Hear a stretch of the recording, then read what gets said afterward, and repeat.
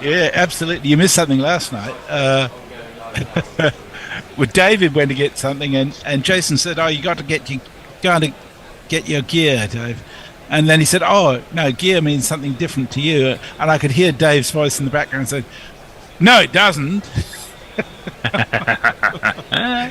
He was pretty juiced up by the end of play, I got to say. During the stint I was on with him, I couldn't tell one way or another, really. He was sort of... No, he was good then. It's just as the day wore on, he was using more stimulation, let us put it like that. Performance-enhancing Yeah. substances. The last session he was supposed to be on with Jason and Hector. Hector had to go home, and he was in with Jason.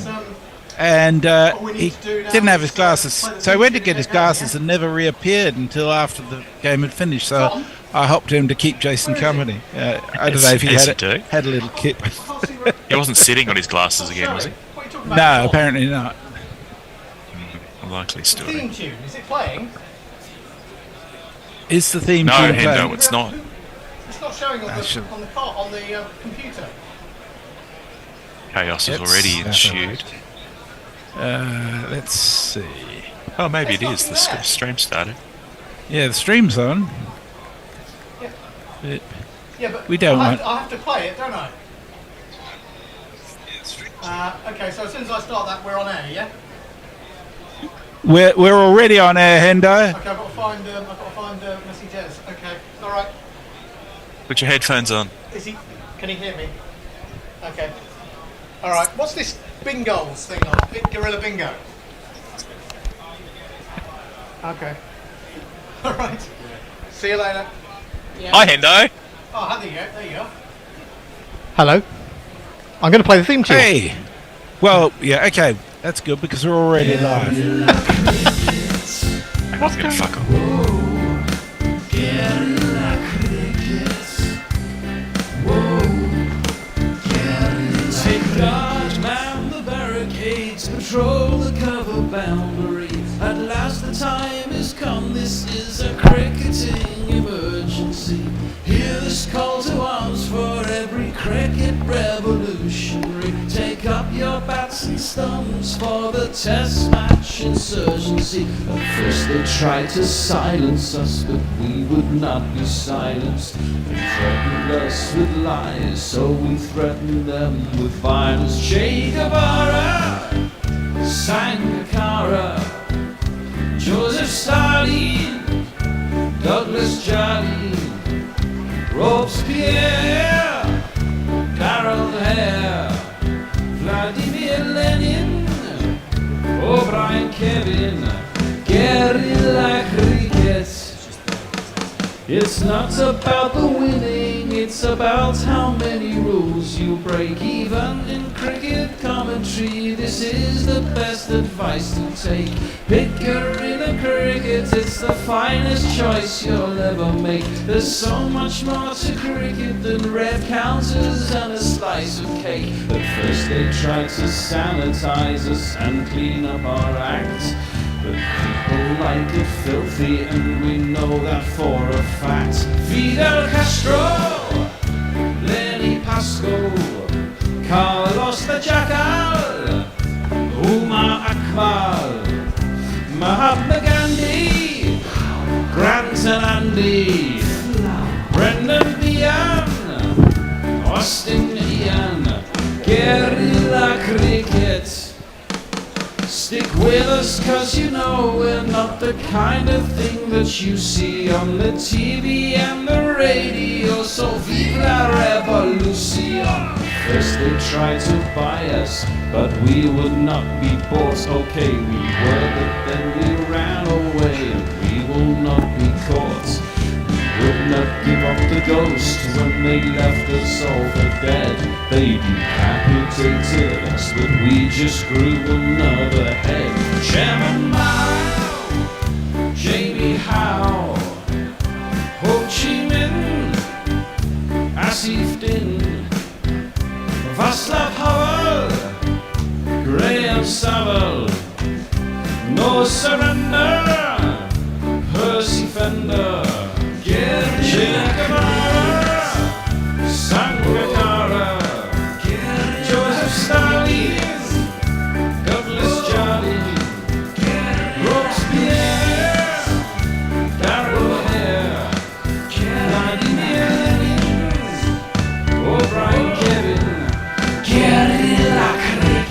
Good morning, good afternoon, good dawn, good dusk, wherever you are in the world. Welcome to Guerilla Cricket. I'm Guerilla Hendo, Nigel Henderson, and I'm here with day 2 of the third test from Edgbaston, and I'm joined by, Guerilla royalty, Guerilla maturity in the shape of the weather cave dweller, none other than Messi Jez. Hello, Hendo. How nice it is to have you back in the studio again. It's making things as they should be. And you and Hector have managed to get us on air on time in a really efficient manner. And I don't sense any sweariness as a result of it. So well done. I did warn once I passed Hector over to the Bear, who was in a cafe in France, Limoges, I believe. I did warn him that the Bear might get a bit sweary, but hopefully that all went perfectly planned, which of course introduces most youthful member of the team alongside me. It's Hector. Good morning, Hector. Morning, Hendo. Morning, Messrs. And we've got a hell of a game on our hands, have we not? Should the rain stay away, which it is doing so at the moment. Looks sunny at Edgbaston right now. I missed the end stages of yesterday evening's occurrence, and I was a little bit shocked to find that England had managed to lose 3 wickets in 8 overs. Hector, take us through what exactly went on. Yeah, well, it was nice to see the West Indies really got a bit of fight on. The passion was clearly there. It was very intense few overs. It was almost like a T20 power play. It was all going on. We started relatively well. Zach Crawley 18 from 13, 4 boundaries. He then found the edge of Jaden Seals, and Jason Holder with a fantastic catch, a second slip. Ben Duckett bowled by Alzari Joseph for 3. Mark Wood came in as the night watchman, didn't do too well, got a duck off 8 balls, again nicked off from Seals to Holder. Holder been fantastic in the slip called in, and that leaves Ollie Pope and Joe Root not out on 6 and 2 respectively. They've got a big first hour, you'd think. 1 wicket down within the first half an hour, and suddenly you're looking at 50 for 4, and the test match is strongly in the West Indies' favour, so all to play for this morning. I don't know about you, Messi, but I thought that in that middle of the afternoon session that Holder and De Silva played absolutely superbly. I mean, not just because they added runs, but in that little first stage when they'd gone down to 5 wickets and they really couldn't afford to lose another one. They went scoreless, or more or less scoreless, for a long time, but they saw off England possibly at their best yesterday, and came through it, and then managed to get West Indies within touching distance of 300. Yes, although the West Indies were disappointing. They gave away a lot of wickets, and I don't think England bowled particularly well yesterday, to be honest. Their line was pretty wayward. But they did get a bit desperate by the time they started with a short barrage. The other thing I was going to say is England. It seems to me that the one-size-fits-all thing isn't always the right approach. Ben Duckett was bowled technically, but it was a ball a yard wide of the off stump. He didn't move his feet an inch. He went straight down the wicket, bat miles from his body, and he managed to pull it back onto his stumps.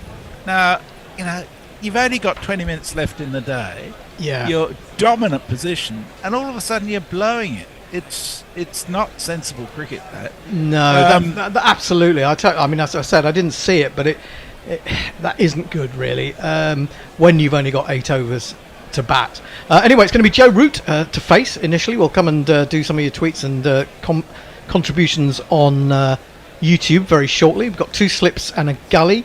And it's going to be Shamar Joseph to get us underway. I'll just jingle him up. Jesus Mary and Shamar Joseph. Who's this coming up out of the mists? Is it a warrior of times gone by? By Christ, it's a West Indian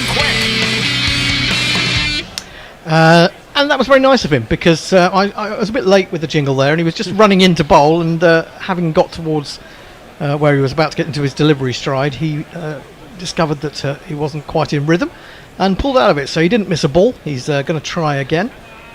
Pretty full looking Edgbaston this morning. In comes Joseph, bowls to Root. Ooh, turned him round a little bit. A slight leading edge, goes directly back past the bowler, just misses the stumps. and is fielded by the man at mid-on. The man with bat in hand is none other than this legend. His voice is high-pitched and ginger hair like a picked, but massive runs he has hit, so there's that. Introduce yourself. Joe Root. Introduce yourself. Joe Root. Introduce yourself. Joe Root, actually. Here he comes again, Joseph. Ambling in, not really a quick run-up. It's looking for the Yorker, really, but nicely played by Root. Just guides it away through mid-wicket. There is a man patrolling on the boundary, so it's just a single. First run of the morning, England 39 for 3, trailing by 243. Now, Messi, you were telling us on the WhatsApp group this morning that cloud cover and potential rain was in the offing this afternoon. Is that still stand? I think yes. I think any time from about half an hour before lunch we may be seeing some showers, and not torrential rain, but probably enough to interrupt play at some stage. The lunch break seems the most perilous, actually, which might be quite good timing. Joseph bowls to Pope for the first time this morning, and he plays even more straight than Joe Root, and does hit the stumps at the other end. Maybe they're having a little bit of a competition. Fortunately, unlike in the second innings at Trent Bridge, the bowler did not get fingers on that to run out Root at the non-striker's end. Of course, it was Crawley who was the victim of that particular misfortune. There is no run. So Joseph in again to Pope, and Pope's onto the back foot, just dabs it down square of the wicket, and there is no run. Quite sort of fairly innocuous from Joseph so far, just building up, you think, ahead of steam slightly? Well, he hasn't had the best series so far. He hasn't really hit his rhythm. Of course, he struggled with a few niggles, but I don't know. I think it's good to see that he's managed to play all 3 Test matches here. I wasn't sure why they had a boundary rider for the first ball to Joe Root. If you're going to get him, you've got to get him early. Yeah, it's seen with 39 for 3 on the board. Yes, I totally go with that. Joseph in outside the off stump, has a big drive at that.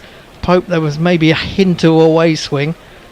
He's beaten by that, goes through to Silva. There is no run, and this is in fact Shamar Joseph's first over of the innings. Didn't get on last night, just Seals and Alzari Joseph, the bowlers. Have we got much contribution from YouTube yet, Messi? We do indeed. Lots of people. Who's with us? Early. Mog says, top of the morning, long time no see. And in response to me putting up a thing saying super chatters, Jay Grover says, I will when I get drunk. Shouldn't be too long then. Driven straight back to the bowler. That's the end of the first over of the morning. England are 39 for 3. You can do some more, Messi. Leah says, hello everyone. Also, yay, Hendo.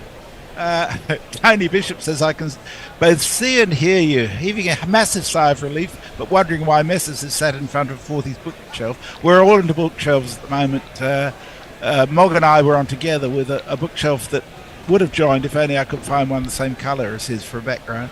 And Betty Holford says, good morning guys, greetings from the Barbados. Thanks for the analytical but witty commentary yesterday. You even sanitised your language. I agree that De Silva should be elevated in the batting order. Wickets West Indies. Yeah. Mog just says, drink faster, Jay. Oh God, I don't know if we could cope with Jay drinking any faster. Anyway, opening bowling this morning alongside Shamar Joseph is this man.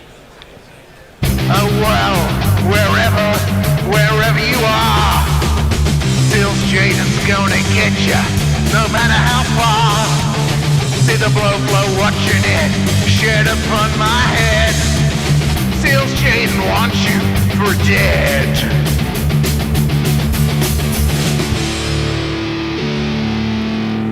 And he bowls an absolute dream delivery to Joe Root first ball. Joe Root standing there thinking, what on earth was that? Pitched in line, a little bit of swing. I thought it was more movement off the pitch, but actually it does start to swing. Looking at that replay, it's sometimes difficult to work out what starts the movement of the ball. But anyway, it was a good one. It went past his outside edge, went through to De Silva, And Seals starting where he left off yesterday, 2 for 19 from 4. Big, well-built man in again. Bowls down the leg side, not so well directed this time. And Root can't make contact, goes through to De Silva. Well, the ball previously is a great sign for the West Indies, and it's been a bit of a general trend this whole series that the ball starts to swing a little bit more, a little bit later on, almost a reverse new ball essentially. But it's good that they're getting this movement so early on. I think not only 9 overs in, very promising. This whole series has been about 15-20 overs till they can get any real purchase. Yeah. It's weird, isn't it? I mean, that never used to happen. Seals in again and bowls to Root. Gets in behind a good length, straight delivery, straight back to the bowler, who immediately throws it for shining purposes to the man at mid-wicket. Yeah, it is weird, isn't it? Because we always used to think of the new ball as being really dangerous, and you know that's what your openers were there for, to see off the moving ball. But it does seem more and more as if it doesn't really start to do much until about 8, 9, 10 overs have gone in general. Certainly in England. I don't know whether it's something to do with the processes of how they make the balls these days. It'd be an interesting thing to look into. In comes Seals, bowls and hits him on the pad. Worth a shout. I think it's just passing down the leg side. Nitish Menon says no, and they don't seem inclined to review it. I think England lost 2 reviews, didn't they, yesterday? 2 quite close ones, has to be said. Well, they are quite. Well, one of them was pretty rubbish, I thought. Yeah, they're pretty erratic with their reviews, I think. It's strange how the people have been talking about how Jamie Smith has been keeping quite well, and he was keeping quite well, I thought, yesterday. And then the catch that he took to get rid of, I think it was Brathwaite. Seals in full, swinging down the leg side. I'm not sure whether he got bat on that or whether it came off the pad. I think no, bat is involved, and it's run away to the fine leg boundary for the first of these of the morning. There's not one boy for me, I must have 2 or 3, I need 4. Yeah, just certainly getting the ball to wobble, but just not getting the line right there. And Root very happy to take what's on offer. He moves on to 7:43 for 3. Pope is Yes, on that 6. catch of Smith's was a bit of a dog's breakfast, wasn't it? Yeah, I didn't realise it at first. Seals in bowls, and just for a moment there's a little bit of nibble, but Root adjusts, plays it quite nicely into the gully, and there is no run. End of the over, 43 for 3, 10 overs gone. Are you in charge of the GPL today, Messi? Not in charge. I shall seek to promote. I'll check in a minute to make sure it's open. Okay. Jonathan Shawland says, good evening from New Zealand. This series is still not shown on TV here, so I'm thankful for Guerilla Cricket can keep me up to date. Happy to do that, Jonathan. And Chase says, morning all, hooray, Hendo. So your fan base is huge, Hendo. I was going to say my fan. I thought that's what you were going to say. My one fan.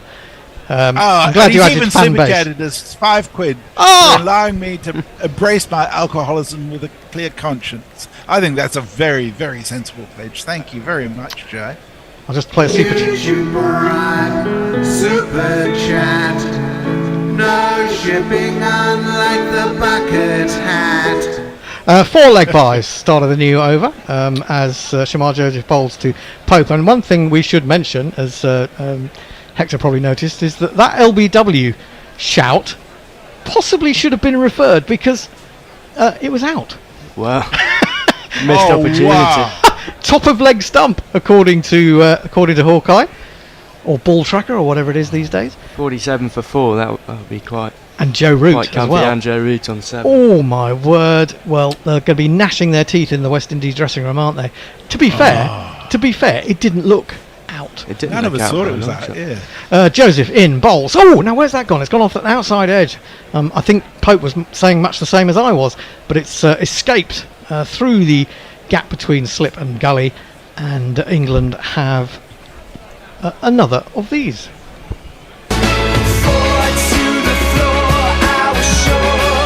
A bit of a sketchy start this from England.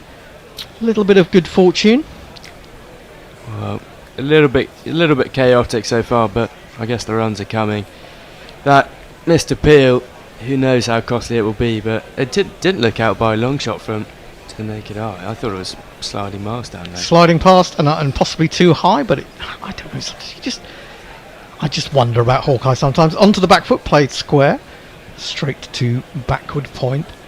I mean, how often do you look at it and you think, oh, that's out, and then it's going about 6 inches over the top? That was possibly lower than we thought initially. When you see the replay, it's hit him just about on the knee roll. He's not very far forward, if at all.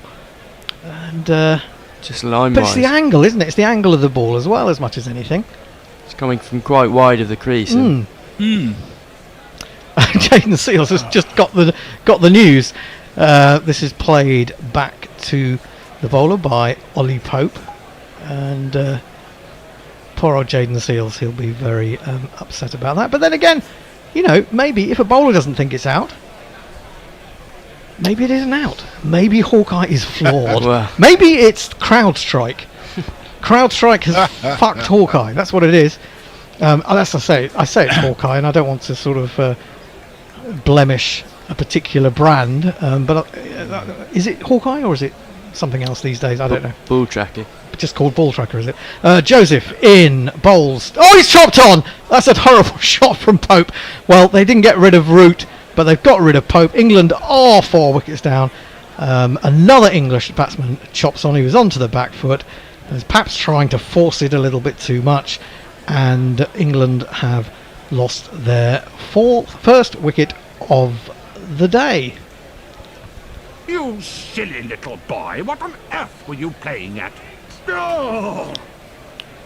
I don't know whether you, well, it's probably easier to ask Messi about this because, you know, you've been around and watched, you know, years more cricket than probably Hector has, but I just always get the feeling that there are more and more batsmen chopping on these days. Is it something to do with a more attacking approach? Technically, it's because they don't move their legs to get close to where the ball is, so that the bat is way outside, away from their stump at a cross angle, and it gives much more capacity to chop it on. If they use their feet more, then there'd be much less of it, in my judgment. I think you're probably right. I mean, I used to be furious if I got out chopping on. I used to think it shouldn't really count to the bowler. I suppose that's a batsman's viewpoint.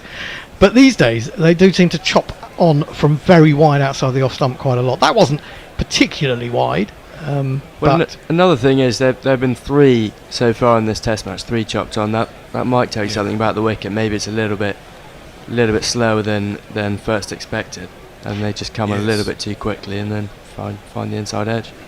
Well, the men that got England into a position of some strength at Trent Bridge are now reunited. Come to the crease is this man. If I can find his jingle anywhere. Here it is.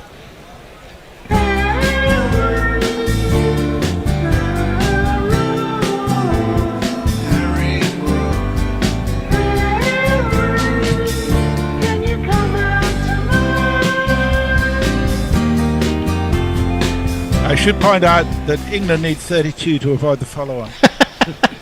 Oh, no!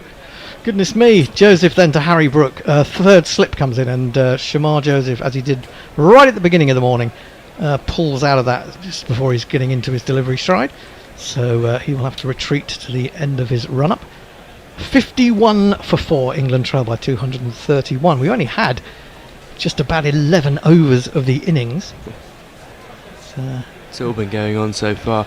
You do feel that the West Indies will need a lead of around 50, I think. Yeah. If England are chasing. Joseph in again, bowls to Brook. Brook gets a little bit square onto that one. Again, a suggestion of a little bit of lack of pace, or as the ball moves, just straightening. Anyways, defended it well enough. End of the over, a successful one for the West Indies.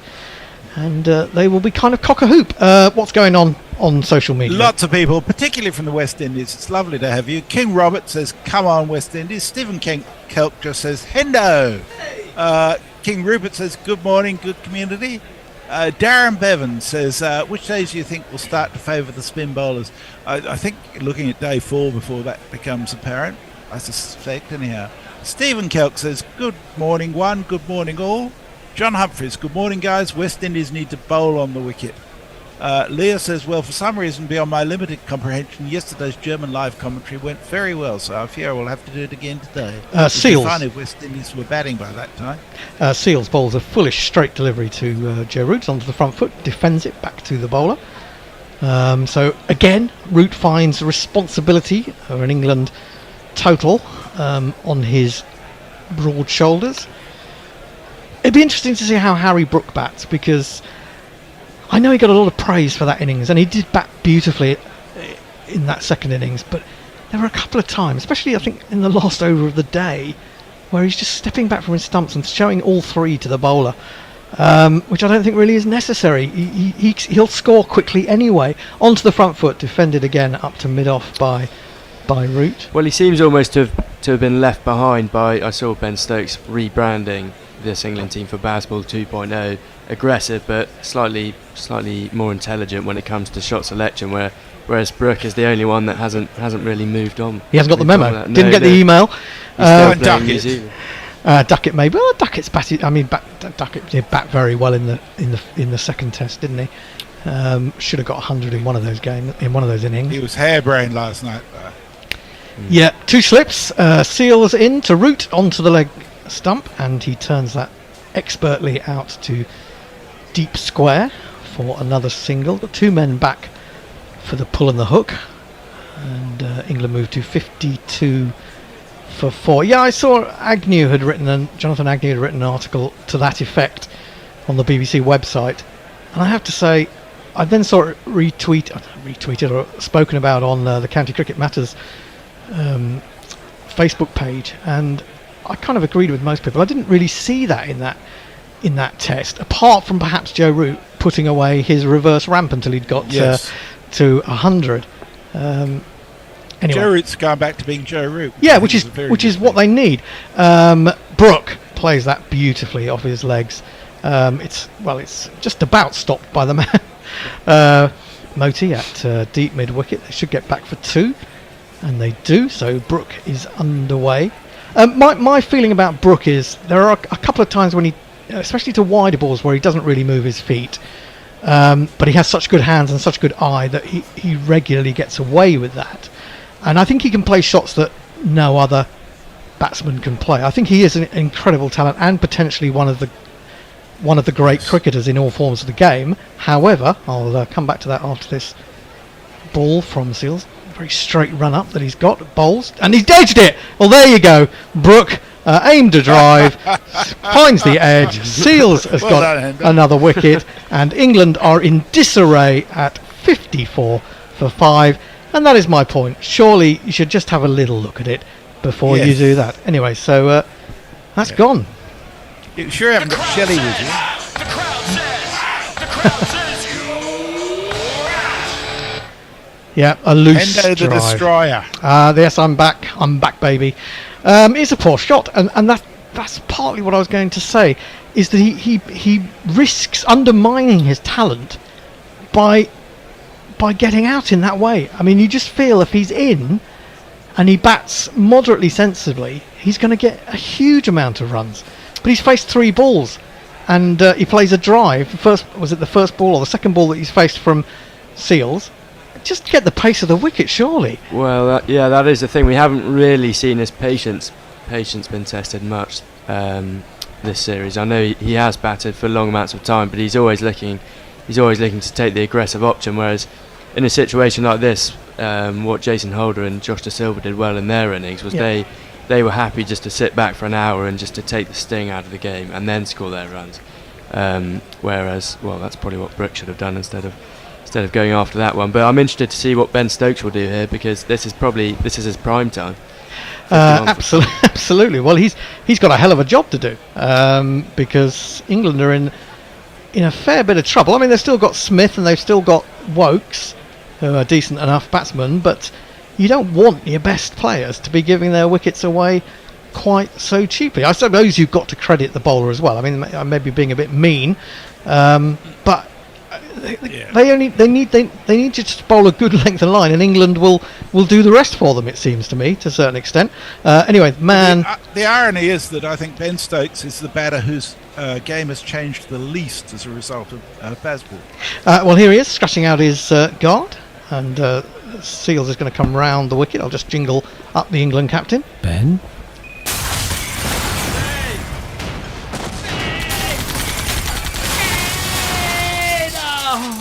Ben Stokes.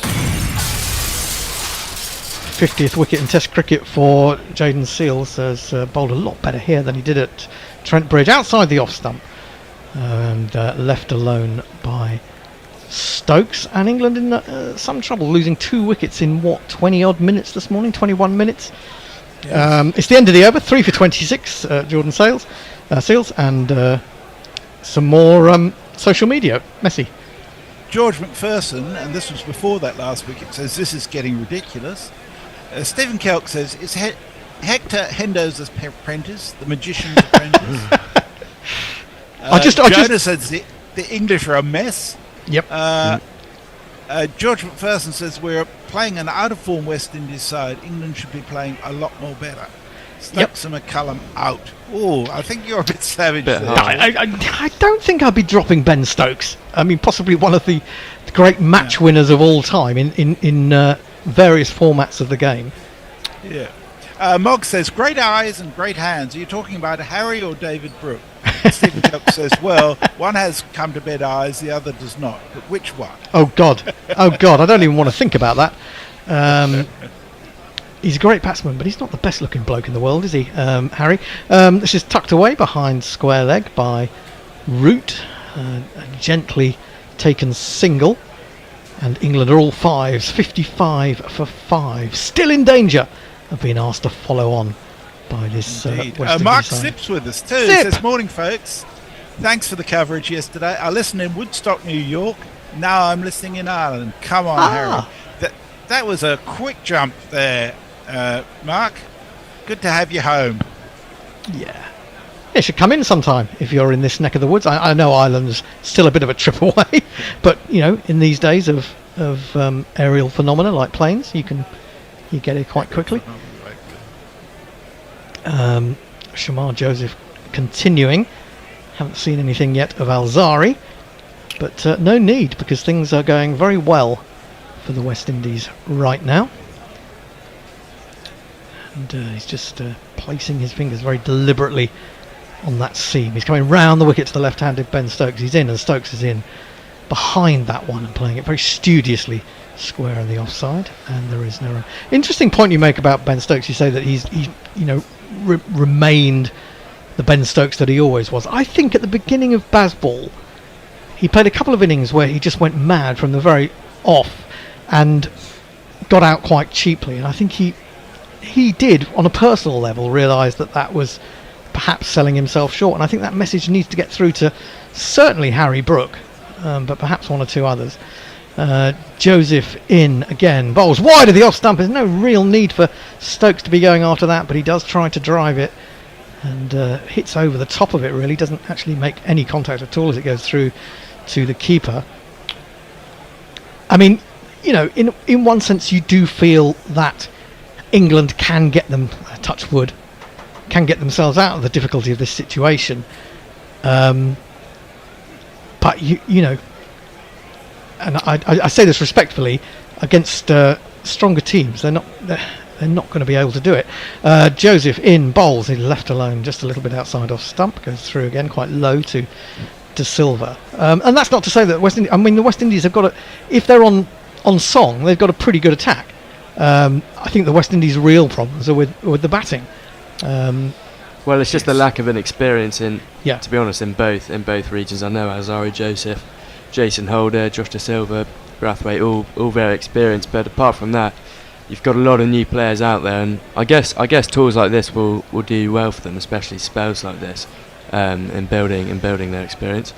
Here is Joseph again. It looks a bit quicker, that one. He seemed to put a bit more into that one. It's defended on the angle up to mid-on by Stokes, and there is no run. Stokes yet to get off the mark.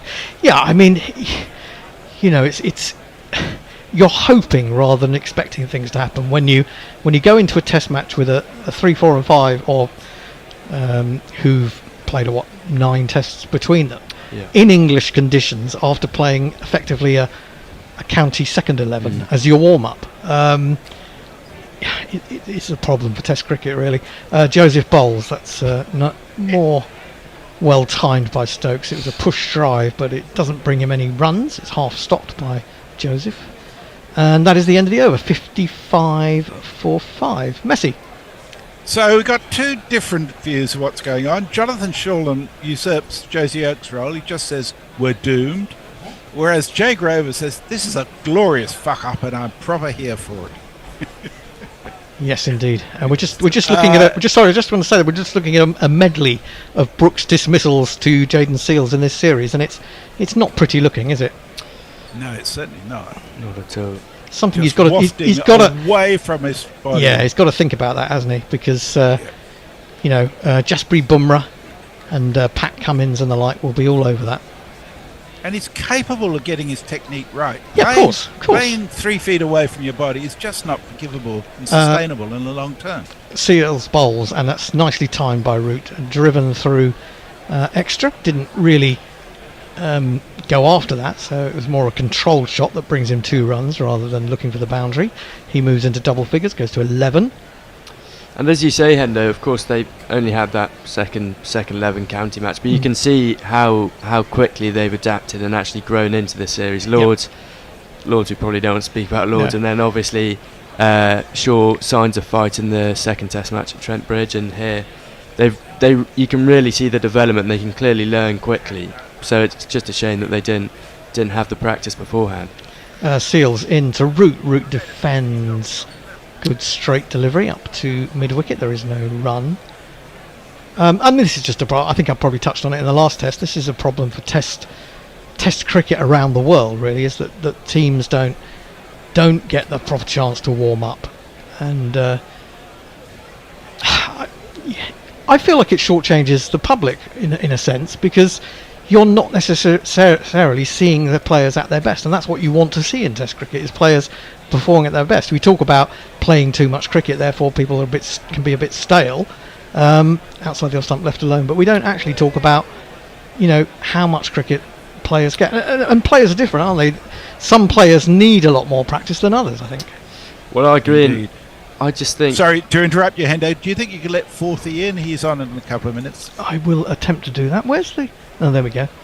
I can't see him. I can't see him on the... Oh, hang on. Oh, it should be on. Yeah, it's down there, isn't it? I've lost my mouse. Hang on. He doesn't... Oh, there he is. Where's the mouse gone? Hang on, I'll do it in a minute. I'll do it at the end of the over. In he comes, bowls. Root plays that really nicely, actually.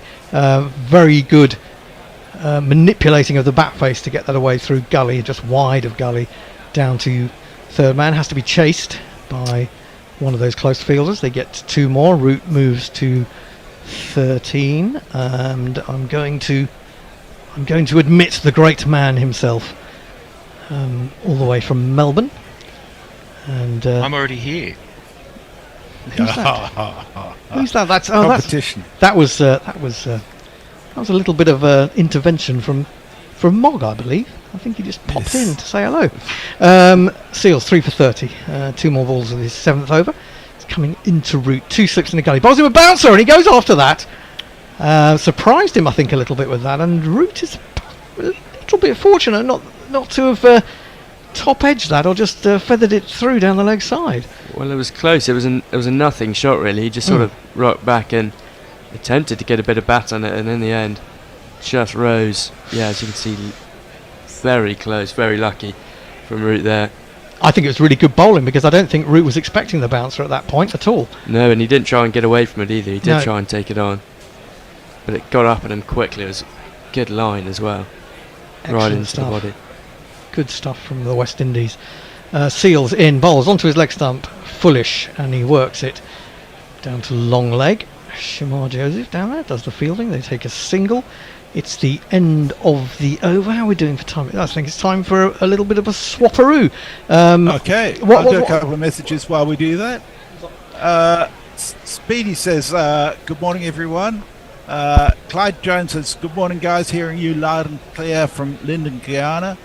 Mark Zip says, I'd love to come in, but the weekend when I'm in London later on this month is a weekend of no cricket, so no Guerilla. Speedy says, remember, I have a bet on with my wife that if England whitewash, I cook and clean for a month. So go West Indies, go. And the next one is Mayank Mog, and I'll catch you later. It's all bookcases over here. So who's on now? Who's ball by balling? I think I'm on ball by ball. Okay, so it's over to Hector. Forthy is with us, and who else? Is it still me? That'll be me. Oh, right, okay. Okay, everyone's on. So I'm just sitting here doing jingles then. Shall I change the... Lucky you. I'll do this ball while while Hector's changing the YouTube seating arrangements. This is beautifully played by Root. It wasn't a full half volley, but he steered that into the gap at extra cover. Again, not necessarily trying to hit it for 4, and it's pulled up about 10 yards inside the boundary rope, and he takes another 2. So there's several 2s for Root in the last couple of overs. He moves to 16, and it's over to Hector. Well, again, Root, just looking at the ultra edge here, very lucky to get away with that, of course. Could have been gone for 7, trapped LBW off the bowling of Jaden Seals, but the West Indies didn't review it. It's Alzari Joseph in, and prodded out into the offside by Joe Root, who will run through for a single. Oh. What a start it's been for the West Indies this morning. Can you see Root and Stokes doing anything rash here, or do you think they'll just settle in? Forthy? Settle in. It's rather reminiscent of the afternoon session yesterday when De Silva and Holder, the established pair, more or less at 6 and 7. Obviously, Root's a little higher than that. Had to do a rescue act, and from an English point of view, let's hope they do. Well, in a spot of bother here, you could. Well, they do have a lot of batting to come. Jamie Smith is Alzari Josephson again, finds the outside edge of Ben Stokes into the cover region. They'll get another single. I think Jamie Smith has been very impressive with the bat this series, because he hasn't looked to tee off from ball 1 as he has done previously in the county games at Surrey, and he's batted nicely with established batsmen, and then when the tail comes in, he looks to tee off a little bit more. Do you think he has the experience almost just to settle and try and kill the game for an hour or so, as the partnership did yesterday, if he comes in soon? Leave that with you, Mog. You're on special comments, aren't you? Am I? Oh, Christ! Now I've got to actually I think you engage are, the according brain. to the schedule.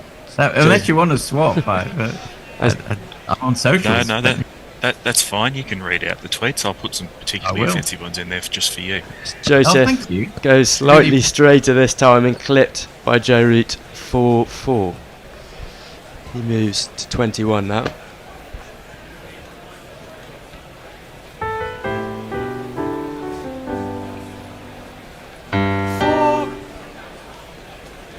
In news unrelated to this test, Zimbabwe trails Ireland by 7 runs in the second innings. Is it slightly overcast there? Good conditions? Good batting day? Joseph again, and this time driven firmly by Root through the cover region. That's a glorious shot. He'll take 4 more. And if you kids can't listen, then you bound to see the way you get shot for crossing a boundary. Did somebody say something about slowing down and digging in and consolidating? Yeah. Well, that was a very good shot. Just foot to the ball and just slashed his hands at it. He's motoring along now. He's on 25 from 26 after a slightly shaky start. Looking pretty comfortable. Alzari Joseph in again, and this time Joe Root drops the hand, sends the ball to point. He'll pick up for no run. End of the over. England 72 for 5 after 15.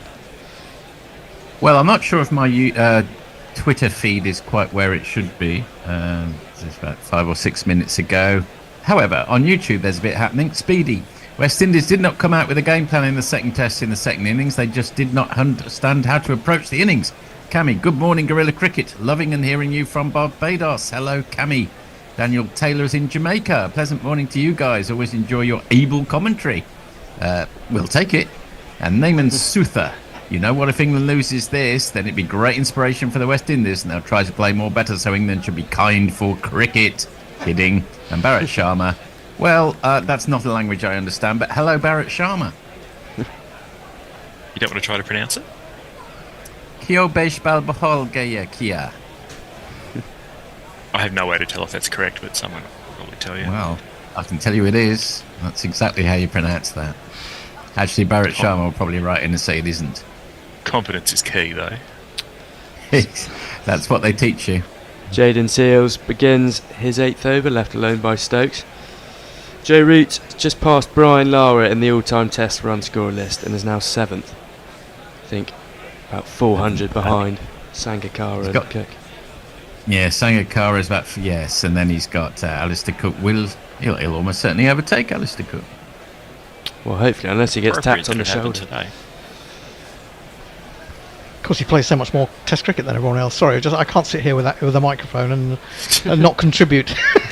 Seales bustling in again over the wicket and defended by Stokes, and they'll look to scamper for one. In the end, comfortable single. Moves to 2, trail by 210. 72 for 5. That follow-on gets closer and closer. It does. They might do it. Would have been a great 5-test series. You never know beforehand whether a test series is whether it is going to be a great 5-test series, but this one I think would have been, actually. All Test series should be 5 tests. Some more than others. No, they should all be 2. Makes it nice and conclusive that way. All English, 2 tests. yes. 2 tests in a row. Seales over the wicket this time and defended by Root. How many Test matches the Zimbabwe series? Is that just one? Is that just the one-off? That is the one and only test, I'm afraid. It's a shame. They were saying on the commentary that they'd like to see that rivalry built up and expanded on a bit more. Because nobody else is going to play the poor bastards, the poor gentlemen, so they might as well play amongst themselves. Are they playing a white ball series after, or just? Yeah. There'll be a usual slew of T20s and such. I know the answer to this question. I'll get onto it in a moment. 2 slips in the gully, and Jerry prods it out to mid-wicket for no run. Those of you on YouTube, Mog is wearing a T-shirt. I know what band that is referring to. He's got a 8-sided stop sign. He's got Greg in the middle. I know the band that's referring to. Do write in if you know the answer to that one. I'd be surprised if there's many people that are aware of that. Someone somewhere might. Hardwired into everyone's head. Well, big stocky figure of Jayden Seales in again over the wicket, shorter this time and taken on by Joe Root, but controlled comfortably down onto the ground, down to fine leg. They'll get a single. Joe Root very quickly onto that, slightly rattled by one of the bounces in the previous overs. Mog, do you see Joe Root to fall for the short ball plan? I'd like to think he wouldn't. He's been out there enough to know that you hit some of them and some of them you don't. I'm not sure if the West Indian bowlers are clever enough to somehow trick him into it. No. Well, it's worked well for England this series with Gus Atkinson taking a couple wickets at short leg. Slightly less well with Mark Wood and all of his bounces yesterday. Yeah, that must have been harsh on the body. Seales, final ball of his 8th over, around the wicket and left alone by Ben Stokes at 6th stump. End of the over, England 74 for 5, trail by 208. Yep, well, we've got a few more messages on YouTube. Speedy, like Joseph, did not get the messages that he can't come home, lol. And we want no favours from England. This is sports, we play to win. Well, now then, Messi has identified the group in question, but he's Australian, and he also says I got help, so doesn't really count. Daniel Beaumont, on the other hand, says this is serious, mum, which is correct. It's tism. And if you don't know Tism, I suppose roughly the English equivalent will be someone like Half Man, Half Biscuit. And Steve House, the Bacon Bruce, says Mackle St. Louis loving it in the stands at Edgbaston. Tism are much cleverer and more literate than Half Man, Half Biscuit. I tend to disagree with that statement. Oh, I disagree. Joseph begins his 6th over straighter, just swinging in, angled into Joe Root's pads, but does well to dig it out, and he'll take a single. Good sign of a bit of swing there. Did someone say they're listening from Edgbaston? Well, it's always hard to tell, but maybe. Let's have a look. I do like it if people are actually listening to us at the ground. I think the problem is that we're a little bit delayed, aren't we? Yeah, so you can't pause it. Out of sync, yes. It's having to travel through all those wires. The internet being a series of tubes and all.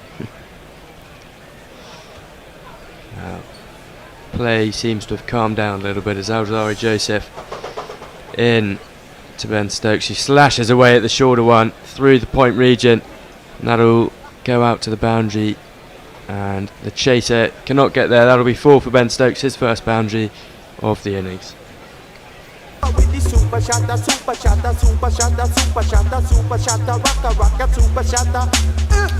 Seemed pretty stress free, that shot, just rocked back, waited for the ball, timed it perfectly. Got the rewards.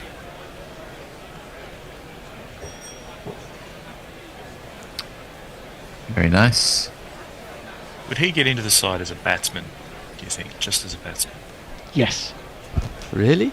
Stokes, absolutely. I think, well, it's always that question's a bit odd, because if he stopped bowling, yes.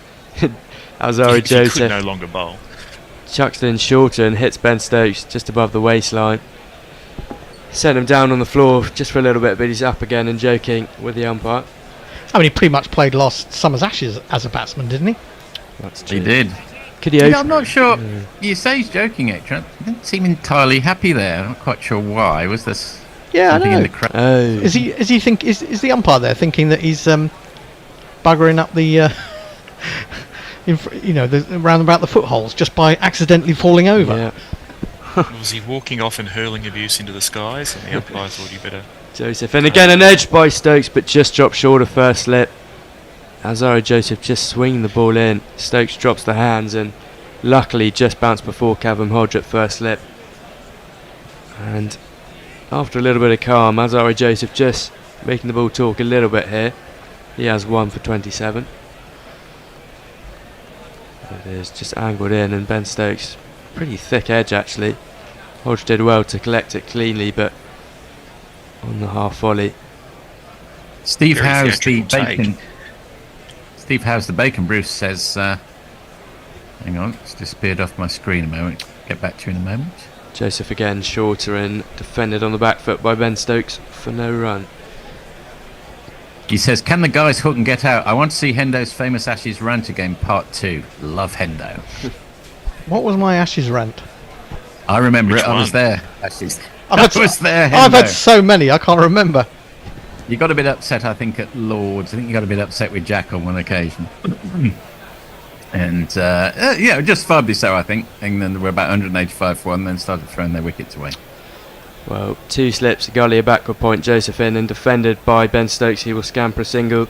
Good running between Root and Stokes historically. Good runners, trailed by 202. End of the over, England 80 for 5. Jonah says another wicket coming up. George McPherson, England needs to win this series 3-0, 2-1, simply won't do. Naaman Souther, what do you think would West Indies recover from their downfall in red ball format in coming years? Interesting philosophical question.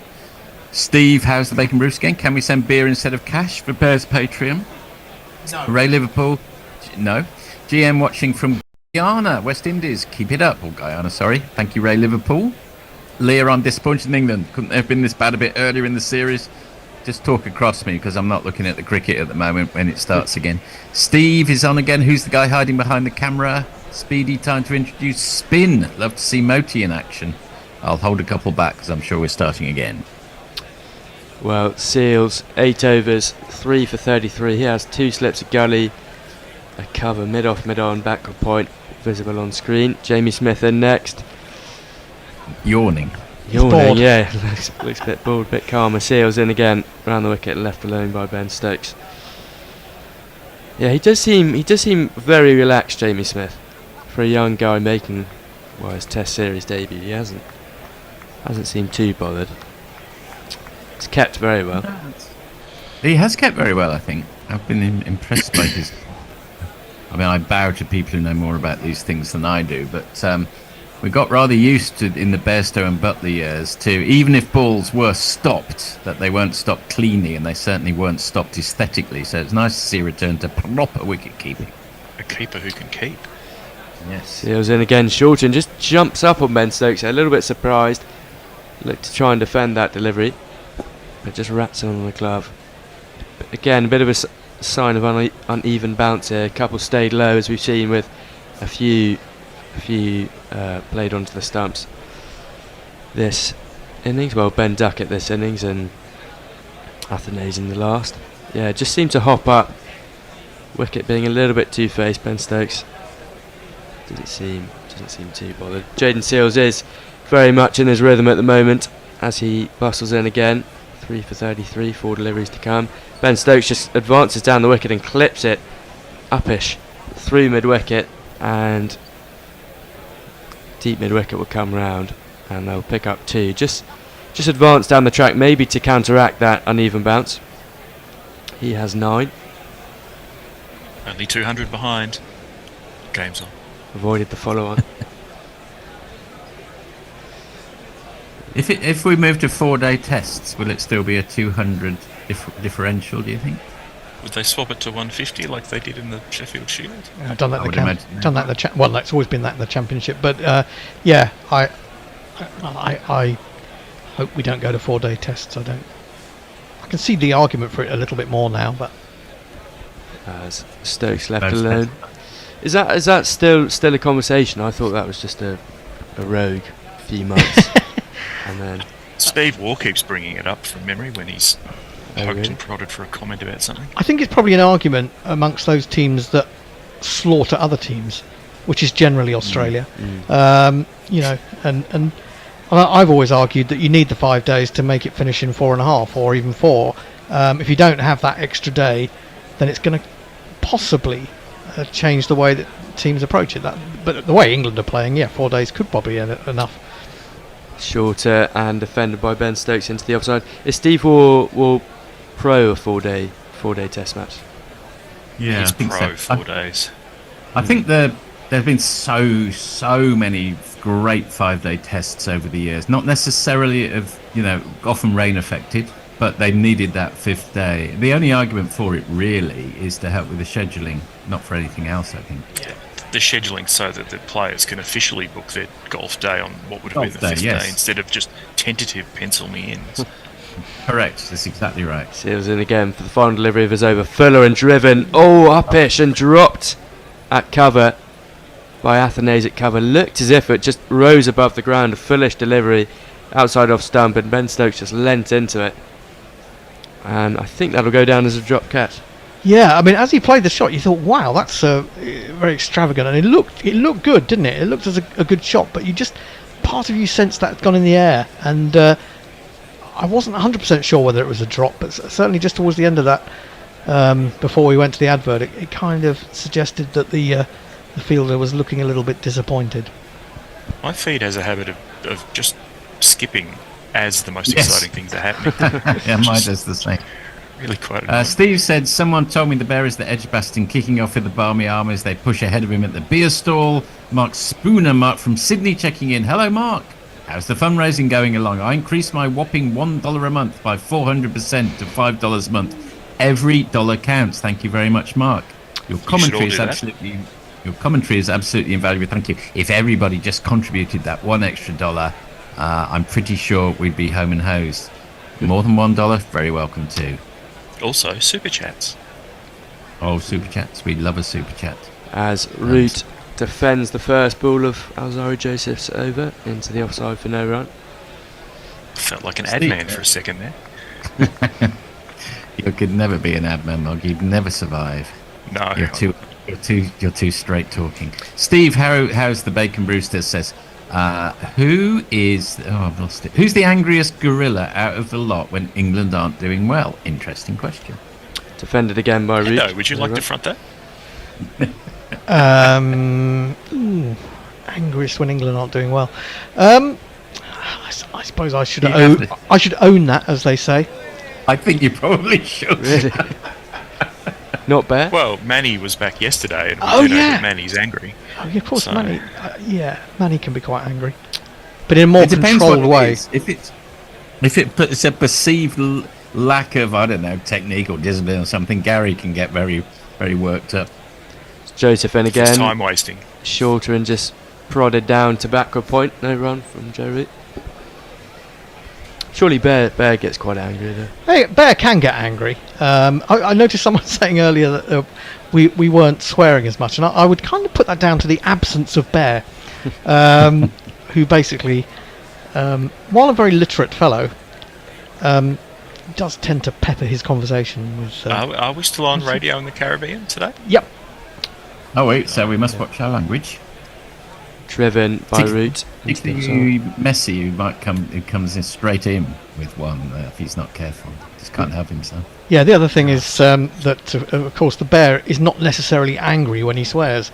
It's just his conversation basically. It's cultural. Conversational style, yeah, cultural, yes. Well, Joe Root's average is above 50 again. Yahoo! 33 runs from the 12,000, if that's a milestone. Azari Joseph steaming in again. Just the two slips in, full and driven well by Joe Root. That'll go away to the boundary, pierce the cover region. No one stopping that. That'll be 4. 2 + 2 is a remember.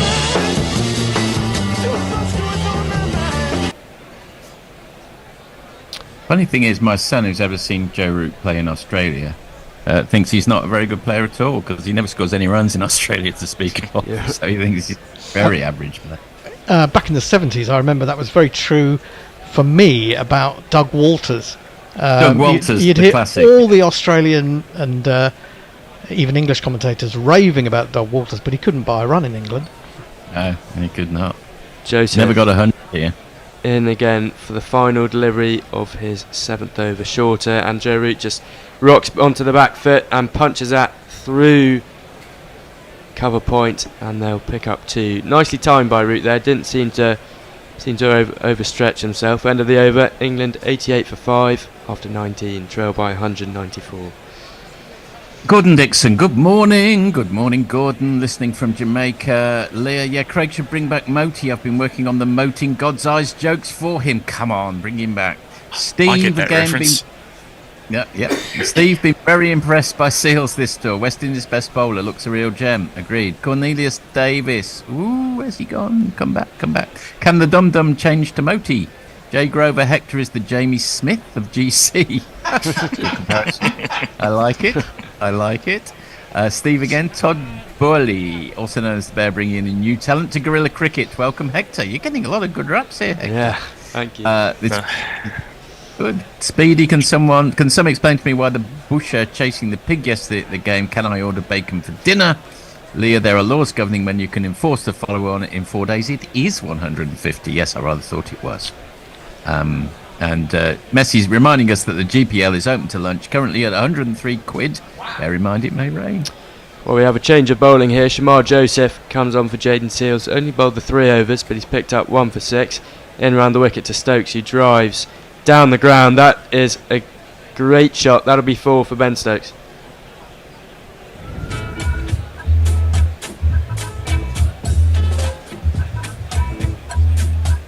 Jesus, Mary, and shame our Joseph. Who's this coming up out of the mists?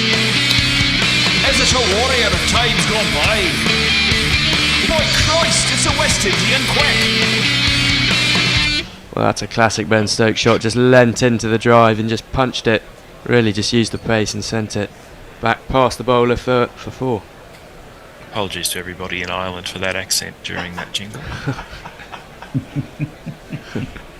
Joseph in again to Ben Stokes on 13. Stokes just shuffles into his off stump and just flicks it through mid wicket. He'll take a single. important news for people at GC Towers. Brian in Brisbane has sent some food, but you'll need the code. You'll need the code, which has just come through. So look that up.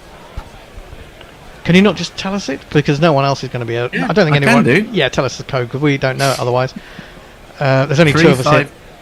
352. Yeah. 569. Oh, blimey, it's long. I thought it was only going to be 3 or 4. I've got more to go. Okay, so... 352, 569, 581.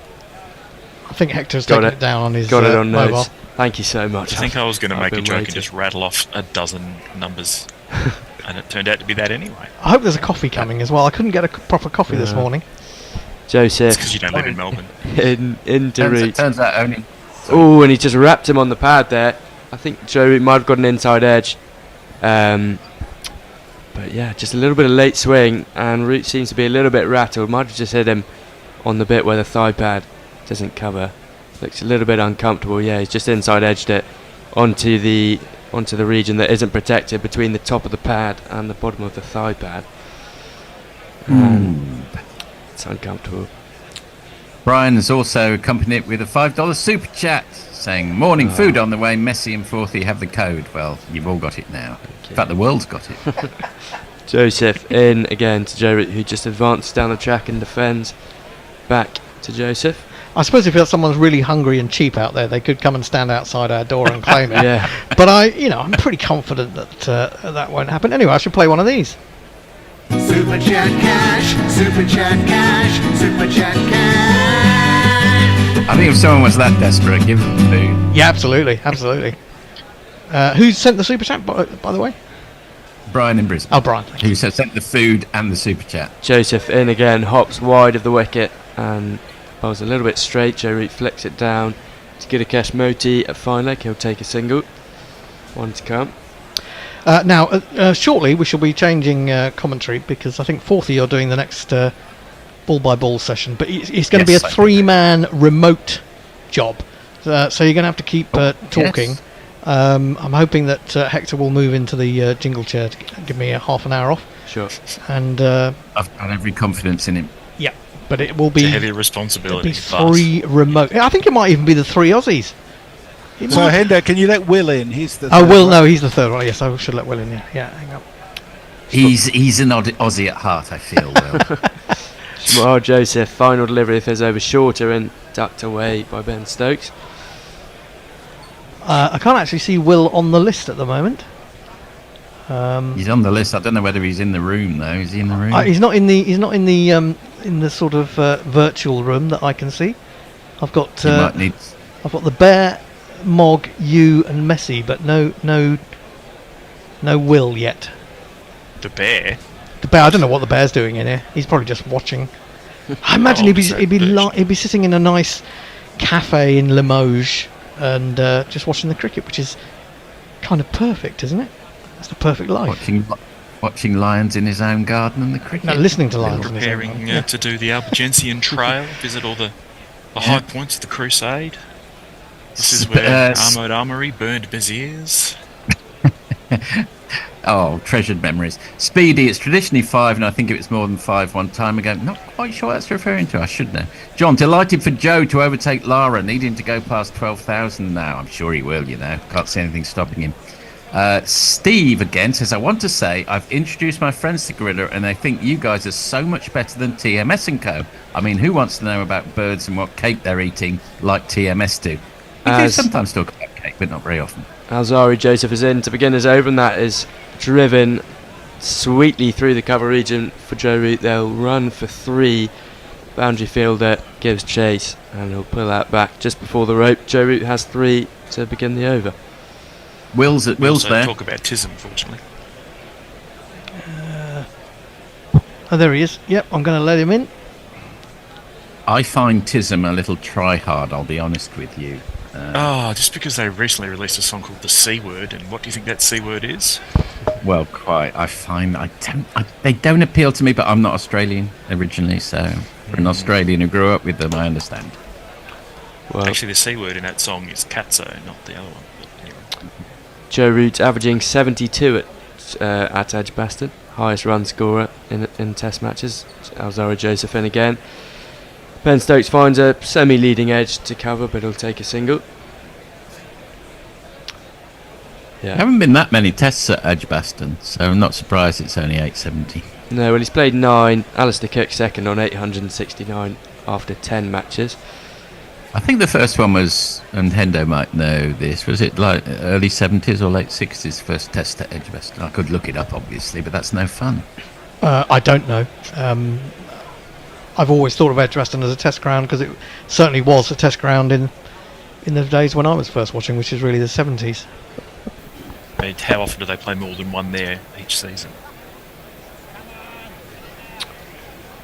Well, Stokes and Root here certainly steadying the ship after a chaotic start to the morning, chaotic 20 minutes. Formulating a handy partnership here. 44 runs from the 8.3 overs. Alzari Joseph in again. Fuller and clipped by Root through mid-wicket, out to deep mid-wicket. They'll take a single. Yes, as I thought, the first test match was in 1902, not in the late 60s or early 70s. So, Pretty close, though. As you were. Memory is an unreliable tool. Yes. That's funny. Funny things get stuck in your head. I could have sworn. Anyway, never mind. Who was that kid in the commentary box at the ground with Mel Jones? Oh, yeah, look at him. Look at Stuart Broad, little Stuart Broad. I'm sorry, Joseph in again, shorter and paddled out into the onside by Ben Stokes for another single. Run seem to be coming a lot more comfortably now. Just not a lull as such, but in comparison to the first 20 minutes this morning, looking a lot more comfortable out in the middle. It's been quite un-Baz Bailey-ian. Wow.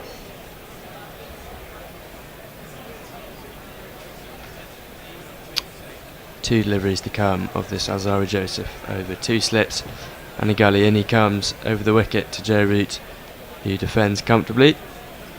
Trail by 182. Mog, what do you think? What lead do the West Indies want/need to win this Test match? They probably need about 400 because I don't have a lot of faith in their batsmen. I think though, if they could knock off the last 5 for under, say 60 or 70, you could see that as a win. Be a good match then, I think. Yeah. Be a good match. Yeah. Alzari Joseph, and again, final delivery of his over. Fuller and straighter, and Joe Root just flicks that through to mid-wicket. End of the over, England 102 for 5, trail by 181. I think we're changing now, or I'm changing. Yes, I think that I am moving to the BBB slot. And hang on, let's have a look at the schedule. Messi, I prioritised YouTube in the last half hour. I wasn't sure my Twitter feed was coming through, so I'm maybe grotesquely behind on Twitter. You might nothing from the last half hour there, so you might need to catch up on that. But YouTube has been going gangbusters, so there we are. Okay, this should be a drinks break anyhow, so it gives us a bit of chance to do it. Do you want to have a quick look, see what's... Hello, Will, how are you? Hiya, I'm good. Yeah. All good. Nice to see you. Whereabouts are you, so we can place you geographically? Down in the West Country. Down in the West Country. We're all over there. We're very far flung, because we've got a lot of West Indian, got some German, we've got someone in Brooklyn, we've got Brian in Brisbane, we've got you in the West Country, Perth, Melbourne, all corners of the globe covered. Over to you, Messi. Do read us some messages. So, Breno Obo sent a picture of his view at Edgbaston. He says, morning fantastic GC from an overcast Edgbaston. The clouds are building and a strong breeze building up. Rain a brewing. Dave Barrett says, bring back Bazball, go harder. Jay Grover says, why the fuck are the Paddington films PG? And then he says, sorry, I have no idea why I tweeted that. Just angry. I love Paddington 2, by the way. Paddington 2 is one of my all-time favourite films. Sorry, carry on, Messi. There you go. Warren says, morning all. How's Hector doing with Hendo? Well, very well from all that we can observe. Farong says, greetings all. I hope everyone's well. Thankfully, we have a real match of cricket in play. England trail by 200 runs, 5 wickets in hands. Lovely jubbly. Pornbot says, Guerilla foursome, because we had 4 of us on screen. Well, 3 and 2 halves, really. And Warren says, as the resident youngest Guerilla, is Hector going to take on GC Tower technological duties? He seems to have had it forced upon him, and he did an extraordinarily good job in collaboration with the remote bear today and getting us on air exactly on time. So all is going, fingers crossed, well thus far. And lots of stuff going on over on YouTube as well. Loads on YouTube. Yeah, wow. I'm not hang on. I can tell you where I got up to if you just give me 1 second. Where I got up to on YouTube. I think I got up to Steve Howe was the last one I read out at 8:51 p.m. Right. Wow. Ashley Partridge is the next one. Got it. Ashley Partridge says Root and Stokes need to go after them. Leah says, why is Bear literate? Why waste the time to learn and read, then famously not read? Joe Root will get 15,000, says Ashley Partridge. They're playing for a draw with this. I doubt that. Get Stokes out and England's hopes will go. Okay, we might just pause it there because we're not far off starting. Will, how are you seeing things? Trail by 181, 5 wickets in hand. Looks, although that's a long way behind, and if England were playing a big gun, you'd say they've got a lot of problems. But because of history and all of those things, and the relative strengths of these two teams, it feels like quite an evenly balanced match. What do you think? Yeah, I would say. Also, I don't know whether it's kind of just history playing into it and kind of that, but it being at Edgbaston makes me feel a little bit more confident. Traditionally, England do really well here, so it's a funny one, isn't it? 9 times out of 10, you think, "Come on, England." And you don't want to be patronising. There's no way we want to be that. You want to play every match to win. But would it be a disaster if West Indies did win this Test match, even as an England supporter? I think not. Oh, not at all. I love the West Indies. I think they're just they're really kind of entertaining, and the way that they've been treated by sort of treated by circumstance, and the finance of the thing, I know what you mean. And all of that, and.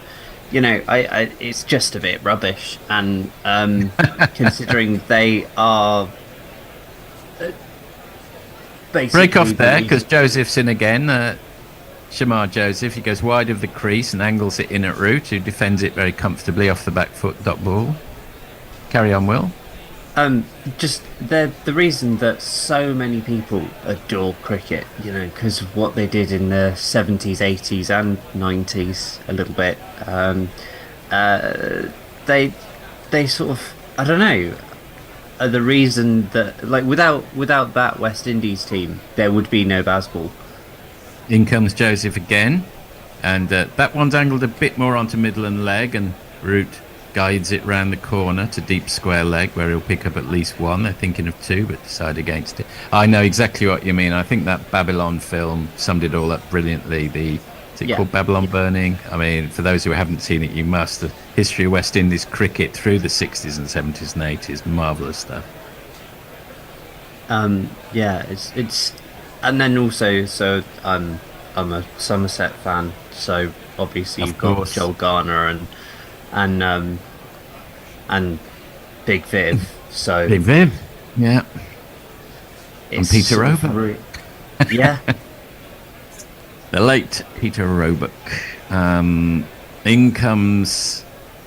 He's going around the wicket to the left-handed Stokes. Joseph tries to flick it, gets his radar wrong. Would have been a wide in one-day cricket, but not in this form of the game. Well taken by De Silva. Vic Marks as well you had down there at the time. What a strange team it was. I mean, what a array it was a bit of an odd one, yeah. Ian Botham, Joel Garner, Viv Richards, Vic Marks and Peter Roebuck all in one team. And now we've just got a lot of mullets going on down at Somerset. Oh right, okay. Just to Yeah. give you a heads up on the weather, I'm looking at the rain radar.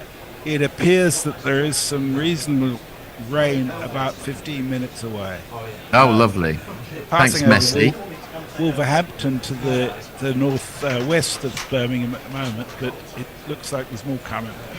And in other news, the decision that I thought was just wandering down the leg side, in fact, it's been reviewed because Stokes, it's a suggestion he got some bat on that, but looking at the replay, it very much looks as if that's just clipped the bottom of his the thigh pad on his right leg. So I think they'll lose this review.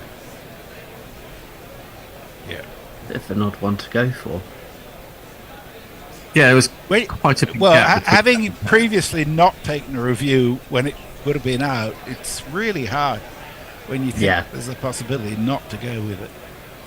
It's hard. It's all part of the game now, of course. And sometimes people post on Twitter and things some of the umpiring from pre-DRS days, and you can see why we need DRS when you see some of the outrageous decisions that got made in the old days. That's pulled by Stokes, but there's a man sweeping up on the leg side, so it'll just be the single. Well, I mean, apparently the last wicket in the 2005 game here. Yes, although I do have something to say about that, Will. I know his hand was off the bat. I know that probably DRS would have overturned it, but you've only got to go back through the entire history of that match to see all the other decisions that were erroneous. I completely agree, and also I don't care at all. Yes, quite. Nor do we care. It's the greatest test. It's the reason that I love cricket. It's also the reason I went to Birmingham Uni. It's it's entirely that test shaped my life more than anything in. Well, I'll get back to that in a moment. That was a quick single taken to point, and that's England move on to 105, and I think it was 50 partnership as well. That's fascinating that you change almost that one test match changed your life, Will. Wow. Yeah. Like really, really changed my life. It was mad. That's incredible. It was the very, very last test I watched on TV, not live, before I left England for Australia. Funnily enough, 2 days later. That's interesting. Yeah, that again wonders down that radar's a bit off there from Joseph. Directs it down the leg side, and I think that's the end of the over. Yes, it is. England 105 for 5 over to Messi. Leah points out that Joe Root needs around 30 more runs to become the leading run scorer in tests for Edgbaston and overtake Sir Alistair Cook. He's already done that. Oh, right. Anthony Henderson says, rally around West Indies, Santa Cruz, Trinidad. Welcome, Anthony. Cornelius Davis says, what happened to the captain? He didn't know when to change to spin. They are letting England off the hook. Poor captain. I think people are pretty tough when they don't get everything their own way quite quickly. Steve Howe, the bacon. Oh, sorry. Steve Howe's the bacon Bruce says the bear watching on jealous as Brian from Brisbane sends in food. You would love a bit of that. Yeah. Jason Holder is into the attack. Meanwhile, people say you should to be an all-rounder. Your batting and your bowling averages should be higher than the other. I looked him up. His bowling average is 29. His batting average is 29. So you prefer it to be over 30, but you'd take it at 29. I think that's pretty good. I dream of a batting average of 29. Yeah. Yes, indeed. Yes. I don't think I ever got to 29. I was a pretty poor batsman. Although I did once hit 18 off David Brook. I need to establish that. Jason Holder into the attack, as I say, and pulled first ball by Joe Roots. Goes down to long leg, and they saunter through for a single. The score ticks up to 106 for 5. Were you playing against the Guardian? Yes, so that was our advertising agency annual match against the Guardian back in, it was either 88 or 89. David, and it was Before tea or after tea were you batting? It was after tea. I was very low down in the order. David was still steaming in. He was a bowler, actually. He was a good medium-fast bowler. I saw him out over after over. I think he claims, I don't remember getting out to him, but he claims he got me LBW. Anyway, there we are. Those are the days. So it's interesting, they've got a short mid-wicket, a short square, and a fairly short mid-on. A very specific field, isn't it? It'll be coming round the wicket, Jason Holder. This is kind of like middle and leg theory. He'll be looking to... I'll just get Will's expert comments on that in a moment. What do you think the thinking behind this field is, Will? I mean, so there's an element of just trying something different. It gives you different angles, and you don't want sort of particularly Stokes to get into a groove. Yeah. And that's floated onto the offside, the bluff, not the double bluff. Defended out into the covers, dot ball. And because Holder's got that kind of the different sort of release angles as well, because he's so tall, and he's quite good at sort of playing with sort of the release point on the crease as well. So that gives you something. And let's face it, sort of Root and Stokes are very, very good once they're in. Yes, I always think that's a slightly... and that's rather ungainly shot, but he's managed to get it in the gap between mid-off and cover, and it may, in fact, go all the way. No, it's going to get cut off just in front of the rope from Stokes, so they might well come back for 3 here. He just slightly lost his footing as he played that shot. Yeah, just a tad, yeah. I think they've come through for 3, and I think he'll move on to 20. Yes, I always think it's slightly underrated, varying the angle on the crease, and also occasionally how far back from the crease. There was an Irish bowler in the T20 World Cup who bowled from 24 yards back. It was, I can't remember his name, but it was an extraordinary delivery. It sort of worked a couple of times in one match, and then I think he sort of tried the gimmick a bit too much. It didn't work the next. I always try and do that sort of in nets, just so that it gets you kind of used to varying your length, and also just kind of in terms of speed and bounce and stuff when you're actually in a game, it makes it so much easier to kind of go, oh, I get 22 yards rather than 25. This is fun. And you can really most climb bowls on bowled someone. in the nets are no balls anyhow, aren't they? Yeah, well, that's true as well. Then comes Holder. And that's defended dot ball from Root rather. He's on 42 off 49, so he's going 42 off 50 now rather. He's going at quite the Bazballian pace. Stokes is 20 off. That was a slightly slower ball from Holder as well. So he's sort of trying everything in terms of variation. Yeah, it's a real box of tricks, isn't it? Yeah, he's almost trying too much, you feel, perhaps. But he obviously knows what he's doing. Yeah, I mean, I don't want to question the guy. I mean, he's played a hell of a lot more first-class cricket than I have, so... Quite, yes. Quite, yes, one must always be a little reluctant to do that. That's Ticked off his toes by Joe Root. Nice, elegant shot as ever, playing the ball under his eyes, as he always does. He moves on to 43, that's the end of the over. And England 110 for 5, Messi. Pornbot says, Forthy slides into ball-by-ball slot here. Jay says, I adore both Paddingtons. I just have no idea what scenes would require parental guidance. It's an odd one, isn't it? The Pornbot says, Ours est quatre pouces, which is presumably French for bear and is 4 inches, which relates to his explosion on air one day.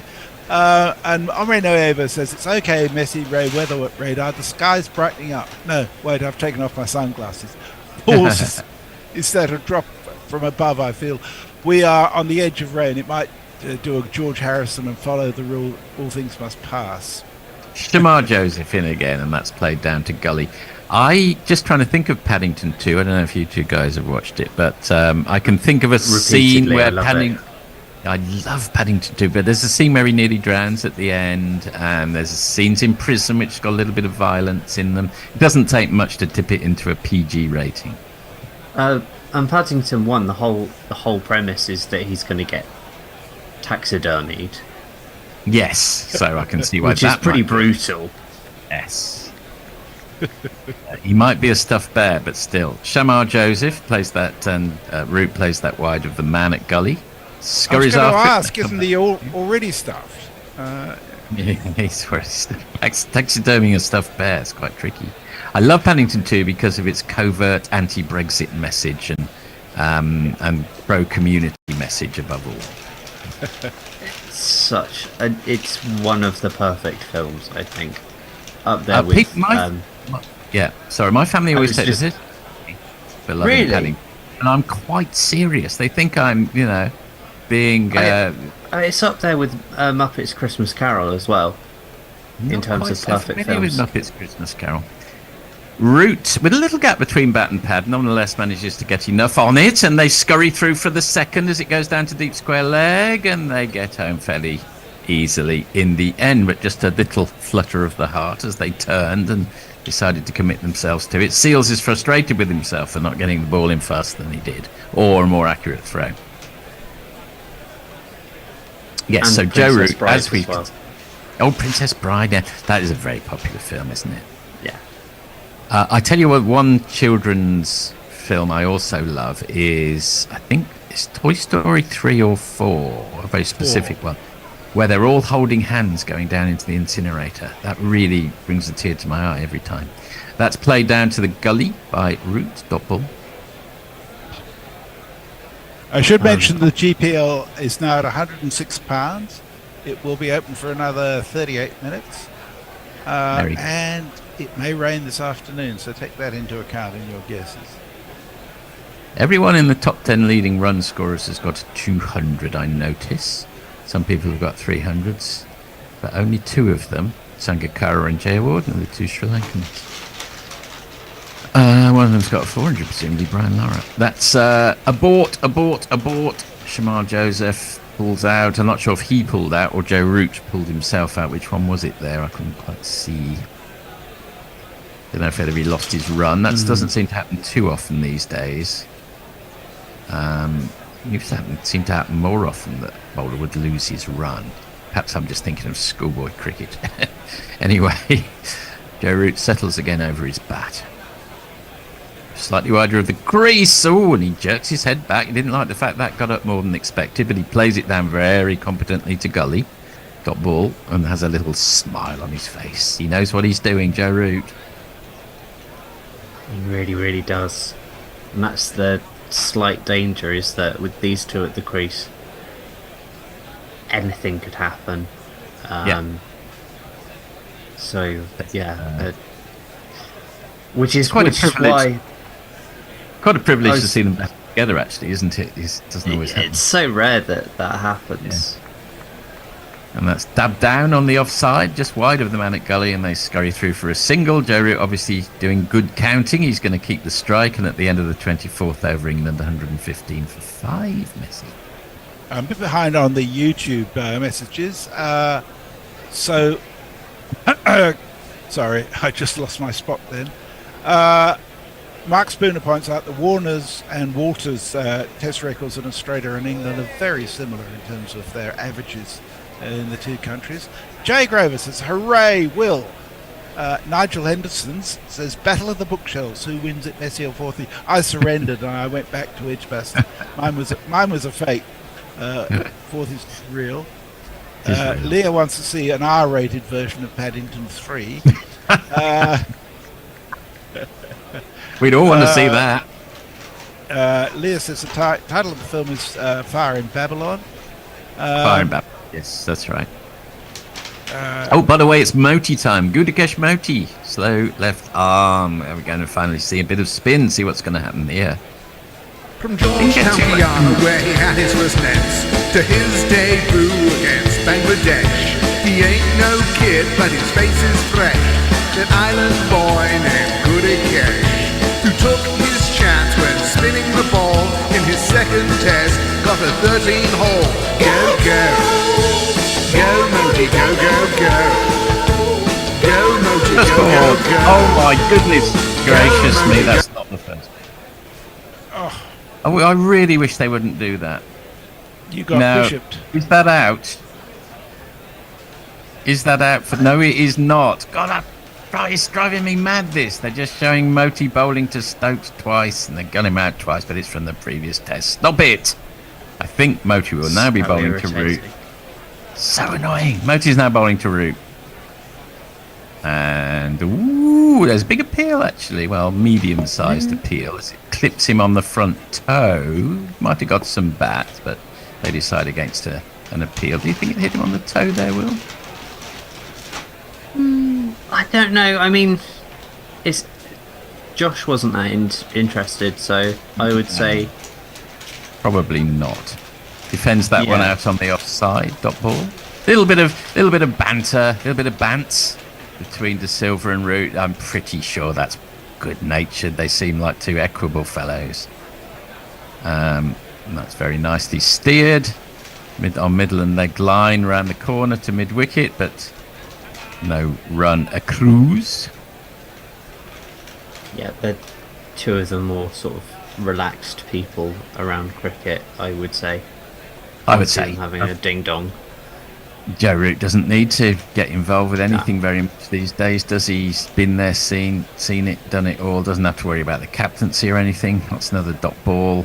He can just enjoy his batting. He can sort of have a lovely third age of his career where he just can enjoy himself under the sheltering wing of Captain Stokes. That's played out on the offside dot ball.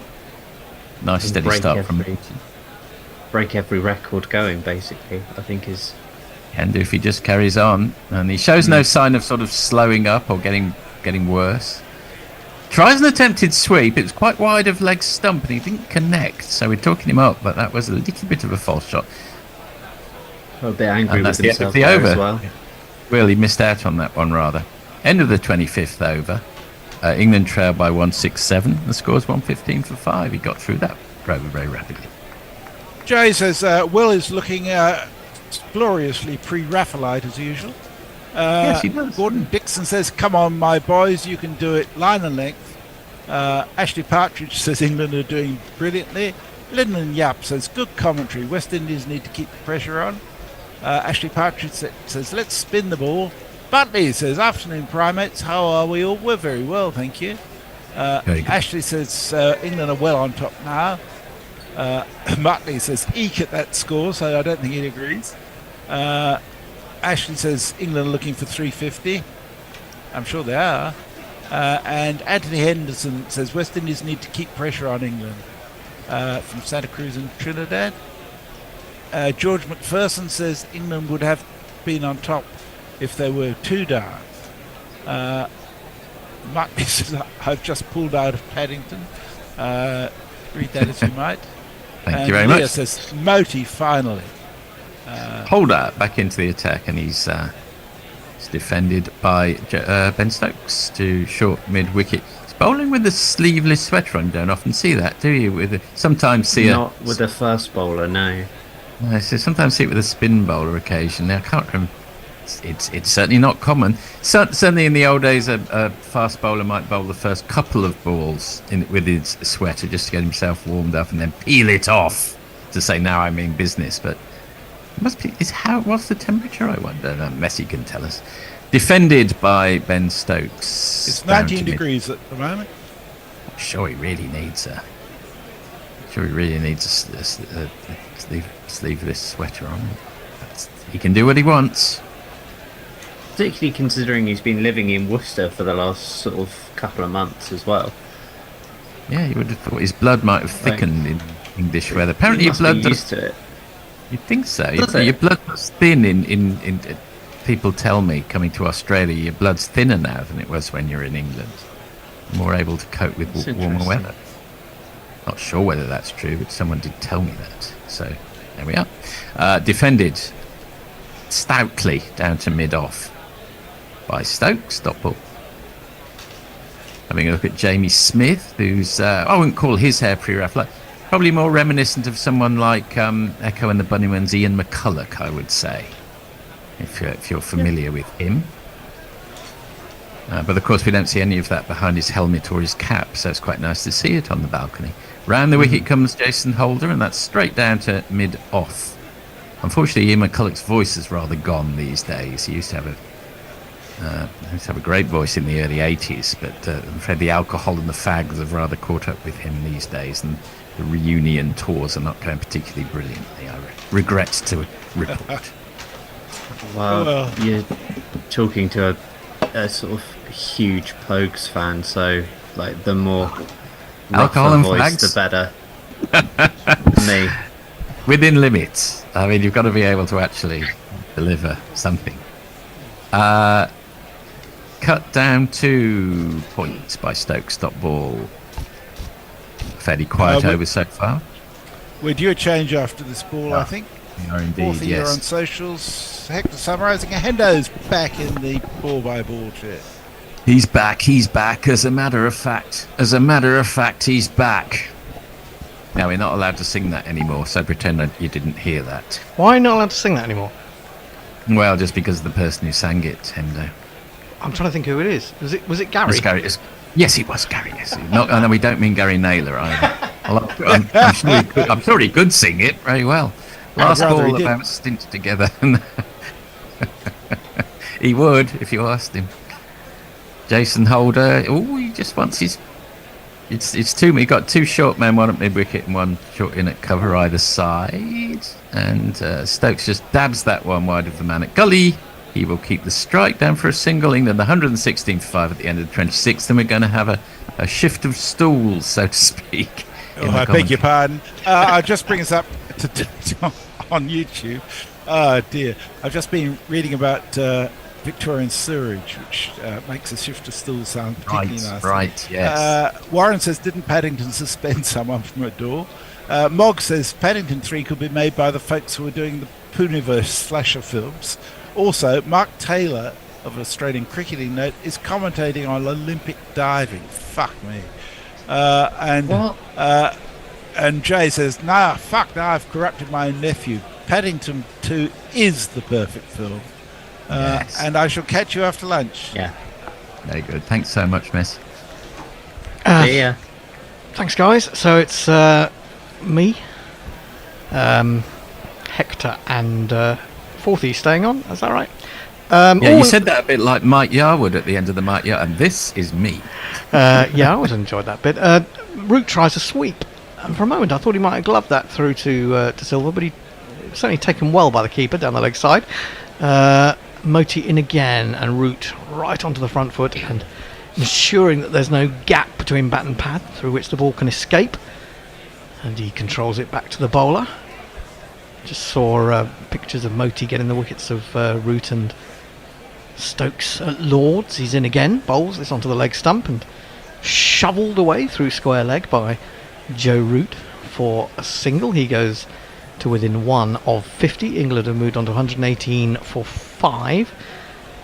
And Hector, it's been apart from the first 20 minutes, it's been very good Test cricket and sensible Test cricket from England.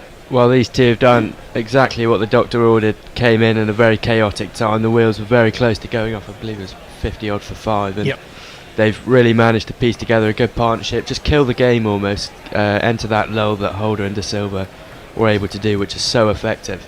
As it takes the sting out of the West Indies bowling attack, as we've seen. They've gone to Moti now. Their seamers getting a little bit tired before lunch.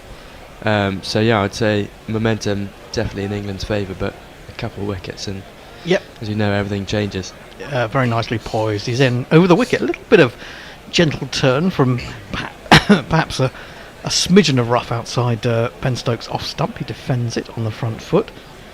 Sure, he gets well forward. This one he works from middle and leg. There's a man patrolling the mid-wicket boundary. They take another single. And without playing any daft strokes, they've still been scoring at a reasonable rate. Yeah, well, that's exactly it. They haven't looked to overextend. They haven't looked to clear the fielder as such. They've just waited for the ball and timed it really nicely so far. Yeah, they've manipulated the ball very nicely. This is defended by Root back to the bowler. That's the end of the over. 119 for 5. Fourthie. Well, Leah, our Moti finally. He looks oddly symmetric for the name. Riley, I think at Riley of our parish, says, hi, I'm watching the Olympic Games. Davis Charles, captain, give Moti the ball. They have done just that, Davis. And Riley adds they're thinking about adding cricket to the Olympics in 2028. Leah says, well, a lot of booze surely delivers you. True. And Sandiford Bahari says, looking on from New York, England rather lose a war than lose a cricket test match. And Speedy, he's the best spinner we have in the Caribbean. Referring to Moti, I'm sure. I think Jamie Smith's had a really, really wild Friday night. Yeah. Earlier we saw him yawning. Now we look at him waiting to bat, and he's almost prone. Either that, or he's just a very laid-back fellow. Yeah, he does look very chill. One thing I noticed the other night is that the England players in the squad have been able to go off and play for the 100. Maddie Potts played last night, took a couple good wickets and 24 runs, I believe. So it's interesting to see that they've been picked for this Test match team squad, but actually when it comes to it, they're playing white ball cricket. Yeah, I mean, you might as well. I don't want people just hanging around for the sake of it these days.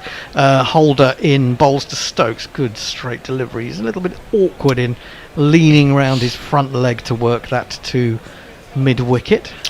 But then again, there's the argument, as Ben Stokes made, with people like Dylan Pennington and how he's not made his debut, how they're being integrated through this system and they've got to get a feel for the team. Yeah, I think that's not necessarily a bad thing. I mean, when you think of how many players, especially on overseas tours, just go out there and, do bugger all, basically, because there are no matches, or rarely matches between test matches. And I don't think it's necessarily a bad thing to get them in, get to know one or two of the players, if they don't know them, through the county system, and then when they actually come to make their debut, hopefully they'll feel a bit more comfortable, and they won't feel, if things go wrong a little bit, they'll have people there to support them rather than feeling a little isolated. Just the one slip, 2 men in an extra cover. Stokes advances down the wicket. I'm not 100% sure whether he got that over the 2 men at extra cover or between them, but whichever, it's flown away to the boundary for one of these. 2 + 2 is a man. So Stokes moves to 27 with that boundary. I'm going to have a look at it from... No, we're not going to see it from side on. No, he's hit it down into the ground, to be fair. And I suspect it's gone between the two of them, but really good use of the feet. And brings him a boundary. Yeah, again, that is something we've seen more often. Joe Root and Ben Stokes getting down to the length of the ball. Holder again. Slip goes wider. There's a better ball.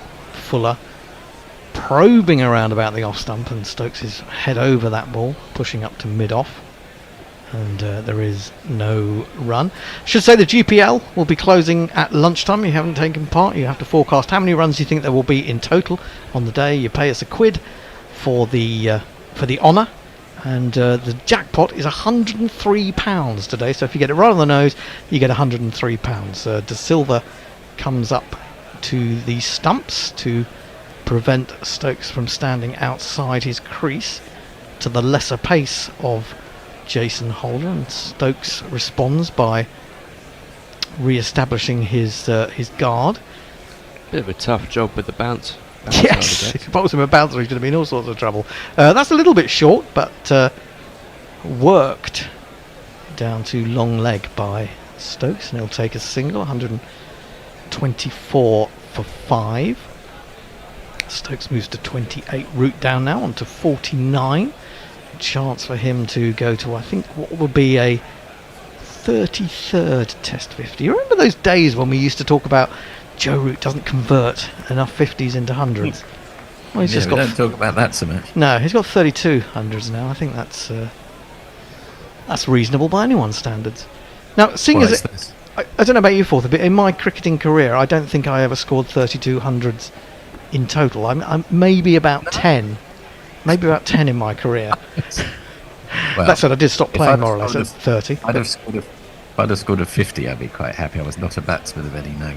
Right. Flicked away down to long leg, and that is Root's 50 from 68 deliveries.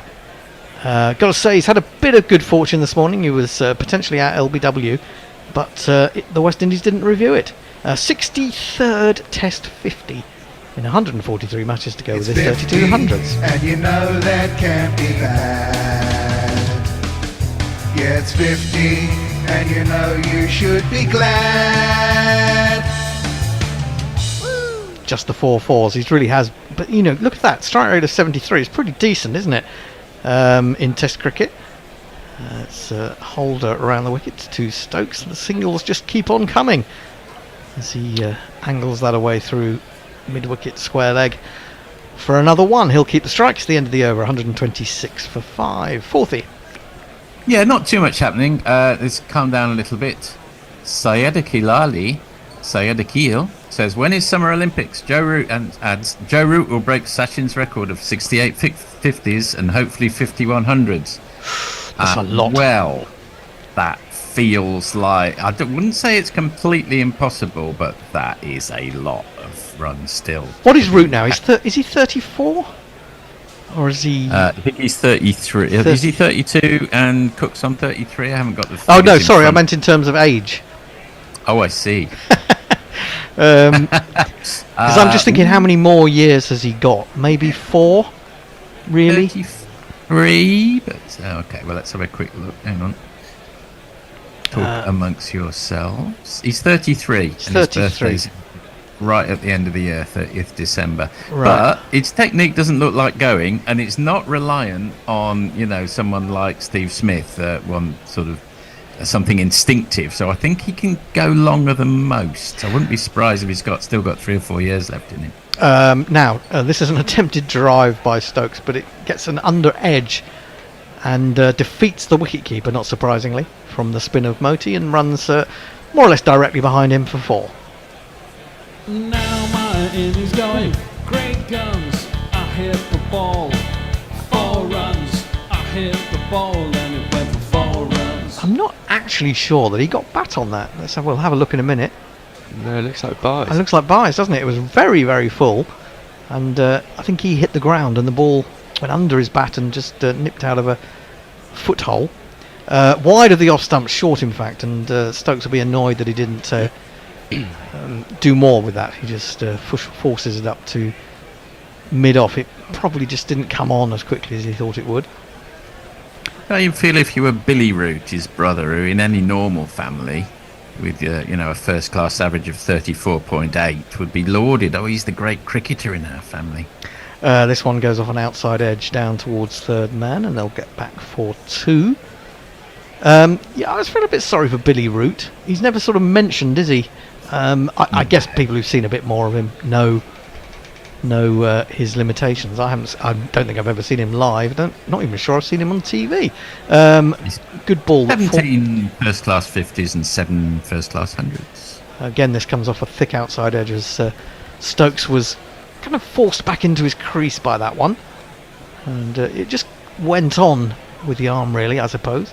Oh, goodness me, he's thrown that one very wide indeed. And Stokes has to stretch a long way. He was attempting a kind of carve, a drive through the covers, but he couldn't time it. He will still get 1.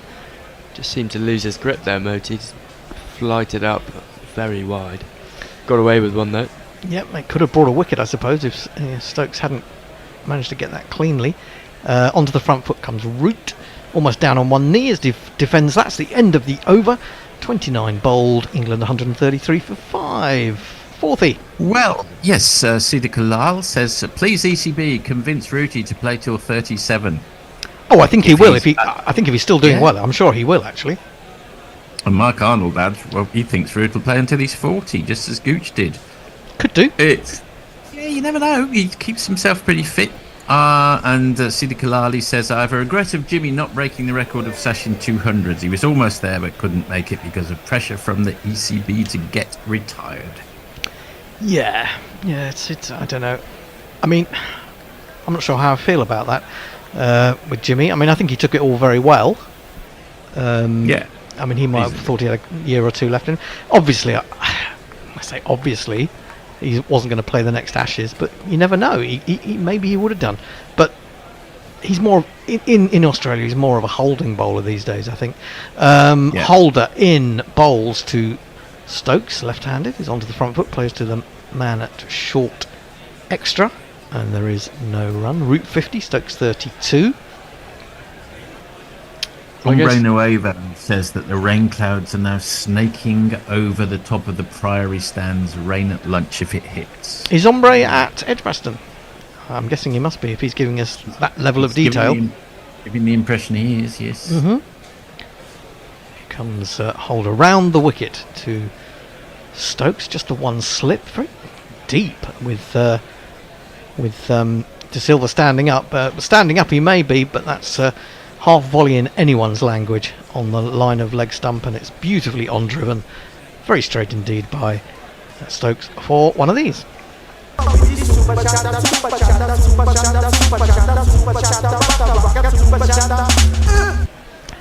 was reading the what's the I'm trying to remember what it's called now. The group that we have for Patreons online. Do we have? Is there a collective name for them? A patronage of Patreons? No, it's Messi. If Messi was here, he'd know because he's always on it. Holder in bowls outside the off stump, and it's thrashed by Stokes. Square, backward to square. In fact, Moti's down there at deep backward point. They take a single. Stokes moves on to 37. Is it Discord? Discord, that's the one. No, just Brian, who beautifully sent yet again food and sustenance to us two boys in the I say boys in the studio today, and he said he was a little bit worried for Hector being stuck in here with me alone. And I said, I'm only trying to groom his commentary, nothing more. Holder in bowl short into Root's hip, and he works that to long leg, and they take the single. To be fair, it doesn't need a lot of commentary grooming, but what are you suggesting, Brian? Anyway, 139 for 5, trail by 143, so England's almost halfway there. Yeah.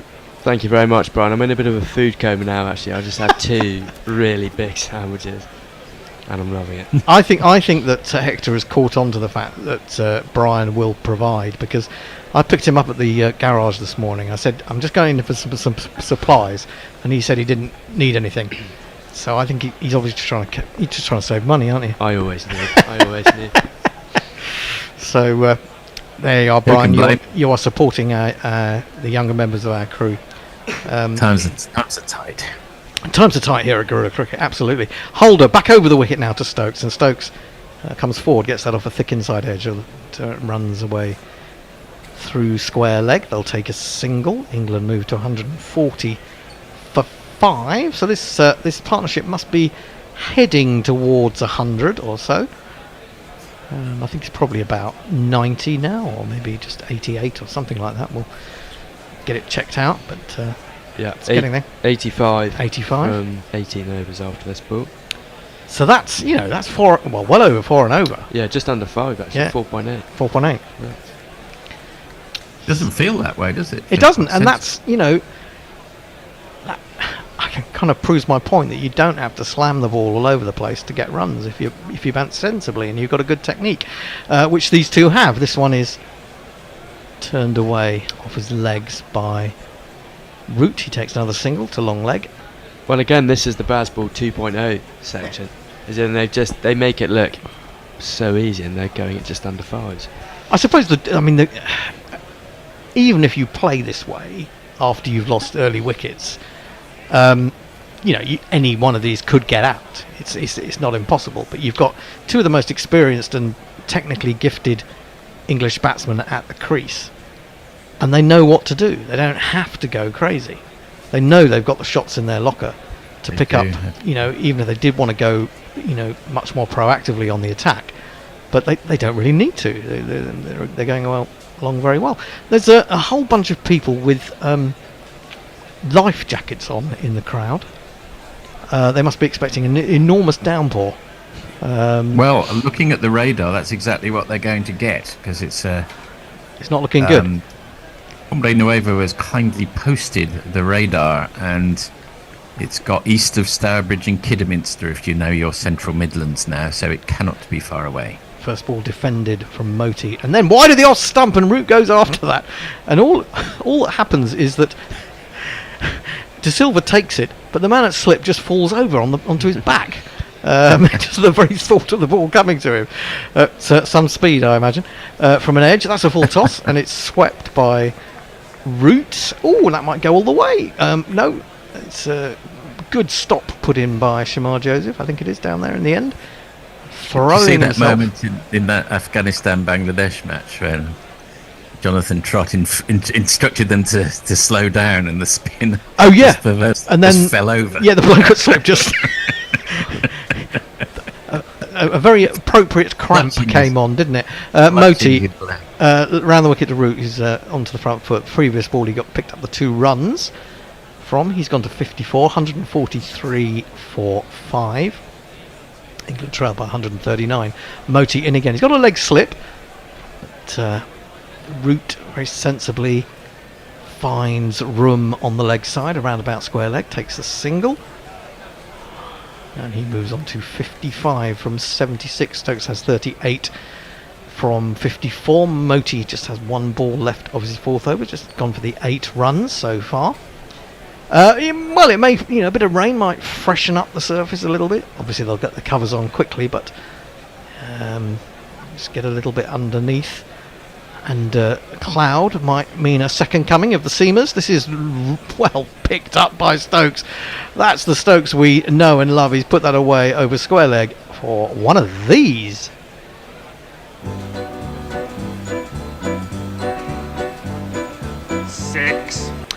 First 6 of the day from Ben Stokes. Wow, that was a big one.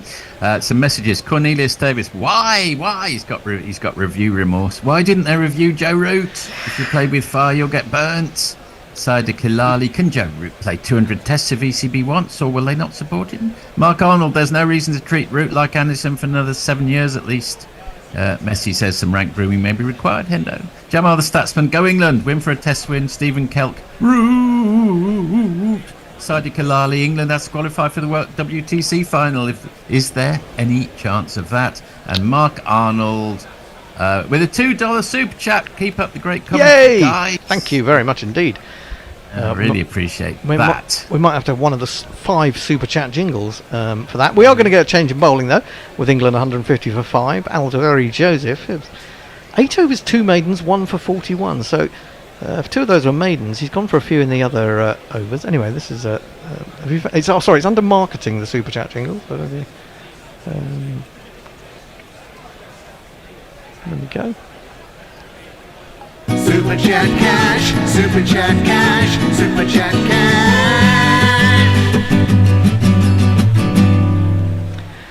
So here he comes. 8 overs, 1 for 41. Let's see if he can get rid of Root. Well, he's going to attack him with a short ball, I would guess, based on the field placing and the fact that he's coming round the wicket. And the first ball is short. It's pulled out to deep square leg. It's a little bit misfielded, so Root is able to get back for a second. I like this from Brathwaite, just trying to spice it up a little bit. Maybe that's what he could be criticised for in the last Test match. Whenever there was a lull, he just tended to stick with a conventional field, conventional line and length. But it's good to see Alderi Joseph could be the man to do it. He's very quick, coming from a tool attack point. I guess they're thinking there's not much in this ball at the moment. It's gone a little bit dead like it did after the sort of good rearguard action from Holder and De Silva yesterday. Here he comes again around the wicket. Absolutely no slips. Pulled again by Root. Down to long leg. Picks him out perfectly, but it's all the way along the ground. So there's another single for him. Do you think there are any tactics in if the ball's not doing much?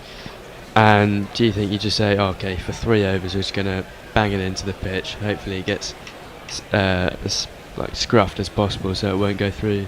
through the hoop. Well, I suppose there are two things here. If you dig it into the pitch, you might get a little. Oh, hang on, they're asking. They're asking for about the shape of the ball, but it's gone quite easily through the umpire's hoop. Maybe they're thinking one of reverse if they can mess it up a little bit. Two, that if they do bang it in, it might get even more out of shape and then not go through the hoop, and they'll get a new ball, not a new ball, but a replacement ball, which might do a little bit more. We've seen that happen several times. Anyway, he's back over the wicket to the left-handed Stokes. He's got a long leg, deep square. The mid-wicket, well, there's a mid-wicket's going halfway, Edge and of then the strip. and then there's the sort of straightest mid-wicket or a wide mid-off. He's in, bowls. It's short. He's pulled it. Where's he pulled it to? He's found somewhere where there isn't a fielder. It's not that far away from Jason Holder in that strange mid-wicket, deep mid-wicket position. But he's got through for 2 and he's brought up the England 100 partnership.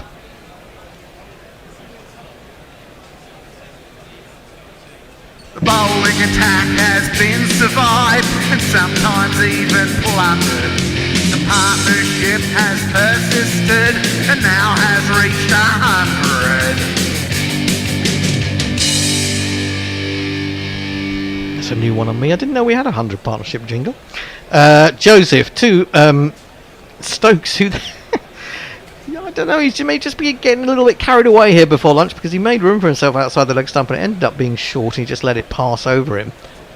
Well, he's got one over after this. I don't really see the need in. No. In having played so well and so sensibly. Yeah, worked so hard to build this partnership. Going in at lunch, these two, if they're still there, they'll be feeling pretty happy with themselves. Joe by 127. Yeah, I mean, and they're on course here to get past the West Indies total. He's played that very fine indeed with a hook shot really, but controlled it well enough. And hang on, did they get through? What happened there? Did they get through for 2? Just the single? Just the single. 156 for 5. Root 58. Stokes within touching distance of a 50 on 47. Root has a little look round, which is kind of sensible because there seem to be ever more players disappearing to the boundary edge on the leg side. It's always worth having a little look round. And Joseph is back round the wicket. There's just a gully is the only catching fielder. This is short, and Root on this occasion decides to duck underneath it. 156 for 5. Root 58, Stokes 47, 40. Yes, Sida Kalali, Sida Kalheel. Best commentary. Yay. Thanks, mate. Jay Grover. Root is from Sheffield, thus is an immortal being. He shall never sicken, die, or be killed by the weapons of short-lived men. Thus it is written. Thank you, Jay. Sida Kalali, you can do the commentary of first class downs definitely if ECB watch your videos. And 12,000 runs inbox for Rooty. Matthew Cullen. Hello, Gorillas. When do you think we'll declare? Just to keep the pressure on the Windies. A little while yet. Sida Kalali. Hi, Gorillas. Where are you right now in England? Sydenham's the answer. Sida Kalali, although I'm in Melbourne. Jay Grover. GC has changed. I remember when comas would be weed or alcohol induced, not Asani, grumble bands these days. We have people in Melbourne, we have people in Devon, I think we have 2 people in North London. Sydenham is south-east London if you're from outside the UK or even outside London. Onto the back foot goes Stokes as Moti continues, left arm over the wicket. Again, ball didn't really come onto him. It did straighten somewhat, but no alarming quick turn at the moment. Although that one has gone a little bit, and they have got a short leg just in front of square. I'm not sure that it would have gone that far from him, but probably went a little bit too quickly as Stokes defended. But that's some encouragement, isn't it? That's just popped a little bit, hasn't it? Down the leg side, and he comes right across his stumps and then tries to sweep. Wasn't that far away from the leg stump. Well taken by De Silva. No, well, it's a lot more turn than we've seen so far this Test match. This pitch could be breaking up. I don't know. I'd say day 4 is when the spinners will properly get their purchase. Moti bowls again. He throws it up wide of the off stump, looking for those footholes, but Stokes is right on top of that, just squeezing it out in the offside, taking the single. To have that in day 2, that must be quite promising for Moti and Bashir. Bashir, who had to toil very hard for his 5 wickets at Trent Bridge, a a wicket that really wasn't favouring spinners at all. Just a little worry there that Stokes was rather flexing his knee somewhat at the end of that run. Moti back round the wicket to the right-handed Root, and he steers this backward to square to Holder at backward point. Holder's always an easy man to pick out because he's huge, and huger than most of the other West Indies. In comes Moti, just a slip. He has got the leg slip still there, and more of a leg gully. Root plays it off a thick inside edge, and the leg gully, I think it's Hodge does a little bit of work with his feet to get round to that. And that is the end of the over. Is that lunch, or have we got time for one more? I think it's lunch. Stokes will go to lunch, waiting to score his 50. I don't think he'll be over worried about that. But it's. I wouldn't say it's been a game of two halves this morning. It's been a game of 20 minutes when England were rubbish and West Indies bowled well, and then seemingly the ball stopped doing things and England batted very well. Stokes and Holder having a nice friendly chat as they wander off. 119 runs from 25 overs. That's a poor over rate, isn't it? About 4.7 for the session, England. And most of those runs have come in a very sensible manner. Yeah, well, the session has to go to England there after a fantastic start, as you say, by the West Indies. I don't think the West Indies will be feeling too disappointed going into the changing room, as we can see the rain is coming down now as they're walking off quite heavily. But the West Indies will go in. The game is still very much at the balance. I'll be a little bit upset that they didn't manage to capitalise. But well, I think we should give the gods of cricket some praise, because normally, you know how it is. It's beautiful sunshine in the lunch break or the tea break, and then it pisses down. But now it seems to have sort of an element of good timing, because it is very, very cloudy. It is raining now, and whether that will mean a delay, I hope it won't mean a delay, because without Tony here, I'm not sure that I can, rejig the rotors. I'm out of rotor form, as it were. I haven't done the rotors for 3 years or so I'm not really, anything that causes me to think too much is bad. Joseph 1 for 47, Seals 3 for 35. Those are the main wicket takers. Shamar Joseph picked up one this morning as well. He's got 1 for 21. Ollie Pope was out for 10. Who was the other man we lost this morning? Brook. Just as I was talking about his weakness at times outside the off stump, he proved me completely correct and got out, caught behind without really having got the pace of the pitch, which was a shame. Anyway, we're going to have to play something at lunch. Just to reassure you, Hinder, I've got the rotors. It's all right. Oh, you've got the rotors. Oh, what you mean? You've got control of the rotors in the sense that you will adapt them if needs be. Oh, good. Okay. Well, it's like having the nuclear codes. It is a bit. Although I was worried to read in The Guardian a few weeks ago that apparently we don't have control of our own nuclear codes. We still have to ask the Americans to do it for us. Now, seeing as when Trump gets in, he'll probably nuke us anyway. That's kind of a bit of a worry for me. Anyway.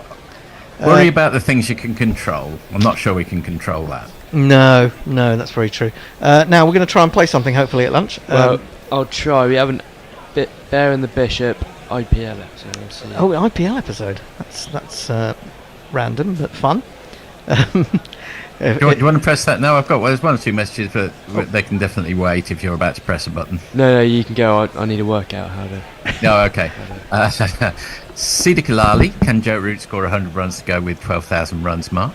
Sida Kalali again. Right now, who is the one who can follow the legacy of Rooty? Can Ollie Pope? Question perhaps for this afternoon. Stephen Kelp, Root's average creeping above 50 again. Massive love heart, Stephen Kelp, very clever man. Jay Crover, there's nothing that the raw, untrammeled power of Sheffield cannot achieve, even though he comes from the Nesh Posh bit. Stephen Kelk, amen to that. Jay Grover and Sonny Jim, oh no, another with TDS. Not quite sure what TDS is. TDS. Don't know. I'm sure Sonny Jim will tell us. Okay. And how's it going there? You've got your buttons all sorted. I was rather hoping when Hex came along we might have a similar effect to Kamala Harris when she raised $100 million or something. We've definitely raised a few more dollars in the last couple of days, but not 100 million, sadly. Well, while have you worked it out yet or not? No. Maybe get the bear on the phone. Have you got his number? Get the bear on the phone. I can rabbit, and Forthy and I can rabbit a little bit. No problem. Because we're talkative people. We do need help on Guerilla Cricket in many ways. Some people will say, psychiatrically, but we also need financial help. We have to move away from our home in Sydenham. We've been here now, for 8 years? 10 years. 8 years. 10 years. Yeah. And we have to find a studio, which means that we're going to have to be paying out more money, basically, because studios in London, funnily enough, don't come cheap. So if you could possibly find your way to, I wouldn't want, if you're in America, I wouldn't want you not to support Camilla Harris. But in the long term, which is going to serve you more. Yeah, exactly. I think supporting Guerilla Cricket. I mean, when the nuclear holocaust comes, cricket will be more important than ever, won't it? Yeah. Take your mind off the bombs raining down on you. So if you can possibly help out, please go to patreon.com /Guerilla Cricket and pledge a monthly amount, as much as you can afford, and you'll be able to listen to wonderful things like the Bishop and Bear. I think you get it before everybody else. It's become a really, really popular podcast, and also you will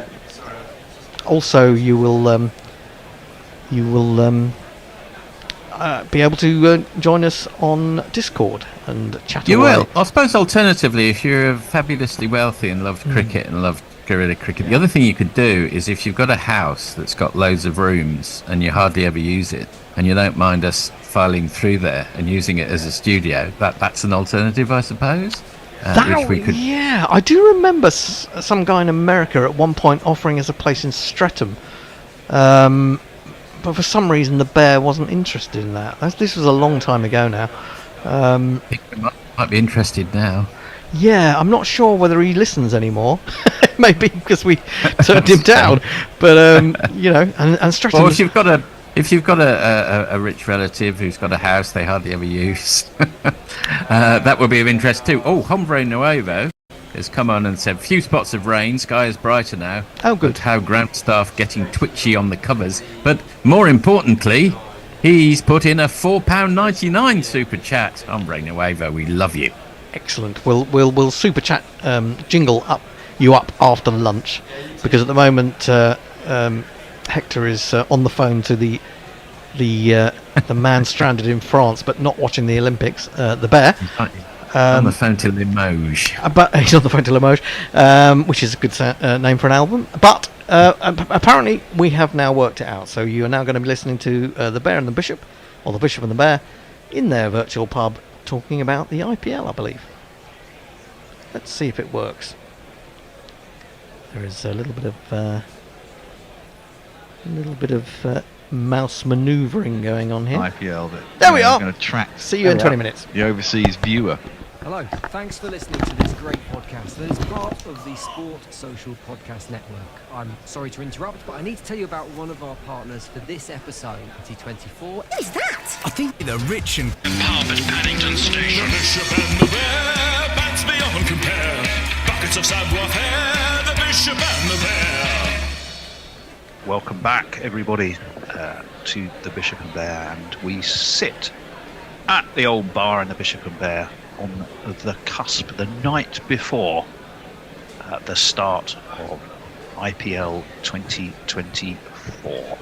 Goodness me, and it will go on for an eternity, basically. Yes. I mean, 66 days, is it not? 40. Never mind 40 days and 40 nights. It's double that and add a bit, I think. Anyway, we're definitely going to talk about that, and I'm delighted that sitting on the bar stool of bravado is none other than our IPL odds and sods whiz-kid is Andy Ward. Hello, Andy. Hello. Rather by default, the two sweetest words in the English language. Nice. Yeah, I'll take any position by default. That's true. It's the Peter principle of IPL expertise. Yeah, You've very risen much to your is. own Yeah. level of incompetence to, Yep. to be our chair. What can I get you to drink? Sorry? What can I get you to drink? It's a pub, remember? It's a virtual pub. Oh, okay. Can I have a Guinness Zero, please? A Guinness Zero. I didn't know they did those, but we They're could pretty do that. good, actually. Yeah. Anyway, we are going to chat a few things. Got some new things this year. Yeah, 2 bouncers and over, smart replays amongst them. Got 13 English players to watch out for. Andy will have an idea of where his money might be, and we've had a look at the odds for some of the others, and we chat general IPL stuff. We're going to do a weekly show, by the way, folks, every Thursday, like clockwork. So you can hopefully get on board with us for that. Australia, they've pulled out of Afghanistan. But is that fair or not? No. Well, okay. It's bullshit excuse. It's total bullshit. The Bears already, and well, you two have put your cards on the table. I was casting a little question mark as to whether they may have had a point. Why is nobody mad about the Roy? The poor lad seems to have gone from zero to hero in the other way around, hero to zero in literally rapid, next to no time. Nobody wants him in any auction anywhere. What's going on? England women doing okay in New Zealand, and our IPL coverage will tell you a little bit about what to expect. So we might as well start, chaps. There's a few things new this year for the IPL. Andy, have you sort of got across what some of those are? What are we expecting? No. Different, just in the way it's Start as you mean to go on here. Homework on the Great bus insight. time already. It was very much homework on the bus, actually. I'll tell you what I did to prepare for this. I was listening to our friends at the Cricket podcast, who Jack is hopefully going to join us for some coverage. And I was listening to their team previews yesterday. There's a little 15-minute team preview for each team.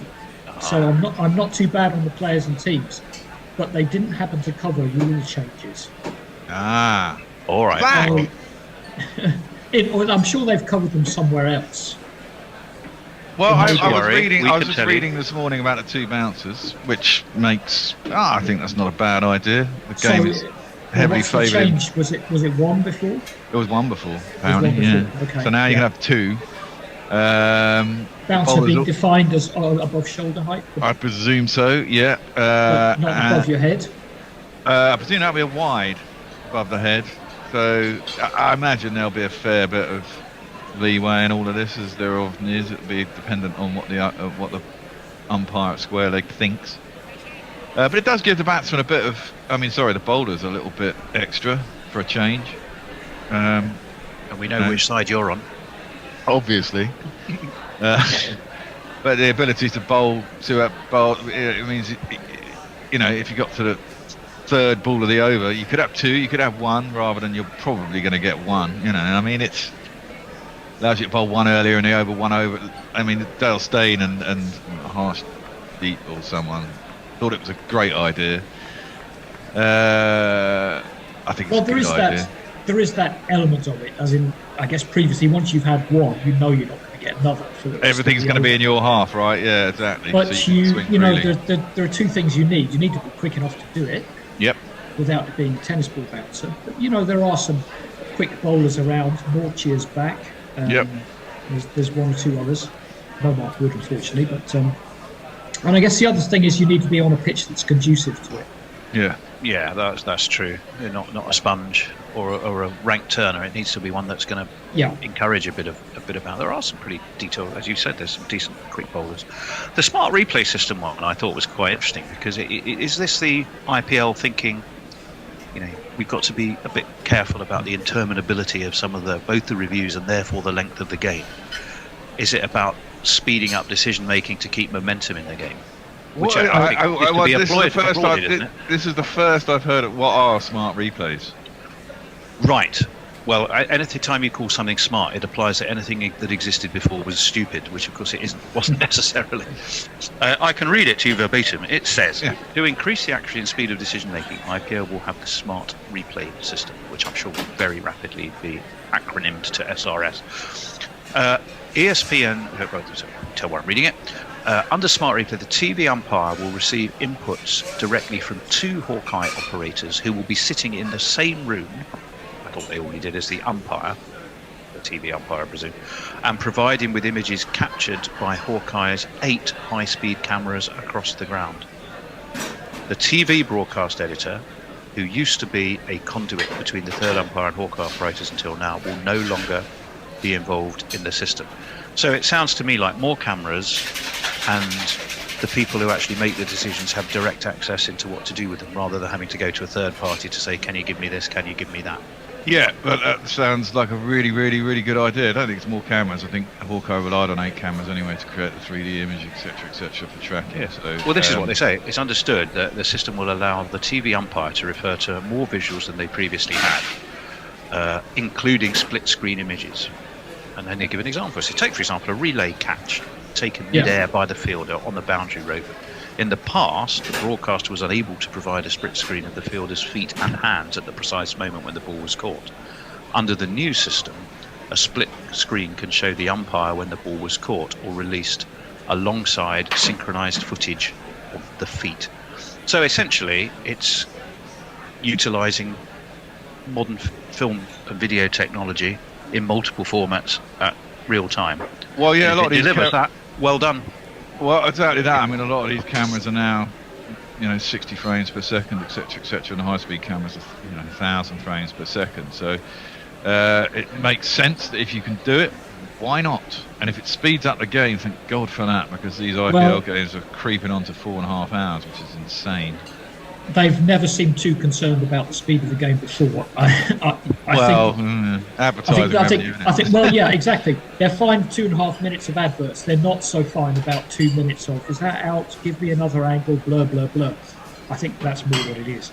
And as Tony was going through that, I was thinking, surely this is more applying to outfield decisions than LBWs and things. And that seems to be the case. It sounds like they've just added extra cameras and incrementally improved it a bit, and then giving it a different name just to make it sound good. Well, they say, if you want, if you take the technology. Sorry, well, I was going to say, in theory, if the Hawkeye operators, the question is, where's a Snicko operator? Is he also? And are they any good? Are those guys any good? Well, that's the thing, and then technology has a propensity to fuck itself up anyway, and nicely have a glitch just when you need it to do the right thing. Says our head of technology who runs our studio. Yeah. So, for example, if the Snicko guy's there, and for example, there's something close to the bat, and they've already lined it up because they're expecting something to happen or appeal to be going on, or even that time that the 30 seconds it takes for them to decide whether they're going to do a review or not, they can already line it up. Then it can be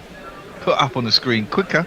It can be decided that there was an inside edge very quickly, and then you can quickly. It all depends, because all these things, as we all know, half the time they can't, whether it's a TV director or we don't know whether it's coming from the source that's providing to the TV company, half the time they can't get up ball tracking because some things happen, and it can take them 2 or 3 minutes because the system's crashed or whatever, and if that's still going to happen, then is it going to make that much difference? No. But if that was the block and the guys in the studio next to the umpire can do it all very quickly, then maybe it will enhance the game and speed it up. That's where I was going. Is if you put basically all the people responsible in the same room at the same time, I think the feeling is it should work out faster. So there's a huge element of how the people work together as well as just the technology. I'm sure it'll take a few games to get up and running properly. But people have got to learn. I mean, you could sit me in front of an air traffic control system. It wouldn't mean I land a plane. So I wouldn't trust me to do it. No, so you've still got to know. So you've still got to know what you're doing, haven't you? Right. Okay. Well, CSK are champions. I know that much. Didn't they win it last year on a reserve day and on DRS? Didn't it? Wasn't it like 2 days of biblical rain, and then they just about squeezed a bit of a game in? Well, it was almost a full game. I think I was looking at it yesterday. Gujarat got 215, which sounded like a lot, and it was a lot, but their target was reduced to, I think, 175 or 15. Yeah. And they got there. So they find a way, CSK, and they did it for the 5th time. Well, who then are we looking out for this year? I was looking at some of the odds. May well have changed. But major surprise to me was that Sunrisers Hyderabad, who I thought were everybody's whipping boys, weren't the worst odds, or weren't the longest odds. Well, no. Let's have a look at them first. They've made some changes. They were the most active team in the mini auction. The biggest, I think, an IPL record fee on Cummins, 20 crore. I thought Stark had gone this year for the maximum. Oh, did Stark go for a little bit more? Yeah. Yes, sort of 10 minutes later. Yes, I think he might have done. But Cummins is interesting because as the cricket boys, pod boys pointed out, he's not actually very good at T20. No. His economy rate is in the bottom 10% of professional T20 bowlers. He goes for stacks of runs. He does take wickets and he can swing a bat, but you get the impression that they brought him in for his leadership as much as anything. They brought him in as someone to say to the owners, off, stop bothering us, we're in charge and we make decisions. They've also changed their coach. Brian Laurel's a bit of a disaster, and they brought in a couple of other players like Travis Head and Hasaranga. It's quite interesting. So they've definitely made improvements. I don't expect them to finish 10th. I think they are sort of 7th in the odds. So they should. They're 10 to 1. Yeah, along with like luck now. Oh, they've gone out. Like they've gone out a bit. I had them at 9 to 1. Other thing I was looking at. I tell you, who's got the longest? Depends odds on your bookie, really. Well, exactly. And this is a couple of days old. Things have changed. The longest odds where I was looking was the Punjab Kings. At 16 to 1. 16 to 1 now. They've gone out as well. And the verdict 25 I read there on the exchange. They'll miss playoffs. The Kings will be mixing it out with the likes of Sunrisers to avoid the wooden spoon. That's massive. That's like being a Watford fan, for fuck's sake. I mean, that's... Come on, Tony. You're still like 13th or something. I mean, trust me. Have you seen our running, Andy? Have you seen our running? It could be worse. Don't I talk with them an hour about how bad the championship is, but no, back to cricket. Yeah, PK. What do we make? Jason, Sam Curran, isn't he the clutch all rounder? Well, if they're the worst team in the tournament, they're also the team with the most English players. So I'm not sure what that tells you. Make of that what you will. Well, Punjab Kings squad: Shikhar Dhawan, Johnny Bairstow, Harpreet Singh, Riley Rousseau. You can hit a ball. It's their top order. They're one of these teams and squads. You look at it and go, yeah, they've got a lot of good players. And you think, but hang on, they can only play over 4 of the overseas at once. That is true, of course. Yeah. That's more their problem. Like they've got 6 or 7 good overseas, but they can't fit them all in. So I'm not sure if Bairstow's going to start. Anyway, if you look at them, the English players they've got are Bairstow, Livingston, Sam Curran and Chris Woakes. I don't think Woakes is going to play much. I don't think Woakes will play much. I'd have Johnny, and I'd probably have Riley Rousseau as one of my overseas players as a batter to start with, at least. Well, this is where it comes in. If you have Rousseau and Bairstow, Curran's going to play. Now you can only have one of Livingston, Ellis and Rabada. I think you've got to have one of Ellis and Rabada. Yeah, I'd go for Rabada to start with, probably. So you're effectively playing Bairstow ahead of Livingston. Yeah, I think, Livingston, to be fair, is fucking massively overrated. Seems to have dropped off quite a bit, yeah. I mean, his annus miraculous, or whatever you want to call it, it would be in Latin. 2 years ago when he scored whatever, right, when he scored a T20 or something in a game for England, which got him into the England squad as a kind of semi-permanent member. Since then he's been pretty shit, let's be honest. He hits a few nice looking sixes and then gets out, if he's lucky. Maybe Andy, one. Wasn't it you who came up with the law of threes for the IPL, or for T20s generally? 1 in 3 you'll come off. If you achieve that, you're doing well. I don't think so. It's not unreasonable. I'm not going to knock it. I don't think that. I don't remember saying that though. But it's often what you do on a bad day. Whether on a bad day you get 10 off 13, or 13 off 8. The second one is still better. You look at teams like Punjab and they're high variance, and they've always been high variance in the last few years. They'll come off and they'll beat a few sides, but whether they can string enough wins together. Lack of squad depth was one of the problems I seem to be highlighted for the Punjab Kings. So yes, a lot of overseas players, but maybe not enough local talent. But when they've got some good bowlers. They've got Arshdeep. They've got Rahul Chahar. They've got Darwan at the top, should be fairly solid, and Jitesh. So, there are good players there.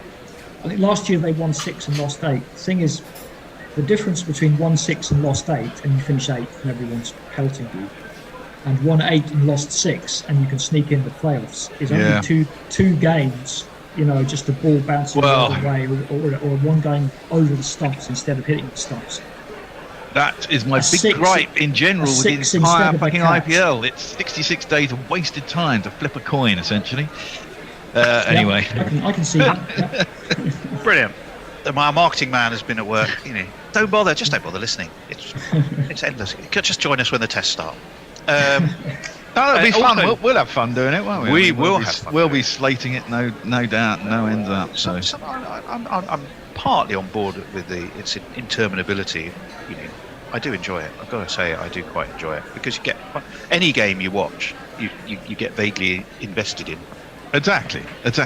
And I can get on board with it more than South Africa or the CPL or the BPL or the PSL or any of the others that are going on. Down at the bottom as well, in terms of odds, and these odds may have changed, but equal with the Punjab Kings in the they're more likely to be Watford or QPR than Manchester City League.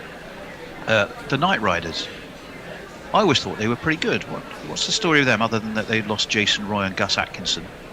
Well, honestly, I think replacing Jason Roy with Phil Salt, I know we want to come on to Jason Roy, but that's probably an upgrade. Yes, I'd say so. Reasonably happy with that.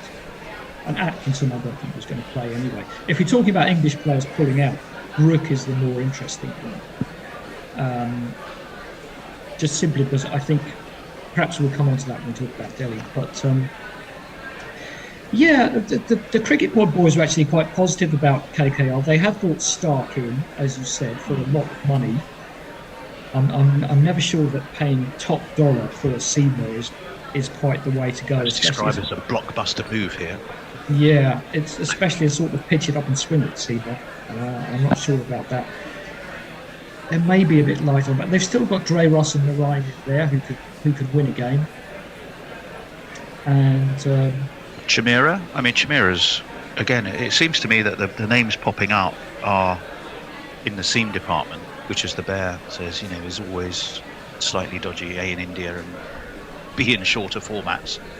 But they've always been a very strong spin department. They've got Narine, they've got Chakravarti, they've got Mujib. Narine strikes me as the ultimate jobbing, will appear in literally every week, everywhere, journeyman. There are a few of those. Franchise player, but then to a certain extent so is Andre Russell, although I think he's got a tad more charisma. I mean, I watched Narine was at Surrey as well, of course he was. Even watching him, and maybe this was a narrative in my head, and therefore that's just what I chose to see in front of me. It just literally felt like, turning up, do the job, get off the pitch, trouser the money, move on to the next league. And I'm sure he didn't think like that, but somehow I had that sense about him when I watched him play. Because he doesn't wear his heart on his sleeve. I mean, he's the anti-Imran Tahir. Take a wicket, just go. Yes. And even that's theatrical, but it's good theatre. Yeah.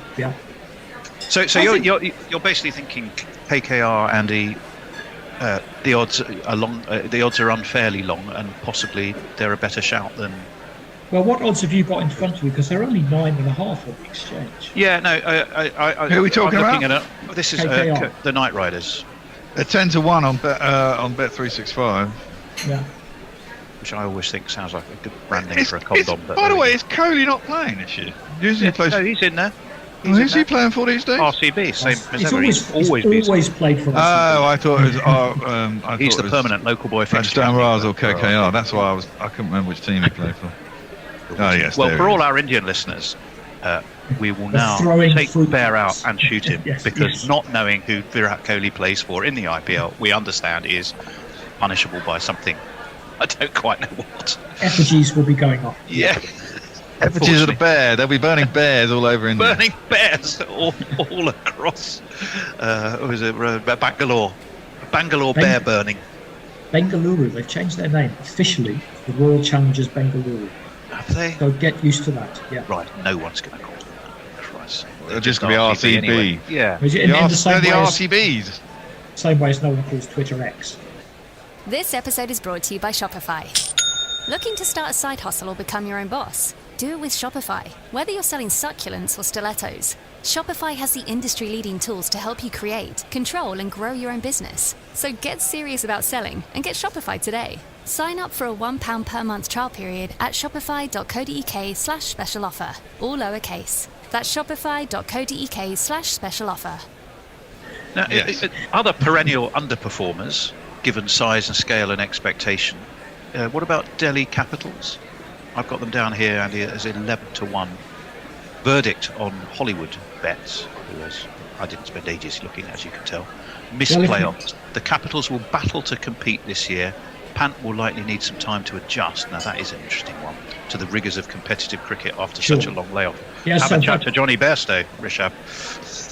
Quite a nasty accident that was. That wasn't falling over playing golf. That was a motorbike accident, wasn't it? Yeah. It was a car accident, wasn't it? Yeah, he fell asleep at the wheel. They're 14-1 on Bet365. You get 21 on the exchange, so that's where, if you fancy Delhi, that's where you need to go. I think there was a bit of rumbling about English players pulling out, just because 3 had done it in a relatively short period of time. And again, I think Roy Atkinson maybe not that big a deal, but look, Harry Brook can play cricket or not as he wants to. He can go full Ben White if he wants to. I kind of respect Ben White, actually. But he's pulled out on Delhi Capitals without much notice, and I think that's maybe what they could be upset by. I mean, I read a little bit about his personal circumstances. He was very close to his grandparents. They were more like parents to him. Yeah, I did as well. But I think Delhi Capitals can be a bit narked about that. Is he going to play the World T20, Brook? Has he not decided yet? I'm suspecting that's when he's coming back. Yeah. In which case, I do think maybe he should take the first half of the season, the series off, or come to some deal with him. I mean, you've got to get back into life at some point. I haven't read about his personal circumstances. This has all just come out recently. He's very close to his grandmother.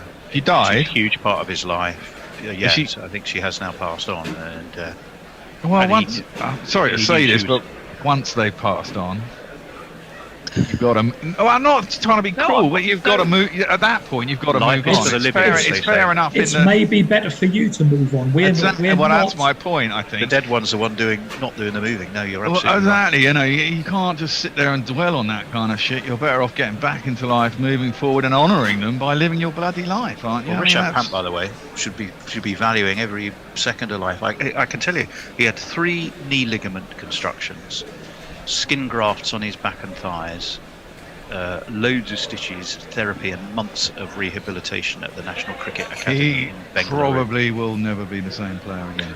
Well, that's the thing. Mobility, judgment, coordination, all of these things are under question. Our eyes will be on him. I mean, there won't be anybody in the world who doesn't wish him the absolute best. 100%. Delhi have maybe got some other issues. They've got the tactical nous or otherwise of Ricky Ponting still at the helm. They've got David Warner and Prithvi Shaw for different reasons, seem to be not at their best. I don't think Warner's ever going to get back to what it was in T20 because time is unbeaten. Yeah. Prithvi Shaw seems to have dropped off a bit as well. Obviously, you've got these issues with Pant. They got Mitch Marsh, number 3, really. Biffa. Yeah, David Warner. Comes off. He's good. Everyone's favourite. Yeah. Who didn't get 100 gig, David Warner, but he's likely to be opening for the Capital, isn't he? He will be, yeah. But they've got Axel and Kuldeep. Kuldeep obviously has been on fire in the Test series, and they've got Nortje and McGeady. Whether they can play them both, I'm not sure. They look a little bit light though, and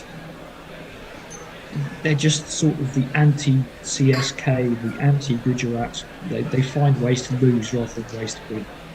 They haven't named, I don't think, a direct replacement for Brook. They replaced Ngidi with Jake Fraser McGurk. Oh, have they? Sorry, I wasn't aware of that. But he's a batsman. He's a batsman, which I think is even more interesting. Well, they've also got Jai Richardson in there. To bowl seam. It'd be interesting to see if Mort Keir can bring back what he was doing a couple of years ago, bowling probably the quickest bowler in the IPL. Be interesting. We love his jingle. Fraser McGurk was the guy who got bitten by a monkey on an under-19 tour. Didn't know that. Or scratched or bitten. He had to go home when Australia, I think, won the under-19 World Cup. He missed it. He was due to be one of the big stars, and he got attacked by a monkey and had to go home. So it just Delhi goes to Capital, show they should stay in the hotel playing PlayStation, not going out to absolutely baiting monkeys. Yeah.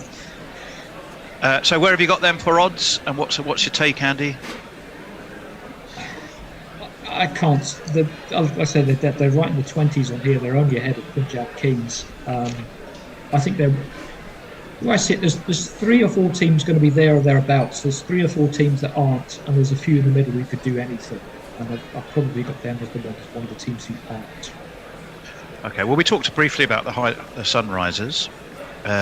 All I know about the Sunrisers, largely, is whenever I do homework, which I do, to look at players' best batting performances or best bowling performances, or even highest team scores, they nearly always seem to be against Sunrisers Hyderabad. Against the Sunrisers, yeah. But they've got down 9-1 here. The verdict I've seen is missed the playoff. This side lacks the balance required to compete in the IPL.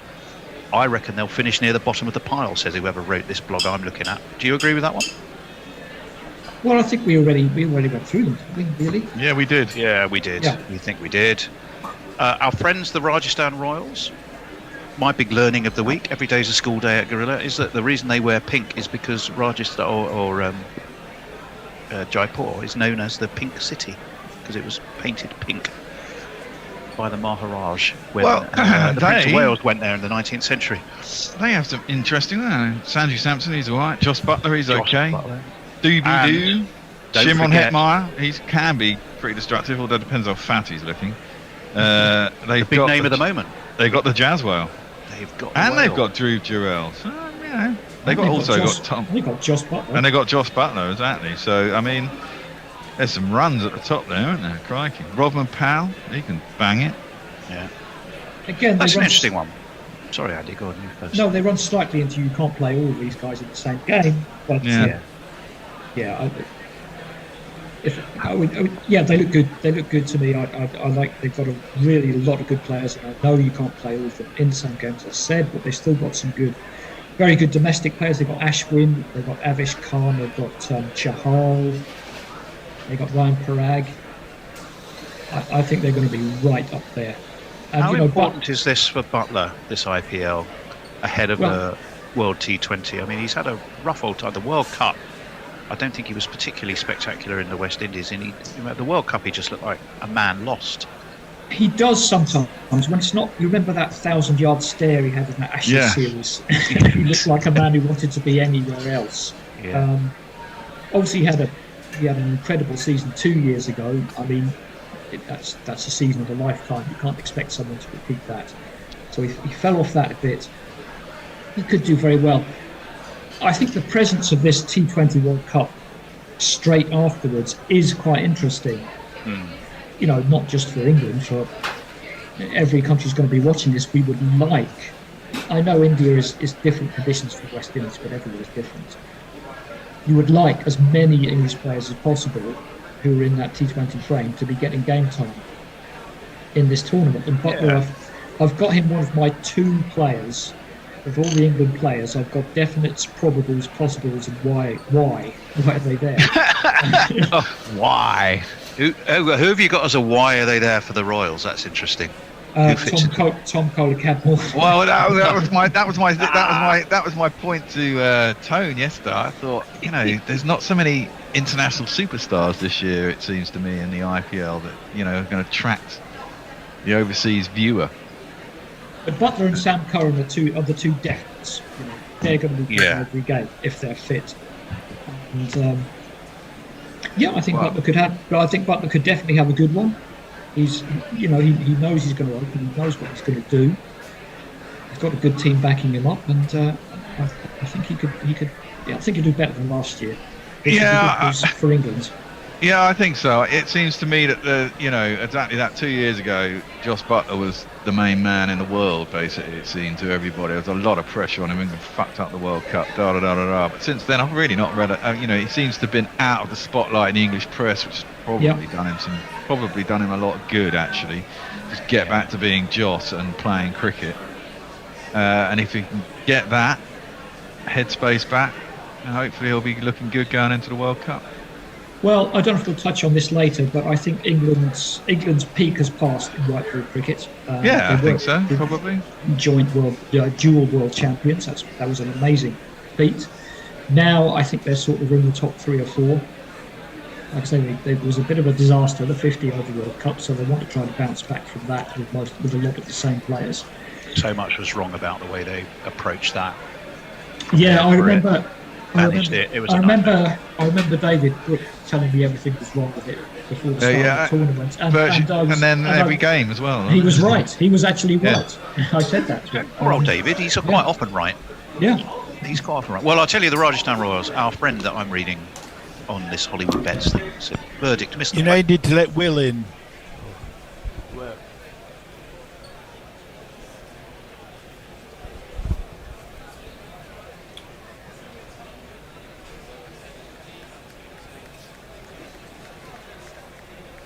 And we're back. The rain stayed away. Well, it spat. The hover covers came on and they went off again. And we haven't lost any play. And it's all because Hendo implored the rain gods to do the right thing, and they did.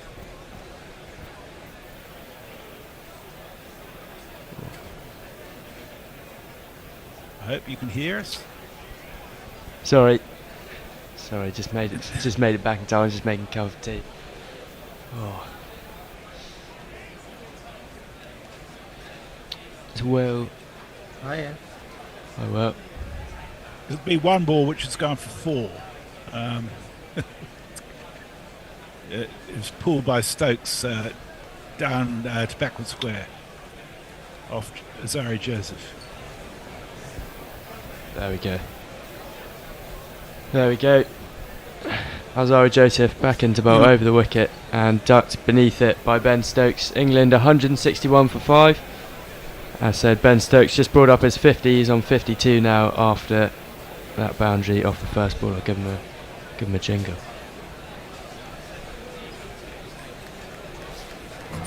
"50 runs, you're 50 runs. Well done, well done, well done, well done. 50 runs, you're 50 runs. The job is only just begun." Azari Joseph back in and shorter and slapped away by Ben Stokes to deep backward square for a single.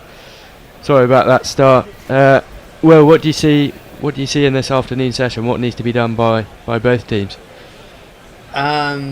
England just need to keep doing what they're doing, and West Indies need to find a wicket from somewhere. I mean, that is really, really kind of basic and cliche, but that is literally all it is. I think if West Indies can get one of these two, I think then they'll be onto something, and England just need to keep plugging away. Absolutely. Azari Joseph coming in round the wicket to Joe Root now. Shorter ball and taken on by Root, but controlled down the ground. That'll pierce the gap. Time to perfection. That'll be 4 more for Joe Root.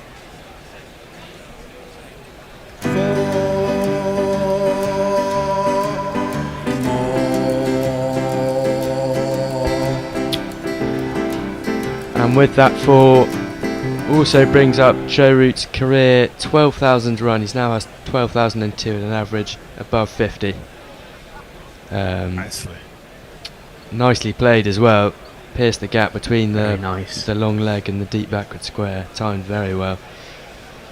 These two, Ben Stokes and Joe Root, having a partnership of 112, came in a spot of bother. England 50 odd for 5. Chaotic first 20 minutes, but since then it's been all England. These two scoring at a quick rate, but without having to look to overextend. Well, you say West Indies are going to have to take a wicket. How might the captain look to go about that? will it be the short ball plan or? Well, I thought that Holder was doing interesting things before the lunch break. Joseph in again, shorter and tucked beneath it by Root. But I mean, Azari Joseph's always looks dangerous. He's probably been the sort of best of the quicks for the West Indies this test. So, I mean, they're doing all the right things. It's purely kind of that's Test cricket. You just have to keep building the pressure, and it will come. Just wait for one lapse in concentration as Joseph is in again and short again. Root this time gets all of it, but out to deep square, gets a single. He's not afraid of taking the short ball on as Joe Root. End of the over, England 167 for 5. So we've got a special message. Jim George tweeted in 40 minutes ago, says, wife and daughter can't believe the same match will still be going on Monday, hopefully, as they plactify to the UK tomorrow. Please name check Yukari and Eleanor inbound from Japan. Well, I hope they have a good flight. It's a long flight from Japan, but hopefully direct, and that they enjoy it. Over on YouTube, there's been some discussion about Joe's sobriety or lack thereof. But Brett Anthony says Root is chasing Sangakkara. Jay says I can't even make sense of that, Jay. Sorry. Hello, guys. Said Sidigali Sidikil. When will you be back in the studio? We're back now. Have you had your lunch? Yes. And Leah says, so Stokes trying to rebrand as the pace bowling Jadeja with the series numbers filed off for that celebration. Wow. Knows. Well, Moti's first couple of deliveries defended comfortably by Root on 63 off the 86. Moti and again round the wicket and flicked to mid-wicket for no run. England trail by 115. West Indies would do well to get a lead, you feel, from here, Will, with the batting to come. Jamie Smith, Chris Woakes. Would they be happy with even a slender one as Moti's in again and Root flicks this away? Anything is a bonus at this point, I think.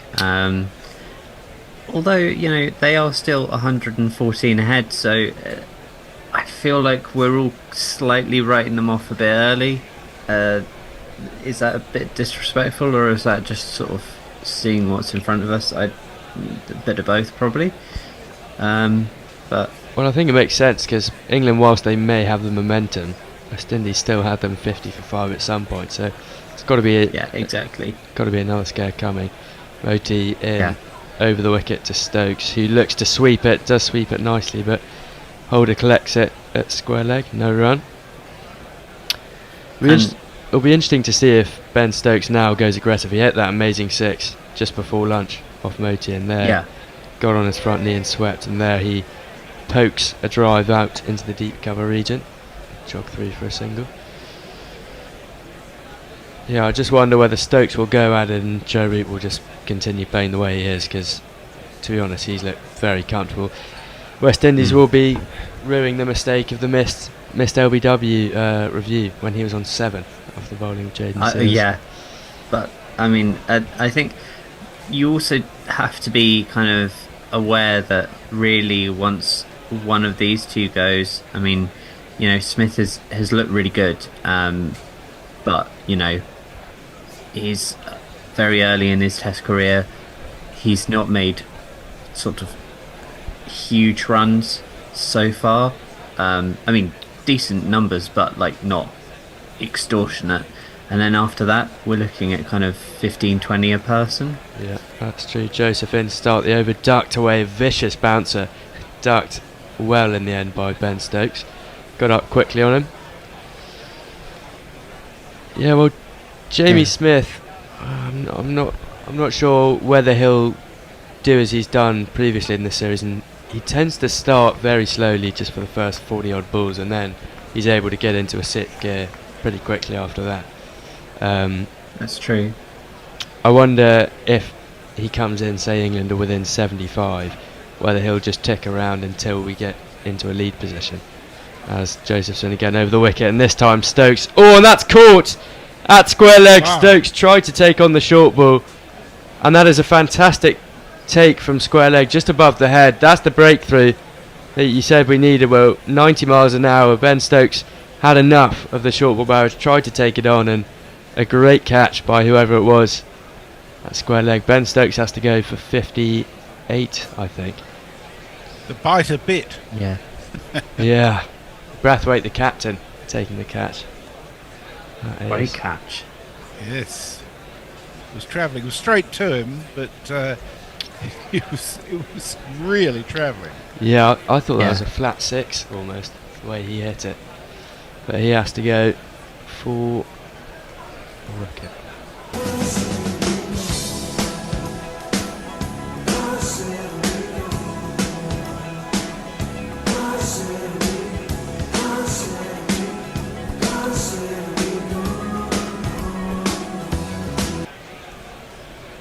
Looking at the replay, I'm not sure entirely got hold of it because it was coming down when it reached Brathwaite, and I don't think he timed it the way it looked originally. Yeah, it might have been just the camera. Sometimes the cameras go like just whiz across the ground very quickly, whereas slightly gives you the wrong idea. Well, that wicket of Ben Stokes brings about the man that we've just been speaking about, Jamie Smith. Jamie Smith, are you a good keeper or batsman? Either way, all your hopes of getting a game are fucked. This his third Test match, the 150 so far. That's 70 in his first innings at Lords. It was a great innings, really showed the best of both worlds. And West Indies here, as you say, well, if they can capitalise on this 6 down, we can't forget that Mark Wood is also out as night watchman the night before, so just the four wickets to come. I think really at this point England are going to be lucky to get parity. Really? I would say so, because Root will have to change the way he bats, I would have thought, just for that, to give Jamie Smith that period of kind of playing himself in, and then you have to think about how many runs Smith's going to be able to get, well, that's and then from there it's all kind of take what you can take. That is true. Joseph in again to Smith, boundary riders out in the deep, short ball, and just played comfortably, almost off the hip there by Jamie Smith. He'll get off the mark, moves to 1. Alzara Joseph just brought up his 100th wicket with the dismissal of the England captain. Well, we'll be not sitting at a fantastic average when you think about it. 35.88 is not a fantastic bowling average for a good bowler. No, that's true. And I wonder what international sides he's played against. Could have come a little bit quicker, but the vice captain for this West Indian side, trusted to be the leader with the ball, and again round the wicket to Joe Root, shorter but on the offside, and just poked down to Gully, who does well to stop it. No run. Jamie Smith sends Joe Root back. The other thing that might be interesting is it's quite heavily overcast now, even though it's not raining. I wonder whether the conditions might be great for swing bowling if they can get some reverse swinging going at some stage. Well, it depends on the condition of the ball, obviously. Yeah, exactly. I wonder when the ball will start reversing. Tends to be 50 to 60, I reckon. A short again by Joseph and pulled sweetly by Joe Root, and again the timing is just too good. Splits the two fielders behind square, and that'll be another 4. And if you kids can't listen, then you bound to see the way you get shot for crossing a boundary, So that's the end of the over, Messi. Any socials? Indeed we have. Excuse me. Pokey Bumfinger just before that wicket said, still batting ourselves out of a jail. And then Leo says, finally, that partisanship was getting really annoying. Commentators curse does it again, says Pokey. Please maintain an attitude of healthy skepticism. We'll do our best. And Joe has explained to me what his tweet was about, but I won't go into it. It's way too complicated. But David Durrell, otherwise known as Josie, just comes in with "We're doomed." Oh, bit harsh. Bit harsh. We still do have Joe Root and Jamie. You wouldn't be aware that "We're doomed" is basically Josie Oak's standard tweet. Oh, really? England only has to lose one wicket, and generally we're doomed. And I ran over to send a photo of the sky above, saying "blue skies" for now. So that's encouraging. Well, Moti here seems to be getting a bit of treatment on his right foot. He's got his shoe off, and it looks like a bit of bandaging is being placed on his foot by the medics out on the pitch. Just taking a little break and play here. England 174 for 6 after 36 overs. Still trail by 108. Joe Root in on 68 off 90, and Jamie Smith, new to the crease, who has 1 from his 2 balls.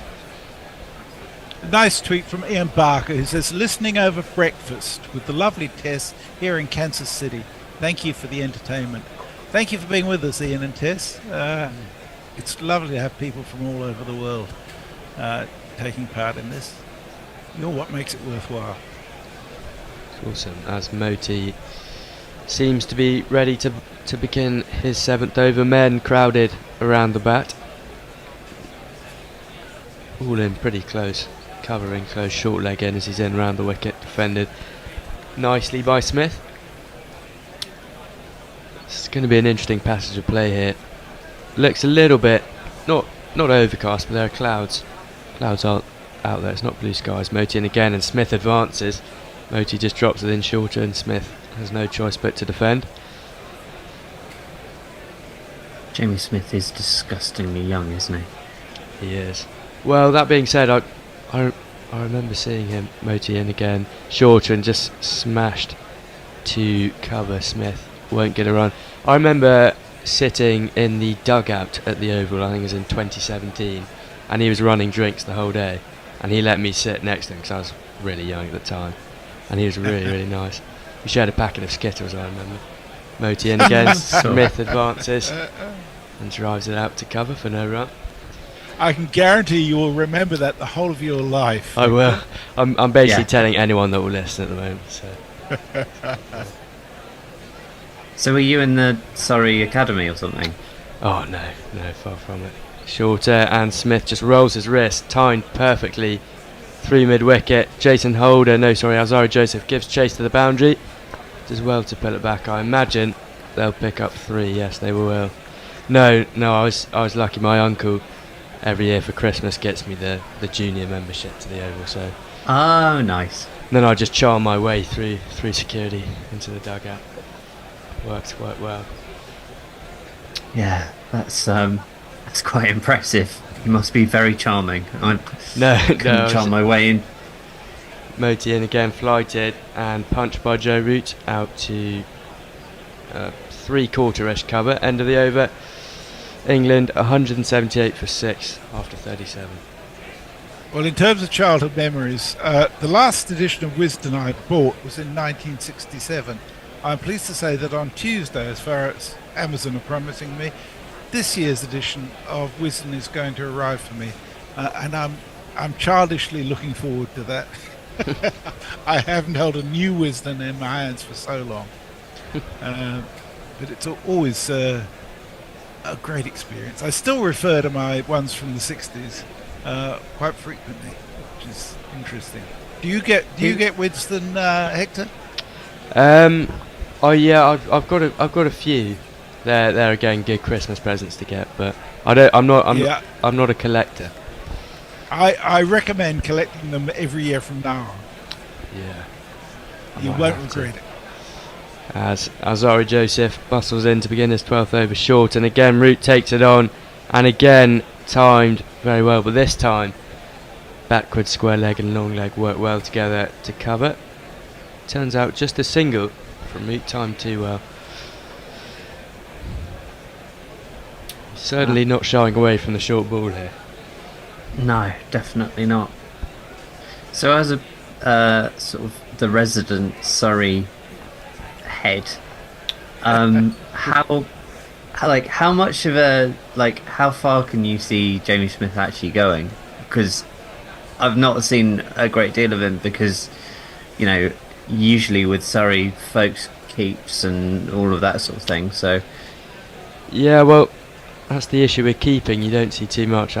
Joseph back in, round the wicket short, and this time Smith takes it on. Out to deep backward square for a single. Well, in terms of keeping, I've seen him in the white ball in the T20s, but again, weird stat, but the ball only goes through to the keeper 8 times on average in the T20, so that's not exactly great for him. But in terms of batting in red ball, he's pretty much the full package. He could bat anywhere. I reckon he could open 1 to 7. He could bat. Joseph looks to go in again to Joe Root on 70. Turns the top of his run up. Bustles in. Wicket short again, and again Root takes it on. Almost stands on his stumps there, but out to deep mid wicket. But yeah, in batting he's got quite a weird stance, but he's just so hard to get out because he's very patient, but he can also hit the ball just a ridiculously long way, and against any kind of bowler. So I can see him being in the England team for a long time. He is young. A lot's going to depend on his keeping, and especially if Brendan McCullum goes in the next couple of years, whether the next coach will prefer him over Ben Folkes, someone who's probably a better keeper or who has more experience. He's a great player. It does always slightly baffle me with the way that cricket's going. Exactly. Joseph, and again shorter, flick to mid wicket for no run. Just because Folkes is easily the best with the gloves, and I don't know. I think that cricket, certainly in the long form, still needs that. So I don't know, but well, yeah, that's what Rob Key said. He said he admits Ben Folkes is probably the best keeper in the world, but apparently he doesn't have the 6th gear that they're looking for, that Jamie Smith does have, which I can see. He's a good batsman. Oh yeah. I mean, he's to be this young and that sort of complete as a batsman is shorter, and just tickled on its way by Jamie Smith over the diving glove of Josh De Silva. That'll be 4 more. 1, 2, 3, 4. Yeah. Well, not to be too radical and to upset too many English supporters, I actually think Smith is likely to be a good enough batter to be there without having to keep wicket. That Crawley is not a good enough batter to do that, and that within 2 years Crawley won't be in the team and Smith will, and somebody else will probably be keeping, whether it's Folkes or Ollie Robinson, I don't know. But, really? No Crawley? Completely agree. Yeah, I completely agree with you. I think that's pretty bang on. Do you think Smith could open? Joseph is in. I doubt for the it. last I doubt ball. it very much. Shorter, and this time Smith just slashes it away. That'll be a big 6. There it is, just picked it up on a length and sends that far into the stands for the 2nd 6 of the day. Smack it in the air. Smack it in the air. Legs moving side to side. Smack it in the air. Smack it in the air. Seems to have gone maximum onto the roof. So just looking to retrieve the ball there. That was hit hard. And he doesn't look particularly strong, but he just hits it an absolute mile. Well, we got an interesting offer as well as a contribution, a super chat from Umbre Nuevo, who very generously sends us £9.99. He said, how about if lacking studio space, Gorillas on tour? I know, a logistic nightmare for the bear, and I can hear him swear from France now, but there's the space for a test in my studio. Well, how about we take over your studio and you can be painting in the background while we broadcast, so that if the cricket gets boring, people can just watch you doing your stuff on Nuevo. That would be interesting all around. and no doubt increase the interest in the sales of your product. Like a cricket Bob Ross hybrid. I don't know who Bob Ross is, so I'm confused. Oh, Messi, go on Netflix and have a watch. Basically, guy from the 70s, 80s, just painting landscapes. But it's the most chilled out thing in the world. It's amazing. Well, to give you an idea of Ombre Nueva, he of course is the creative talent behind many of our t-shirts, including the one that I'm about to put up on my background, which is the Shit Gets Wickets one, which I rather enjoy. Actually, no, I'll put up the Jimmy Anderson. The GOAT, Jimmy Anderson. I really need to get that t-shirt. Well, I mean, we don't make a fortune out of those t-shirts through Redbubble, but it's always good to have Guerilla merchandise out there. Gurikesh Moti continues round the wicket and defended nicely by Root. I'm interested in the bucket hats on Guerilla Cricket. I really want to get one. The bucket hats are a little problematic in that we discovered that postage was more than the cost of the hat for some weird reason. Yeah, that's not ideal. As Root, yeah, that's not great. Punches out to backward point for no run. Moti here seemed to be getting a little bit of grip. He was turning the ball quite nicely in the morning. Signs of the pitch wearing up as just loses his length a little bit shorter and punched to a 3/4-ish cover. Root will run through for a single. I'm very impressed with Moti's bowling. I think he shows huge promise. I agree. It's just hard with Sinclair as well because he offers a lot, probably more with the bat as Moti's in again. Fuller and defended nicely by Smith. Trail by 90 now. You take Moti over Sinclair, would you? Yes, I would. Yeah. I mean, Sinclair was serviceable. Put it like that, I thought. Moti and again short, and Jamie Smith seems to have bottom edged it, and Josh De Silva behind the stumps. Did he drop it? I think so. He was looking like he dropped it. Well, or then he may just have been disappointed that it didn't hit the wicket.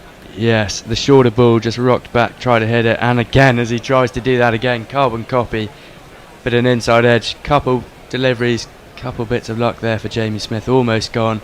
Short and outside off, rocked back, tried to punch it, and just missed the stumps both times. End of the over, England 192 for 6. Leah says, I sadly own a complete collection of Wisden India, and recently I found a very cheap used copy of the 2006 edition on Amazon. Yeah, they're pretty expensive. There's a lot on eBay in places, but they aren't cheap. Mog, of course, says I own a complete set of the Punisher 2099 comics. I had a 5 years worth of the new Hotspur comic when I was a kid. I came back from school one year, boarding school, to discover my mother had donated them all to the local hospital. I was absolutely... Oh, that's painful. Yes. Well, we're going to have a change morning, of bowling. This is a good game, says Donald Popo. And Dara Aziz is with us. Says hi, or hello Dara. Sheriff Dara, I should say. Well, we're going to have a change of bowling here. Jaden Seals coming on for Alzari Joseph. He has been the pick of the bowlers, certainly this morning. 9 overs, 3 wickets for 35 runs. Seems to have finally found his rhythm in this series as he comes in over the wicket to Joe Root, who plays out on the back foot, punches it out to deep point for 1 run. Actually, Lockie Six has a suggestion. It says Pirate Gorillas broadcasting from a ship would be perfect. Captain Bear has a ring to it. And Admiral Hendo, I think. Can you not broadcast from like a seat in the ground? No, you get thrown out straight away. Oh, really? We've had issues with that previously. Not ideal. Jamie Smith will face. There are certain grounds where even being on the phone is sort of frowned upon. True. Seals in again, this time Fuller and defended nicely by Smith on 15, going at a runner ball. Yeah, that's true. For some reasons, the rights holders don't like other people being in the ground broadcasting.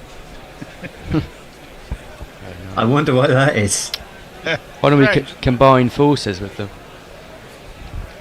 Don't know what they Actually, offer. speaking of rights holders, the one game to which we did hold the rights was Ireland's first test against Pakistan. It's worth looking at the Ireland test. Zimbabwe are 111 for 3 in their first innings after Ireland managed to put on, I think, 47 for their final wicket and ended up with a 40-run lead at 250. Smith just pushes that one out into the offside for no run. Is this the only test match of their summer, or is it? Yes, yeah. Yeah. There's a white ball series afterwards, I think. Yeah. Surprised they went with Stormont rather than Malahide. There's cost and availability option problems with Malahide, as I understand it. Ah. Was the one you guys commentated on at Stormont or Malahide? No, it was Malahide. Serious? I wasn't involved, but there was a Guerilla wagon train went there to cover it. Oh, They had a ball. I can imagine Smith defends. No I run. remember it. Just listening in, you just all seemed so... Well, I think everyone was hammered most of the time. No, I think that's a little unfair. I think the first day when it rained all day, and they managed to keep broadcasting the whole day, almost nobody was hammered initially. I think there were some hangovers to be found during That the week. was, yeah. Yeah. Smith defends again here. To Seals. Yes, there were some interesting stories out of that. Youth Brigade, I think, disgraced themselves. They just couldn't keep up with Roger Pineapple and his capacity to deal with Irish drinking establishments. We're due a change. We are indeed. We are. Who's coming in? Frothy, Nestlers and Hendo. Final delivery of this over. Seals full and clipped by Smith down to the fine leg boundary. That'll be one. England 194 for 6 after 40. Welcome, Nestlers. Hello. We're up to date on tweets. On YouTube, Jay's been having a lot of discussion about various drugs, which I've sort of left out. But probably... I'll pick it up, don't worry. Yeah, Leo's the next one. Yeah. I'll edit. Okay, thanks, mate. Catch you later. Cheers. Very good. Very good. Thanks, guys. Hello, Nestlers. How are you? All right, mate. How are you? Yeah, very good. Very good. Have you been out for a cycle today? I have, yeah. Did you enjoy my backup vocals at Bruise Control? Beautiful. That's it. Really getting you at your best there. You'll never be forgiven. It was a bit of a shock when he shoved the mic in my mouth. It was beautiful stuff. Moti in again. And that's clipped. Comes down the wicket. Smith, as is traditional for him, clips it wide with a man at mid-on. They just come through for the single. Hendo's back in position. Oh, he's just put something in his mouth. Sorry, Hendo. Classic Jonathan Agnew gag. Always put someone on when they've just put something in them. You'll be talking about cake next. Slightly gone off cake as the years have gone on. But not pudding. You won't eat cake, will you, fit man like you? No cake from Nestlers. In comes Moti again. And I was going to say that's a little short. It wasn't that short, actually. And it's cut by Root. And I think that'll... Yes, it's gone all the way. Now my innings going, great guns, I hit the ball, 4 runs, I hit the ball and it went for 4 runs. You'll be surprised, Forthy, that cyclists can eat anything, and cake stops are a staple of a bike ride. Oh, absolutely. I mean, I ride a bike, but not like you ride a bike, and I shouldn't eat cake, but that's just played round the corner by Joe Root. He ambles through for a single. What's your average kilometerage on a ride? I've got a sweet spot of about 40 miles. No, that's... Anything after that. It's about 30 miles more than me. But I go for... the cyclist thing, the cafe ride is very popular. I bet it is. Moti in again, and that's full, and Smith is watchful. But just plays it. Although effectively it was a half volley, but got himself into watchful mode there, plays it, bats it back down the wicket. And England 200 meanwhile has come up. They're 200 for 6, going at 5 runs and over, and that's full toss. And Joe Root has managed, I think, to find a gap. Is it going to go all the way? Touch and go. Well, he claims to have saved it, I think, or has he? On the boundary edge there. I think he did, actually. Yes, I think he probably did. Who's that? It's Louis out there. Louis. Another song that Nestlers will be familiar with, I think. Louis, by the Kingsmen originally. I think his sunglasses hit the rope, but the ball, crucially, didn't. I think they're going to have to look at that from front on, because when he pulls it back, did he... Yeah, he's knocked it into himself, but was he... He's knocked it into his leg, but it's kind of difficult to see whether he's in contact with the rope. I don't think he was. I think he's okay. They always seem to go for 3 with those, but I think they might only have gone for 2 on that occasion. Anyway, that one is clipped just wide of the man shot in. I think Root will maintain the strike with a quickly taken single. He's 79 off 100. England trail by 78, 204 for 6 at the end of 41st overs. Nestlers. Well, Jay Grover's on the YouTubes, and he says the Island Test, the only time I've seen not Fred happy. He also says Nestlers, hooray! Dara Azizi is saying, is the forecast looking good? I don't know. We've lost our forecaster. Reasonably good, I think. For today, certainly for the next 3 days, it's pretty set fair from what we looked at earlier on the way over in the car. Jay also says Forthy has gone into dark mode. All right. Cake is boring, says Lau, except for yellow cake, because I like nuclear stuff. And okay. Jay Grover points out that cake is a dangerous drug. Questions have been asked in Parliament. For those who don't know what that is referring to, it's Brass Eye. Brass Eye episode. Noel Edmonds Yeah. with the dangers of cake. Seals is in again, and with that exquisite looking shot of his, Root gets it through the vacant point area and comes through for a single. He moves into the 80s. Mark Arnold said, has anyone noticed that the UK flag is shown for Great Britain at the Olympics? What about Northern Ireland? You mentioning the Test versus Zimbabwe at Stormont reminded me of the fact. Do Northern Ireland have their own team in the Olympics? I have no idea. No, I don't think so. No. They're part of the United Kingdom, I think. Britain and Northern Ireland, isn't it? And the UK includes Ireland. Yeah. It's confusing, Britain, though. isn't it? It is confusing.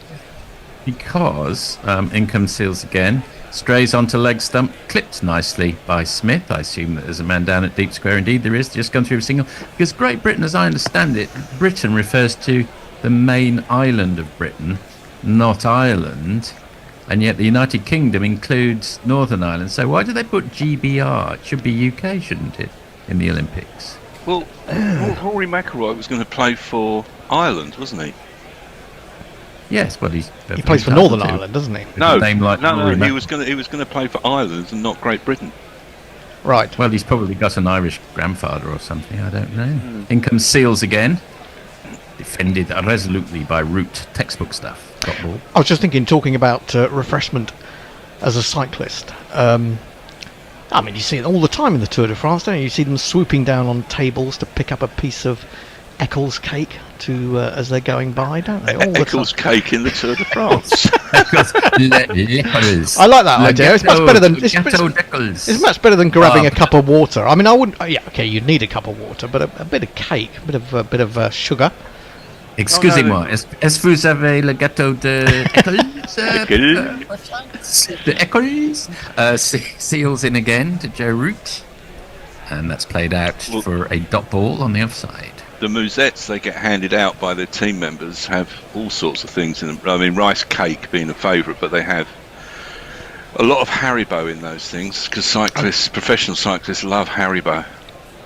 Does that mean they have to speak in a high-pitched voice? If you've seen the ad, you'll know. Just what sugar, that's about. yeah. We all need sugar and need a certain amount of sugar. It's just that we obviously get too much of it in our normal diet. Yeah, I mean, You know, sugar is, you have to have carbohydrates and sugar and salt basically when you ride a bike in the heat. Yes, indeed you do. Yes, but it depends how far you ride it in the heat. To be fair, so if you're doing 40 miles, yes, absolutely. What's that? About 65k or something. In comes Seals again to Root. Lovely looking drive straight to the man in the covers. Stop ball. No, I've never cycled anything like 40 miles or 40k or whatever, but I have been on a bike in the gym where I've done about 20-30 kilometres. Does that count? Depends what you're counting. I mean, counts for something. I mean, I generally don't do those courses where they make you go up hills and things. I tend to stay on the flat. Don't know if that works. Mind you, I haven't been to the gym for 5 years. Seals in again. Roots. Oh, lovely late cut, but straight on the bounce, but straight to the man, Jason Holder, with his long limbs, who fields it successfully at gully, and that's the end of the 42nd over. 206 for 6 Nestles. So Muttley von Echt says, yeah, the full name is the United Kingdom of Great Britain and Northern Ireland. So Forthy is right. Northern Ireland isn't part of Britain. Mark Arnold says, cake or death? I choose cake. Oh yeah, that's a brilliant skit, isn't it, from Eddie Izzard? Cake or death. Cake. Brilliant. I kind of think there's an argument for taking the G out of GB these days, don't you? Does anyone agree with me on that? I'm never really sure what the argument for having it in the first place was. I mean, I suppose was it Empire? Yeah, but was it meant to be a kind of geographical thing, or was it meant? I think it's meant to be geographical. Yeah. It doesn't come across that way. No, it doesn't. Not these days. Absolutely. The ball won't go through the hoop. We're going to get a replacement. No, there's just some things that you have to change, even though the intention's not there. So, for example, there was a guy called Ray Coon in Australia who founded a cheese empire, and you bought Coon cheese. In the end, they just thought, we'll just change it because it just looks bad, even though his name's Ray Coon. Yeah. Yes, absolutely, I agree. I just think it seems an anomaly in this day and age, and yes, it does. Well, I mean, some people my friends in America can't get their head round England, Great Britain, the British Isles, Ireland, just. Well, I don't think a lot of people in Great Britain, UK, Northern Ireland can get their heads around it either. It's a confusing mishmash. When you say England's not a country, people say, "What are you talking about?" Yeah, it's curious, isn't it? Because I struggle with Holland and the Netherlands. Because for I suppose most of my childhood and for quite a few years it was always Holland. It was Holland, wasn't it? Yeah. And then suddenly it was no, Holland. No. That's just the southern province. It's the Netherlands.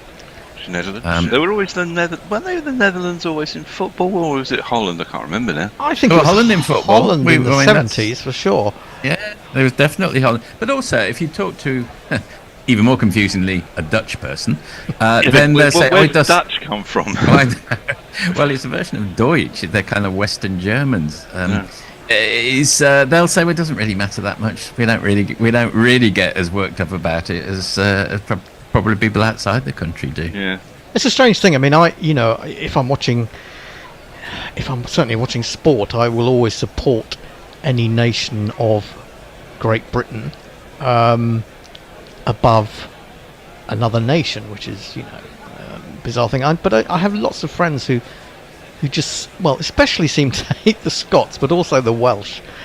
So I don't really understand that. I always tend to think of being British before I think of being English, but other people see it the other way around. So is that people who are English who won't support the Scottish or the Welsh, yes. or people who are Scottish or Welsh who won't support the English? Well, both, I suppose, but I mean, I can understand it more from the Scottish perspective. I can definitely understand it from their perspective, yeah, and particularly the Irish. Yeah. Moti comes in again, round the wicket to Smith, and that's not a great ball too, but I think Smith will probably feel he missed out a bit on that one, although it did keep a touch low, straight to the man at point, very deep point. Leia tells us that the Netherlands share a land border with France. Did you know that? Yes, I knew that. It's located on an island in the Caribbean. Yes. Because I do a lot of stupid trivia quizzes and things. That's defended by Root down to France have got borders with Brazil and things, and in South America as well. That's St Martin, isn't it? St Martin? French Guiana, I think it is, as it was. Okay, no, Leah will sort that out for us. There's some very strange, very tiny borders on the planet. Leah will be able to fill us in. Okay, it's a real mess around Armenia and Azerbaijan, for example. That's defended by Root. Lovely classical defence, as you would see in the MCC textbook. Dot ball. I say get rid of all borders and flags. Oh yes, that's a good idea. And that's swept, classical sweep from Joe Root, and he's got his head down. He's thinking of 2, but there isn't 2 to be had. It's a good throw back. He moves on to 81. The score to 208. Flags. Seeing the ball like a beach ball. Well, there's some beach balls in the crowd. They're pinging around. And although that is the ball that's pushed through, Smith is a little vulnerable because he plays as if it was the shorter ball, and that's the ball that Shane Warne got a lot of batsmen out with, but he manages to keep that one out. He's got to watch that one because he's playing it as if it's the half tracker, and in fact it's a perfectly well pitched up ball. It's just coming at him faster. Anyway, keeps it out. End of the over. 208 for 6. Well, Sonny Jim says Great Britain is the name of the largest in the British Isles. Britain more accurately refers to the monarchy, hence UK equating to BG and Northern Ireland, not Britain. Jeez, it gets even more complicated, doesn't it? Oh, it's just a lump of rock on the outside of Europe, isn't it? I mean, God's sake, and it rains, Didn't even used to be an island. It was joined to the continent 10,000 years ago. Here we go. We're getting well deep into things now. We're all African. We're all from Ethiopia. Well, I guess in many ways we are. Seals in again. He's been very successful this series. He's been, I'm not sure he got into breakthrough series, but he's done very well. He's 3 for 39, and Root defends that one. Yes, it must have been. Yeah, sorry. Go so I was going to say, I wouldn't say it was a breakthrough series for Seals, because I was quite impressed with him when he first came into the West Indies team and was playing in tests over there. But then the first time I really saw him in this series was at the beginning of the Trent Bridge test, when he got smacked all over the place by Ben Duckett. And I thought, what's gone wrong with him? But he seems to be much more his old self in this test. In this test, yes. Yeah. I agree with that. He's got he's got most wickets though for West Indies in this series, doesn't he? That's defended off the back foot by Joe Root, no run. Yeah, I mean he bowled quite well at Lords, although I didn't see much of that game for one reason or another. But certainly wasn't at his best at Trent Bridge at all. Really struggled with his line in those early overs. It's a shame. It just feels as if West Indies are on the brink of being a perfectly decent team. Then we won't see them again for a few years. Then it'll be a completely different 11 or whatever. It's so frustrating, really. It is. There's no real sort of consistency, is there? Yeah, and it's not certainly not all their fault. In fact, very little of it's their fault. And that's clipped off his toes by Joe Root to the sweeper on the leg side, who is Louis. They come back for 2, and Root moves on to 83. Where's the maroon sun hats? For God's sake, what's this white one? That's a good point, isn't it? Yeah. You play for the West Indies, man. Come on. I was telling Hector this morning to look when I was picking them up. Look out for the maroon Peugeot 207 covered in bird shit. And actually, its official title is Moroccan Red. Moroccan Red. Okay, it sounds like something that Bear might have ordered and delivered. That is an attempt at a pull, which he sort of half pulls out of Root. Certainly doesn't go through with a shot, but manages to keep it down. Just gets it down to the man at short mid wicket. No run. When I bought this car, which was second hand, but it was in pretty good nick, and I said, for the first time in my life, I said I'm going to keep this car in really good condition. And now it's covered in bird shit, and it's got a big dent in the side. Oh dear. But was it? Were you in the car when the big dent happened? No, it must have happened. Someone turning round overnight in my road who decided not to leave their details on the on the. Howard, we call you out. Yes, I know. You probably know. Have some moral compunction if you're listening to this. You probably aren't. Probably not. And that's played down on the bounce to the man at gully. Dot ball by Root off Seals. Smith has been motoring along. He's 22 off 25. He doesn't let the grass grow under his feet. One of those, a huge 6 into the Edgbaston masses. That was a shot and a half. That really was. That was something just out Almost of the blue. literally- Really, it was a fabulous shot. Literally a shot. Almost literally a shot and a half. It would have. Yes. Could have been a 10 almost. Seals in again, defended by Joe Root. And as you say, Hendo, no need for Lorrams when you've got this technique. No need for Root to play any other way than this. He's 83 off 115. What more could you want? Plenty of time. I've been, Hendo, at Wimbledon a fair bit recently. Oh, you should say hello. Give me a call and have a Well, coffee. I was at the tennis and then I was going through. But every time I go there, I just think of you and think of your rage against John Lewis and your... Was it washing machine? Yeah, was it washing machine or was it cooker? Was it I an can't oven? remember. I think it might have been an oven. Yeah. Dear, Oh always makes God, me that was chuckle. infuriating. That was. That was a Hendo rant par excellence. It was one that sticks in the mind. Oh, they were. Yeah, certainly I a got- rage against the machine. That's for sure. I got tickets for the men's final this Did year. you? So, from work, which was nice. Excellent. New over from Moti. Onto the back foot goes Smith. This is an interesting little battle because I think Moti thinks that he is slightly outthinking Smith. He won't mind too much about that 6, and that Smith's got itchy feet and doesn't always read the ball so well. Anyway, comes down the wicket, big forward defensive, no problems there. Top ball. I think Smith. Sorry, go on. Sorry, I was going to say I know you used to write about tennis, Hendo. Alcaraz is just on another frigging level. Oh, totally. Yeah, absolutely. Oh dear. Moti in again, onto the back foot. Anyway, you see, goes Smith. It's not really, in my opinion at least, necessarily a back foot ball. It's fuller than Smith thinks it is, but there we are. I suppose whether he goes on to be one of the greats is how much motivation he's got. I suppose.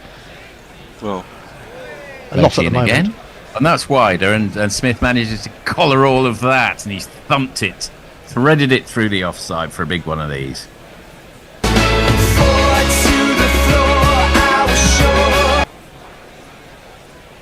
He can play a bit, this lad Smith, can't he? Yeah, I'm a little bit undecided. I mean, I didn't know a lot about him, and I'd seen him bat a couple of times on the Surrey stream, and he got runs. I'll come back to that.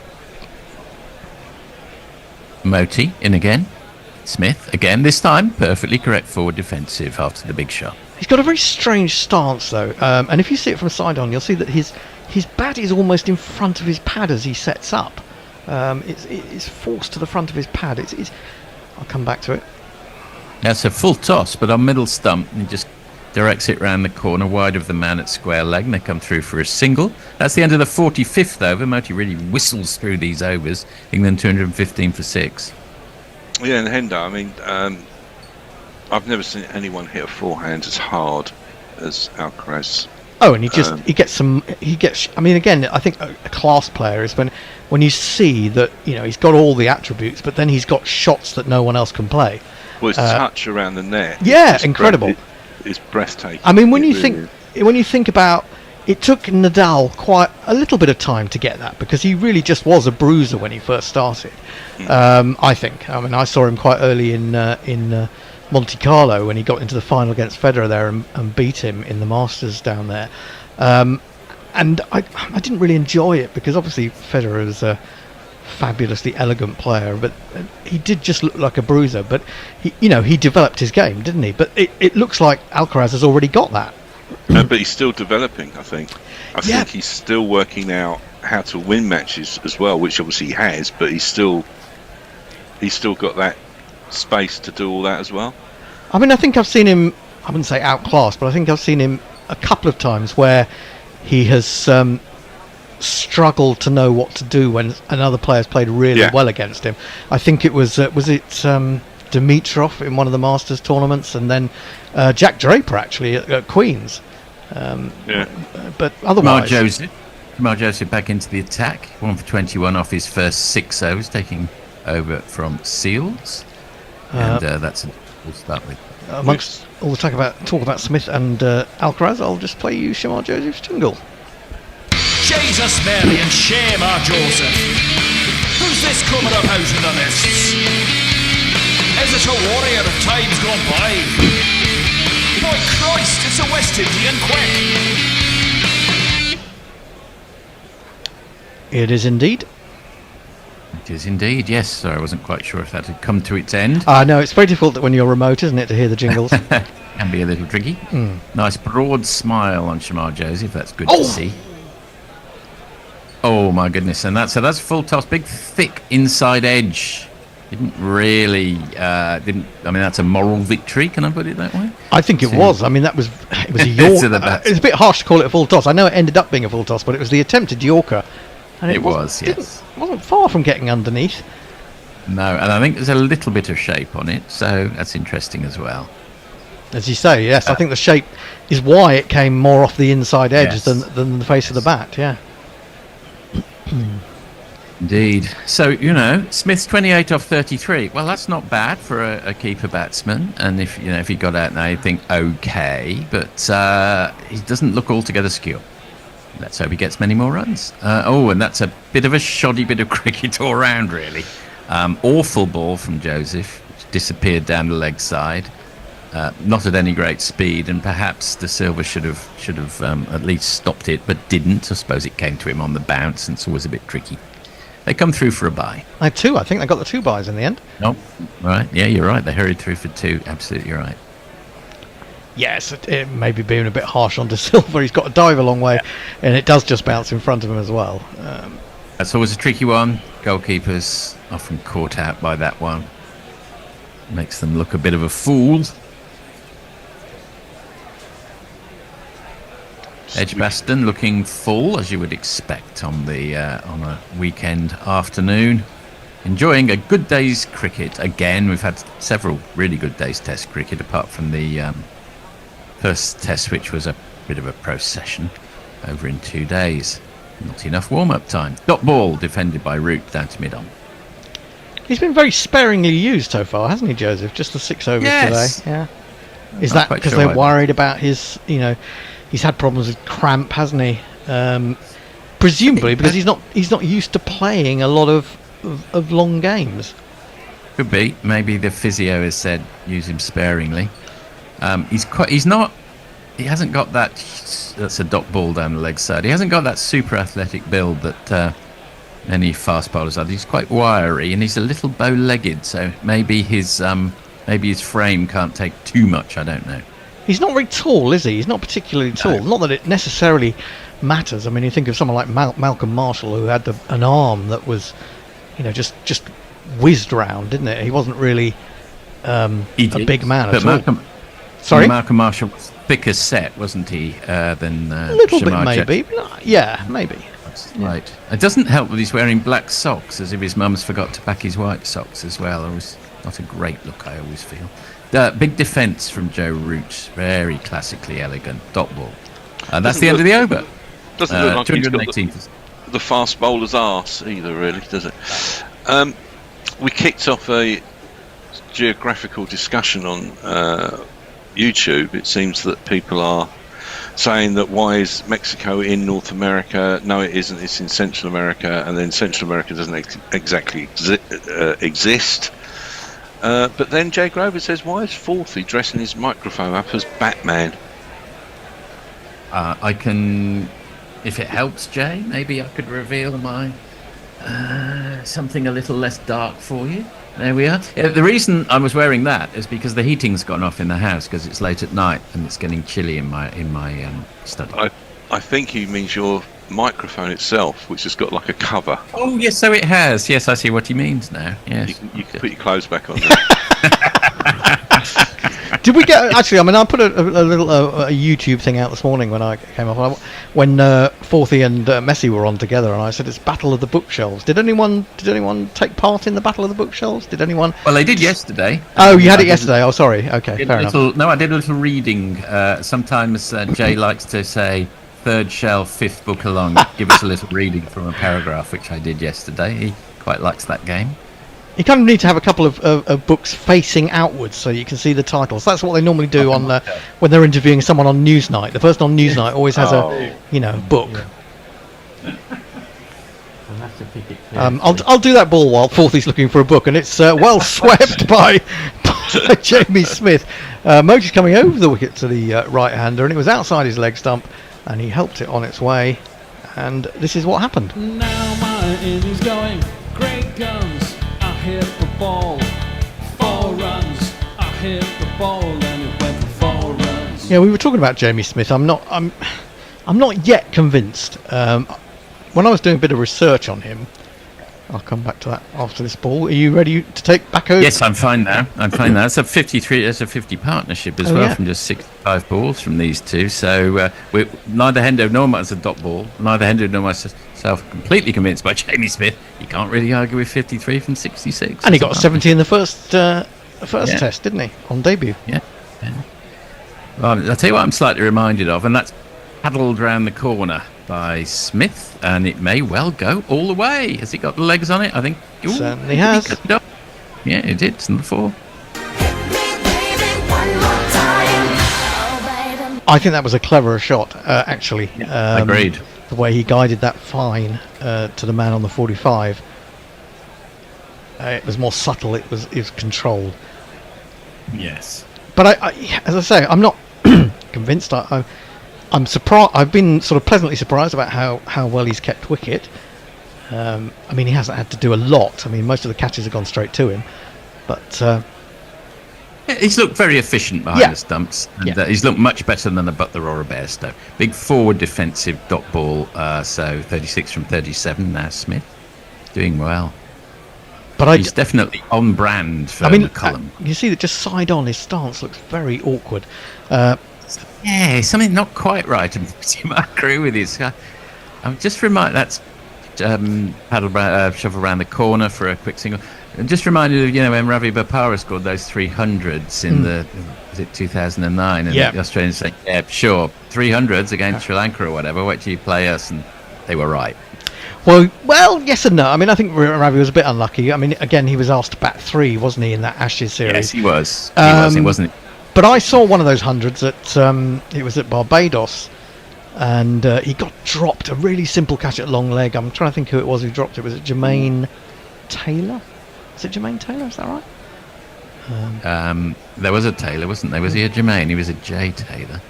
That's played wide to point. Quick single, I think. Yes, route onto 84 at the end of the over. England 2 to 8 for 6. I'll read this one out before we change. Okay. I think we're due a change, aren't we? Yeah, we are. Who's on? Messi's going to replace me. Okay. But Forthy says, Mark Zip says, "Okay, Forthy, I'll be that guy." Lue was originally by Richard Berry. What was? Louis. Louis. Originally a hit by the King. It was originally a hit by the Kingsmen, wasn't it? It was. So written by Richard Berry. Thank you very much. Good. Forthy, you're still on, by the way. Nestlers. I am. Yeah, you're both still on. Yeah. And The version I remember most was by Motorhead, though. It's a great one. Of course it was. See you later. Yeah. See you, Nestlers. So I was talking about Jamie Smith, and he has got this awkward stance. I mean, I'm not going to be one of those that says you can't have an awkward stance, or you do something that's technically doesn't look right, but you still can't be a good player, because we know that lots of players get overcoached, that you can change things and it can actually take away their strong points and their positive points. So, I see no reason that he would want to change that, but I'm just curious about how he might get on against a constantly probing attack. I'd agree. This West Indies team sort of has little moments of great intensity, but it does seem to sometimes just ease off a little bit. And so I think you can. Would you agree? You can sometimes have a player who's got a really unorthodox technique, like Phil Hughes or even Steve Smith, and you can see that's okay because you've been doing it all your life. You've worked. You worked out how to do it. It just feels slightly more with Jamie Smith. With a little bit more coaching, he could, have a better stance, and that it's not quite where he would like it to be. If you see what I mean. Well, yeah, it's a tricky one. I mean, I guess any coach worth their salt would notice it, but I guess at the moment they've decided that it's not causing any problems. Whether it does in the future, we'll just have to wait and see. He looks almost a little bit too tall for the stance he's adopted, perhaps. Yes, it does look like that, and I suppose it's actually quite weird to see a batsman who keeps their bat right down on the ground actually when they're facing. Particularly when you're a tall man. Yeah, I don't know how tall Jamie Smith is. Probably just as a guess, I would say about 6'1", something like that. He's not massively tall, but he's not short. No, he's not 6'7", but he's about 6'1", 6'2", I believe.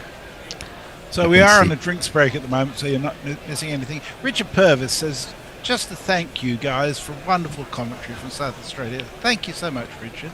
And Dara Azizi says, I'd love to see Root beat his best score this year. He's in great form. He is. He's just been so simple and just lovely to watch. When Root's like this, there's nothing better to watch, in my view. Great. Randy Kelly, for no apparent reason, says Jermaine Lawson. Sorry, there was Jermaine Lawson, but there was a Taylor, and I can't think what his name was. Yeah, there was. Was it Joshua Taylor? No, it wasn't Joshua. I've forgotten his name. It was a J. we can look him up, but what's the fun in that? Well, exactly. But we also need one of the West Indies fans who's out there to remind us who that was. He was a good bowler. Because there was Fidel Edwards and Taylor went hand in hand for a while, and sometimes I struggled to remember which was which, and then Fidel Edwards rather pulled away for a while. Yes. Fidel was quicker, I think. He was a better bowler. Quick, J. Edwards, he was J. Taylor, and there's so many J names now, aren't there? Josh, Jazz, Joes, Jim. lots of Joes. Lots of Joes. Loads of Joes. We got any Joes in the Guerilla Cricket fraternity? I don't think we have. No, we're a slightly, how can I put it, slightly older community, and I think Joe's came in just a little. They became very common just a little later than our median age. Let's put it. Yeah, I don't think we'll be a fully fledged commentary service till we got a Joe. So if you're out there and you're called Joe, and you're good at cricket commentary, make yourself known.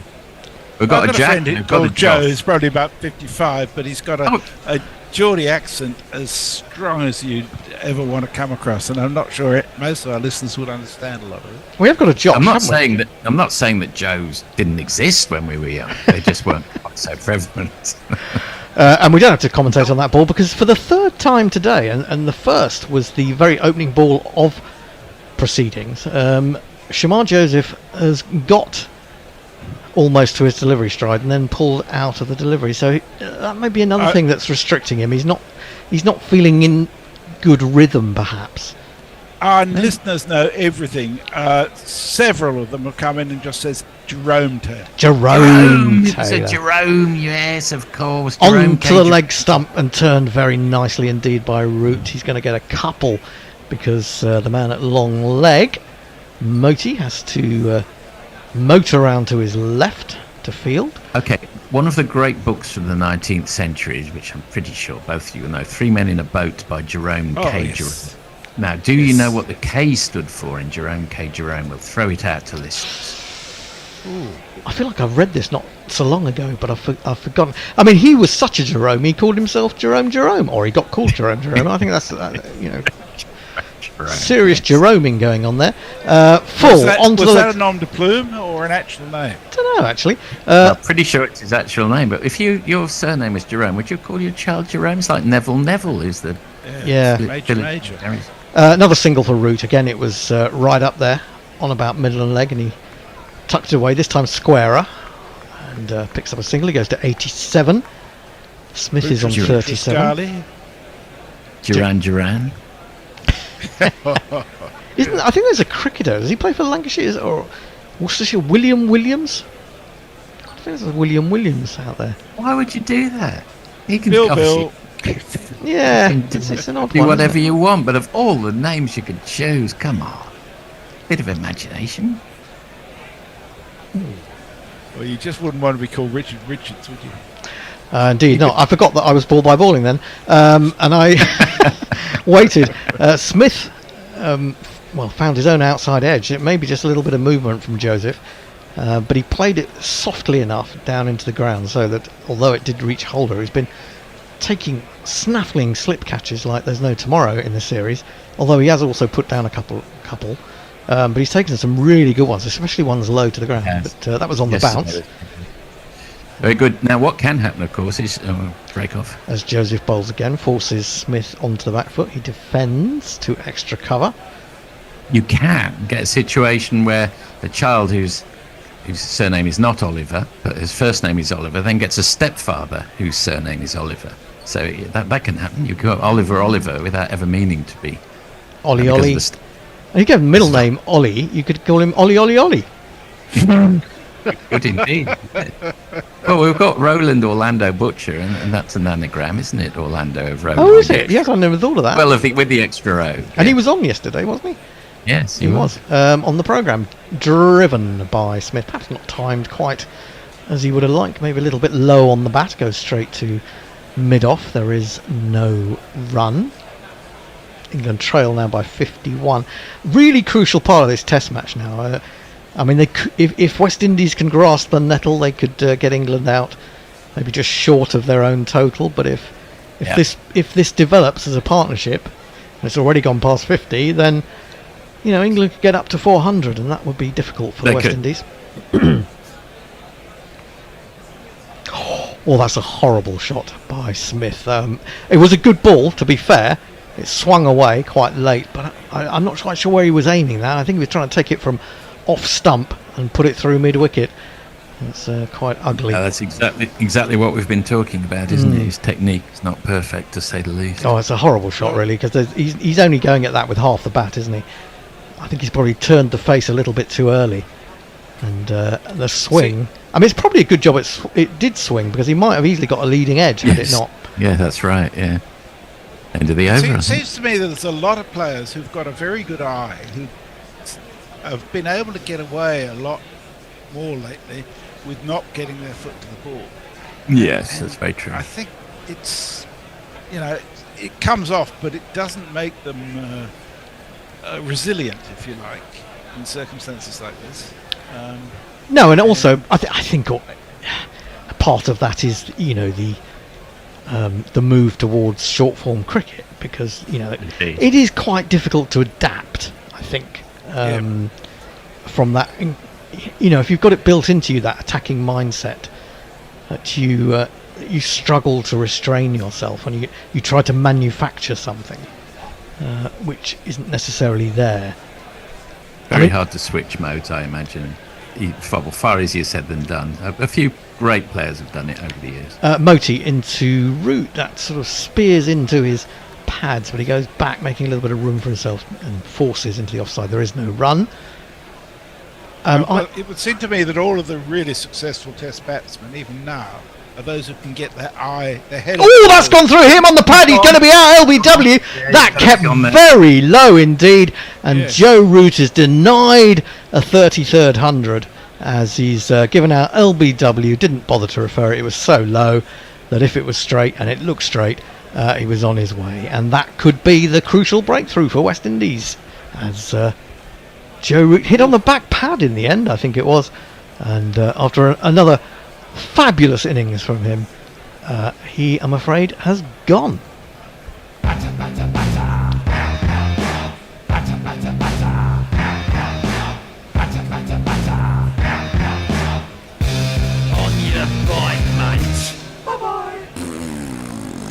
Well, he played down the wrong line. I don't think it kept that low. It turned, and I think it was a bit quicker.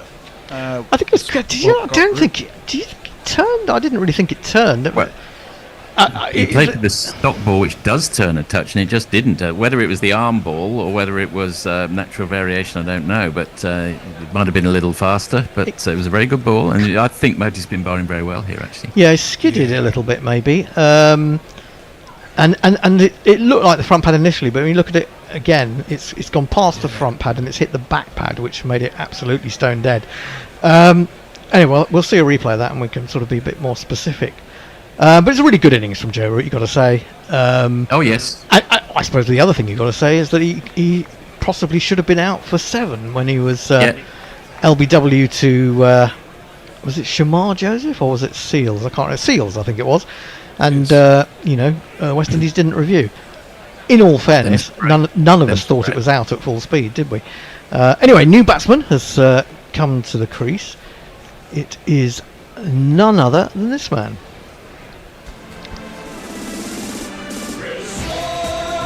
He's on Instagram, and he's a Twitter fan.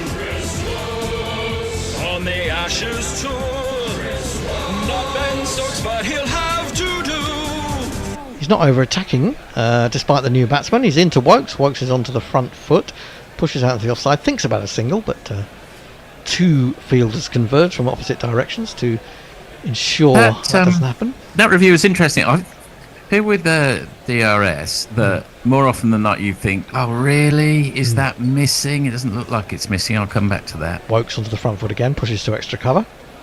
But very occasionally you get a ball that hits 2/3 of the top of leg stump and 2/3 right at the top of leg stump that does not look out to the naked eye, and technology said you've got to go, or you don't review. Yeah, defended back to the bowler. I mean, I don't think that the technology is foolproof at all. Moti in again, bowls to Woakes again, the defensive prod off the front foot. Bowler fields, ended a successful over, 231 for 7. I think it's fair enough. Sometimes you watch Hawkeye being used or various forms of that technology in tennis, and you think no way was that in or no way was that out, and I think it does probably make mistakes. I don't know why, but something happens and it. It's just predictive, isn't it? So I always think, well, to what degree can you take into account top spin, the degree of side spin or swing which would have taken place? And I assume that it does its best, but it can't be 100% predictive. So it's a lot better than we had before, and I am a fan of DRS. Yes. Just as you say, it's not infallible. No, and I think that's. As long as you're all agreed that it's a good thing. Bowling to Smith. Smith strokes this rather nicely up to mid-off. Wasn't a huge amount of foot movement, but certainly met it very nicely indeed. Going back to that Root dismissal, I think you might have something there, Messi. I think he was playing for a little bit of turn and it didn't turn. The other thing, I was completely wrong about speed. It was actually a slower ball. That's the previous ball was 55 miles an hour. That was just 50 miles an hour. Curious. Didn't look it. Yeah. No, he does look as if he bowls reasonably quickly for a slow bowler. Moti. Here is Joseph again. 3 slips now, and he finds the edge again. The second time in a couple of overs that he's found the edge of Smith's bat. But Smith does tend to play with quite soft hands in defence, and that means that it just goes to ground before reaching the slips. Got a funny little goatee, Moti. The goatee Moti. Sorry, the Moti goatee. Not a very good one. I mean, is any goatee really very good? Robert Pires used to have a very good goatee. Sometimes when it's superbly trimmed, Defended on the back foot by Smith, straight to extra cover, and there is no running. Sorry, go on.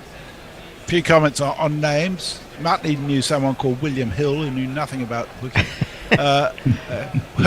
Richard Purvis says, what about Richard Dick Richards? I've never heard of him, but Dick. And Jay says 3 men on the Bummel is also very good, if only for the hat shop scene. I've never heard of that. No, it is funny. It's very anti-German. back of a length from Joseph, and Smith goes up on his toes to play that. And, plays it nicely, but doesn't beat the fielder. Not as good as 3 men in the boat is the reason why that's the classic. Well, someone was talking about wanting to see Joe Root get his best ever score. Well, he ended up a long way short because his best score is 254, but he's still averaging 50.11. He's going up. He is. He's still one behind Alistair Cook on 3200s. Short and pulled by Smith, but pulled straight to the man who's in front of square on the boundary, so it's just a 1. I mean, I think I kind of want Joe Root to overtake Alistair Cook because he's just such a much better batsman to watch. Yeah, I agree. Alistair Cook had incredible qualities, but very rarely did you massively enjoy one of his innings. I sort of feel like openers ought to get a 20% loading on their stats because it is a much more demanding role. Yeah, and also, probably agree with that.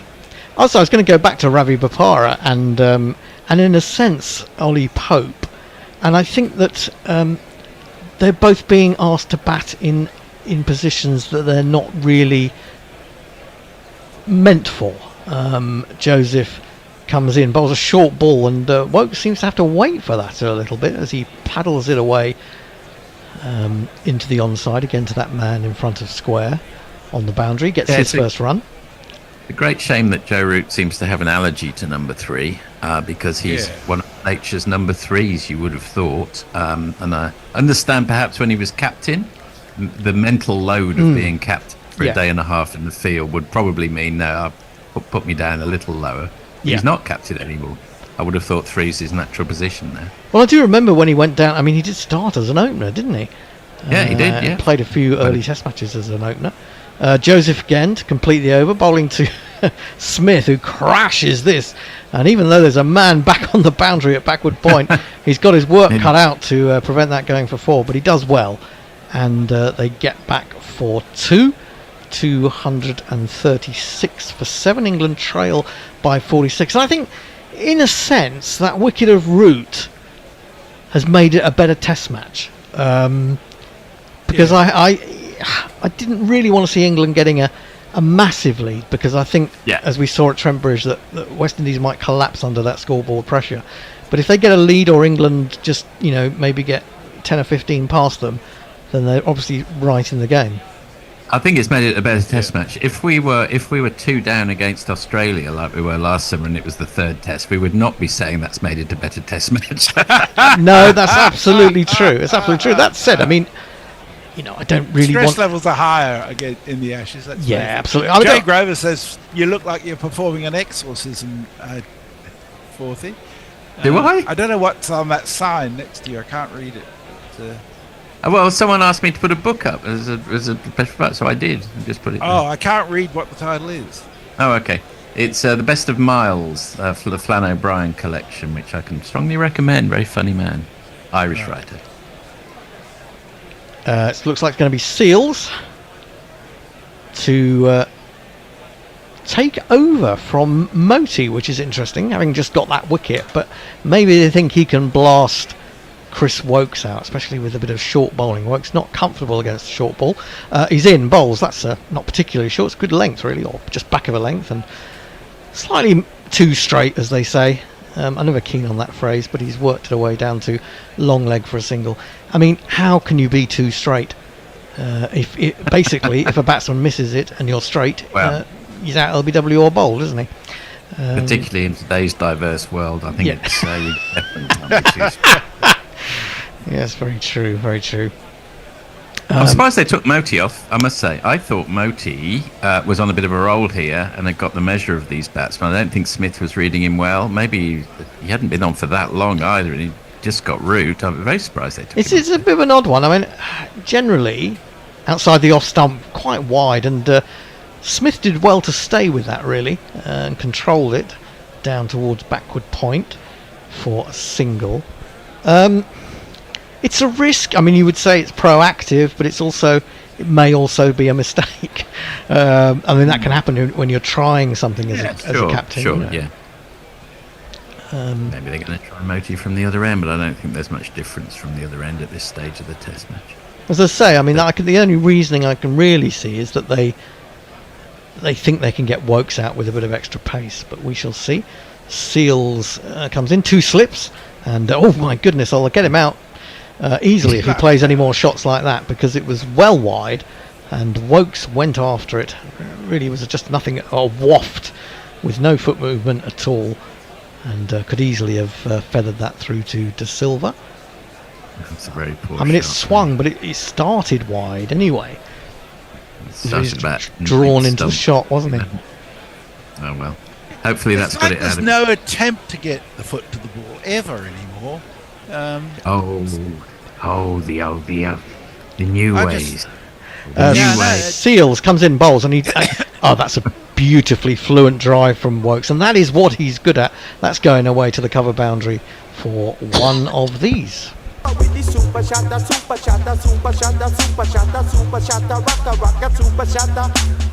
Woakes has to be, I mean, notwithstanding that awful shot that he played to the previous ball, he really is one of the most fluent, effortless drivers of the ball, back foot or front foot, in the England team. He really is beautiful outside the off stump, generally speaking.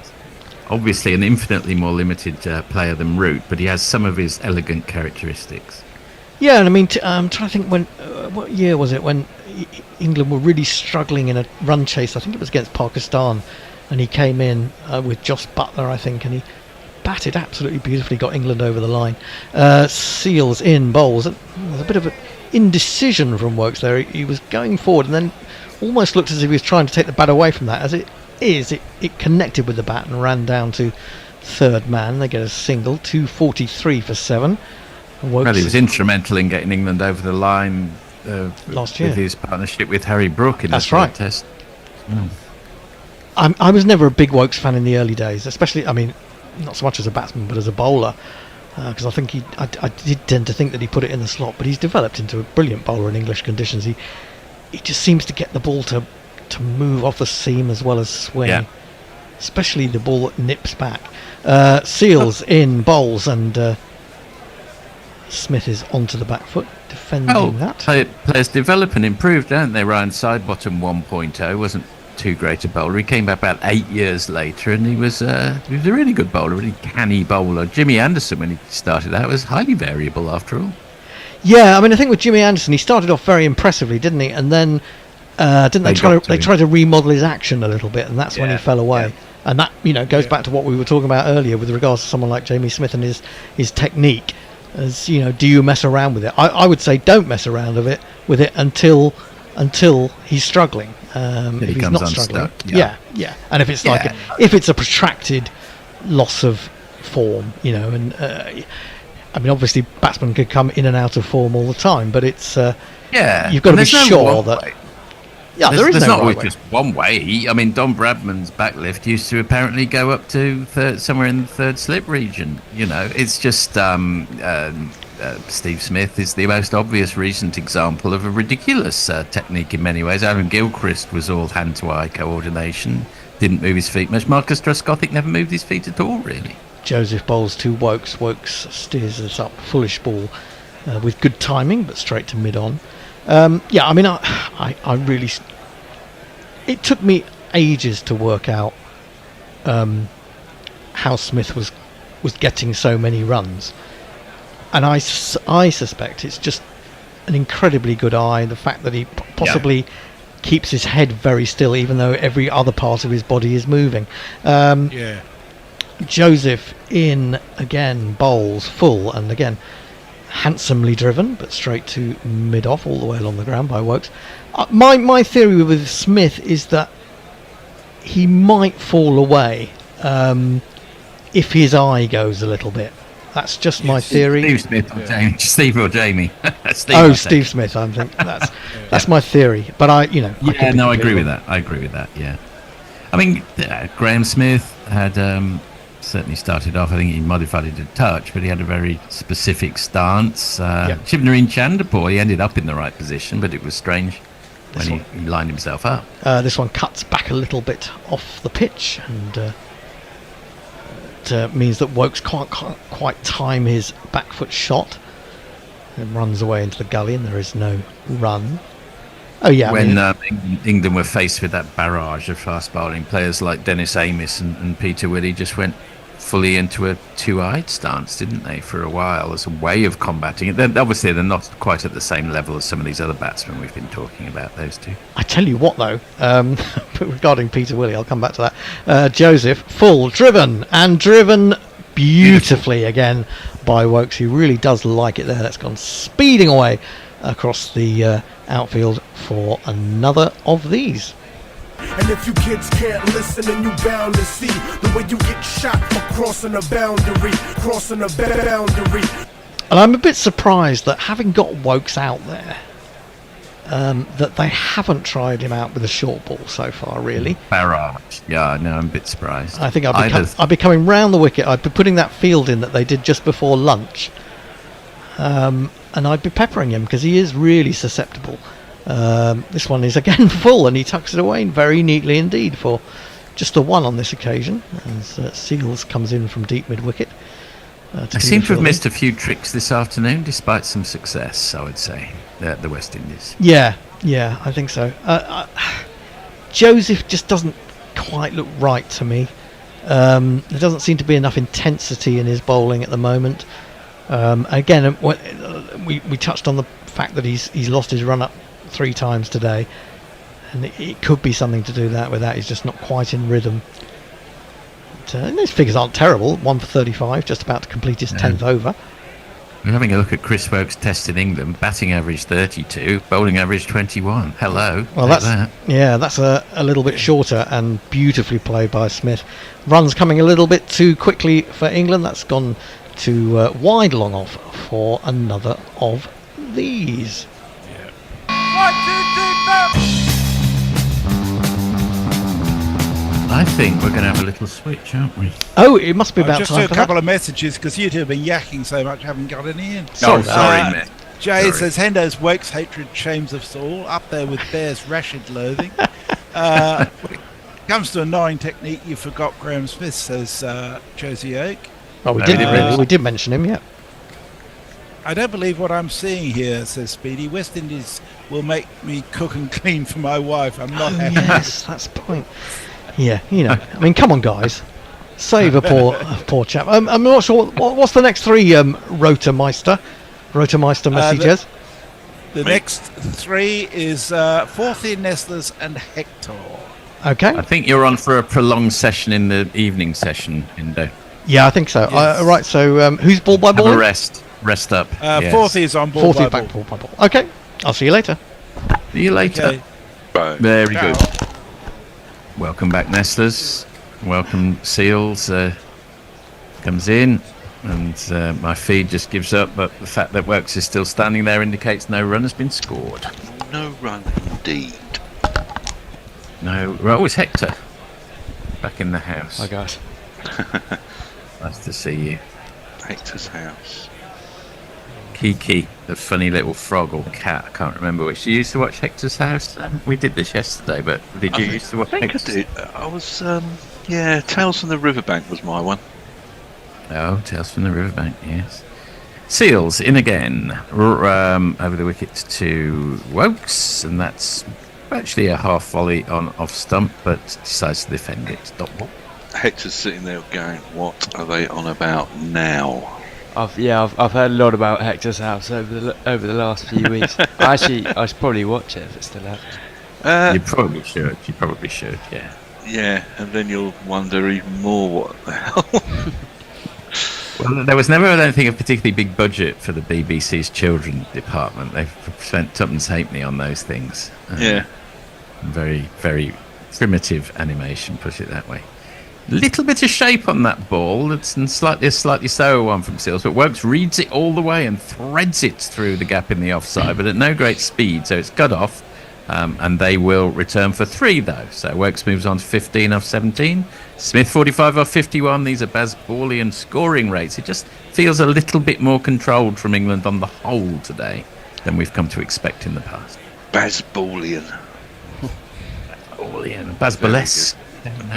Bazballesque. Pasbalovian, something or other. Asbalantic. Yes. So is it, Hector, you're doing special comments, are you? Yes. Yes, I think so. Yeah. Summariser. Dot ball defended. How are you seeing the state of play, Hector? Well, as you say, England definitely looking a lot more comfortable, just trailing by 27 now. As Hendo was saying earlier, I'm surprised that they haven't gone to the short ball for Woakes, as that's seemed to have done him in the past. Teams like Australia tend to barrage him. He seems pretty comfortable. 15 off 17. Full deliveries haven't really troubled him yet, and the West Indies just in a bit of a low patch at the moment. They are, and you just say around about now, England have moved into. You would say if it was a presidential election contest, there's a dot ball straight to mid-on. You'd say that probably it's just flipped 52-48 towards England now. Well, I would say those numbers. Yeah. Can we just please get to 52-48 the other way around, please? Sends shivers up my spine still.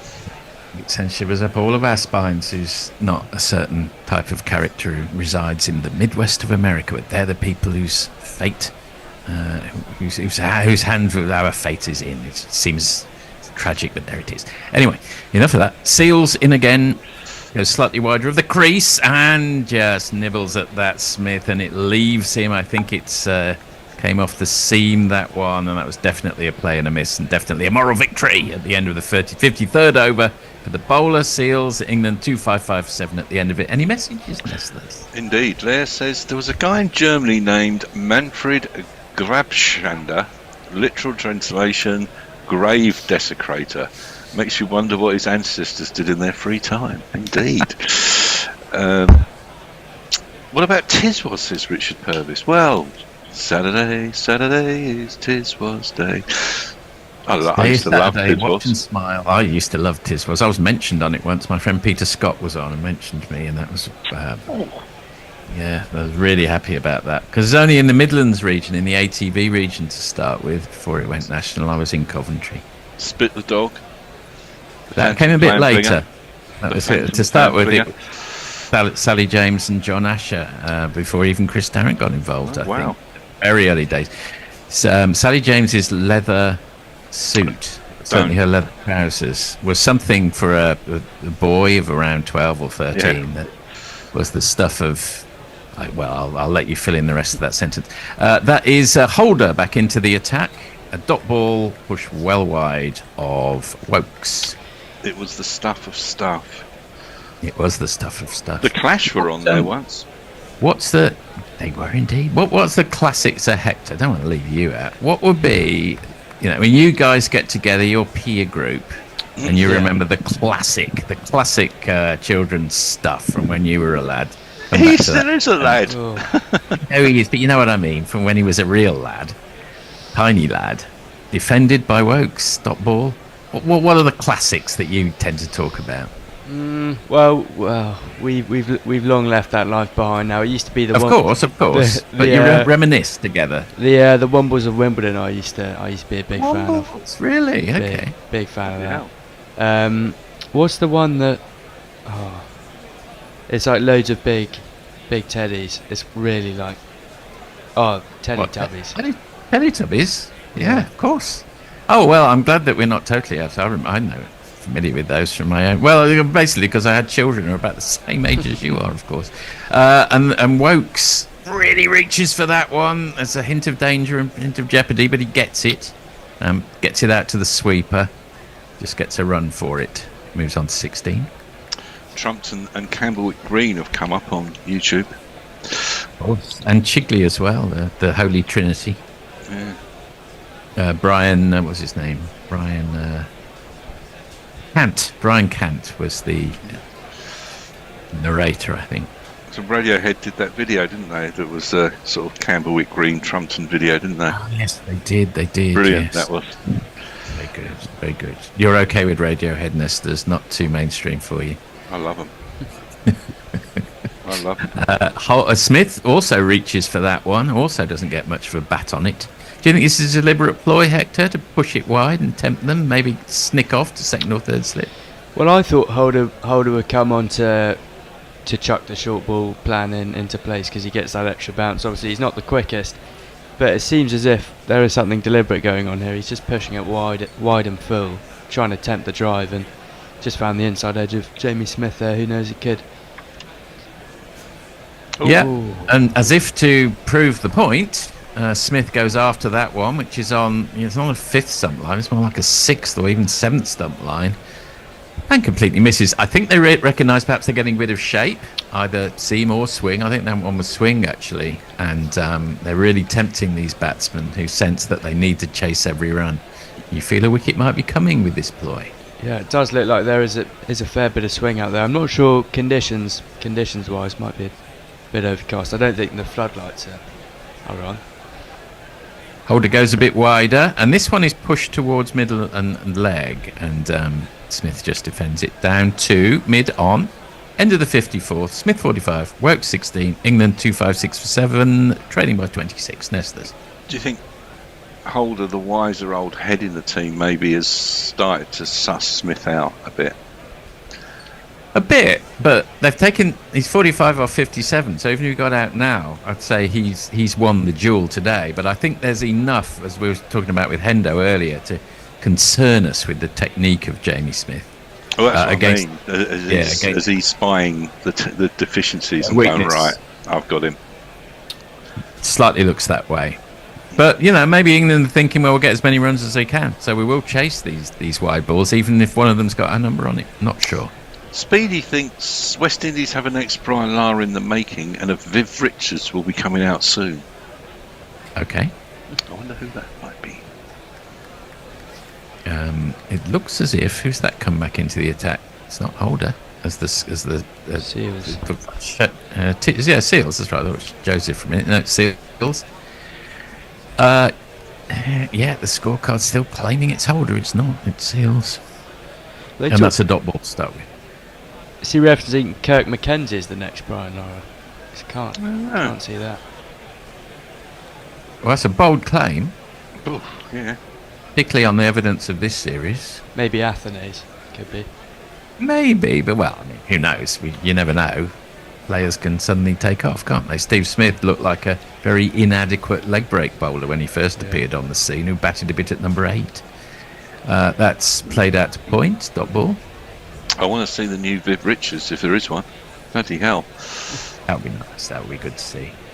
One is from Trinidad and the other is from Jamaica, says Speedy. He's still not giving us names. Maybe players that aren't in this match, I don't know. Maybe. Well, we're seeing stats on the amount of swing that's now occurring. Last 2 hours, 2.7 degrees. Since lunch, 0.8. So it may be, I might get Hector to comment on this. Seals in again. Fuller ball. It might be that the replacement ball after Jamie Smith battered that ball into the stands. They got a replacement ball. Maybe they're getting a bit more swing out of the replacement ball. Yeah, well, this is a trend that we've seen quite a lot. Saw it in the Ashes, especially the Oval Test and the Test match at Trent Bridge. I don't know what it is, but the replacement ball always seems to come alive after about 5-6 overs. Starts to offer a lot more swing. But I'd love to know why. Notoriously, it happened at the Oval last year, didn't it? Seals into Woakes, who plays a sort of no-look pull, if I can put it that way, out to deep square leg. No great pace on it, but they come through for the single. He moves on to 17. They're 14 and 15 years old, these unknown West Indians. Oh, okay. Well, I definitely Speedy don't. tells us. I think it's a little bit ambitious to predict that someone's going to win next Viv Richards at 14, but maybe they will. They could. Nah, there's only one Viv. Isaac Vivian Alexander Richards. That is when you see him side on, that is a strange stance. Hendo is right. It's very bow-legged, I would say, from Smith. Anyway, it's working for him so far. He's still in there, and he's 46, and he plays that one down for a single. You see it in his keeping as well. He sort of opens his body to be facing almost the cover fielder in his keeping. So he's angled towards first slip and second slip. So he's sort of predicting the big dive to his right. which coincidentally means that he's sort of blocked off a bit to his left, but seems to have been working. Yeah, it's funny. It does feel like he ought to be. I agree, but I've seen him take some very good takes down the leg side. So he's obviously found a methodology that works despite that initial start. And that's played out by Woakes. They're thinking of coming back for 2, and they think against it, which is probably wise. I think that's Joseph coming round to Shamar Joseph coming round to do the fielding. Oh, again, the end of another over. 2-5-9 for 7 England. They're only trailing by 23 now. Jay's getting me and Messers mixed up. Oh no, Blair says I'm afraid I'll not be around for the evening session, as I'll be doing that one in German over on my channel. But of course, I always send people over here for the rest of the coverage. Oh, thanks, Leah. Did we watch the opening ceremony last night of the Olympics? Yes. I saw the highlights. There was some magic moments. Very French. It was a Andrew, I don't know if you got the BBC coverage. Andrew Cotter's commentary on it was golden. No, see the Scottish guy. Yeah, that was fun. It was like sort of a Terry Wogan doing a Eurovision kind of thing. I'd like to have heard. It was, the bit with Nadal, Serena Williams, Nadia Comaneci, and Carl Lewis on the boat. They all just looked, what the fuck are we doing? I didn't sign up for this. It was hilarious. Carl Lewis looked like he'd rather be anywhere else in the world and looked genuinely petrified. Nadia Comaneci looked quite balanced. Yeah, but Nadal was pulling faces like as if to say, what? What's this? Not sign up for this. The French. That's angled in at Woakes, who just limps his way down. I think he's got a bit of a bruise there. He limps his way down to the other end, gets a single for it. It was a great moment, though, when Zinedine Zidane handed the torch over to Nadal. That was classic. Yeah. I mean, Nadal is sort of basically an honorary Frenchman, having won the French Open 1 billion times. Does he like France? I think so. I think it's one of his favourites. Well, certainly Roland Garros is one of his favourite places on earth. Spent a lot of time there. Yeah. It was everything we would expect from a French opening ceremony. Holder comes in again. Smith. Are you a doesn't do anything with it. Got ball. You a connoisseur, Hector, of opening ceremonies? Not particularly. I was forced to watch it yesterday by my brother and sister.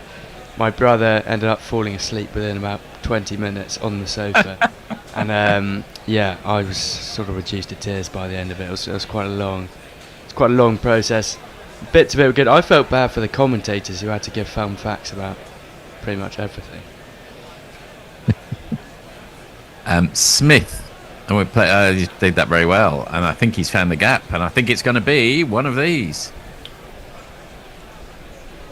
and I think that's his 50. Out grinds and flashing cameos, quite accumulation that just grows and grows.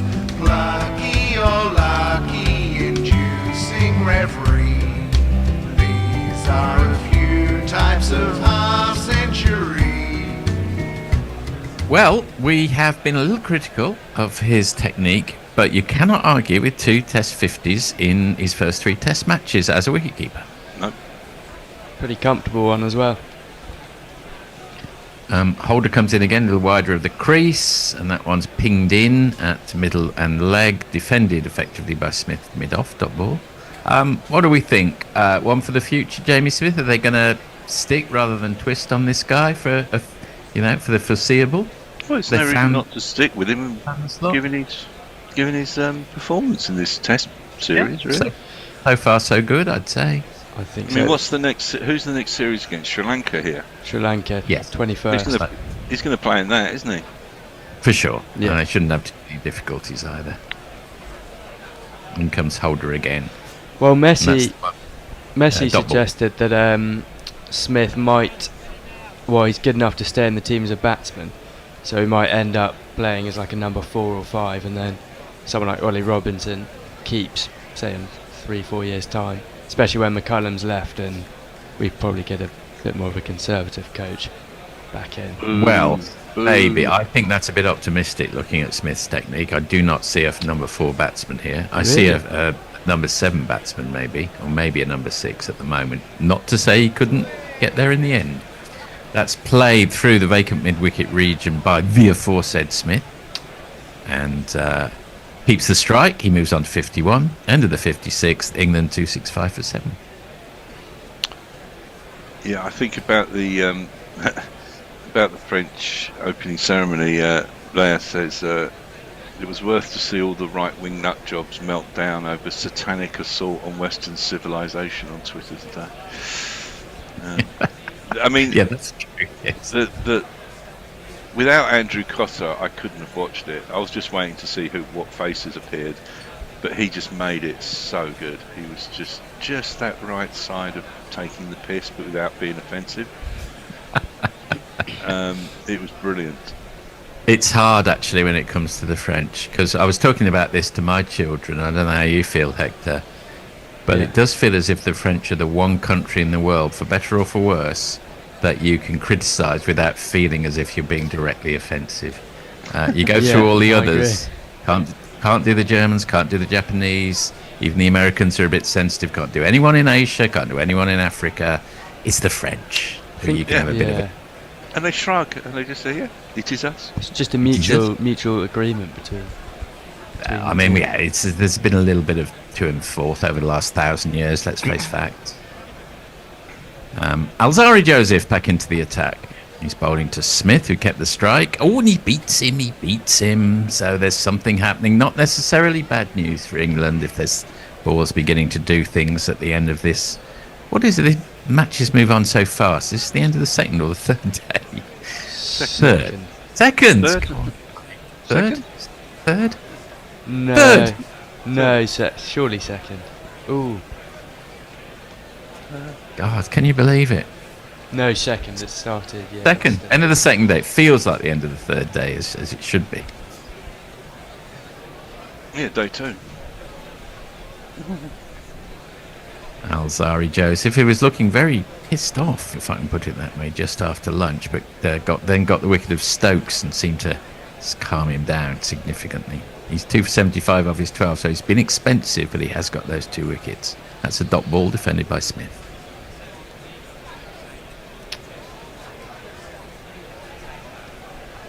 Looks rather grumpy. Looks quite at ease with the world, Alzari Joseph. Maybe he's a little ray of sunshine when he comes off the pitch. Some people get white line fever. Dale Steyn was like that, didn't he? He was just a completely different character and nice as pie off the pitch. Jay does point out, why was Snoop Dogg in one of the torchbearers yesterday? No one knows. It's a mystery to everyone. What was he doing there? In comes Alzari Joseph. Well, and that's defended. They gave him. What was Lady Gaga? They gave him a big thing that was lit at the end. I mean, that's, you know. Hey, what exactly was Lady Gaga doing there? Singing? She's not French. Neither Celine Dion, is she? Neither Celine Dion. They had a French heavy metal band playing out the windows of a castle, didn't they? For 30 seconds or so, yes. Yeah. I mean, it was creative. Don't get me wrong. We shouldn't criticise creativity. Smith, big thick inside edge, goes down to long leg. And they come through for the single. I mean, I'm not a fan of opening ceremonies to say, but nothing will ever be 007 and the Queen parachuting out of a helicopter in London. That was Danny Boyle, wasn't it? That was just the best thing. And I don't like opening ceremonies, but that was just brilliant. You remember that, Hector? You were a fan of the Yeah, Londoner? I do. I thought that the Queen actually did that until about 2 years ago. Apparently she had a stunt double. Slightly broke my heart, but hey ho. Nice. Apparently she did do the first half of it, or the bit inside. Oh yeah.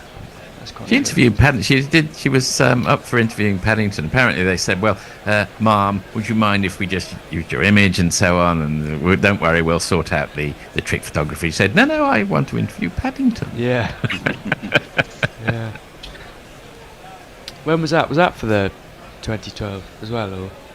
Yes, it was for 2012, wasn't it? These London Olympics. I remember when it was announced, which was 6th of July 2005, and then the very next day, next day was 7-7. That's a dot ball, and I was on a bus going into London. It gradually came to a complete stop. No one knew what the hell was happening because the phones weren't working. All the jokes on the top deck of the bus. Well, this is the French revenge for not getting the Olympics at the time. I think they've done one more recently as well, the Queen and Paddington. Yeah, I'm not sure if it was for 2012, you know. Was it not? No, I think it was more recent than that. Maybe it was for one of her many jubilees. Yeah. Yeah. Defended by Woakes down to mid-off. Dot ball. Oh my goodness, that's the end of another over. You look up, and that's the end of another over. England 2-6 for 7. Muttley says Celine Dion is from Quebec and French is her first language, being French Canadian. Very true. Jamie Hector Smith being mint, says Jay Grover. Fed Up says the fourth horseman with the puckered lips was his personal favourite on the ceremony. Luke Davis says Guan the gang. What a trio. Love from Vietnam. Thanks, Luke. Thank you very much. I never understood the one for the future mantra, says Dara Azizi. Well, people hope that somebody is going to be great, don't they? I suppose. They do. And you can't, let a team get old together. Sometimes you do have to say, we're going to invest in this guy, even though he may be not quite as good as the 35-year-old who's available. Oh, my goodness. Down the wicket comes Smith, and a false shot. And whether it was bat and pad, it ballooned fairly harmlessly out on the leg side where there wasn't a fielder. How did you read that one, Hector? Yeah, I think he edged it onto his pads there. There was a slight chance, but Holder just a little bit too slow to react to it.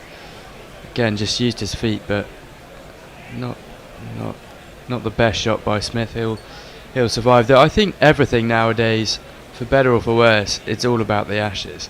It's a bit strange how it's in about 2 years' time, and all we can think about is the Ashes when we've got an India series coming up and numerous other it's bizarre. Considering that there's only been one decent Ashes contest in Australia this entire century, in fact back to about 1986, it is absolutely bizarre. It's a complete non-event down here.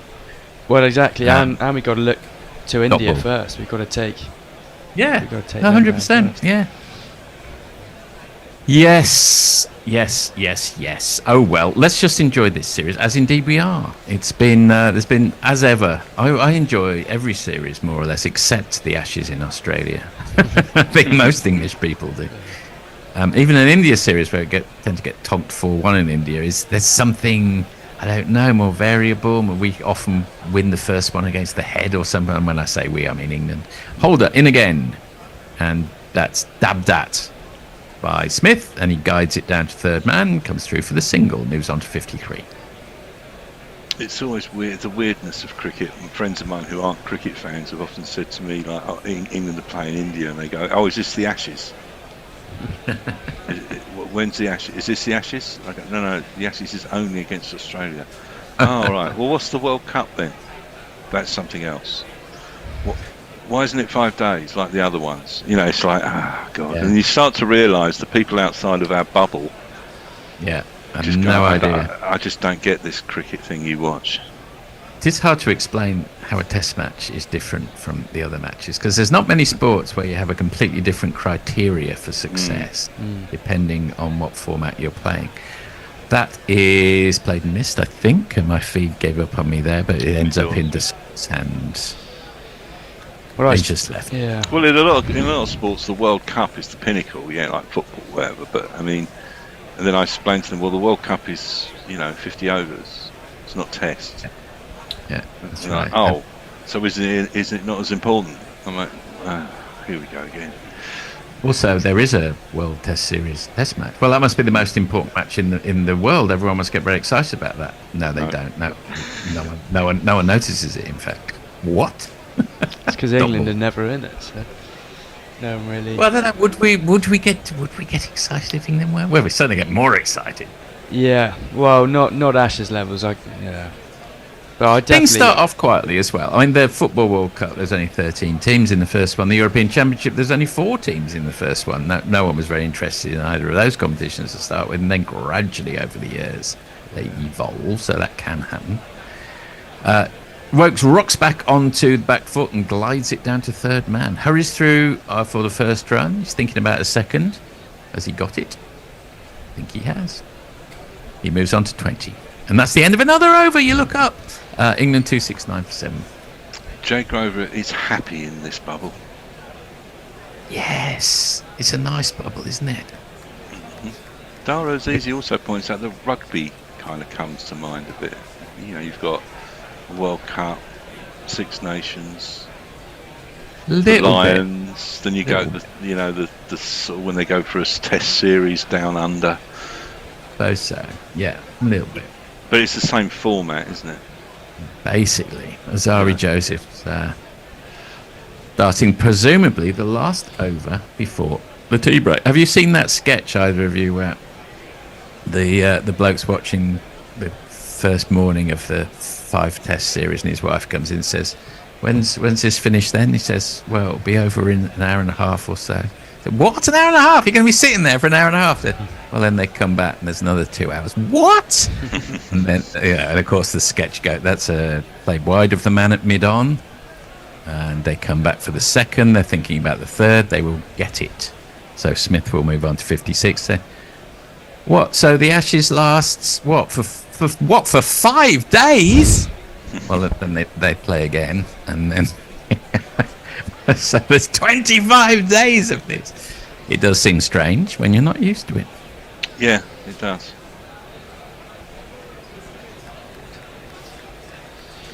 But it is what it is. It's what it is. And then, of course, you've got T20 and the IPL and the 100. And the 100. Stop it. It's mind-bending. I try to explain, as you say, I try to explain it to my wife from time to time. They recently have just stopped bothering when we got to the 100. Why bother explaining that bit? That's played down to mid-on. It's like a late period David Lynch film. It's just not worth bothering with. Don't bother with it. Yeah. The deficit is now merely 11. England at 271 for 7, and that looked a very long way away when they were 115 for 5 this morning. This has been a good recovery act, Hector, has it not? Well, it has, and a wicket is very much needed in this final 4 deliveries before tea for the West Indies. It is indeed. Joseph seeing if he can just winkle one out, which would even things up to a degree, would mean 3 wickets in the session. And that's played out. Deepish point, no run. Woakes stays on 20. Smith? So would you say England's session? Probably. Just about. Yeah, I'd say so. Well, Smith and Woakes have actually raced. I know Woakes 20 off 31, but he seems to have raced at 20, and the lead has been quickly cut into, and looks as if England are going to have a pretty solid lead going into the second innings. Yeah, it's been interesting, hasn't it? Because West Indies have never reverted to a more defensive field because they've had one of those in-between totals and they've always felt like they were in the game. Because the field's always been up, they've always felt that there's always been gaps. That's whipped away by Woakes round to deep square leg. And I think they'll come back for at least 1, possibly 2. Just the 1, I think. I think I can read this tweet out, giving the author is German. It says, if Germany ever gets test status, we can play for the rubble. Doesn't matter if it's Coventry or Dresden. Oh yeah, I come from Coventry, so if I'm not offended. And Leia's from Germany. So. Yeah, exactly so.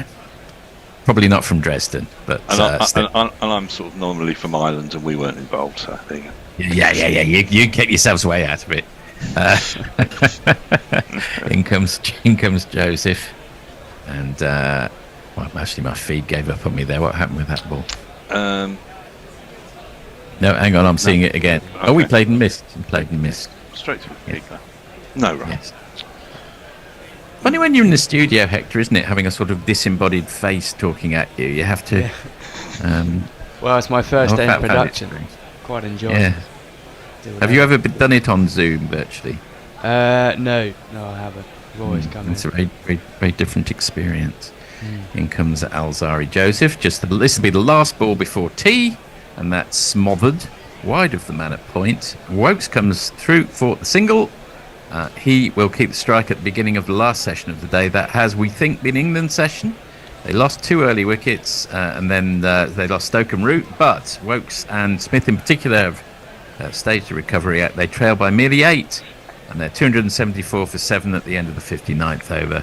I'll hang over to Hector for a minute to see how he's viewed the afternoon session, and then we might see if there's any last tweets. Well, yeah, 26 overs, 117 runs for 2 wickets, going at 4.5. Very much a session for England. Say about an hour ago, we weren't expecting them to be in a position at all where they could have a pretty solid lead. Jamie Smith and Chris Woakes have looked very composed. Jamie Smith especially looking like a real talent. Not out on 57. Chris Woakes not out on 21. Trailing by 8 and with every chance of having a good lead. England will take the momentum going into tea and coming out into the evening session. Very good. Any last murmurations from the spheres? The spheres of influence. Well, just one really. Hombre Nuevo says, do you think, for better or worse, the obsession with getting it right for the Ashes means we have it right for every other Test match as well? It's a marker and a shackle we have given ourselves. Agreed. Yeah, they do seem to sort of focus on the next Ashes series. Is it, in 18 months' time, is he going to be ready for the Ashes? Well, what about the Test series in front of us? Yeah, I mean, it never seems to work either. We always seem to end up with exactly the wrong team at the wrong time when we come down under. Yeah. Somehow. And Dara Azizi just says, I'd love to see Woakes get 50 plus. Wouldn't That'd we be all? nice. Yes, it would. Well, unless you've got anything else of great import, Nestlers, I think we'll call it a day there. I don't know whether you've got anything you want to slip into a tape recorder there, or a VHS player there, or a pneumatic machine, Hector? Well, I've got a podcast here. I'm not sure. It's the Bear Stick and the it on. Bishop. I'll stick it on Stick now. it on. Okay, we'll see you after the tea break. See.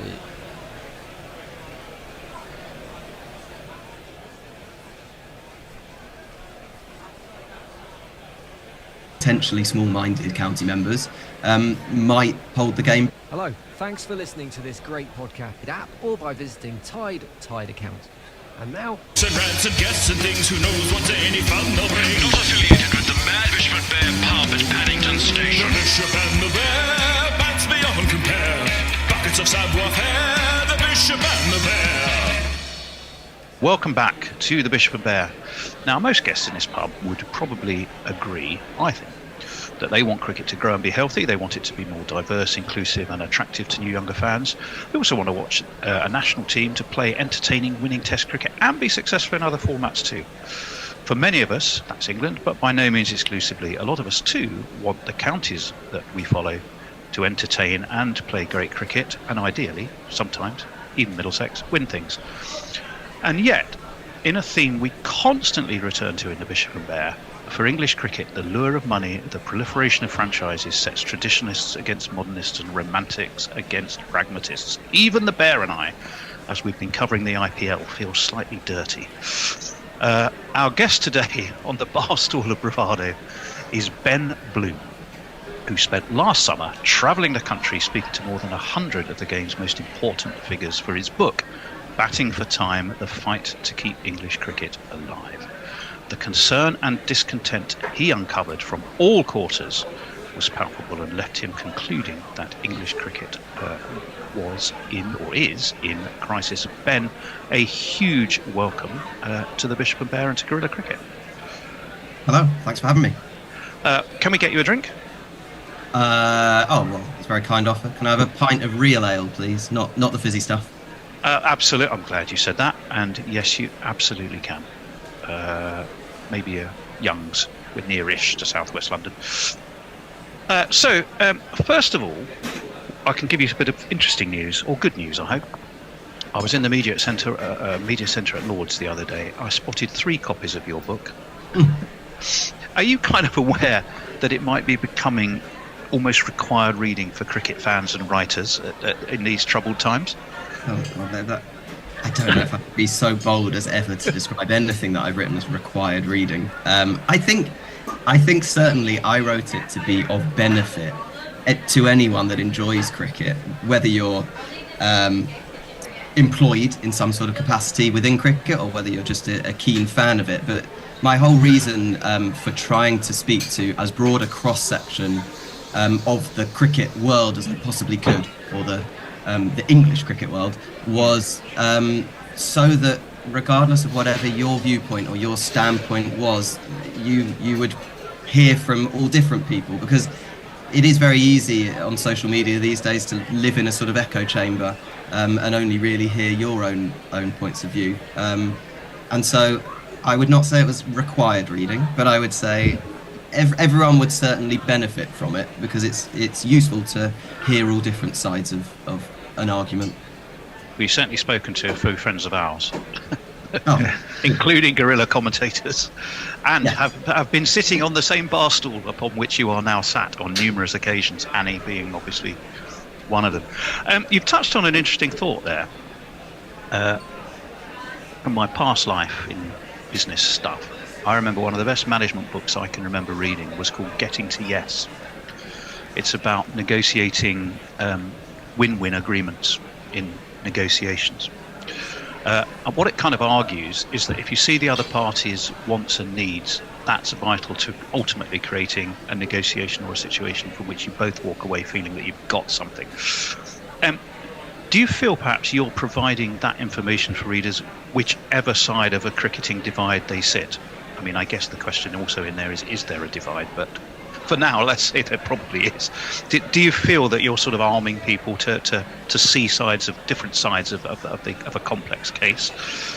I hope so, because I think it's very easy as an entrenched county member to look at things through the view of someone that has visited their local ground for 20, 30, 40, 50 years and loves everything about it, but they don't have to think about the financial side of things. And then vice versa, the people that pull the purse strings, they often forget these people that have invested so much time, energy and money for decades. And I think we saw that with how the 100 came about, with a complete absence of any consultation, and then the widespread anger that caused, and then that backlash, I think, really fueled the uprising off the back of the ECB High Performance Review, or the Strauss Review, as it's better known, because if you make a decision without discussing with the other side, or really taking their thoughts and feelings into account, it doesn't end well in the long run, and you alienate so many people. So yeah, hopefully it can only do a good service for people to understand all different sides. Do you think that the various factions within the game are that divided? If you strip away everything bar an essence, the essence is that they all are involved with, get something from and enjoy, if one hopes, and maybe that's the key question, cricket. So if you get to that point, are the divisions genuine, or are some of them artificially put there because of a certain clumsiness in the way the process has kind of gone about? Everyone involved in it believes that they have the best interests of cricket at heart. The figure that I use in the book is there were 69,000 full adult county members in 2022. Is that all? What, across the UK? Across the UK. Yeah. 69,000. Yeah. Wow. I mean, that is very small, actually. Christ, I thought it'd be more than that. Well, quite a lot. About 20% are Surrey, aren't they? Yeah. Nearly a quarter of it are Surrey. Yeah. I think numbers have risen. So that was 2022. Numbers rose a little bit last year because different counties are putting in various ventures in place to try and expand their membership, and they have proven successful. But yeah, it's not a huge number. But as I was saying, so those 69,000 fully paid up adult county members, they believe that they have the best interests of the future of English cricket, at heart, and the ECB believes that they have the best interests of English cricket at heart, and they're coming at it from a viewpoint of trying to protect English cricket and trying to make it strong and trying to future-proof it. So yeah, everyone has the best interests. The real major sticking point is how to go about protecting English cricket, and one side believes that money essentially is the answer. You need more money, and money comes through franchise cricket, because that's the route that private investment is interested in giving English cricket some money. And then the other side doesn't care for the business side of cricket particularly, and believes that these 18 county clubs are predominantly community owned organisations, community operated, and there to serve the community. And so this move towards the private franchise world is really detracting and getting away from what we've had for over 100 years. So those two very contrasting routes are creating problems, because they're totally opposite, despite having the end goal, or the desired end goal, the same thing, to protect English cricket. Well, money, so they say, is the root of all evil today. There's a Pink Floyd from the Dark Side of the Moon from memory. There is a phrase you use in the book: money trumps history. Do you really? Is that something you genuinely believe? I'm going to come on at the end to conclusions or otherwise, because you're very careful about neutrality, I think, in the way you present the arguments. But there are some emotive phrases, and that one really slapped me when I read it. Money trumps history. Yeah. Well, yeah. I'm my viewpoint is I'm a traditionalist. I like everything that's traditional about English cricket, but I am pragmatic about its future. So I sort of describe myself as a pragmatic traditionalist. And things do have to change away from what I want them to be, because people like me are not going to keep English cricket strong in the future. It does need more people, more eyeballs, all that type of stuff, rather than people that have just grown up loving it their whole life. I find it incredibly sad that the drive for more money and private investment might do away with the amazing history that we've had of the domestic game for over 100 years. A very simple example of that is I'm a Sussex fan. 20 years ago, we won 3 county championships in 5 years, and it was the greatest era in Sussex's history.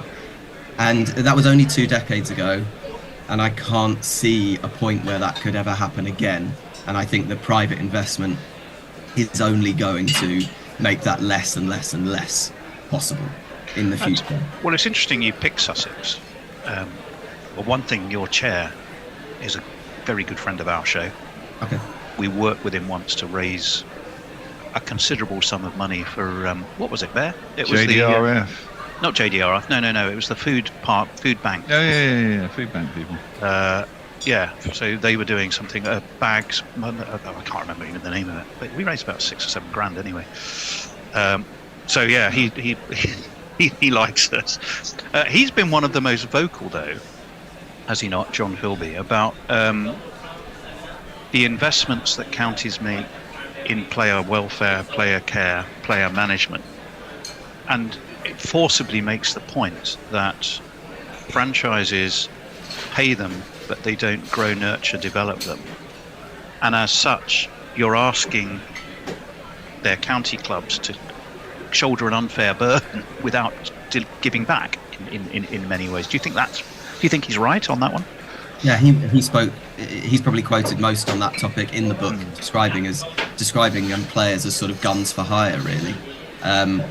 And they will just go and he didn't criticise the players, because you go where you can earn the most money. But yeah, the franchises don't offer wraparound care. They don't. When someone gets injured, they don't get patched up at the franchise. They go back to their English county. And it's those S&Cs and doctors and all of that have to invest all of this time and money into patching them up, and then they'll patch them up, and then they might go off and play in another franchise. Yeah, well, that was Alex Stewart's big article, didn't he? Last summer there was a big thing saying exactly the same thing, you know. And that is clearly unfair on the county structure.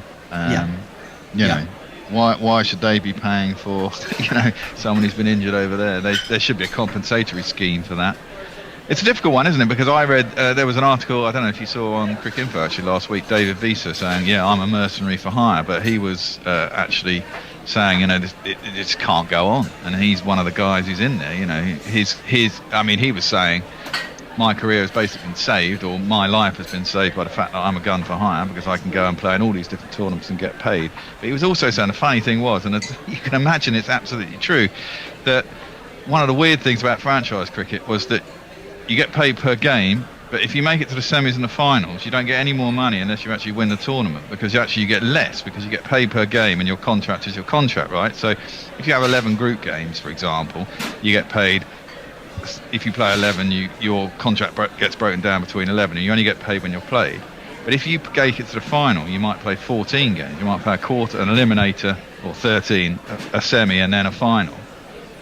And you actually only get the same amount of money if you get knocked out at the end of the semi-final as if you got knocked out at the end of game 11, unless you win the final, because there's a final pot. And so there are loads of people who are going, well, fuck it, we had a bad tournament. We got knocked out after 11 group games. Wicked. Now I'm off to the Caribbean to go and earn my cash over there. And they don't care. It's a very weird situation. A lot of people have said it's not sustainable. It surely isn't. Yeah, it is. The number of franchise leagues that emerged last year, just in 2023 alone, there were 2 or 3 very high profile, very high paid leagues. There has to come a point where the market is saturated. I'd argue it's beyond that already. But yeah, I think there will be. It will sort of level out, and there will be some that fall by the wayside. And I suspect there will be. Well, what I suspect there will be is over a 12-month period, there will be one franchise league operating at any point throughout the 12 months. I suspect that's where it will get to. At the moment, you have clashes between 2 or sometimes 3. I suspect it will get to the point where there is pretty much one the whole year with a few weeks off at different points. Now that still leaves scope for a lot of different leagues, depending on how long the IPL decides to run for, or whether the IPL decides to have 2 IPLs per year. It all comes down to what the IPL wants, really. Yeah, well, that's true. I'm going to ask you a slightly cheeky question, which you can answer carefully, I'm sure. We talked about how even though you refer to Luddites, or somebody does, you do it affectionately. At the same time, you look at the business arguments and the consultants for marketing consultancies and those elements around the 100. Without naming names, unless you want to, did you feel there was anyone you met or spoke to that really had self-interest over the good of the game at heart? You might think it's a cop-out, but honestly, no. I really didn't. Even the main marketing person I spoke to was a guy who operates a company called 2 Circles, and they work very closely with the ECB, and they've been very involved in creating and developing and marketing the 100. Now people might think that he's just in it for the money. Yeah, maybe he is, maybe I'm just naive, but everything he spoke about was how to strengthen English cricket and how to get new audiences and how to protect it for the future. Whether you agree with how he thinks Gareth Bolch, I guess you're Gareth Bolch, yeah. Whether you agree with his conclusion, i.e. the 100, is the best way of doing that or not, I certainly came away from my conversation with him thinking, well, he does believe that this is the best way to do it. And someone like Tim Bostock, the CEO at Durham, he was the one that described some county members as Luddites. I would say he's not going about it with self-interest at heart. He genuinely believes that being beholden to a certain number of potentially small-minded county members might hold the game back, and he thinks that it needs broader thinking to develop the game. So no, sorry, I imagine it would be far juicier if I said, yeah, I came across people that just wanted to line their own pockets, but I didn't feel that. No, I take you. I mean, I've met Tim Bostock. He and actually Sean Jarvis and Rod Bransgrove in some ways cut from the same cloth.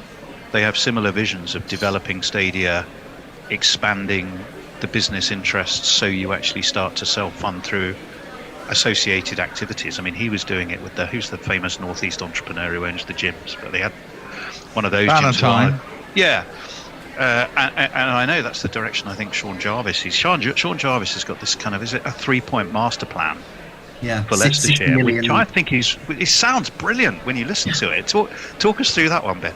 Yeah, it's a £60 million redevelopment plan, which is, but it's very hard not to describe it as laughable. When Sean suggested that the loss of, he said the Strauss review would potentially cause them to lose £250,000 a year in lost income through not hosting as many matches, and that could be the difference between Leicestershire surviving and not surviving. Now that's £250,000, and he then suggests that he wants to have a £60 million redevelopment. But fair play to Sean, he is thinking, how can we make Leicestershire sustainable? And he has to operate in a different world to many of the other, the CEOs of bigger clubs, because he doesn't have a team associated with the ground. He doesn't international cricket, so he has to think of other ways of doing it.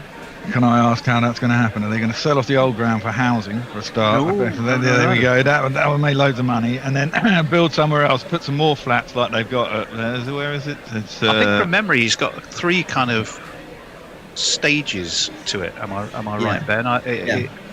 The first is they've got land to develop, but they want to develop it as some form of commercial venture, like a gym, like a wellness centre, something of that. So they've got land that is part of Grace Road that can do that anyway. I think the next one is standard, develop the facilities and make it a better cricket ground and raise the capacity.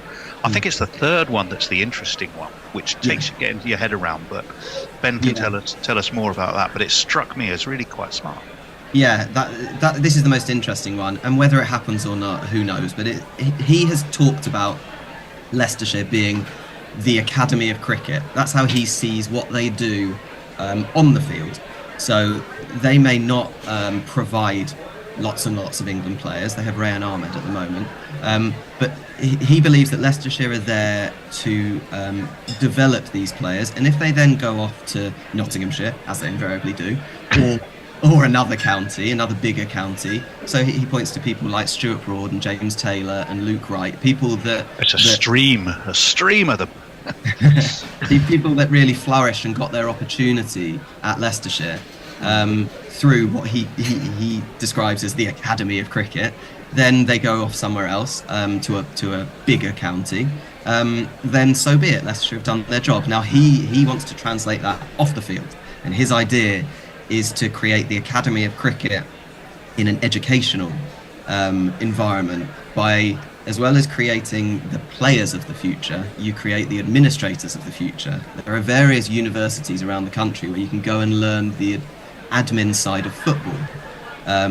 So if you fancy yourself working in a boardroom in football, then you go and you get a degree or a master's or whatever these qualifications are. But there's nowhere that does it in cricket. Now, whether the market is big enough in cricket, I do have doubts as to whether that is big enough, and therefore whether or not such an operation would be sustainable. But Sean's been in conversation with Loughborough University for a couple of years, and he sees this Academy of Cricket, the educational side of it, being one of the 3 strands of this great Grace Road redevelopment. Yeah, I think I like that. I mean, football. Well, I don't want to sidetrack. I was going to say, a bit like becoming the Brighton of the cricket world. Yeah, develop the players, blog them on. As opposed to the management rule, which says 1, find an oil-rich Arab state; 2, get cosy with them; 3, sit back and win things. Job done. They're in a nutshell. Actually, interestingly enough, that leads me on to another. Well, you one of the things I think the book we're talking about, which is Batting for Time, the fight to keep English cricket alive, by our guest Ben Bloom. I was at Middlesex and Surrey. I'm a Middlesex man. I was at the T20 last season. Surrey trotted out. It was not as full as it would normally have been, the Blast game. And I just thought to myself, this is like the Manchester City of cricket. trotting out here for Surrey. Well, I was looking at Middlesex. I said, "Geez, how much are we going to get pumped by in this game?" It was literally like watching Watford at the Etihad. When I saw those two teams come out. But one of those players you do actually talk about quite a lot in the book, because you sort of use him as an example of the modern cricketer, and that's Sunil Narine. Now he wasn't. I've even put in my notes here, Manchester City level Blast team for Surrey. He played through the Blast. He didn't make the final.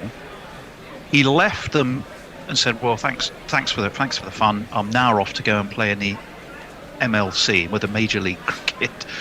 He allegedly tried to figure out how he might do 4 games in 75 hours and 18 hours flying, and at the last minute said, "Nah, sorry about finals day. Tough shit. I'm not going to do it," leaving Alex Stewart fuming. And probably stoking where he ended up with it with his rant at the end of the season. I mean, he even did it for the Oval Invincibles as well, didn't he? Didn't he cut and run from that after popped in, left again, and went off to the CPL? Is he justifiably like the sort of the poster villain for the non-committed player these days? I guess so. Yeah. Yes. Obviously, there are mitigating circumstances around everything that he did. The problem was he'd signed the Major League Cricket contract, not knowing whether Surrey would make it to the Blast final, and But it's bizarre for people like us three, and people that have consumed sport in a sort of pre-last 5 years era. To think that you would prioritise anything other than winning with a team that you have helped get to the final. Prioritise money over that, or prioritise anything over that. Surely the glory of that is more important than anything else. But in 2024, sport is more of a business than it ever has been before, and people view it differently. But cricket is the only sport where this can happen, really. I mean, you can't have football players don't do it. Formula One drivers don't. You're contracted, you have to get out of that contract, you move on here, whereas in cricket, as you say, basically you've got a number of contracts and they all overlap. Well, it's the no objection clause, isn't there, which I think goes into contracts, and certainly internationally. Ben will know more, but you look at Jason Roy, Trent Boult, Hales, Dawson, Billings, the list goes on. The one thing you can say about all of those guys, though, is, and Jason Roy was another one who I think they tend to be towards the end of their career. No one could point at Trent Boult and go, "You slacking bastard." I mean, let's face it, he's done his job, right, for New Zealand cricket. And but then there's the other side of that coin, who I'm sure you've probably spoken about to Annie about, and that's Will Smead, because he's resigned effectively from county cricket before even playing county cricket, and that is more. Do you think that's more troubling? Yeah. Oh, definitely. At the moment, there's only one Will Smead, but the fear is that other youngsters go down his path. I went to the Durham Academy during the course of researching the book, because the Durham Academy is one of, if not the most prolific in the country for producing professional and England players, and the coaches there. They were adamant that the kids coming through the academy still see red ball cricket as the pinnacle. I think they're probably correct, and that Will Smead is in the minority, certainly in England. The issue, I think, is the rest of the world, the rest of the cricketing world. They are changing faster than England, or attitudes are changing in those countries faster than they are in England. So if the rest of the cricketing world, the best young talent, sees white ball, or let's not say white ball because that includes the near redundant ODI format, but sees T20 or shorter formats as the pinnacle, then English youngsters, the best English youngsters,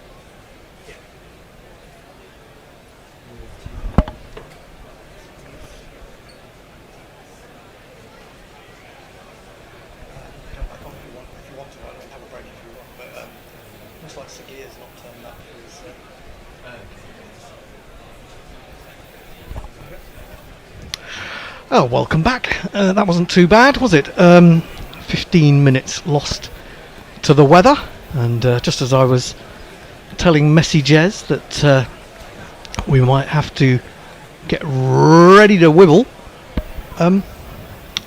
flashed up on my screen that we're resuming at 4:15 with the match very nicely poised. Now, we were hoping for Sagir, who I haven't been on with before and don't know, to be here for duties of a certain sort, but seemingly it's not in the waiting room. If you're out there, please join us, and I'll let you in. But it might be. I haven't heard from Sagir today. It might be another Tony Rota disaster. No, I shouldn't say that. We'll struggle through. Does very helpful. It's amazing what we can do by the skin of our teeth. Absolutely, absolutely. There may be some bad news though. Gary tweeted a minute ago that it was raining again. So I don't. What? Ah, just hauled myself back into the seat. I've forgotten my pillow again. I was struggling from my. Do you mind? Yeah. Thank you. I noticed. Having young people's great, isn't it? It is. I had it for the first couple of sessions I was on, and then I keep forgetting it, and my back has gone into sort of rather horrendous protest. Yes. So there you go. But as you say, young people can nip up and help old men with their problems, and not all of them, obviously, but certain ones. So we hope there isn't any rain. The covers are back on. Well, I say the cover's back on. The main hover cover is back on, and there's a man, possibly a fourth umpire, out there with an umbrella up, which is not entirely good. That said, there's a couple of people in the crowd with their umbrellas up. I always think, I don't know whether you guys agree, but I always think that it is incumbent upon spectators to sit in the rain, because as soon as you put up an umbrella, it encourages an umpire to go off. Wow. He says, well, if they're sitting there and they've got their umbrellas off, then surely we can't play. But, I mean, if it was absolutely pissing it down, then there would have been a mass exodus. And certainly there isn't. There's just the very oddest of spots on the camera lens. So, what's happened? We lost something. No. Well, from what the radar's showing me, if there is anything, it's going to be very, very minimal. Sure, it is. I mean, it's quite cloudy, but it's not dark, brooding cloudery, as you might call it. But anyway, so we do have a bad jingle that's quite fun, actually, that hasn't been run out for a while. If you can find it somewhere there, is that going to be selected in play? I imagine it will be. I'm just going to have a little look down, see if I can I find that. Talking to Gary though, we have got this. I'll be your white-haired whinger from Liverpool, and I'll trash everything I see. Overrated drinks, breaks, footwear ain't cool, all said with confidence and hyperbole. No, I'll never, ever, ever concede I'm wrong and talk over everybody all day. I'll be your white-haired whinger from Liverpool, and I'll dismiss what all the listeners say. No, that's wrong actually, because what they need to do. I don't think I've heard that all the way through. Great jingle. That's the Jersey Jingler, I think. Have you ever been on with Gary? No. Right. Okay. So you'd remember if you had. Yeah, been. you would remember. And he made that jingle. No, he didn't make that jingle. One of our jinglers made that in his honour. Gary has the capacity to talk in a way that makes David Brooks seem quite silent. Well, really? Gary is the only person who could commentate Guerilla Cricket for a full day on his own, basically. Oh, really? Put it that way. But he's not been around for a while because he's been going up to all the test matches, hasn't he? Sadly. So I should say he's also a hell of a nice guy. Oh yeah. We give him shit and he laughs and he takes it very well. Yes, indeed. I was just wondering whether we should. One thing I wanted to wibble about. in the lead up to today. Well, not in the lead up, but at some point in the day. Did anyone see Mike Atherton's interview with Richard Gould yesterday? No. Oh, well, that cuts the wibbling down. Unless there's people out there. Well, you can summarise it for us. Well, I can't actually because I didn't see it, but I did read a lot of people saying what a load of old nonsense. Richard Gould has completely gone the other way in his support of the 100, where he was originally kind of against it. This is Richard Gould at the ECB, and the Athers was asking him some pretty difficult questions, and he was struggling to kind of justify what he was saying about the 100. So I just wondered if anyone actually has seen that and has got any comments on it. Maybe if you're out there on Twitter or on the YouTube feed, you'd like to feed into us a little bit. And, it raises an interesting question, though, Hendo. Richard Gould was at Surrey, wasn't it? That's right, yes. Now, Surrey has been, as someone said earlier, the Manchester City of cricket, county cricket. And they're successful on the field, and they are very successful financially. And I think there was the hope that because Richard Gould hadn't been particularly in favour of the 100 when he was with Surrey, that he'd come across and bring the same attitude to the ECB. Yeah. But it does seem to me that the ECB have employed him not so much on a cricket basis, but on a business basis, because it seems to me that all administrators are running cricket simply as a commercial operation. Yeah, and that's the danger. I mean, no one's suggesting it shouldn't be run as a commercial situation in general. But cricket isn't just there to be another, outlet business for finance. And I think also Andrew Strauss was coming under a bit of criticism yesterday because he said that he's involved in bringing together Indian interests and American interests with regards to the 100, buying a franchise as well. Now, we started to talk. I'm just going to ask Hector. We started to talk about the 100 last week. I remember. I think we sort of kind of ended up. Some of us went off on a tangent. So we didn't end up to it. But you're young. Are you a particular fan of the 100? No, I'm not a fan at all. I went to the opening game at the Oval Invincibles versus Birmingham Phoenix, and I get it.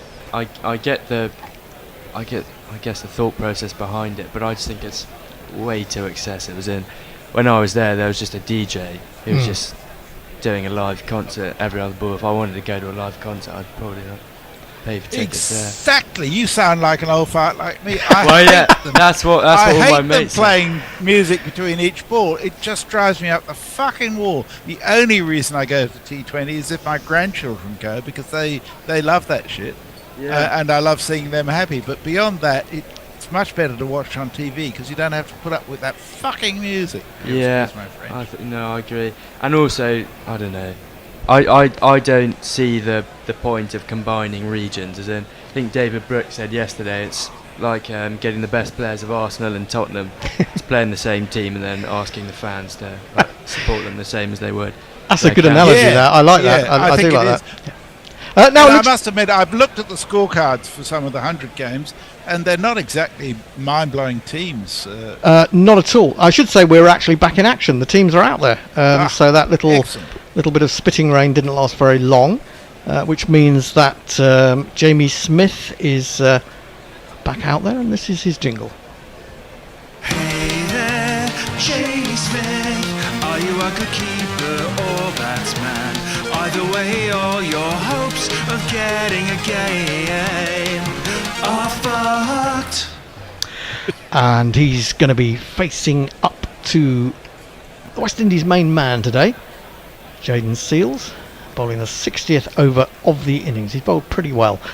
He's in to Smith. He's down the leg side. He's picked that up rather nicely. I was a little bit worried that he picked it up too nicely. It might go straight into the hands of deep square leg, but I think it has bounced before it's got there. So just a single for him. England now just 7 behind with 3 wickets in hand, and West Indies really need to clean up this England lower middle order stroke tail as quickly as possible. Well, this bit of rain could either be a godsend or it could actually work in the opposite way. Might be a little bit slippy, but again, overcast conditions. Jaden Seales, who's bowled very well this innings so far. It's all setting up. Yep, 3 for 55 into his 16th over. He bowls a short one, which ends up being very loopy as it goes through to the keeper. It was left alone by Woakes. It really just stuck in the pitch, did that. And Woakes decided not to have a go at it. Didn't really get very high either. It's perhaps suggesting that the ball has gone quite soft. But, 275 for 7, England. I'm not sure that Brathwaite and Louis would fancy batting in these conditions either. It's how they can stop runs from flowing without maybe bowling them all out in the next 5 minutes. Yeah, I suppose that's another consideration, isn't it? If England do get out quickly here, that the West Indies will face difficult conditions to bat in. Seales in bowls to Woakes. It's a good length delivery just outside the line of off stump, and he defends back to the bowler. There is no run. By the way, for your information, according to Cricket Info, play will be extended to 6:47. Okay, fair enough. Well, seeing as I'm being robbed of some of my ball by ball, I shall take over at 6:30 and get my 17 minutes back. Rather than that seems to work. I think that seems fair. I've only got 6 minutes to commentate here. And the three of us will be on together. Yeah, short and well controlled hook from Woakes, who will get a single down to long leg. He moves to 22. He's played some lovely shots actually. He's played 2 or 3 absolutely stunning cover drives. Well, he has. He's looked very comfortable. The issue is here, well, I think that they didn't go short early enough here. They let him settle in by bowling the full delivery. I know it was swinging a little bit, but Woakes is certainly, I'm sure there's a statistic out there, he'll average a lot more to the fuller delivery than the short ball. Typically that's how he gets out most of the time. Yeah, Seales is in again, bowls to Smith, gets in behind that, straight one, defended. Back to the bowler, and I think it goes back to that decision that we commented on earlier where Moti had just got the wicket of Root, and Brathwaite took him off straight away and brought, I think it was Seales came back into the attack at that point, and yet they didn't pepper Woakes with the short ball. Now, either if you're going to bring back the seamer, I think you probably need to do that because Woakes is quite weak against the short ball. I mean, I know it's said of a lot of players, but Woakes really is. In comes Seales to complete the over. It's full, and it's nicely on-driven by Smith, but straight to mid-on. There is no run. End of the over, 276 for 7. But otherwise, I'd have kept Moti on because Woakes, good player as he is, good decent batsman as he is, he's not the kind of guy who's going to go over the top in a Test match facing a spinner. Certainly not early in his innings. So I think they could have kept the runs down. I think the runs have come too easily for Woakes in that respect. Definitely, far too easily. 22 from 35, and he hasn't had to overextend once. No, that's right. Root was out for 87 earlier. LBW to Moti. That's what we were just referring to. Nice 50 from Ben Stokes. People say threw it away, but he actually batted very sensibly until he pulled one and got it too high up on the back court at square leg. That was a great recovery from England, who would drop to 50 odd for 5 when they lost Pope and Brook in quick succession in the first 20 minutes this morning. But, it's now ended up being a very interesting Test match. Still, it pretty much was an interesting Test match from the beginning this morning, to be honest. Well, the West Indies have just let it slip a little bit, but they do have as I've just said, they do have a great opportunity to pull it back. Either a blessing or a curse. These conditions, maybe a slippy ball, but again, slightly disappointing from 55 for 5 to 276 for 7.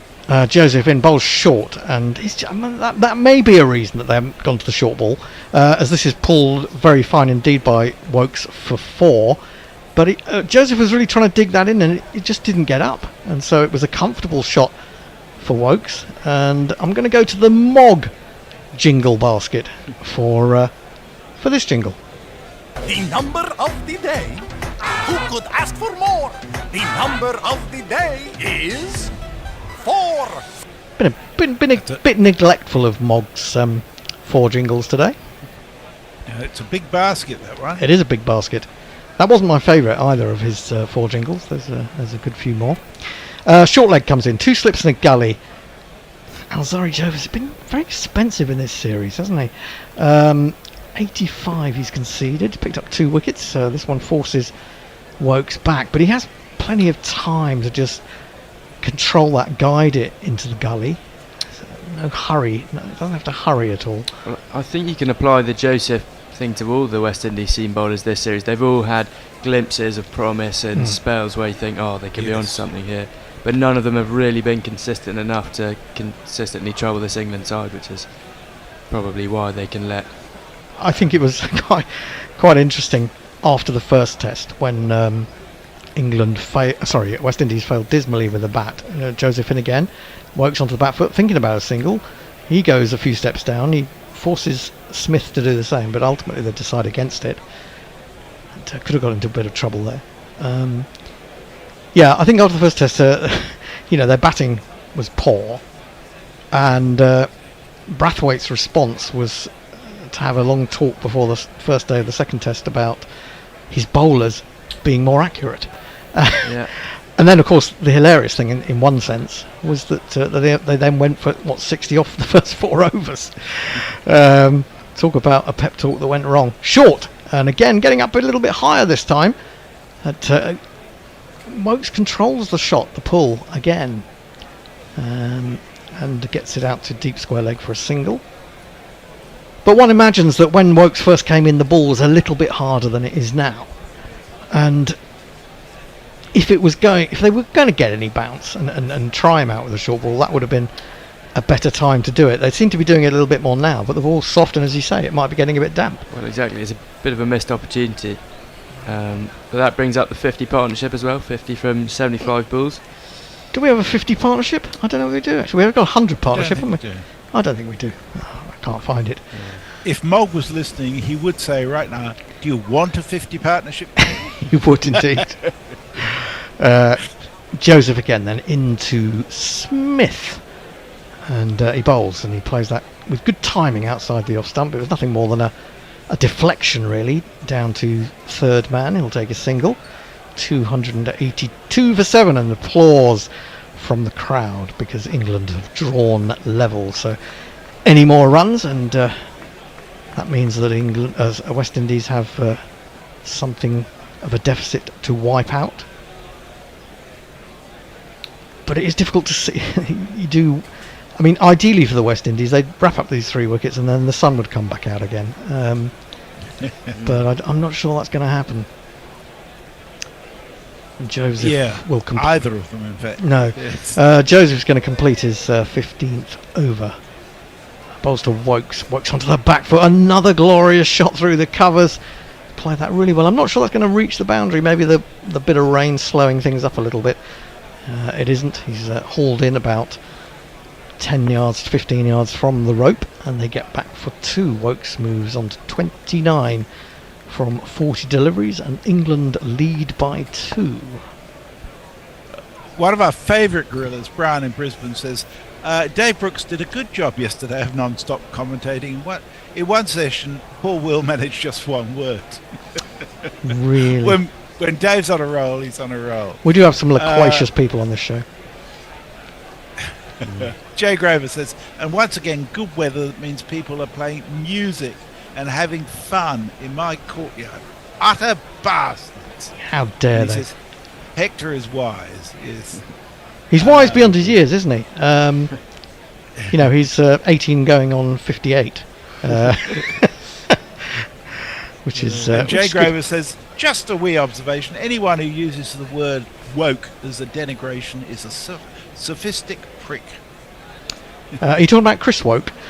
Seals in, bowling to Smith, up onto his toes to a back of a length, maybe short delivery, defends it into the offside. There is no run. I hear Chris Woakes is unemployed since the Maximum ceased publication. Yeah, unfortunately he is. He hasn't found another outlet for his writing, sad to say. It's hard to believe. It is hard to believe. I mean, I did sort of suggest to him that he might like to put some of his best columns together and we could produce it as a Christmas book. But I'm not sure that that's happened. Too much like hard work for Chris Woakes. Probably, yeah. Defended to the man who's... Well, is it Jason Holder? It is. He's fielding in the what we call the on-Hayden position, which is the position that Matt Hayden once took up or invented. It's he's just in front of the non-striker, which if I was a non-striker I'd find really irritating. And I think that's its main purpose, because I think maybe once or twice I've seen a wicket taken there in possibly 15 years. Anyway. Not a lot. Not a lot. Seals in again, bowls on the front foot is Smith. He wants a single and they'll jog it quite easily. He's just eased that out about 15 yards from the bat square, and it means that one of the slips has to peel off. I say one of the slips, there's only two of them to do the fielding. 285 for 7 England. Oh, we've actually overstepped our short session already. Oh, have we? Yeah. Oh, yes, so we have. I'll do to the end of this over, and then we'll. Nestlers will come in. Let Nestlers back on, and who else is on? It's Hector on ball by ball. Hector and you two. So it's you two again. Okay, so just one change. I will be slipping out. Seals, 3 for 57. Now just the one slip now. Bowls to Woakes. Good length ball, he defends. The ball rolls slowly up towards mid-off.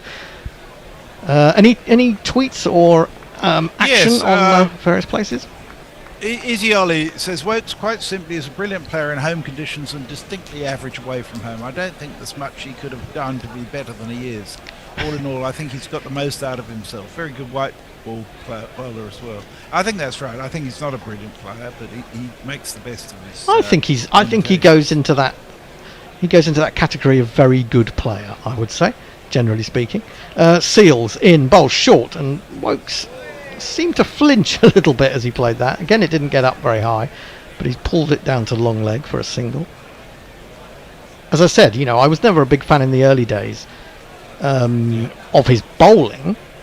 His bowling has developed incredibly well, certainly in English conditions, and his batting is much better than I gave it probably credit for. I remember years ago George DeBell talking about how Woakes might open for Warwickshire.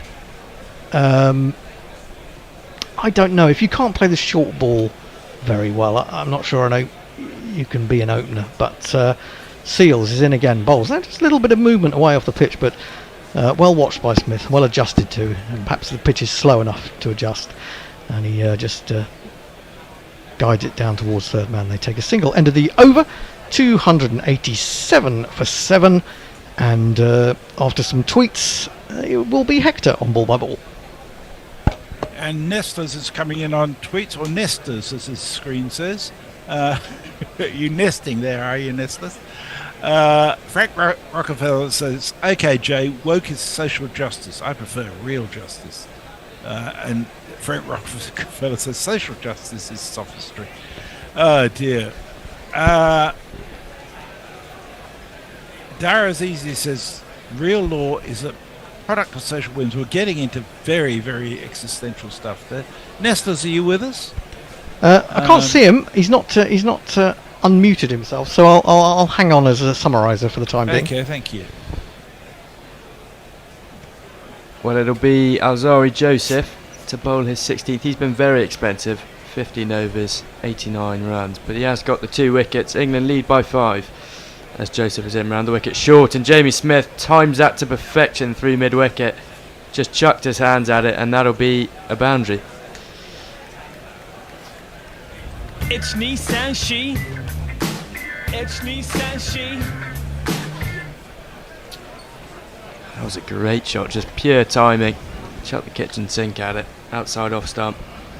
It was kind of reminiscent of his 6 earlier in the innings, wasn't it? But it was just played with a little less vigour. It didn't really go after it. He just controlled it, really. Well, it's what he can do. His bat speed is so fast that he has the ability to just hit the ball.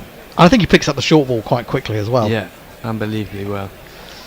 Azari Joseph in again, 2 for 93, round the wicket. Shorter, but just a little bit more pitched up. Jamie Smith defends it to mid-off for no run. Lead by 9. Danger of this lead getting out of hand for the West Indies. Yes. I think so. I mean, they've shown that they're not very... well, I say they've shown they're not really brilliant against scoreboard pressure, though we should say, of course, that in the first innings at Trent Bridge they overhauled England. But I think they'll have that memory, won't they, of that second innings disaster. Exactly. They just seem to have ran out of a little bit of stamina as Joseph is in again. Shorter, and Jamie Smith just helps it on its way. Not much effort had to be put into that shot, just use the pace and it'll trickle down to fine leg for another 4. 1, 2, 3, 4. Oh, there he is. Ah! I thought it was half hour. Yes, well, you're on from 4:30 to 5. Yeah, sorry. I think it's obviously you misunderstood, I guess, after the rain. But never mind. You're here now. That's the main thing. We're just sticking to the times. It's easier. Okay. Well, Alzari Joseph, 2 for 97. He's leaking runs at the moment. Seems a little bit out of puff. In again and short again and again. Jamie Smith. Again, he just flicks the wrist down through mid on this time, straight to 4. That'll be another. That brings up the 100 for Alzari Joseph as well. Yeah. This is a bit daunting for the West Indies, and as you say, it's a bit concerning in terms of it getting totally away from them if Jamie Smith can keep this up. It seems to me it's an ideal approach for England right now.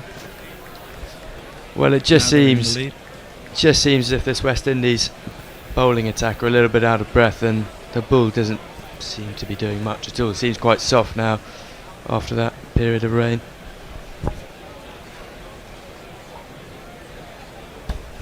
And it would make sense for Moti to be back on, it seems to me. Well, he should tie up an end, really. Joseph in again, shorter again, and Jamie Smith again flicks his wrists at it, but deep square leg comes round, and they'll end up only getting a single there. Sorry, Joseph just seems a bit bewildered.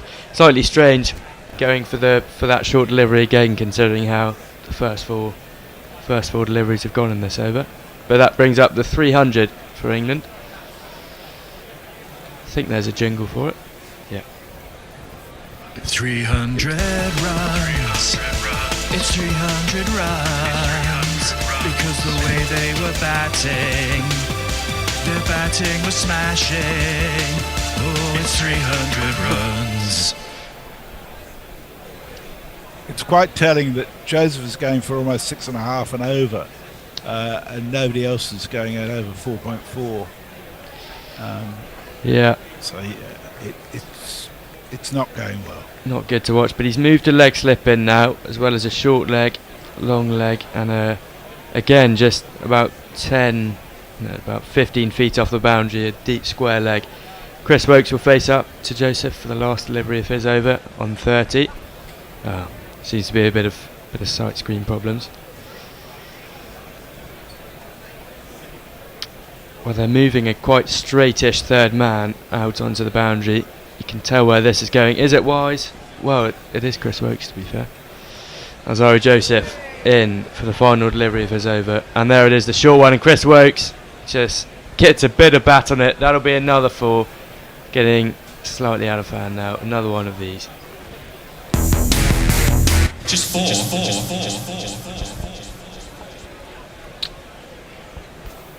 That was very expensive.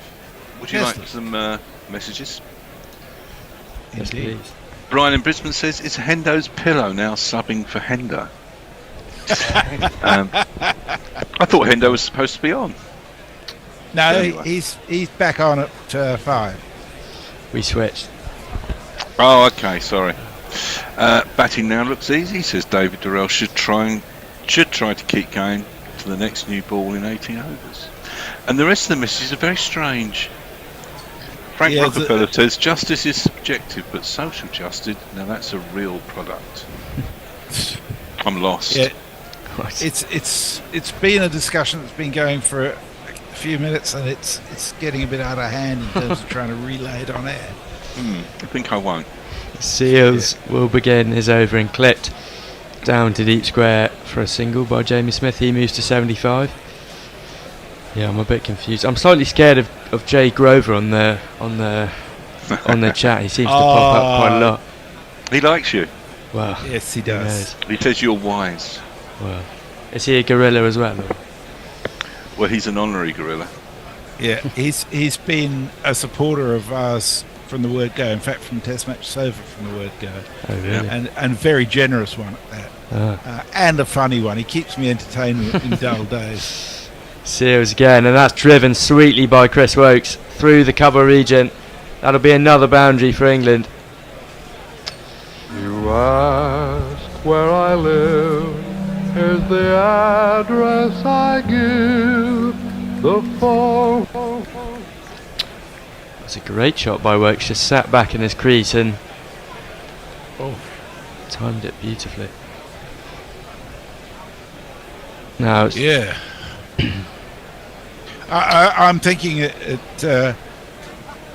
there's no indication that anything either of these two bowlers is offering up is any threat to these batters. I think something radical is called for. I agree. Spin from both ends, maybe. Seals again, and Woakes just flicks that down to fine leg for a single. I agree. This just doesn't look as if they're going to get a wicket in the next 5 days, if there were to have any. Smith and Woakes looking very comfortable. The ball certainly a lot softer, so there's really not much in this wicket for the bowlers. They all seem a little bit tired, a little bit out of breath. Maybe Moti and Cavum Hodge, or didn't Hodge bowl in the last test? Yes, he did. He bowled quite well actually in the first innings, anyhow. Yeah. Well, you can always buy your wickets with a couple drag downs. Seals in again, and shorter, and Jamie Smith, has he got all of it? He's timed it, and that'll just bounce before the deep mid wicket boundary, and another 4 for Smith. He moves to 79. He's raced there. 2, 3, 4. It's a fantastic innings, a fantastic partnership. He has his doubters, but yeah, he's had a good series. He's had a great series. Love to see him settle in. Maybe captaining them one day. You know, he's so young. Oh, don't get ahead of yourself. you sorry boys. Well, planning the future a bit early. Because Pope will obviously be next, and then maybe Smith can take over, or Jacks. Seals in again, Fuller this time, and just leading edge by Smith, out to point, wanted 2, but Chris Woakes was jogging, so they'll set off 1. Smith moves into 80. The lead is 33. If it ain't Yorkshire, it's bloody Surrey. We've just got a lot of leaders. Exactly. We've just got a lot of leaders. You just got a lot of money. Yeah, that's true. Let's face it, it's not fair. Where does all the money come from? Membership. Yeah. Is that it? A third of all the county membership is Surrey. Really? Bloody hell. Yeah. Jeez. Well, worth it. So good to watch. As Seals in again for the last ball of his over. Full and outside off. Chris Woakes just wafts at it. Slightly disappointing he didn't pick up on it. Cover picks it up. End of the over. England 315 for 7. Well, Easy Ollie says, without Jimmy and Broad and even Leach, we don't have a bowler to tie down an end. Shoaib goes for runs as you'd expect, and Atkinson and Wood are attacking bowlers. Well, you'd expect Woakes to play that role, but I don't know that he's particularly good at it, to be honest. Maybe Pennington. Well, maybe. We shall see. If only they'd let him play. Yeah. Well, maybe in Sri Lanka. Hopefully. I'm not sure Sri Lanka's a really good test bed for either playing against India next year in England or against Australia after that. Exactly. Weird shit happens in Sri Lanka, as we're all well aware. Yeah. And here's the change you've been wanting. Messers, Guerilla Moti coming on. 13 overs, 2 maidens. and lost the runs. This session though, 5 overs, 41 runs, going over 8 and over. It's been a quick start from both Woakes and Jamie Smith, both contributing very well to this partnership. Moti in with looks like a couple mid-wickets, certainly 2 people very close to each other. Close on the leg side, in the left arm, round the wicket, and Smith defends. Again, just seems to stop that delivery there. I wonder what he can do, maybe change his pace, try and fashion a wicket out of nothing. Yeah. And again, he's hopping wide of the crease and floats it up nicely. Smith plays that out to a deep mid-on, no run. And would you go for Hodge at the other end as well, or stick with the seamer now we've got? Well, frankly, I like the idea of making the batsman make the pace off the ball rather than them just using the pace from the ball. Yeah. So yes, I'd be inclined to, Smith defends, and also that's the way Smith got out, was the shorter delivery, just holding out to the deep boundary as Smith punches that down to wide-ish. Long off, he'll run through for a single. Woakes will face up for the last 2 balls. Yes, we must never underestimate the power of the shit delivery from the spin bowler. So effective. And also when the seamers aren't, well, they're struggling to find any real rhythm with this ball, these conditions, might not be the worst thing. And also just rattle through some overs. Yeah. I was thinking, Messi, it's a bit of a unique situation. You and me on at the same time. I know. That was why I was quite pleased with the change in the roster, because you and I almost always alternate with one another. And we had to deal with, the cricket and the Formula One qualifying on today, which was a stretch. Defended by Woakes to end the over, 316 for 7. Well, I've got the Olympic time trial cycling on my iPad at the moment. So. Oh, right. And the British guy, Josh Tarling, who was one of the favourites, has had to change bikes, which is a disaster. Had a puncture. Ugh. Oh well, looks like it's going to be the Belgian 1-2 at the moment. Is there anything else on tonight in the Olympics? Other events? Bound to be. Yeah. It's that every 4 years where you just sit there and watch things you never knew existed. Well, I've decided not to. Apart from the opening ceremony, which I watched last night, there's nothing really. I watch when the cricket's on, but there's really nothing I'm particularly interested by.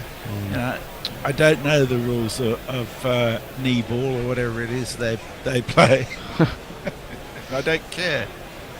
Well, Seals is on for Joseph, and the first delivery of his 19th over just pushed out to cover. Well run by Smith. He moves to 82. And Edgbaston crowd looking lively, as always. Well, it seems that Brathwaite would only take my advice as far as Made is concerned. I'll just have to send the vibes out to get Hodge on as well. Hopefully. I mean, one ball off that last over from Modi was a significant deceleration. Yeah. Was that the full toss? As Woakes clips that to mid-on for no run. Yeah, he bowled a full toss there, which Woakes didn't manage to capitalise on. Some England players in their white. Real lack of trust in these two. No faith. Well, Frank Rockefeller says he's hanging around for Smith's maiden century. So. Well, he may well get it too. Seals in again over the wicket, shorter, and just played actually quite nicely by Woakes there. Just ducks his head, rolls the wrist, and plays it out to deep backward square. He moves into the 40s, 40 or 50 deliveries.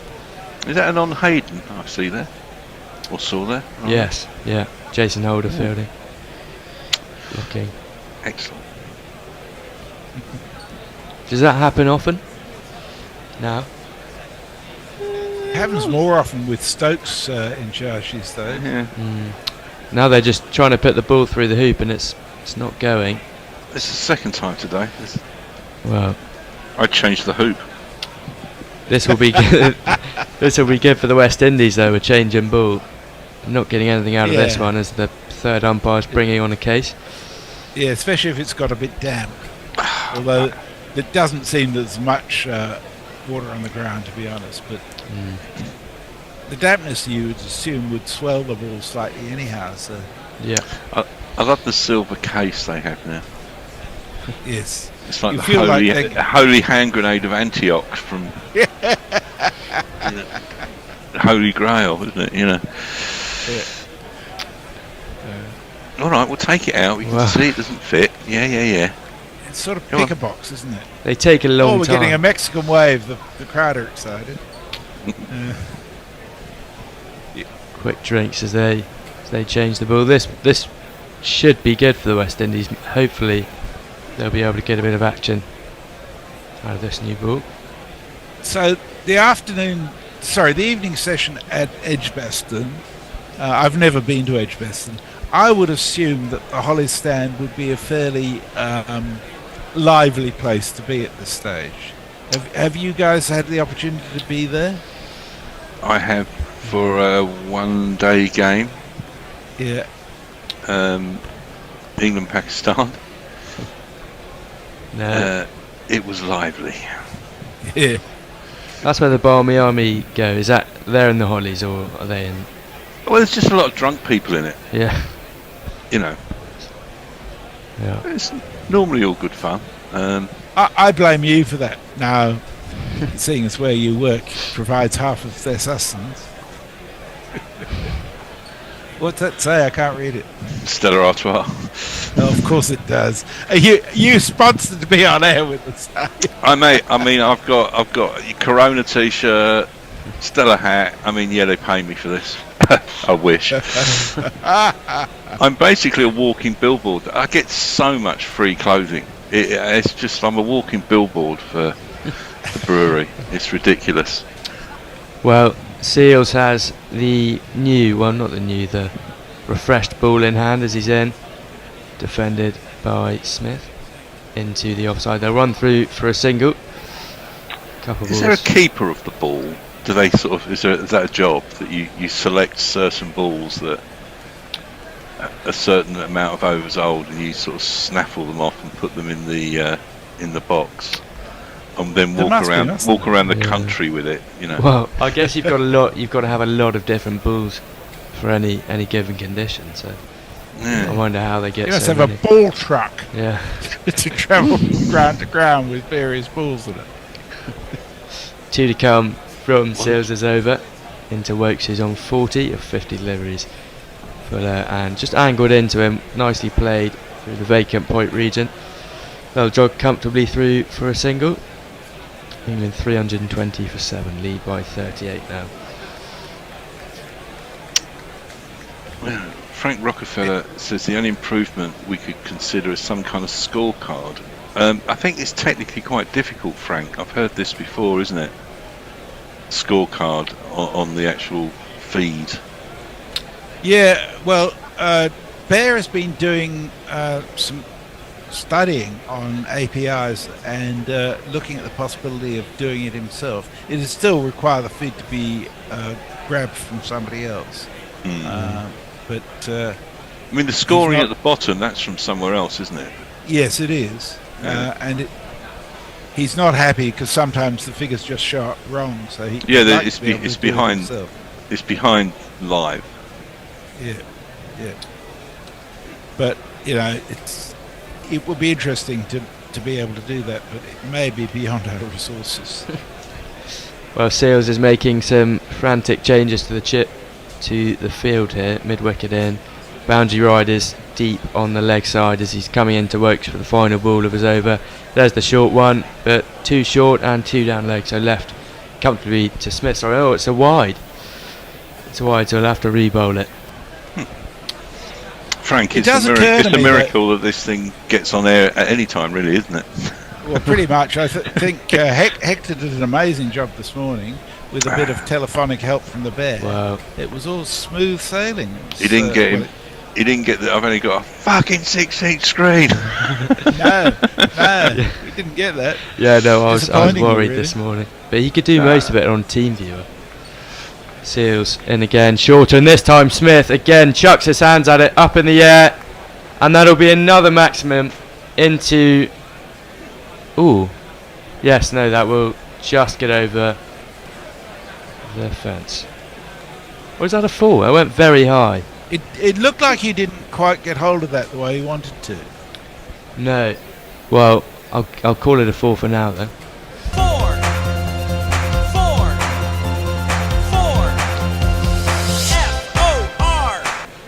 That the is cameraman thought it was going for 6 and followed a totally fictitious regression. Yeah. Well, Athers is asleep on in the Sky Sports box as we're seeing now. Quite amusing. It's quite funny. Just like Hendo at Guerilla Cricket. Yeah. No, David Durrell, they don't do that T-shirt. You're not allowed to say that. Oh no. What we could do is have an extra person in the studio just updating a manual scoreboard behind you, moving the numbers on it all the time. It'd be kind of fun. Moti begins, defended by Chris Woakes. Yeah, that would be fun. I guess I'll do that. That's the new one. Shorter this time by Moti, and Chris Woakes just rocks back and cuts that down to deep cover point. They get a single. You could get a mini electronic scoreboard that just updates from the internet, maybe. Have it in the background. Yeah, just a replay of that. Jamie Smith just landed just before the boundary sponge. He now advances down to Moti, and who is it? Mid on does well to dive to his right to stop the 4. Smith gets. Smith gets a single.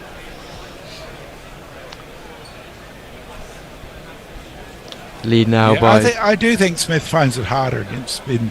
Yeah. To actually go crazy. When he's playing the short ball incredibly well, as Moti's in again, flights it up, defended by Woakes. That is his shot though. The just picking it up, the short ball, sort of maybe on the off stump line, how he can pick it up and send it anywhere he wants, really on the onside. Yeah, he's got really strong wrist. Moti, and again flighted, and Chris Woakes tries to sort of help it on its way down to fine leg, but ends up hitting the pad. No run. Just took all the pace. One of the things I like about Moti is that he is very consistent. He bowls very few really bad balls. Occasional drag down, but very few of them. As the final delivery just chucked in flatter and poked out to cover for no run by Chris Woakes. Yeah, he's good at changing his speeds as well. Doesn't really let the batsman settle much. End of the over, England 327 for 7. Well, Jay Grover says, I have no way to reassure Hector, which doesn't sound creepy. Best I can offer is, you shall live tonight. Well said, Jay. We should be due a change. Is Hendo re-emerging? I can go get him. My one says Hector messes Sagir. Yeah, Sagir's not appeared, unfortunately. Yeah, we okay. can sell. No. Hendo says, can we 3 stay on? For how long? For 30. Forever. 30. God. Because Nestle's is due back on again in 30 minutes. Yeah. No, I'm good. Shamar Joseph. We can do it with 2 of us. That's no problem. Come in. Clipped by Smith through mid-wicket. Timed again to perfection. That'll be 4. He moves into the 90s now. I'm 4. Have you met me before? Yeah, we can go. Nestle, you take a break and we 2 will manage it. It's fine. Can you cope? I'll we'll cope. I'll be back on at 7:50, 15:15. I just need to do something. Yeah, fair enough. All right. See you soon. See you in a minute. Well, Jamie Smith into the 90s now, 92, and that's the 100 partnership as well, of just 114 balls. Raced up on us. Second 50 of that would have been not fast. I've got to say how smooth you are with your change of the screen on YouTube. I wish a few other Gorillas would learn how to do that. Thank you. As Shamar Joseph is in and Smith pushes it out to deep point. He moves to 93, going quickly as well, going at mid-90s strike rate as Jamie Smith and Chris Woakes. They just looked incredibly comfortable, especially after tea. Absolutely. Just have a look. And that brings up the lead of 50 as well. Yeah, the second 50 of that partnership came up in 39 balls. Ooh. Joseph in again round the wicket and just defended by Woakes. Well, they've done well since tea, since that little bit of rain. Maybe not the moisture, but just the balls seem to die in the West Indies so far, and the new balls. I think their energy's died as well, hasn't it? Yeah, I agree. The new ball, maybe give it a couple more overs till you make the verdict, but hasn't exactly changed much as of yet. No. Woakes facing up on 42 to Shamar Joseph, who was 1 for 44 in, and driven by Woakes through cover. He will give chase. Timed very well, but it looks like Brathwaite just pulls it back from the boundary sponge, and Woakes will pick up 3. He moves to 45. Smith on strike, and England motoring along nicely now. I have to say, in a way, it's not a surprise. This was never a wicket that's offered anything much to the bowler. And we were discussing the end of that yesterday. I thought this was a 400 par pitch. And, that's wearing the headed without too much trouble now, despite the early hiccups. Oh, and Smith with a big slash there, almost found the edge, but goes through to Josh De Silva. Well, yes, but it's just a little bit disappointing from 55 for 5 to 335 for 7. Bit of a shame, but yeah, of course it was, in a way, it was 55 for 4.5, given that one of those 5 was a night watchman too. Well, that's true. And I guess I don't think you can be too harsh on the missed review of the Joe Root LBW decision. Didn't look. I thought to anyone it would look like it was sliding down leg, but. Yeah, and I mean, if he had been out, then maybe the next wicket wouldn't have fallen very shortly thereafter. Exactly. Yeah, who knows what might happen? Butterflies' wings and all that. Yeah, and Woakes pushes it down to backwards point. No, sorry, Smith. He keeps the strike for the next over, end of the over. Smith facing up on 94. So,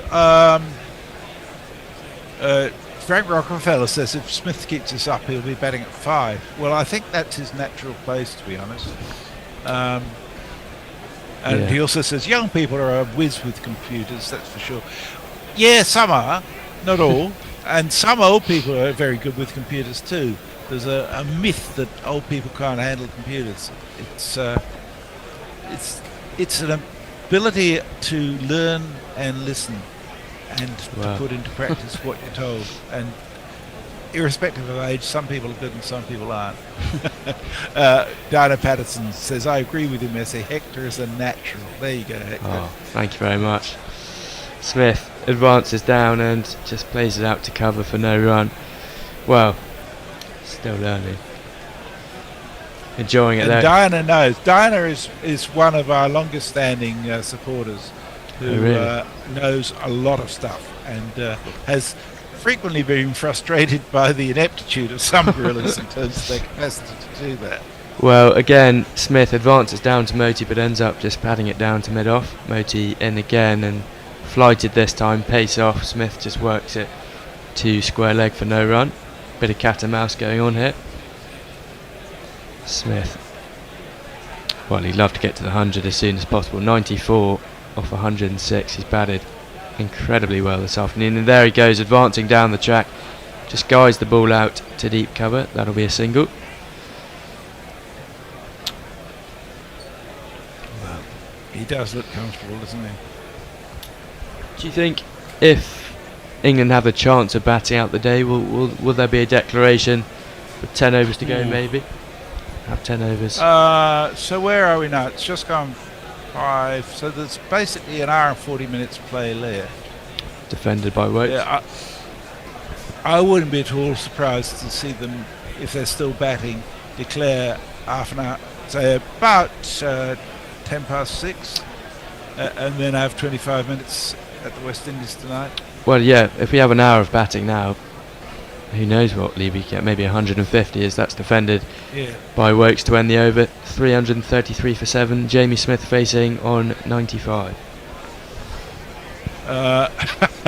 Brown in Brisbane says, another stint by Hector. I hope Guerilla Cricket don't do an Archer ECB number and burn out poor Hector. Yeah.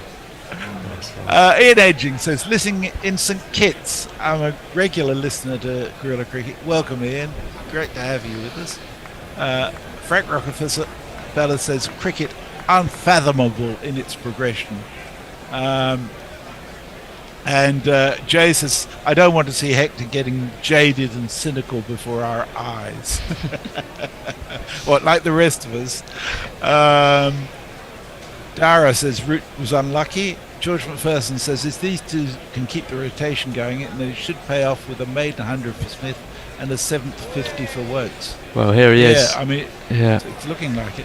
Smith just dug out that Yorker from Shamar Joseph nicely. Well, yeah, he used to say Chris Woakes potential 100 again. He's batting nicely. Who knows? Well, it all depends on the declaration. Indeed. Motoring along at the moment at a very healthy run rate of mid-4s, probably just below 5. Shamar Joseph, he has 1 for 48 from his 11. Hasn't been too bad. He's just, throughout this whole series, he's had 2-3 over patches of brilliance apart from that. Oh, and that is bold. That is an unfortunate wicket. A short delivery. Jamie Smith had absolutely every right to go back to it and attempt to play the shot that he loves, but it just completely, as a grubber, just stayed low and hits the middle of the stumps. That is so unfortunate, and Smith will have to go for 95. It did keep low. I'm not sure I'd call it a grubber. It still hit 3/4 of the way up the off stump, but yeah, it was unfortunate for him. But good change of bowling. Yeah. The crowd says you're out. Wow. I actually blame George McPherson for that wicket. Yeah. He just called 100 for Jamie Smith Oh, and a 50 for Chris Woakes. So, you know, I'm sorry, George, but you got to take responsibility sometimes. That is heartbreaking. Although I did agree with you. Oh, that's a shame. And I'm assuming that'll bring in the other Surrey man, Gus Atkinson. I'm back. Hello, Nestor. Thank you. Just as I come back, Smith goes. Indeed.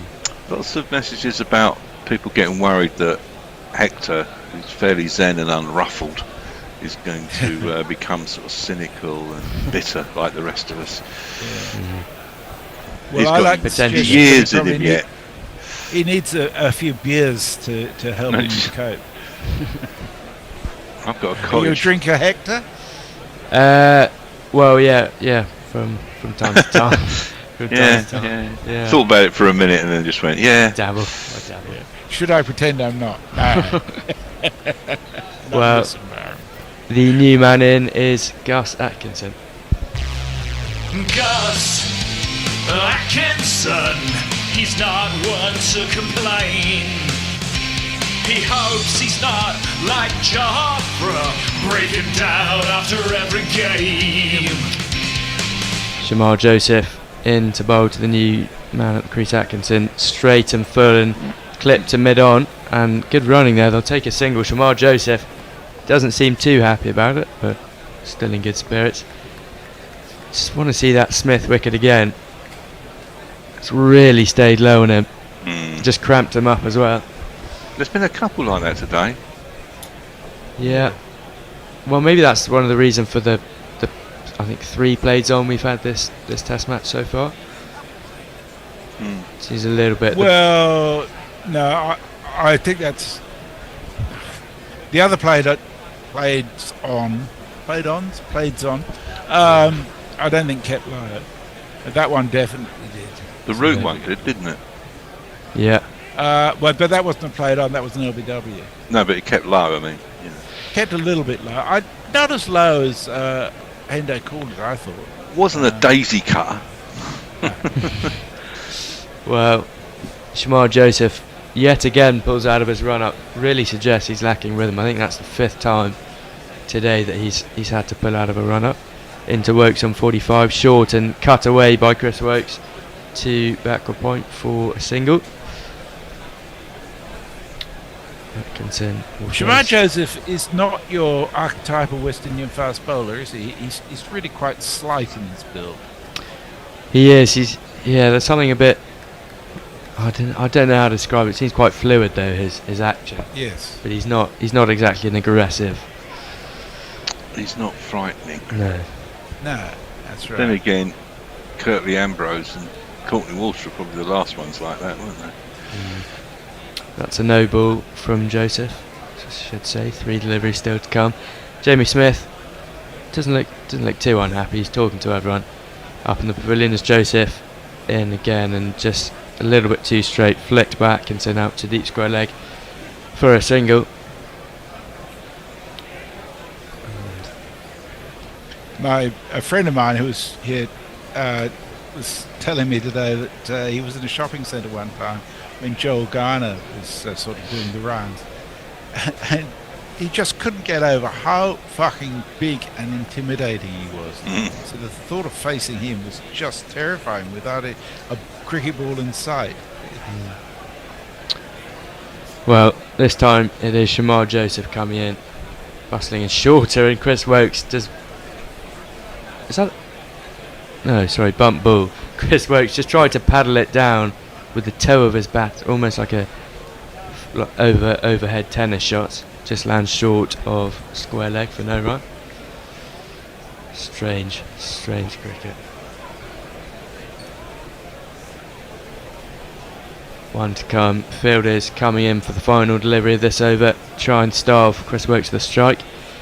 Whoever it is, maybe Guerilla Moti will want to have 6 at Gus Atkinson, if at all possible. Shamar Joseph in, round the wicket, and that's chipped up in the air over Shamar Joseph, who reacts a little bit too late.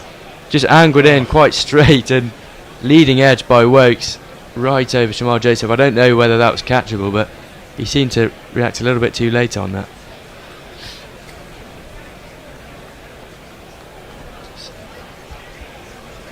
Seeing here. Well, no, well over his head. Yeah. With a chance.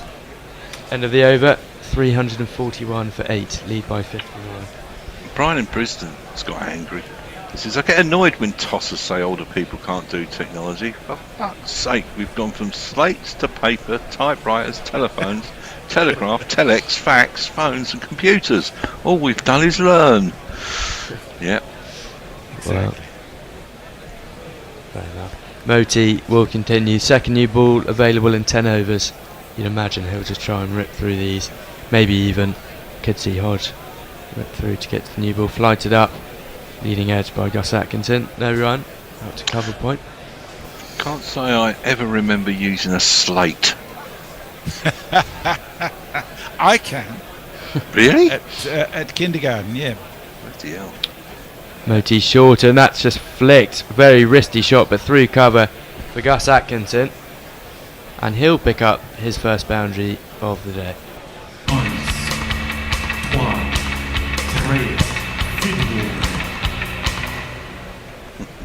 That's a nice shot. Then again, since I'm immeasurably older than you are. Nestles. Oh, what? 10 years? No, I don't know.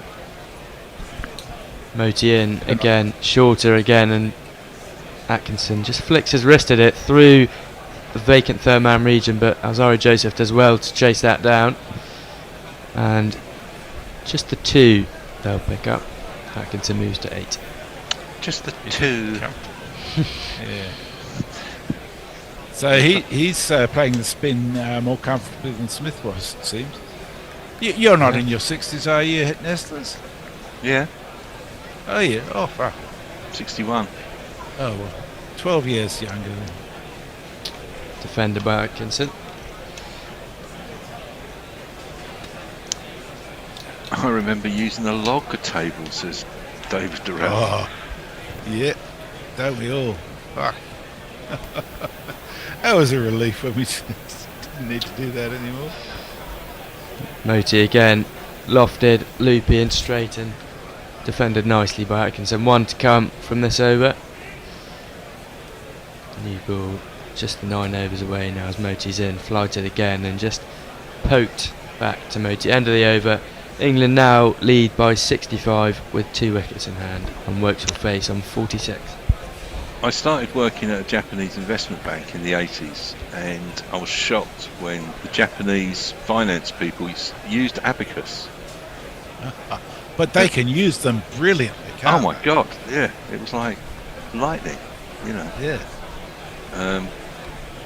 Jay Grover says, Mimar and Dar are in their 70s, both better at technology than me. I can't get either of them off their smartphones. You should limit their time on it, Jay. One thing they'll be sent to bed early. I work with a very young, in a very young company. I'm the oldest person in the office, and some of the times when they have to write things, I have noticed that the standard of writing is appalling with young people. I'll break off. What? Joseph begins the over and Woakes just pushes that down to someone rushing round to third man. He'll pick up 2 and move to 48. Some of the notes I get Just in left. terms of legibility, or is it grammar and spelling as well? Legibility, and they admit it because they don't, you know, they don't ever write. Yeah. Sometimes I get a note and I think I know who it's from. I go up and they just go, "What's this?" Oh, I'm really sorry. I don't ever write. Yeah. Joseph in again, shorter and again, just poked down to backward point who will give chase, and looks like that'll be 4. Wow, this is going pear-shaped really fast, isn't it? Oh yeah, just the 2, but that brings up Chris Woakes' 50 of 65.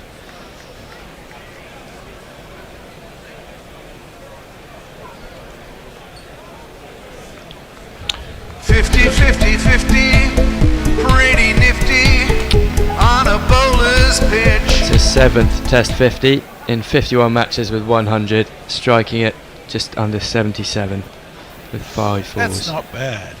That's not bad. Good knock, batted incredibly well with Smith earlier, and the fuller ball played very well by Chris Woakes, just flicked off his pads, and that will get picked up by deep mid wicket. He did well to run round there to deep square, and another couple for England. As you say, Messer's getting slightly out of hand now. Well, yeah, they must be getting pretty depressed by this because it's end of a really long day for them and really nowhere to go. Yeah, and you don't particularly want to bat right now as well, with only about an hour left. Well, I wouldn't. Shamar Joseph in again, just wafted outside off. Chris Woakes drives it to cover. No run. Yeah, Curtin Williams is very unhappy. Second day, no killer instincts in us to finish off England. Poor, just poor. Coley and Adams and some of our players need to go. Who are you going to put in their place who's not being lured by the white ball dollar? That's the question. Seem like they're just a bit bereft of ideas at the moment. Yes. Is that a captaincy issue from Brathwaite? And Joseph again wide of off stump and driven perfectly by Chris Woakes. This will go all the way to the boundary despite the chase, and Chris Woakes is firing at the moment. 4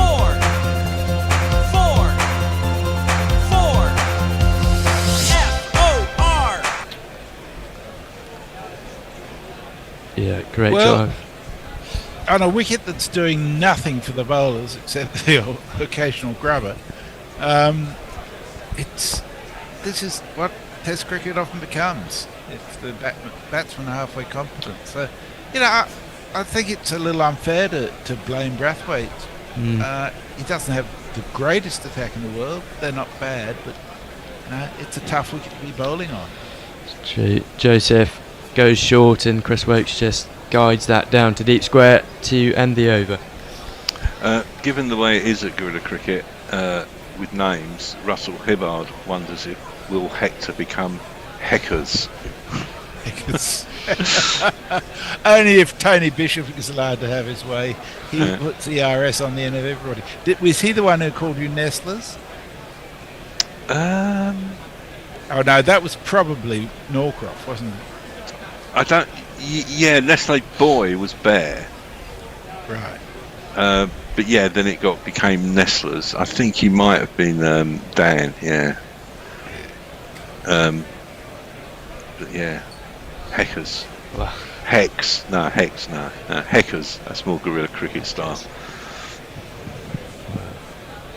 Hanging round for a Woakes maiden century is Frank Rockefeller. He was hanging round for a Smith century earlier on. He's going to be hanging around a lot. Heartbreaking. Moti in round the wicket to begin his over, flighted and defended. Just the 8 overs now to the new ball, but you wonder if even that will do anything. Especially this evening. It just seems a long lull at the moment. Flighted again, defended by Woakes. He seems pretty set on the front foot. We've got a 16-year-old listening in. M, who was calligraphy champion 3 years in a row. Wow. That's pretty good.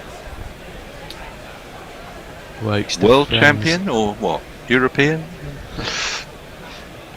House champion. In comes Moti again, and this time just punched out to cover by Chris Woakes. No run. Jay was called Mandy by Norcross, which he felt very flattered by. Well, he was Mandawella in those days, wasn't he? Yeah. Oh, and again Moti just flights it up and wraps Atkinson on the pad, but no real appeal there. He might have got an inside edge. Seemed to have beaten it, but sorry, Chris Woakes lucky to escape there. One to come. This is the consistency of Moti that you're speaking about, Mess, how he just puts it in the same place every time as Woakes just shuffles down the track a little bit, pushes the ball out to point, will run through for a single to end the over, lead by 77. As I've said before, my granddad was called Hector, says David. The old boys who knew him called him Heck. Yeah. I don't think you look like a heck, Hector. Well, my parents just call me What the heck? What the heck? Yeah. What the heck, Heck? So, Hattie the Batty just back on board ship after a day on the Isle of Lewis, and darn it, I've made him lose a wicket. Are you on a cruise, Hattie? Isle of Lewis, that's off Scotland, isn't it? Yeah, I think so. So up near the Bishop then, he's somewhere up there at the moment. He sent me a picture from a pub the other day in the Outer Hebrides or somewhere. wasn't he going to a Watford match or something? Yes, I understand. Watford beat Hibs 4-3 or something like that in a friendly, and 15,000 people turned up. Well, just quickly, Alzari Joseph being brought back on the Centurion, 2 for 106, going at just under 7s, bowled 16 overs. And he comes round the wicket to Stokes, shorter ball, and again Stokes just gets a little bit of bat on it, over the glove of Josh De Silva, and another 4. 1,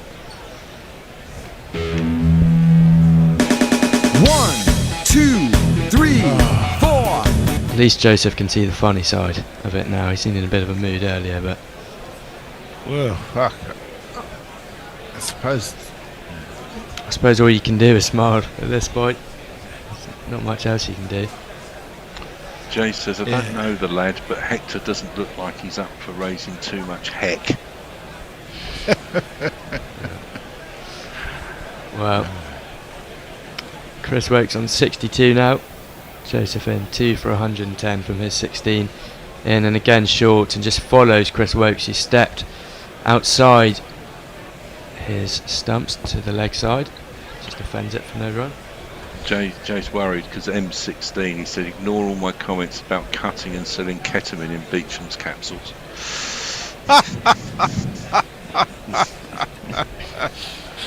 Oh dear. You'll get used to these kind of stories, Hector. Yeah. He has life experiences. He is kind enough to share. Well, Joseph again goes short, and Chris Woakes advances down the wicket and spoons the ball up to cover, taken cleanly by the captain Brathwaite, and Chris Woakes is out for 62. Right. Well, that's Frank Rockefeller's wicket then. Yeah. He doomed Smith, and now he's doomed Woakes. Sorry, Frank. It's all your fault. Well, yeah. Next to no celebrations from the West Indies. They all just seem deflated. Woakes goes. The bright side is that it's likely that England will get a bowl at the West Indies 4 stumps today. Bless the bat. I didn't. I thought he hit that into the ground. Completely missed that. Yeah, I thought so too. Yeah. Well, just used his feet. Tried to kill the bounce, but ended up getting up on him. And comfortable catch for Brathwaite at cover. So it seems like our Twitter feed or X feed has become like a bit of a dead duck these days, isn't it? Yeah. Well, Twitter's on its last legs anyhow, and is it? Well, it's so full of loons. Yeah, but the thing is, I've had this argument before with people, because I don't follow anyone like that. I don't see any of it. It's who you follow. It is largely who you follow, but the rest of it, I don't see Donald Trump, or I don't follow him. Is he on there still? I assume he is, or back on. I don't think he tweets. Okay. Directly. I'm not sure. And all the rest of it, I don't follow these people, so I don't see their messages. Well, it turns out that on the whole, the message function on YouTube is actually pretty good. Yeah. Well, and it means you just have to keep your eye on one thing, which is a lot easier than having to switch between. I mean, there was one point where we had about 3 or 4 that we were trying to keep looking at. It was horrendous, But hey ho. George McPherson says England giving away their wickets yet again. They can kiss goodbye to their 100-run lead. They'll be lucky to get around a 90-95-run lead. That 5 runs could be crucial. Yeah. Well, I mean, so it's now what 5:30. The game's going to go till 6:47 apparently. So, if England are all out now, then the West Indies will have just over an hour to bat, which is not particularly nice time to be batting. No. After a long day in the field and toiling really hard. Why is David Lloyd in the field playing to the crowd? Charity, isn't it? Blue for Bob Day. Bob, yeah. Bob and Willis. I think there's a change at the end of this over. Shall I jingle Shoaib Bashir, assuming he's come? Yes, go for it. Yeah, he's coming. Bashir likes to attack. Bashir now in an England cap. I can see the fielders ready to field, but it just seems. I think they're using the opportunity to make it a drinks break as well. Jay reckons that Trump is on something called Truth Social. He is. I assume He it's some owns it. sort of. Oh, does he? Yeah. I assume it's some sort of Tommy Robinson, Nigel Farage social media site. Well, I'm sure they're all there, but it's for right-wing nut jobs basically, where they tell each other how fucking wonderful they are. Yeah, and try and get money off people. Yep. Well, here we go. Joseph into Bashir for his first ball, shorter, and Bashir just gets away from it. It's got a lot of anger in that short ball, just angled at the body, but well ducked away by Bashir, who survived. He has played 6 matches, 38 runs, averaging 6.3 with a best of 13 versus India at Dharamsala in 2024. Yeah, I think he's a properly qualified number 11. Yeah, it's always nice to have one of those, actually. Yeah. Smith ready well, with now his... Jimmy's gone. Yeah, exactly. Azari Joseph in, 2 balls to come, round the wicket, Fuller this time, and defended pretty well there from Bashir. Just got everything behind. Joseph with 3 wickets today, but also the 110 runs, which are quite a big factor, both for momentum and for just the general state of the game.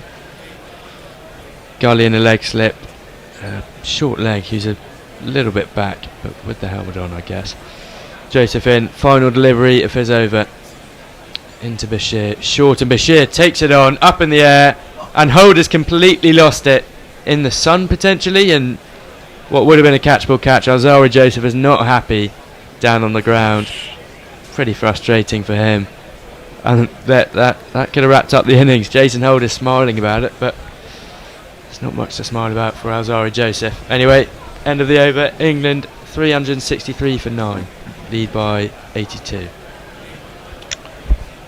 Any sign of Hendo? He's due a ball by ball session at the moment. He's just here. Oh. Okay. Nessus, are you okay to stay on with Hendo and Hector, and I'll have a break? Yeah, sure. Thanks, mate. What? I'm all fandangled. What time do you come back on, or does someone else come back on? Due back on at 6. 6 o'clock. And then we'll go through to 6:45 or whenever it finishes. Okay. Thanks, mate. I just need to get something to eat. Sue's on with me now. Nestler's, you're staying, is that right? I'm on. Have we got anyone else? Doesn't look like it for the time being. Hector? No? I think Hector's due for a break. I don't think he was down for... There is no one else. Do we need a break? No. Oh, Hector's going to stay in the absence of anyone else. Moti is into the attack, and Atkinson has chopped that away off the front foot, actually, to backward point. There is no run. The lead is 81. I'm going to go out on a ridiculous limb here and say this match could be over tonight. Bloody hell, Pendo, that is a limb. I do hope not, and I really hope not. This one, Moti pitches just outside leg stump, and there is a little bit of straightening involved, and Atkinson just props forward, defends it. But West Indies really lost their way, and I think I understand to some extent the change in bowling that Craig Brathwaite decided upon this afternoon, but it was tainted with risk, and it really hasn't paid off at all for the West Indies. Is in again, Moti, and this is forced by Atkinson. There's some he's going to be run out by Miles, isn't he? Or did he pick that up cleanly? I don't think he did. No. Don't think he had the ball in his hand, De Silva, in the end. He certainly took the bails off, but I think the ball might have escaped him. Atkinson more or less punched it straight to extra cover and set off. Bashir, not surprisingly, wasn't expecting to be called through. Set off late and should have been run out by a mile. And the ball comes in. Oh, great. It wasn't the greatest throw. I mean, it didn't miss by much, but at the same time, it bounced awkwardly in front of De Silva, who couldn't take it cleanly. So Bashir, who would have been out by about 3 yards, is able to make his ground. He's got a funny run, Bashir. I don't think he's a terrible batsman. I think he's all right, actually. I think it's just a case of he's not had many opportunities yet. I don't think it'd be quite nice if he was a bunny, because there aren't enough bunnies around. But I'm not sure. He's going to face up. He's yet to get off the mark. And Moti is going to bowl. He's got 1 for 61. And go back to that point where he took the wicket, as this is driven straight back at him by Bashir. Slip and a forward short leg. Moti had just got rid of Joe Root, and with Woakes coming into bat, he was then whipped out of the attack, and Jaden Sales came back on. And, well, if they were going to get Woakes out early, they needed to go to the short ball, and they didn't, and they've really paid the price. I think it was unlucky for Moti, who must have... I kind of wonder what he was thinking. I mean, what Moti was thinking after having got rid of England's most prolific batsman, suddenly to find himself whipped out of the attack. It must have been a little bit demoralising. Well, yeah, it was a strange call, and of course the seamers today, especially this afternoon, this evening, haven't looked threatening in the slightest, and they've enabled 2 big 100 partnerships and the 160 partnership we saw. England, of course, in a lot of bother this morning, but I'd say Of course, England have batted well this afternoon, but you've got to say a bit of the West Indies, maybe fatigue, has allowed them to get a firm grip on this game. Certainly has. Joseph continues, that is Alzari. Bowls a short one. Atkinson goes for the big pull, swivels round very rapidly. Good quick hands. Problem was, he made no connection whatsoever. It goes through to the keeper. Apparently, Hendo, you need a haircut. I do. It's absolutely true. I do. And you need to regrow your beard so Jay Grover can make Radovan Karadzic jokes. Well, funnily enough, I did have it very long before I came into Guerilla last week. And then I had a little bit of a shave this morning as well because it was beginning to sprout a little bit. Joseph continues. Another short one, and he has got hold of that one. Has he got hold of it effectively? I think he has.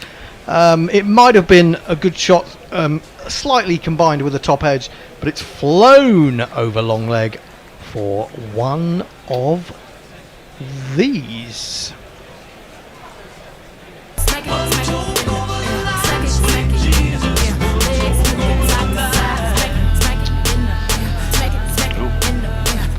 I realised I alighted on the Smaximum jingle and hang on, that's the wrong one because it has to be a very flat 6 for a Smaximum, and that wasn't.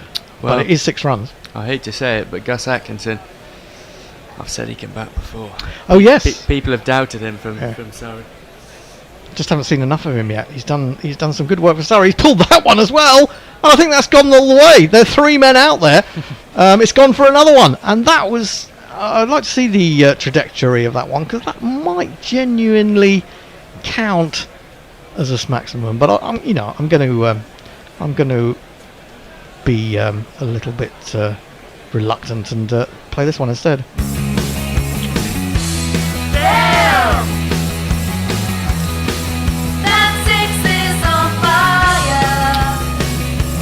Well, Alzari Joseph is having a day to forget, really. 122 runs off his bowling so far. He's taken 3 wickets, but I think he would happily trade those for 100 less runs. Oh dear. In the other test match, Paul Sterling has just gone for 10 and Ireland are 21 for 5. What? Chasing what? They need 137 runs to win with 5 wickets remaining. Oh my goodness me, that's a turnaround, isn't it? I looked at the score earlier today and it looked like Ireland were well on the way to victory. They were. 376 for 9 England. Oh, they were just checking on whether that was a 6. So ultimately it's been given. So maybe it just only cleared the ropes. Yeah, run chase to 158. 21 to Atkinson, who goes again. Gosh. Is there anyone out there? There is, but they don't need to do anything. Oh, hang on, he's been caught. Well, that was good camera work because the ball looked to be sailing over deep mid-wicket, certainly according to the cameraman. But latterly, we got a shot of a fielder who was holding the ball. So I'm not exactly sure where he holed out to, but he did hole out. And England are all out for 376.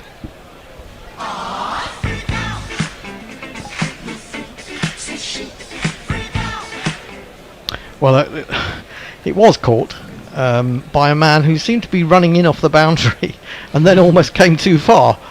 But eventually took it. It was Moti, the left arm spinner.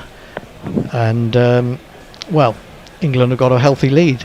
I don't think, maybe I was being a little bit presumptuous in saying that England were going to finish this tonight because we've only got, by the time England get in, we're going to have something like 55 minutes left of play. We're going on till 6:47 tonight because of a little bit of rain and rather poor over rate as ever.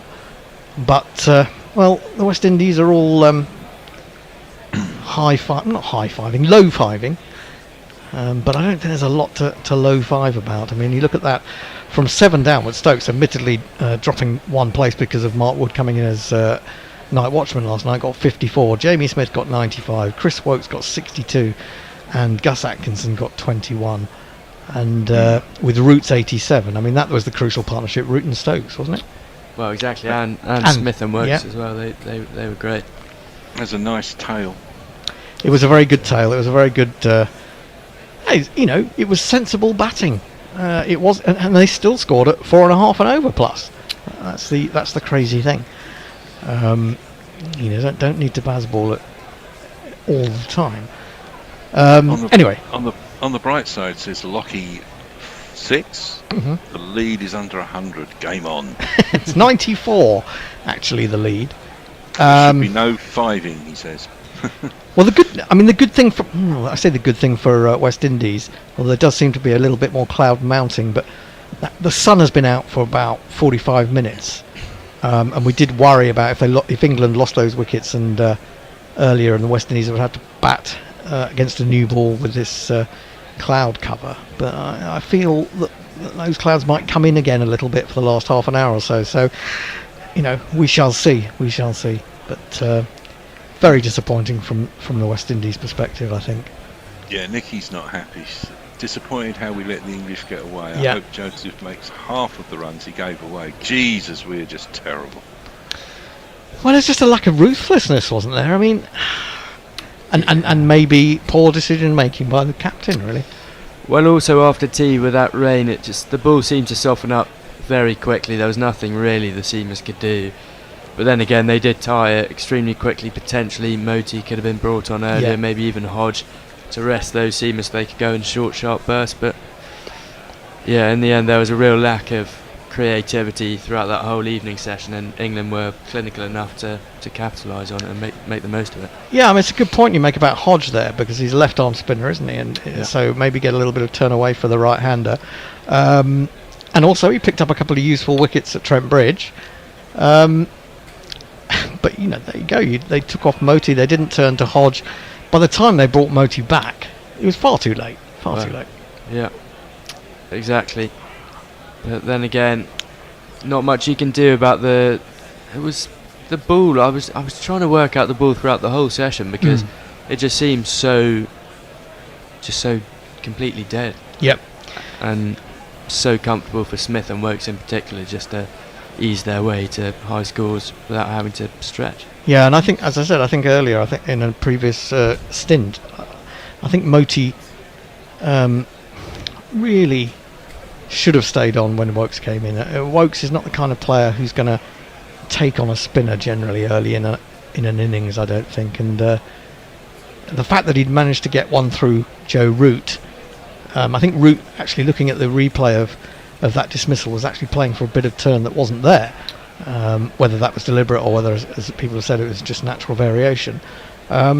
So, if he can do such a good batsman with something like that, despite the fact that Woakes is a decent player, he's got every chance of getting his wicket early on. Well, exactly. And then on the other end, you've got if you're going to bowl a quick seamer such as Jayden Seales, you can't be bowling full and straight to him, allowing him to drive, because that is where he's most comfortable, and everyone knows. Well, I hope. Well, maybe if you watched enough. Yeah, the short ball he really struggles under. So I couldn't work it out, but there we go. I mean, I guess nobody deliberately bowls bad balls, but it did look like a plan of attack. It didn't to try and bowl it fullish, because it just seemed there was so much of it, and there was so little of the short ball. And the field was set for the full ball. And yeah, it all just seemed a little bit. Maybe that was fatigue. I don't know. You can't expect bowlers, as Mark Wood does occasionally, run in every ball and chuck in some short stuff. So yeah, and I guess when you're bowling short stuff and it doesn't get up, you kind of get a little bit demoralised by that. Yeah. As the ball was getting softer, certainly Woakes played a number of pull shots and it was quite comfortable for him, but it wasn't getting, much up above sort of chest height, was it? No. So difficult. Now we saw David Lloyd, Bumble, who's been a guest on this programme, and if you may have heard him on our defunct for now quiz show, Who's That Weirdo? He's been out there being weird. Well, I say being weird. I thought he was about to conduct the Hollies stand in a rendition of Sweet Caroline, as he normally does on T20 Blast Day, finals day. But fortunately not. He was actually just trying to encourage them to dip into their pockets for the Bob Willis Fund, which is, of course, the fund set up by his family to raise awareness and money for those who might potentially get prostate cancer. So a very, very worthwhile cause, the Bob Willis Fund. Look it up on Google if you're interested in contributing to that. In the meantime, have we got any tweets? Any sort of tubings? Yeah, we got some tubings. Yeah, Nicky says, being optimistic, he said, anyway, come on the West Indies. Also says, that's what I don't like about our bowlers. They appear to run up without a plan. Yeah. I mean, the good teams, be it cricket, wherever you go, whatever. I mean, if the conditions are against you, you find a way to win, don't you? Yeah, I mean, to be fair, it's hard, but that's what makes great teams or great players great. Yeah, I mean, we've seen it from England at times when they've been playing someone, that you would look at man for man is stronger than them, and you've seen them operate in a similar way. But it's just a shame because the attack is the strong point of West Indies cricket, the batting not at all, and so to see them sort of fail to put the foot down a little bit in that regard is massively disappointing. Now I saw you probably won't have heard unless you had your TV on as well, and well, you might have a TV on, but unless you had the commentary up on the TV as well, that when Jamie Smith came in to bat, Jason Holder was giving him a lot of verbals, and the verbals were basically around the fact that Kemar Roach, who is a massive miss for the West Indies in this series because of injury, who's been playing at Surrey for a number of seasons, had been basically telling the West Indies how to get Jamie Smith out. So Jason Holder was giving him a lot of verbals. Didn't really do him a lot of good, did it? It just inspired him to get 95. Whatever it was that Kemar Roach said didn't pay off. No. Jake Rover's worried. He says, "Oh my word, Hector has gone. Is he dead? Where have you hid the Bairn's worn-out, desiccated body, you monsters?" Well, we get them young and we flog them. We flog them to death. Not literally flog them, but we. Bad Light stops playing Ireland. Bazlight? Is that some offshoot of Bazball? Bazlight. They get Bad Light. They were discussing Bad Light, and as they were doing so, the rain has come. Oh, well, that's probably a good thing for Ireland. Bazlight would have to be very, very, very bright indeed, wouldn't it? I suppose. Anyway, teams are out there in bright sunshine. It's not Bazlight, but it's quite bright. And Chris Woakes is going to take up the attack for England. He's got a jingle that goes ever so slightly like this.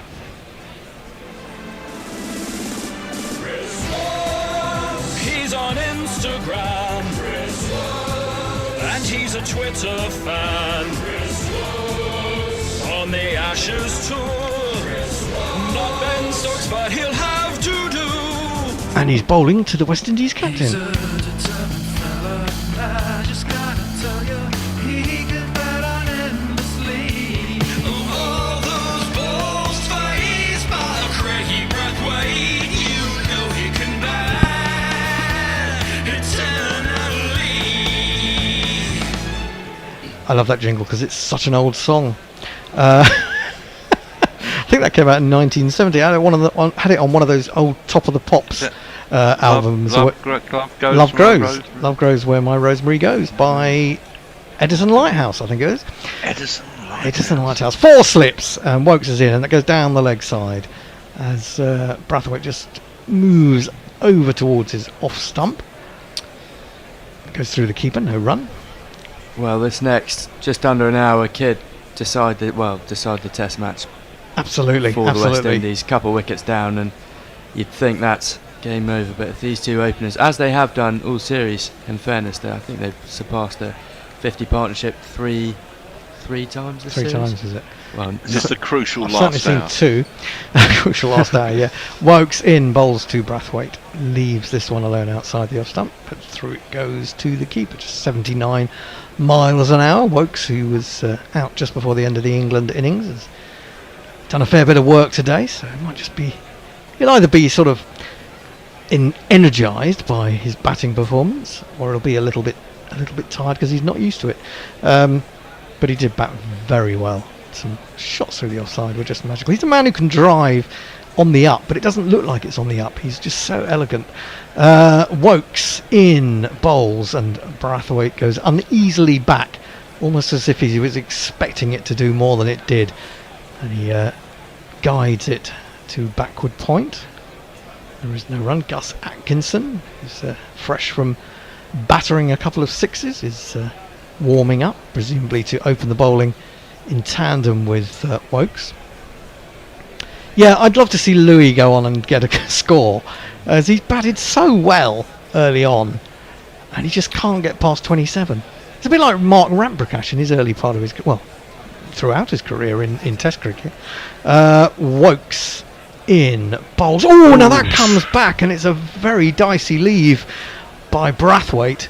It didn't miss the off stump by an enormous amount, and of course Woakes got rid of Hodge in the first innings in that fashion. Yeah, that was the away swing. This one just missed the top of bail. Yeah, it looked. I must say, on the replay, it didn't look like it did a lot. Although on the when I saw it at full speed, I got the impression that it had jagged back a little bit, but not enough for the wicket. Woakes races in again, bowls, and just back of a length, defended straight back to the bowler by Brathwaite, and there is no run. Well, exactly. Mikhail Louis, he's made so many starts and he's looked so promising, but I think it's just a patience thing / an experience thing, probably for him. Yeah, I mean, to be honest, generally speaking, he's got out to pretty good balls from what I've seen. Generally edging just outside off stump. I don't think he's actually played bad shots. Well, maybe in the first test, I didn't see too much of that. Woakes in. He's bowled him! He's gone past the outside edge. Brathwaite attempts to play the shot sort of after he's already been dismissed. But that was a corker, and West Indies already in trouble. They lose their mainstay at the top of the order, and they are none for one. The crowd says, the crowd says, the crowd says, To quote the Bear, the West Indies are in dis-a-fucking-ray. I think they are. And what's so disappointing for me is that I like to see at least 4 days in a test match. Yeah. And it's just, I did say at the beginning of the series, I think after the first day, that with the way that England play and the West Indies and Sri Lanka, who are not, strongest at Test cricket at the moment, what should be a 30-day Test summer is in danger of being a 15-day English Test summer, which is, when there's so much of the other forms of cricket around, is kind of depressing, isn't it? If we are reduced to 15 days of Test cricket in a summer, that's really disappointing. It's not good advert for it either, is it? I don't think so. What I'm really surprised at quite often is when England are on top and are beating a team quite easily, the crowd still seems to enjoy it a lot. Yeah. And I can understand that if you just want England to win, but I actually want to see a good Test match. Ultimately, I prefer it for England to win, but I just kind of want to see a Test match. I suppose from our generation's point of view as well, Hendo, is you want to see a decent West Indies side as well, don't you? You do. But I mean, that also applies to, other lesser nations. No, but I mean, they weren't a lesser nation. Oh, no, they weren't, absolutely. Yeah, And in fact, England have been bowled out probably in 2 or 3 days by the West Indies in the past plenty of times. So that's what I mean. You want to see... You'd like to see them back at the top step. Yeah, I don't want to see England bowled out in 3 days either, to be honest. Anyway, start of a new over. Gus Atkinson is in. Hits him on the pad, but probably just going down the leg side. There is a bit of excitement, but the appeal wasn't really followed through, and so this man survives. Fun way to spell a name. Mikyle Louis. And what does this guy do? He goes and bats. They possibly didn't go through with the appeal because it was a no ball, actually, although probably wasn't signalled by the umpire. That's a big. It was a big one. It might have been conveyed by the third umpire. This one is met better by Louis, and he's going to get a couple of runs because I think it's Woakes has made a mess of fielding that at mid-on.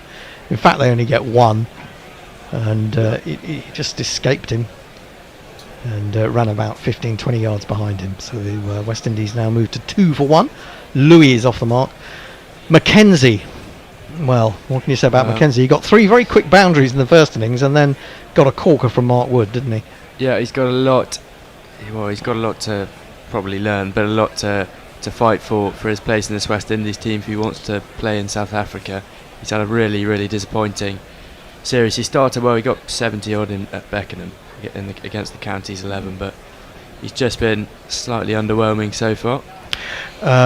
He's in bowls Atkinson, and McKenzie's confidently enough forward to that one. It flies all the way along the ground though, off a thickish outside edge to gully. Yeah, he came in the first innings against Atkinson and was ultra aggressive, looked really good, and then when Mark Wood came on, again he just moved his front leg outside leg stump. I don't know if it was a fear of pace thing, and in the end got done by a really good in-swinging Yorker by Mark Wood, so not much he could do there, but look at his scores at the rest of the series, he'll be disappointed so far.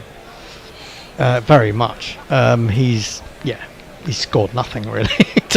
Has he got more than 20 odd runs in the series? I don't think he has. Wide of the off stump from Atkinson, bowling it, sort of angling it across the left-hander. He has nothing to do with that one. I think 12 was his top score. I think 12 is his top score, yeah.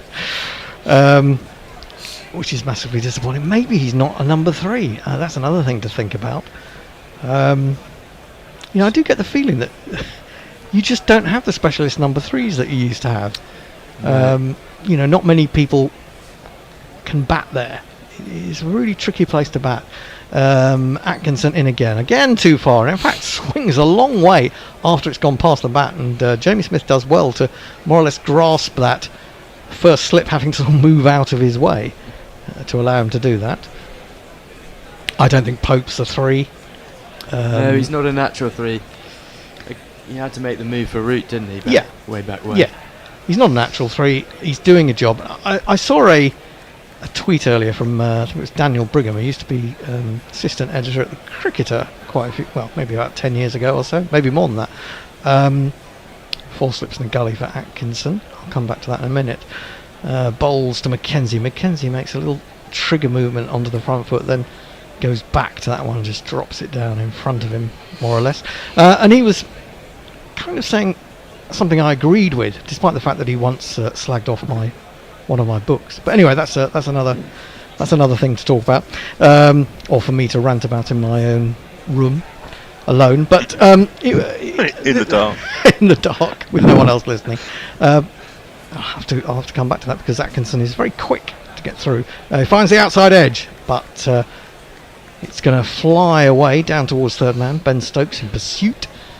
Should get back for 2, and they do so. McKenzie is underway, and at the end of Atkinson's first over, West Indies have moved on to 4 for 1. He was making the point about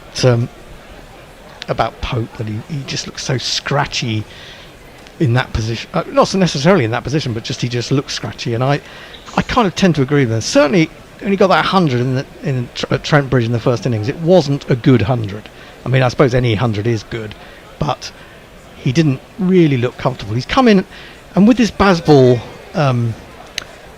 situation, he tends to want to force the pace a little bit too much, I think. And he was so much better in the second innings, where he ended up, was it 54 or 64? I can't quite remember. But he batted beautifully in the second innings. So he was much more like the Ian Bell that we made comparisons with when he first came along.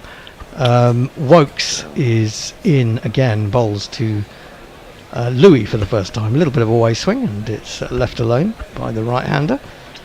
Messi I see appearing on the horizon. It is. I'm sorry. It's time for a change, isn't it? Finishing my dinner. Oh my goodness me! You eat? You eat? You've got time to eat? What's going on? Only just. It's 1 a.m. and I've just had dinner. Oh wow! I'll see you boys tomorrow. Cheers, Nestlers. Thank you so much, Messers. Hope so. Nestlers. 47 minutes to go. I'll finish off this. I might as well finish off this over. In again. He's bowled him, has he? I think he has. Oh no! An inside edge. It's gone down to third man, and it's brought him 4 runs.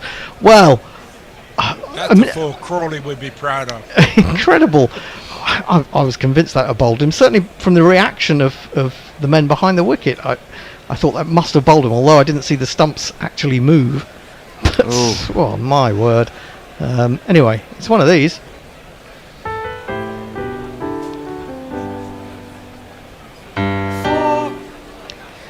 I really fear for the West Indies here. You just feel that that early wicket of Brathwaite, who's a mainstay, he's had 3 pretty good innings in a row.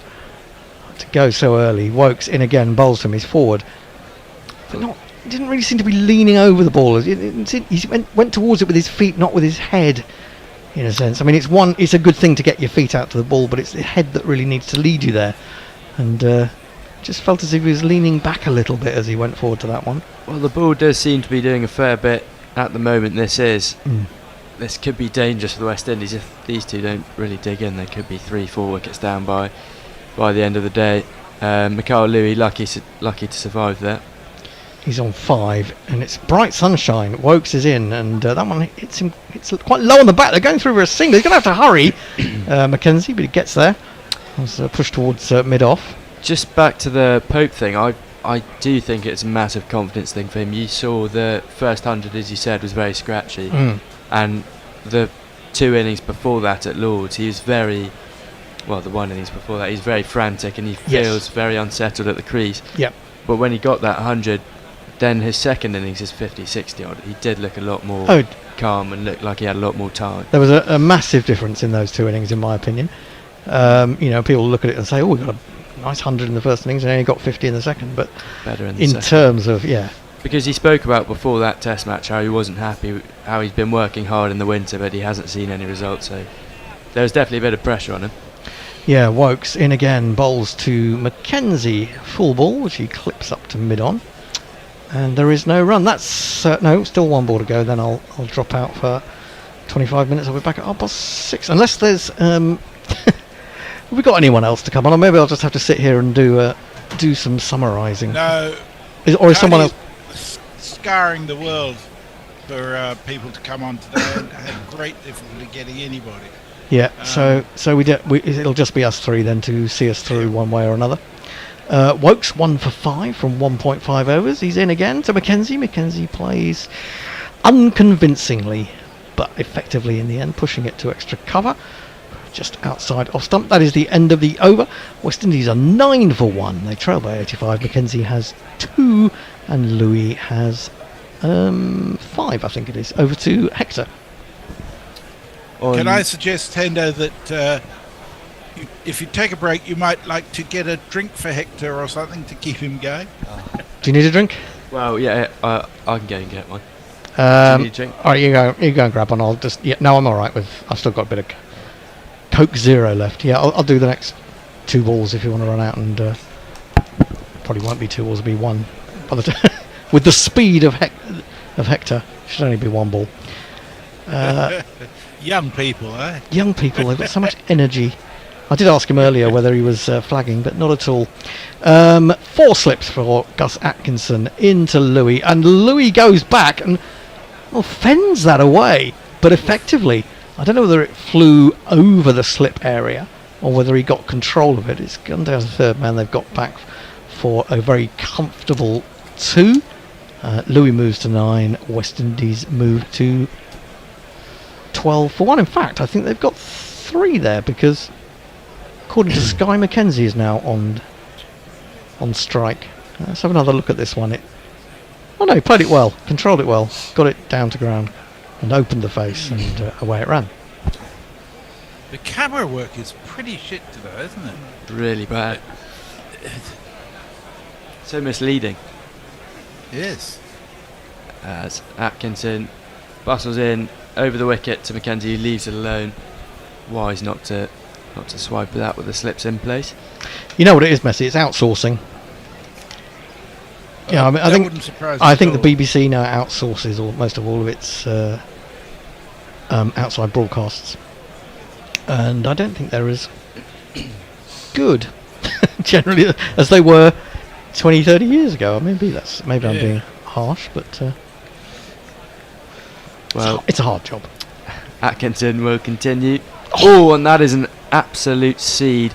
Straight, and then just seemed to tail away from the left-hander McKenzie, just missing the edge of the bat. It'll go through for Smith for no run, but that is a good ball. That is a promising sign for this English attack, and a scary one for this West Indies batting lineup. I wonder whether we'll see a night watchman potentially. Oh, that's an interesting one. Who might be the night watchman for the West Indies? Alzari Joseph. He's had a good game. He's had a good day. Yeah. He said sarcastically. He won't be happy. Atkinson in again, shorter and just pushed by McKenzie, but Stokes does well at backward point to get round. Diving low to his right to stop the runs. West Indies 12 for 1, trail by 82. Atkinson 2 deliveries to come. I mean, you look at these batsmen in the West Indies team, and you think there is some talent there, but there's such a gap between having talent and then producing that. When you're in a team that's struggling, especially. Well, McKenzie's an example of that. Atkinson and again and left alone. Yeah, McKenzie 12 being his highest score, 12, 11, 1, 2 ducks, and now 2 not out. So he'll like a score to finish the series for him.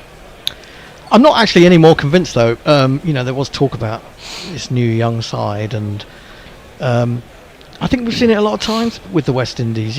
Batsmen have come in and they've looked, good for a couple of games, or they've had a score, and then just haven't been able to show that consistency at this level. Well, and then if they're good, then they'll go to T20s. Atkinson, last ball of the over, and just slashed by McKenzie through the vacant cover region for a very well timed 4. 1,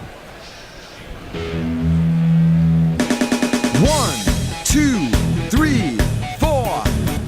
That's a massively good point actually that you make, because I was really looking forward to seeing Nicholas Pooran in Test cricket. Yeah. Shy Hope. I mean, Shy Hope, a man who's got 200s in a match in England. It's the perfect Test cricketer, I think. And yet he's not in the Test side, but he's the captain of the one-day side. It's kind of bizarre, isn't it? Is Roston Chase in the same camp there, or is he injured? That's a good question. He's injured, I'm pretty sure. Is he injured? Yeah. I mean, he's had a 7 or 8 wicket against England in one innings. Oh, Chris Woakes to continue, just beats the edge of Louis, just planted his hands outside off, but a lot of swing there. Slightly died on Jamie Smith, who picks the ball up off the floor. West Indies trail by 78, 16 for 1. Hey, he's a decent bowler, Roston Chase, and he can bat. Yeah, he's handy to have in the side. Would he replace Guerilla Cricket? Who knows? Yeah, it's a difficult one. Seems like different eras almost. Yeah. Woakes in again, 4 slips in the gully and left alone in a Steve Smith-esque style by Mikhail Louis.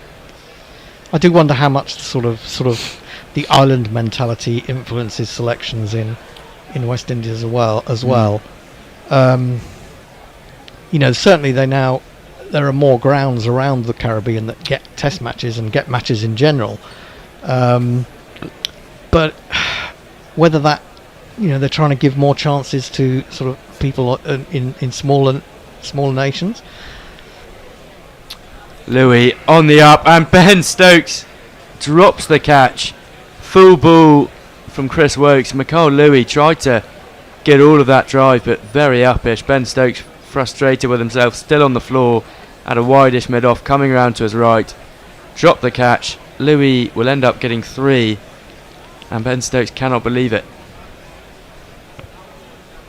I thought when he first played that shot, I thought that's not bad. I know it's aerial, but unless someone's very straight, and Stokes was, and that's a collector's item, isn't it? Stokes putting down a catch like that. Just slipped through it. Yeah. It actually went through a hole in his hand. He just didn't get them together in time, did he? It would have been did a good catch. It wasn't a dolly. Yeah. I think by Stokes standards it was a dolly. 4 slips in. Yeah. McKenzie leaves it alone. Tried to angle back in and clip that off stump, but no run. It was travelling a bit. It was a couple of yards to his right, and he had both hands to it. But yeah, it was way off catching it in the end. See, I'm not sure. I'm not sure whether he actually hit it as hard as it looked initially. It might have been one that he slightly mistimed. And maybe that threw Stokes a little bit. I don't know, the pace that the ball was coming at. You wouldn't threw expect him to bit. miss it completely. No. Maybe drop it. Chris Woakes in again and left alone again.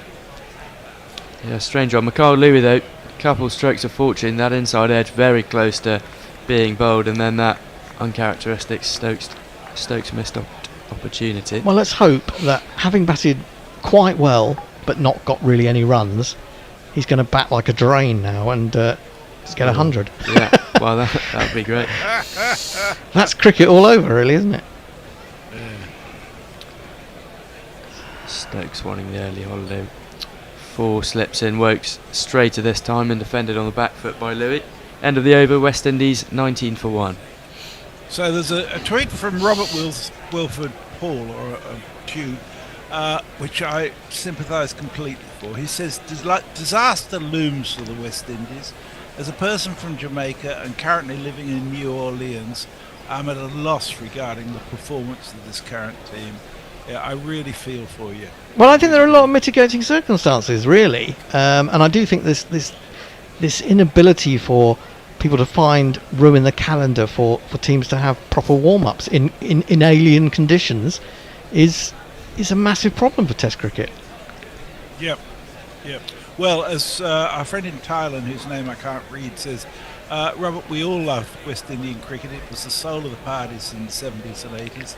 We need to restructure the ICC to fairly distribute funds and get away from the slide to T20 short-termism. As Mikhail Louis agree with anything you say. Takes a comfortable single out into the offside to cover. I suppose the difficulty is if you start redistributing funds, and I'm in favour of that very much. You know, all the smaller nations or the financially hard up nations are going to be putting in their own pleas for that, aren't they? Yeah, that's certainly true. We have a new listener by the name of C.N. Tracy who says Hector is a great find for Guerilla Cricket. Like he's been with us for ages. Well, we send our scouts out, and we've got a few very good scouts now. And thank you very much. McKenzie just picked up 2 there, just guided the ball down to a deep square, coming round, and he moves to 8 now. Atkinson 0 for 14 from 2.2 overs.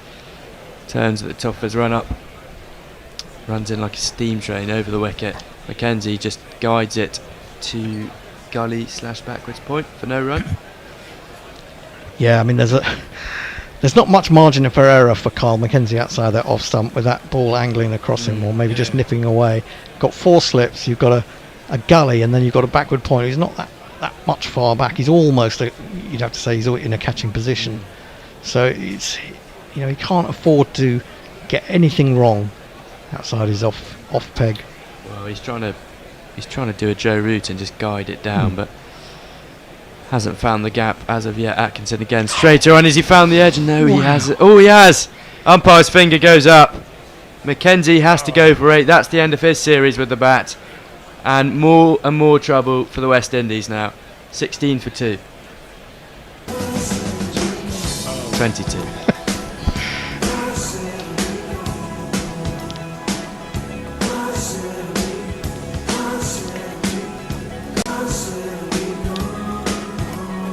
Well, it was a nothing shot there from McKenzie. Just seemed to cramp up a little bit and just soft dismissal. Gives it to Jamie Smith. A comfortable take behind the stumps. Atkinson has his first of the innings. 22 for 2, I should say, not 16 for 2. I feel a bit sorry for Kurt there. I thought it was a good ball. I thought it seemed to jump on him, and I think that's why initially we thought it was an edge, and then we thought, hang on, maybe it isn't. Yeah. But as I said, he's got he didn't need any of the slips because it went straight to the keeper, but massively disappointing for the West Indies. Well, 30 minutes left in the day. The wheels could easily come falling off. Well, Farong is giving me a bit of shit, I think. He says, for the benefit of Hector, I can reveal the age of messages. He sends us a portrait of Sadi of Shiraz, a Persian poet from 1226.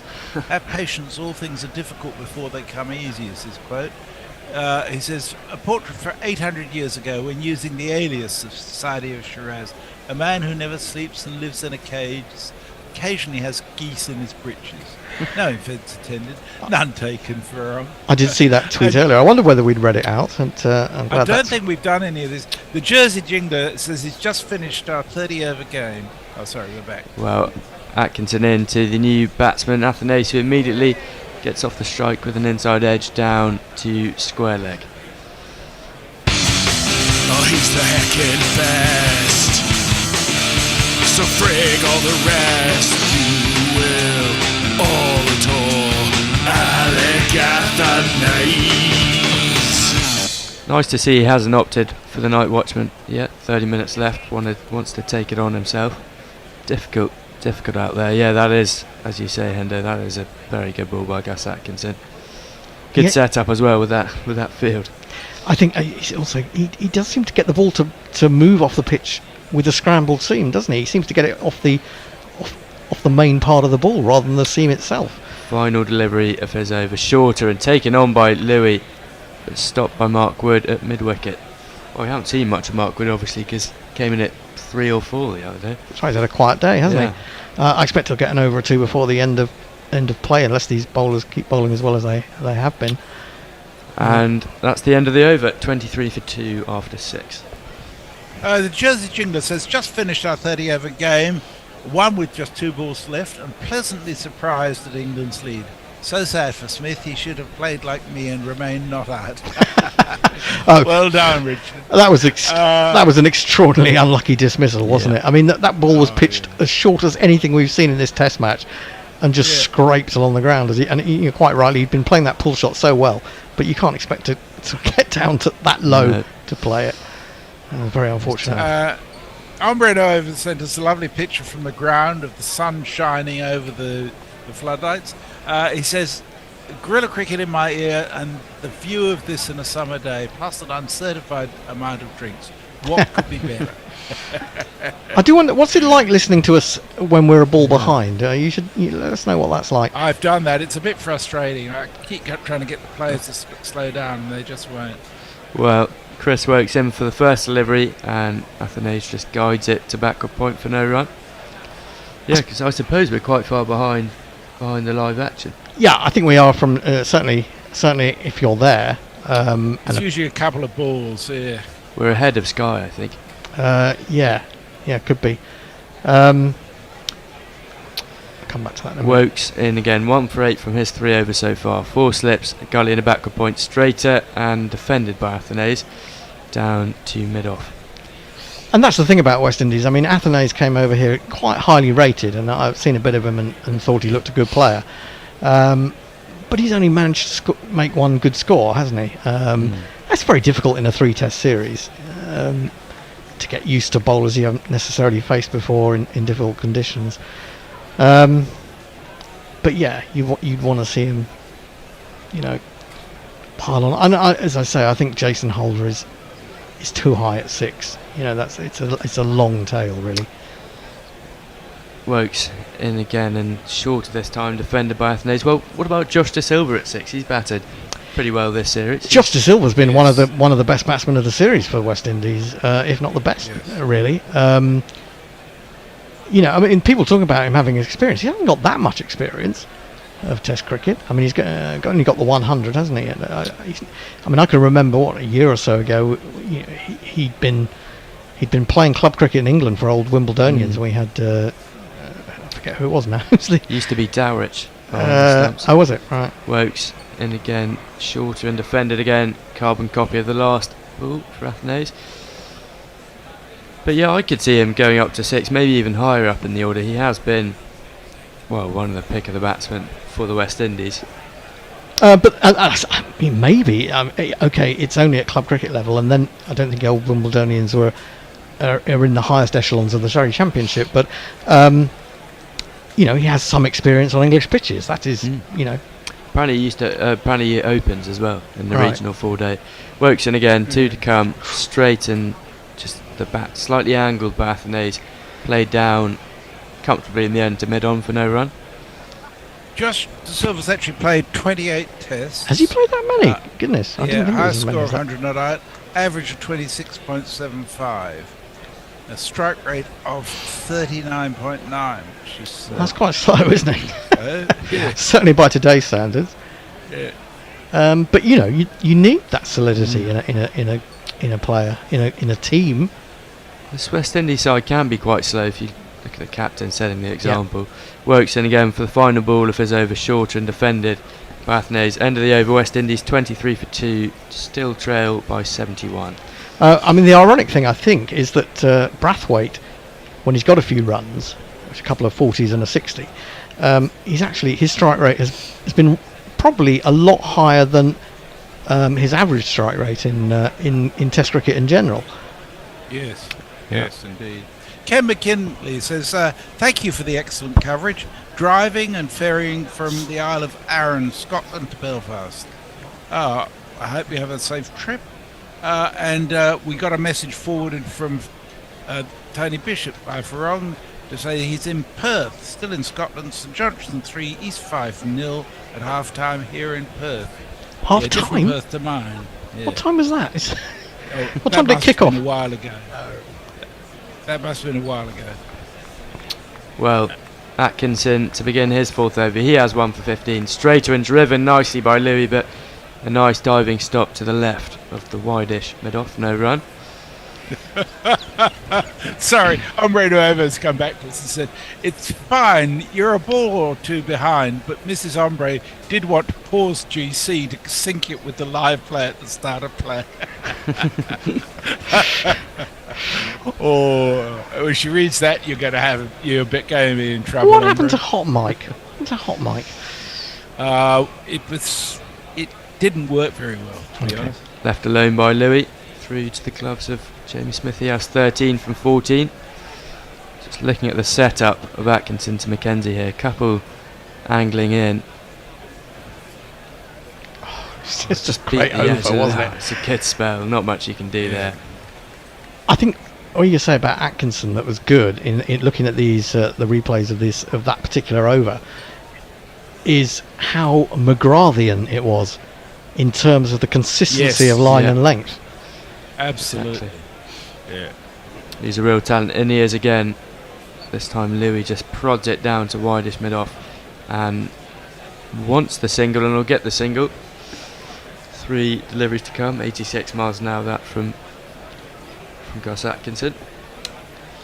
Can you see the skipper bringing himself on for a couple before the end of the day? I don't think so. I think he's more likely to turn to Wood if he turns to anyone.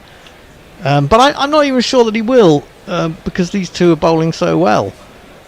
Well, they're getting the ball to move. How many overs do you reckon we'll have? Maybe another 4 after this one. 4.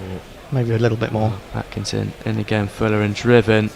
Slightly clunkily, if that's a word, by Athanase. Out to Bashir at cover. No run. Well, Bashir looks to be warming up. Is that just a hint, or is he saying, come on, Skip, you know, I'm the second innings specialist. Well, exactly. Give me a whirl. Moti did find a little bit of turn. He did. In the West Indies. He bowled really well, and I think that's the, you know. I'd love to hear his private thoughts on immediately being taken out of the attack after getting Root. Atkinson in again and defended by Athanase into the offside. Well, yeah, Moti is a really good spinner. What I think about this whole West Indies team is they've got a team that could actually, they've got a lot of potential there. It's just they all seem to fire at different times. They've never all gone at the same time. That's the problem. I think that's right, and it has changed, and it does change so regularly as well. I think that's, you know, what England have done. I suppose is they've said to certain players, "We've got faith in you, and whatever happens, we'll stick with you for longer than we used to." And it's working. Atkinson again left alone by Athanase, end of the over. Just the 1 run from it. Trail by 70 and 2 down after 8 overs. Messi, anything? So we've got a super chat from the Naked Fun Porn Bot for $4.99 US. It says Hector will put the lotion in the basket. What? I don't know what that's about. Anyway, let's play one of these. Super chat. YouTube hero. They're awesome and smart and they're playing their part. Super chat, super chat, super chat. Super Chat, if you want to contact us and give us some cash, that's the way to do it on YouTube. But if you want to give us cash in the longer term, which is something we desperately need, you can go to patreon.com/Guerilla Cricket and pledge a monthly amount. We really do need it because we're looking for a new studio, and that is going to cost us quite a bit of cash. There is a change of bowling, and it is the man who was just warming up.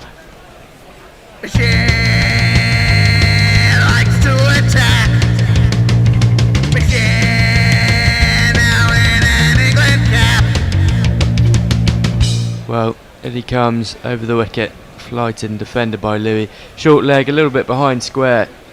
Bashir with 3 fifers to his name already in his Test match career.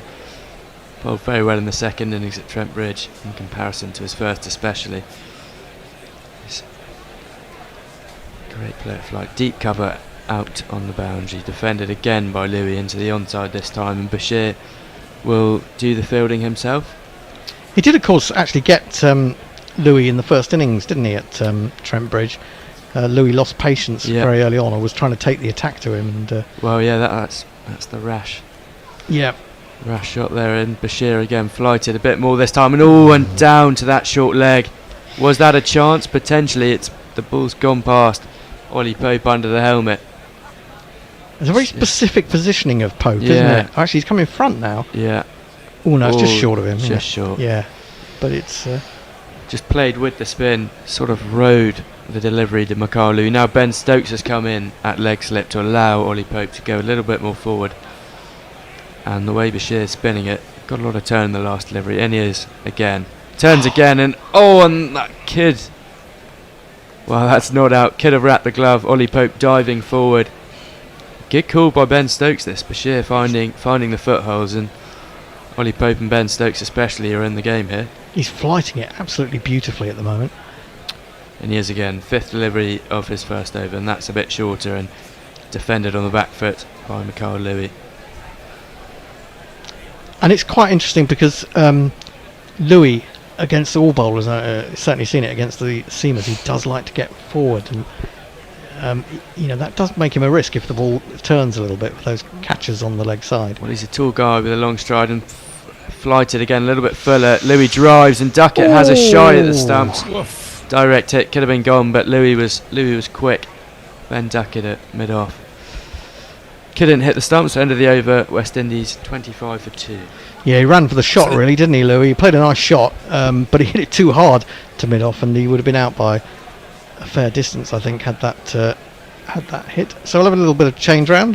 Not much. Ball by ball will move about a foot and a half to Hector's right, and I'll do the last 17 minutes. Jay Grover endorses the praise for you, Hector. He says, true that, he will leave though. He will. Geriatric stepping stones to a storied broadcasting career. Not till we burn him out in New Zealand. The New Zealand series that's coming up, we'll have him through the night, and then he'll say, fuck this. Well, I'm looking forward to it. I might actually be in New Zealand, so I could do it from there, even better. Oh yeah, wow. Get you, yeah. Even Although better. if you're in New Zealand, won't you want to be at the matches? Or well, yeah. Another change of bowling, Mark Wood. So it's a double change, 3 slips and a leg slip, and he's in. Bowls to Louis, who meets that well, firmly, pushes up to mid-off, and there is no run. So the man coming into the attack, finally getting a bit of activity on a very quiet day for him, is none other than this man. Do you know Mark Wood? Yes, he is an England bowler, quite good and pretty quick. So just a normal guy. Of course, except for just one thing. What? He thinks that he's a horse. Right. It's very fortunate that he was one of the early creatures at the Charlotte Dujardin stable, and here he comes. Bowling to Louis, and he falls over. There's the fall. There's the fall. It's played rather uncomfortably as it rises. On his knees. Yes, that's probably what it is. Yeah. Look, I'm totally against animal cruelty, but does anyone think that was a little bit? I mean, having seen the footage, it didn't really look. Didn't look nasty. I didn't. Didn't look nasty, did it? I mean, and when you consider that in horse racing, you know, you have use the whip is allowed, although you know there have been. It has been reduced, and there can be, you know, fines and suspensions for overuse. But I thought it was a bit too much. Anyway, that's wrapped Louis on the pad, and he runs out. Ball runs out onto the onside, not very far. Wood goes chasing after it, and it's a good call from Athanasi because he says to Louis, "You can probably have a leg by there," and they do. We got 2 more super chats, Hendo. Hey, what's going on? It's that all happening. jingle ready. I will indeed. I've got so many to choose from. On the, I don't know which one I haven't used yet. You'll have to tell me about them at the end of the over. Brings Athanasi down to face. He's just got the 1 run, faced 10 deliveries, and of course it wasn't Athanasi, but it was another left-hander, McKenzie, who faced the brunt of a big in-swinger from Wood in the first innings that got rid of him. Let's see if he can reproduce that. He's racing in over the wicket, 3 slips and a leg slip. This one is outside the off stump, not trailing back, and just played late, played comfortably, as much as anyone can play. Someone bowling at 90 odd miles an hour can play it comfortably. It's quite interesting actually about Mark Wood, the fact that I think he's one of 2 people to have got a 3-year central contract.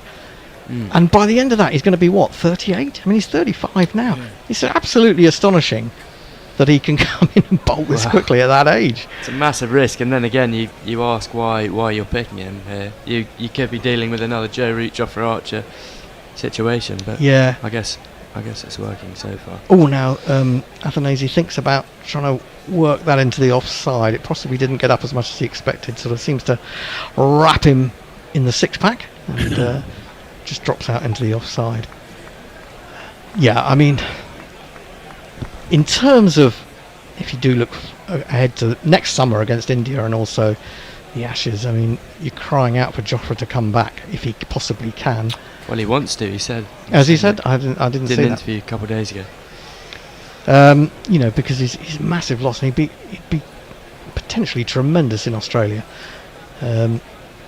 Wood in to complete the over bowls, and Athanasi is well behind this, defends out towards extra cover, and that's the end of the over. 10 have been bowled. West Indies were trailing by 94 when they came back out to bat this evening, moved to 26 for 2. Messi. Eco Stevens has sent us £2. Oh, right. For that jingle alone, it's worth £2. I'm not sure which jingle that was. And the porn bot goes all Silence of the Lambs, says, "Is Hendo drinking a nice Chianti?" That's for $4.99. And another one from the porn bot, "Is Hendo angling for a whipping at the Sugar and Spice S&M parlour?" Okay, all right. Well, I'll do a quick couple of super chat jingles. YouTube Prime, Super Chat, no shipping unlike the bucket hat. Bashir, I'll do another one in a minute. Oh, he throws that up beautifully, and Louis is forward, plays it firmly up to mid-off. There is no run, about 11 minutes left of play, which has ended up assuredly being England's, although it didn't look like that in the first 20 minutes. Bashir's got 3 men round the bat, he's in, he bowls, and it looks like Louis is making a determined effort to open the face, to push it into the offside, not to close the bat face and risk popping up a little catch to the leg gully or the short leg. He's going to get a single towards extra cover there. He moves to 16, 27 for 2. Is Bashir going to come round the wicket to the left-hander, or is he going to stay over the wicket? He's got a slip and a gully now, and he's in round the wicket. Athanasi comes forward and looks comfortable as he plays that up to duck it at mid-on. There is no run. Just seemed a little bit too full there, maybe drag it back. As we saw, he was spinning it nicely into Louis, so spin away with a couple of slips in could be dangerous. It's in again, bowls, and whipped slightly against the turn, but it was full enough that he could take that risk, Athanasi, but doesn't beat the man at mid-on. And there is no run. Do the other super chat at the end of the over. 27 for 2. Athanasi still just a single to his name from 15 deliveries, but it's all about crease occupation. Bashir in again, and he's forward to that one again, a little bit too full, and he's able to smother any hint of spin outside those outside that off stump where footholes may have been created. He's not the tallest man, Athanasi. He shouldn't be too hard just to drag it back a length or two. Yep. Well, it's not like a Jason Holder, is he? Or even a Mikhail Louis. Bashir in again. That's a slightly better delivery. It was angled in more towards leg stump, straightening a tiny bit. It's the end of the over. 27 for 2. Let's try this jingle. Super chat cash, super chat cash, super chat cash. Jay Grover says, I try to reassure Hector I'm not going to murder him, and Pornbrook breaks out Silence of the Lambs quotes.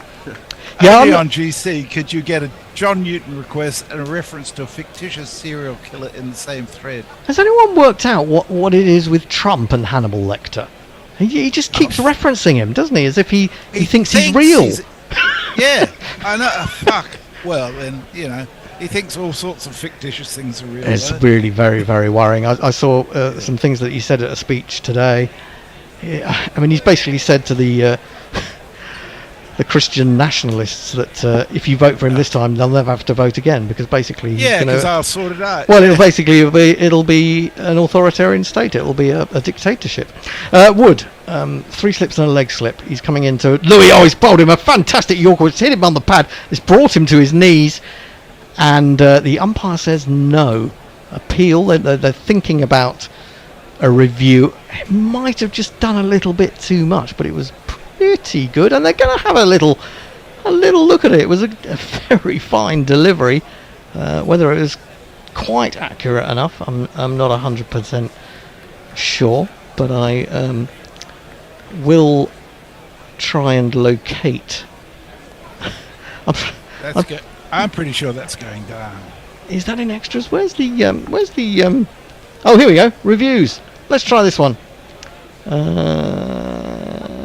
Let's try that one. I haven't tried this one before. Now it's a time of great decision.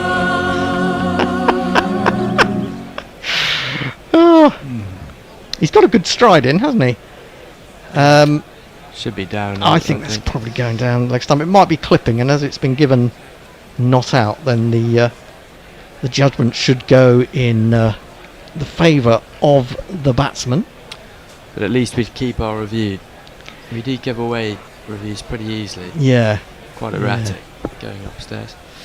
Well, this is going to mean that the West Indies have to face less bowling tonight, because there's a delay. There seem to have been quite a lot of delays in this series with regards to the ball tracker. Seem to have waited a long time for them at various points. Nothing's coming through at the moment, as Athanasi and Louis stand together, and of course you can actually see the difference in height between them there. Not quite as emphatic as Hodge standing next to Jason Holder, but gonna have another look at it. Is this it? Is this it? Impact in line, pitching in line, and umpire's call. So it is not out, but the review is retained. It's indeed one of these.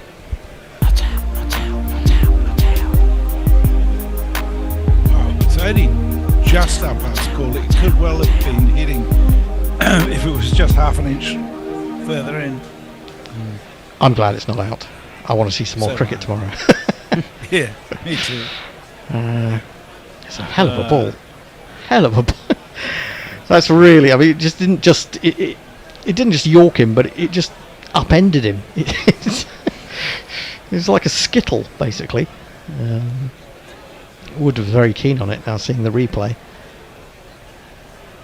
And to be fair, there would be no fault implied of the batsman if had that been a tiny bit straighter out and been out. Maybe the tide is turning for Mikhail. He said he's had a couple of lucky escapes in this innings already. He doesn't want to use them up all too quickly. Keen to know what the field is for the various bowlers. Sometimes it's a little hard for us to tell calling off TV.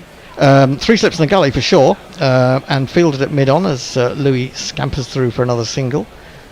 28 for 2. It did strike. I think I was watching yesterday, and there are limitations to what we can do when commentating off screen, because I remember yesterday at one point, I think it was Athers or Butcher on the TV talking about square leg has gone back, but unless the cameras show us that, we're not going to know, and so we miss a crucial a part of the story in a way. Short down the leg side, and I think helped on its way, Bathanazi. He either didn't time it very well or it came off his shirt. I think he might have gloved it down. Did he glove maybe it? On the thumb.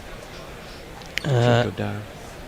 Yeah, he did get something on that, so he goes to 2. West Indies 29 for 2. I'm pretty sure, with only 3 balls left in this over, that, well, depending on how long Wood takes to bowl this over, potentially could be the last over of the day, or we could get one more, and I think nothing more than that. Do we have any entries for the GPL, Messi? We did. That's a good question, actually. Mine were way too low because I allowed for rain. But 307 and 347. I think they're probably from Hombre Nuevo because he likes the 7s. Let me have a look. How many runs have we had today? Well, that went speeding through from Wood. That was looked pretty quick to me. It was a very good length. Rose a little bit and went past the outside edge. 3 slips. A man at leg slip. Backward point, mid-off, mid-on. That's all I can see at the moment. Wood is in. Bowls short. Ooh, and he has a little prod at that outside the off stump. And Wood seems to be seething that he hasn't managed to get the breakthrough here. It's again bowling pretty well. There's been 367 runs so far today. So, and the top pick was 347. So. The GPL is safe yet again. So it'll roll over. £6 going forward to tomorrow. So we had 6 entries today, did we?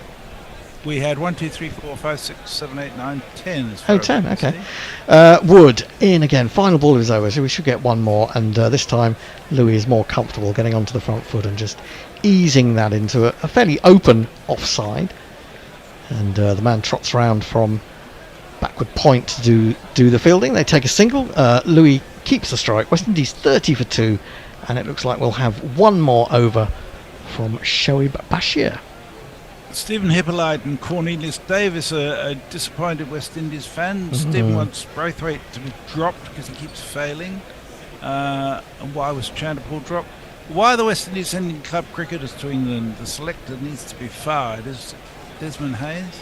No, I think Desmond Hayes has stepped down, hasn't he? I think Desmond Hayes has stepped down now, or has been asked to, requested to. Bashir in, bowls to Louis, gets a big stride in and covers the spin. And Bashir is racing back to the end of his not particularly long run. He wants to get another over in after this one. In he comes, bowls, and I guess that's a turn from outside the off stump. And Jamie Smith's interested in the LBW appeal, but Bashir not. And it's already back into his hands. He's and Louis now is just trying to stand away and perhaps scratch the pitch in front of him just to try and thwart this plan. And this time he plays towards mid-wicket. He's absolutely skipping back to his mark. 20 seconds. He's going to have to really race through. He's got 3 balls to go. He's in again.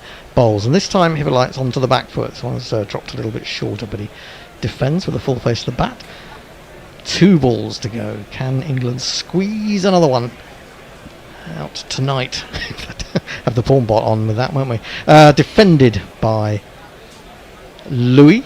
Again, just slightly opening the face to try and ensure that it goes onto the offside. And he's got 1 ball to go. He's it's showing 1847 on my computer. So it's very much the Jadeja type over, isn't it? Yeah, Louis is again trying to take a bit of time out.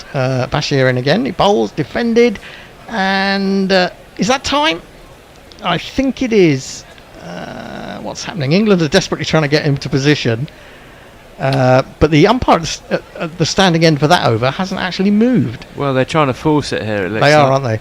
aren't they? It all depends on what time it is when the umpire coming in from a square leg gets to the standing Very position. leisurely rate he's coming in. He is coming in at a very leisurely rate. I'm wondering whether he's working by another clock. Well, I mean, to be fair, the 6:47 was quoted by Crick Info before they waited a couple of minutes longer because it was cruising, so it may have been back to 6:48. Yeah, that's a very good point. And now Brute is trying to, in a sort of Olympics way, he's trying to get the crowd going and get them behind Mark Wood to bowl even quicker. And he bowls to Athanasi, and he meets that very nicely indeed. Pushes up, but can't get it past mid-off. He's playing some nice strokes, but not getting any reward for it at the moment. West Indies 30 for 2, trailing by 64. Wood is into a third over, none for 3. Athanasi just trotting on the spot there, just trying to ensure that his feet are moving against this rapid pace of Mark Wood. The crowd are beginning to get behind him. There is a lot of clapping going on. And in he comes, bowls, and that's a very pleasant drive. He has actually found the gap this time. He managed to angle the bat quite expertly there. He'll only get a couple because he didn't try to overhit it. And it's Bashir who chases it Well, sort of midway to the boundary. He would have wanted 3 there, but I'm sure Mikhail Louis just slowed down. No. His jog coming back. Absolutely.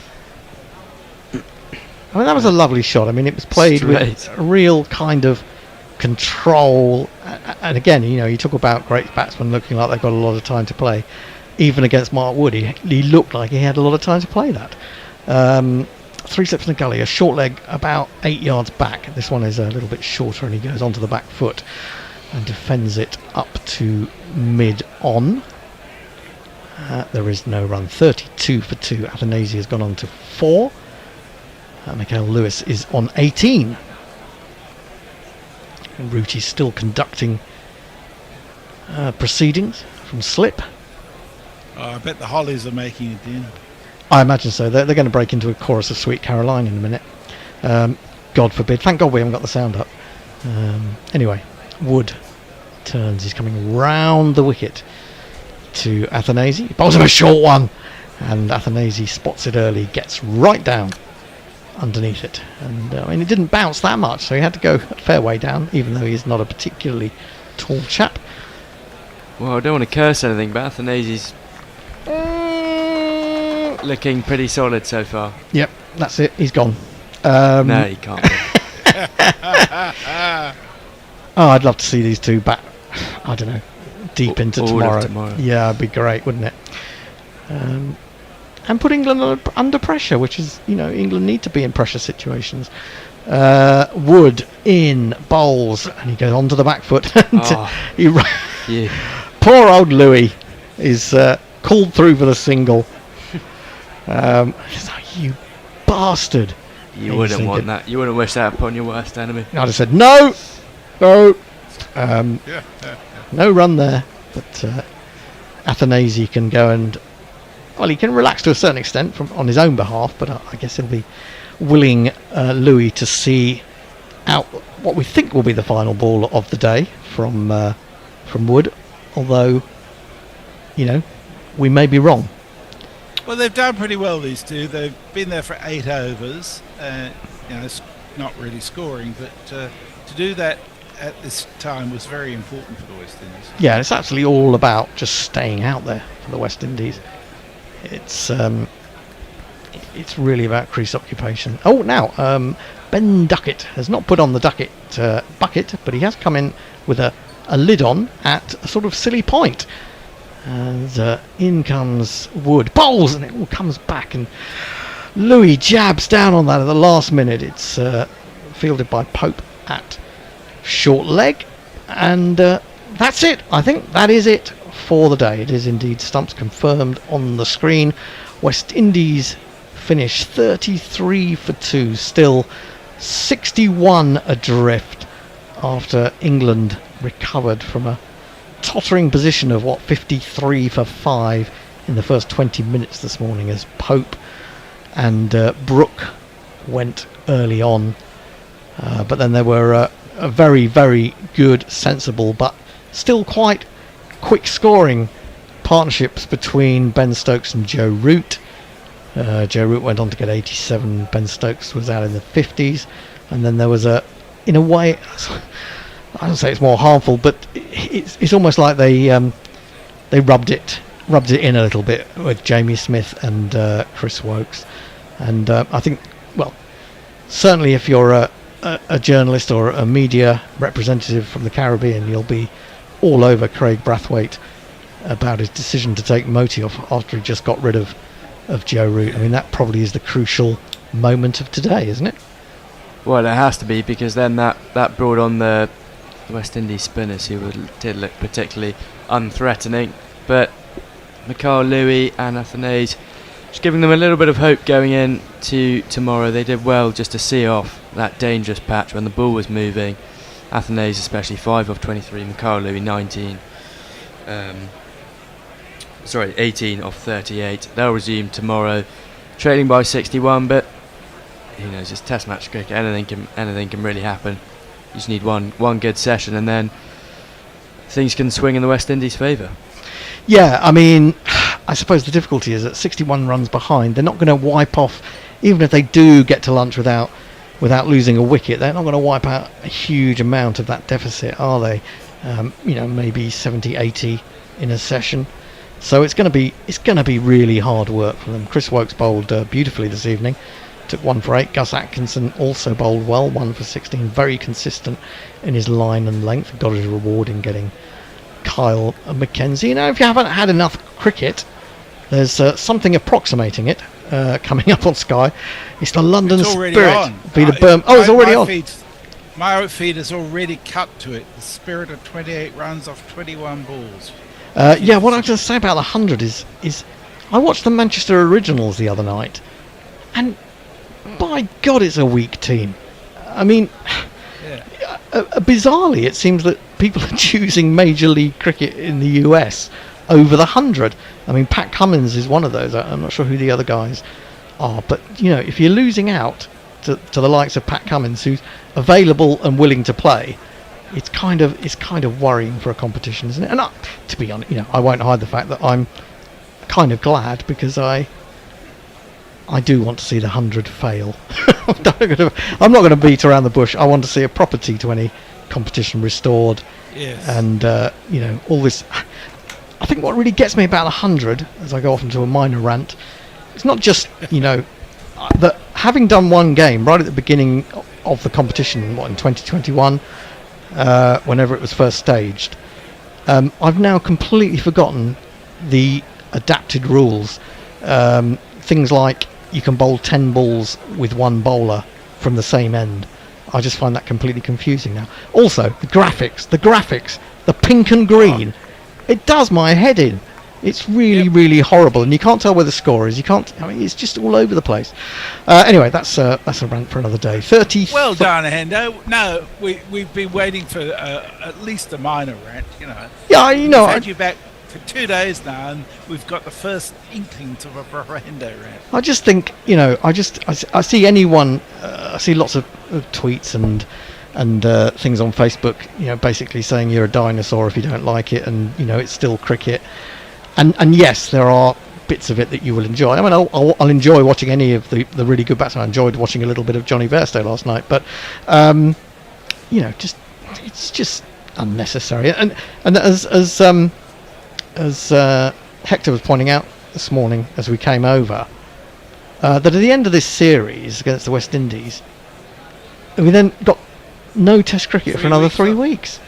Yeah, and it's ridiculous. And it's just time for Test cricket. And so we end up going into September when we're just, barely covering August.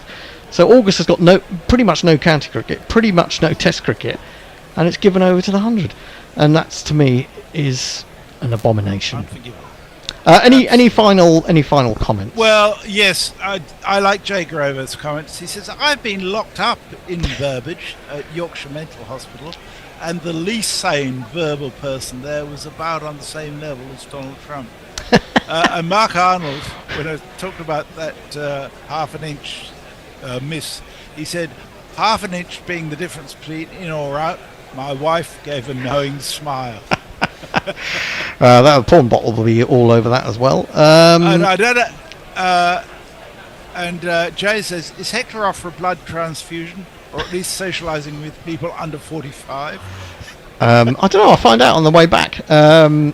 He's probably going to go to a rave tonight. Are you going to raving? No, he's not raving tonight. That was last. Oh, that was last night. Okay, fair enough. We're just seeing some of the shots of Jamie Smith, and there was plenty to admire in that innings. He can certainly play the pull shot. I can tell you that. I should say, Hector, that you should have been warned, if you haven't already been, that you should never expect any part of your personal life to remain a secret if you're going to be on Guerilla Cricket for any length of time. Yeah, and I suppose actually the thing is, when you're young, you worry about things getting out, don't you? As we get older, we don't give a damn, So we'll confess to all sorts of sins. But when you're younger, you're probably a bit more sensitive about those things. So Jamie Smith he's quite young, 24. He's being interviewed now on Sky. Any final sort of thoughts, Hector, on today's play? You've run out of energy. He's out. He's out. We've destroyed him. Finally, he's. I mean, that's the thing. You do run out of words after a while when you do this intensively. Well, we do. Talk to Gary or Dave. Oh, Gary never runs out of words. I think he's someone's he's just fed from an external source somehow. So he's like basically he's a walking artificial intelligence, isn't he? Basically, that will just. Just keep on producing. Anyway, that is it for today. West Indies finish on 33 for 2. It's been a great day for England, and we believe the weather is set fair. Are you in again tomorrow? Yes. Poor old Hector. You're going to have to drag yourself here by train. Yes. God, train on a Sunday. That's not a good thing. I don't know who else is in tomorrow. Messi, have you got any ideas who's on tomorrow? I am in. I can tell you who's on the road for tomorrow, which is day 3. Jason, Hector in the studio, and then there's myself and Will, and Nestlers and Forthy, and basically and Sagir, hopefully. So pretty much today's crew, apart from you, Hendo. Yeah, I mean, I'd love to get back in. One, because tomorrow's going to probably be the last day of the series, but also because I just love Test cricket. But unfortunately, probably 2 days of putting my back through manoeuvrings is a little bit too much. Well, you've done a sterling job today. You two have been on a lot, so thank you both very much for handling the staff shortages. in GC in a very able way. We're sort of the network rail of cricket commentary, aren't we? That's the southeastern railways of cricket commentary. Anyway, that's it from us. So it's good night from Messi. Good night from him. It's good night from Hector. Good night. And it's goodbye from me, Guerilla Hendo. Until tomorrow, please join us at about 10:50, depending on how easy it is to get on air. There wasn't a problem with getting on air. I should just say there was a problem when we got here, because I just think it's quite funny.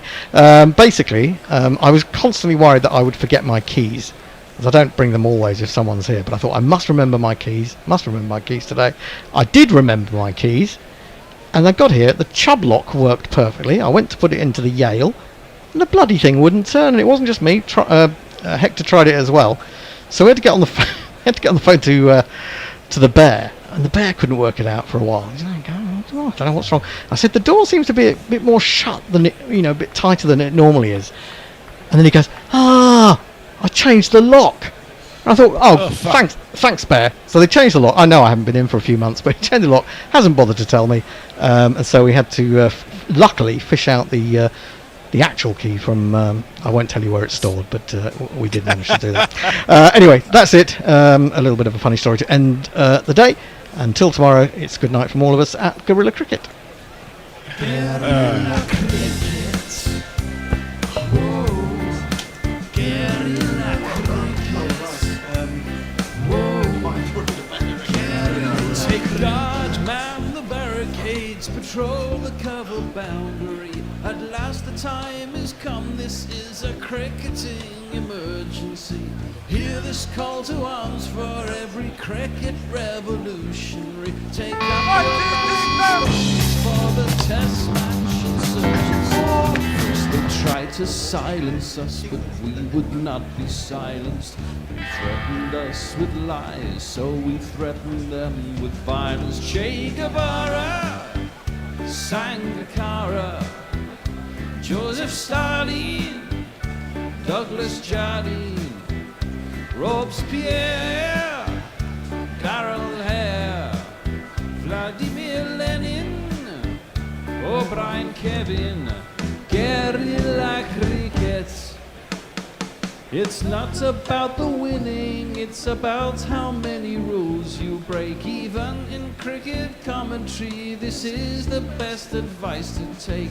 Pick Guerilla Cricket, it's the finest choice you'll ever make. There's so much more to cricket than red counters and a slice of cake. At first they tried to sanitize us and clean up our act.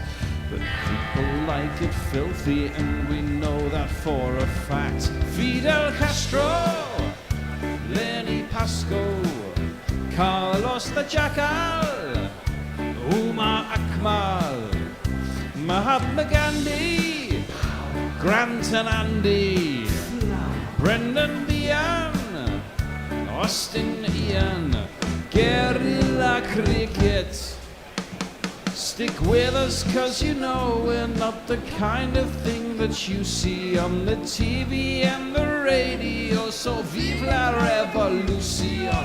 First they tried to buy us, but we would not be bought. Okay, we were, but then we ran away, and we will not be caught. We would not give up the ghost when they left us all for dead. They decapitated us, but we just grew another head.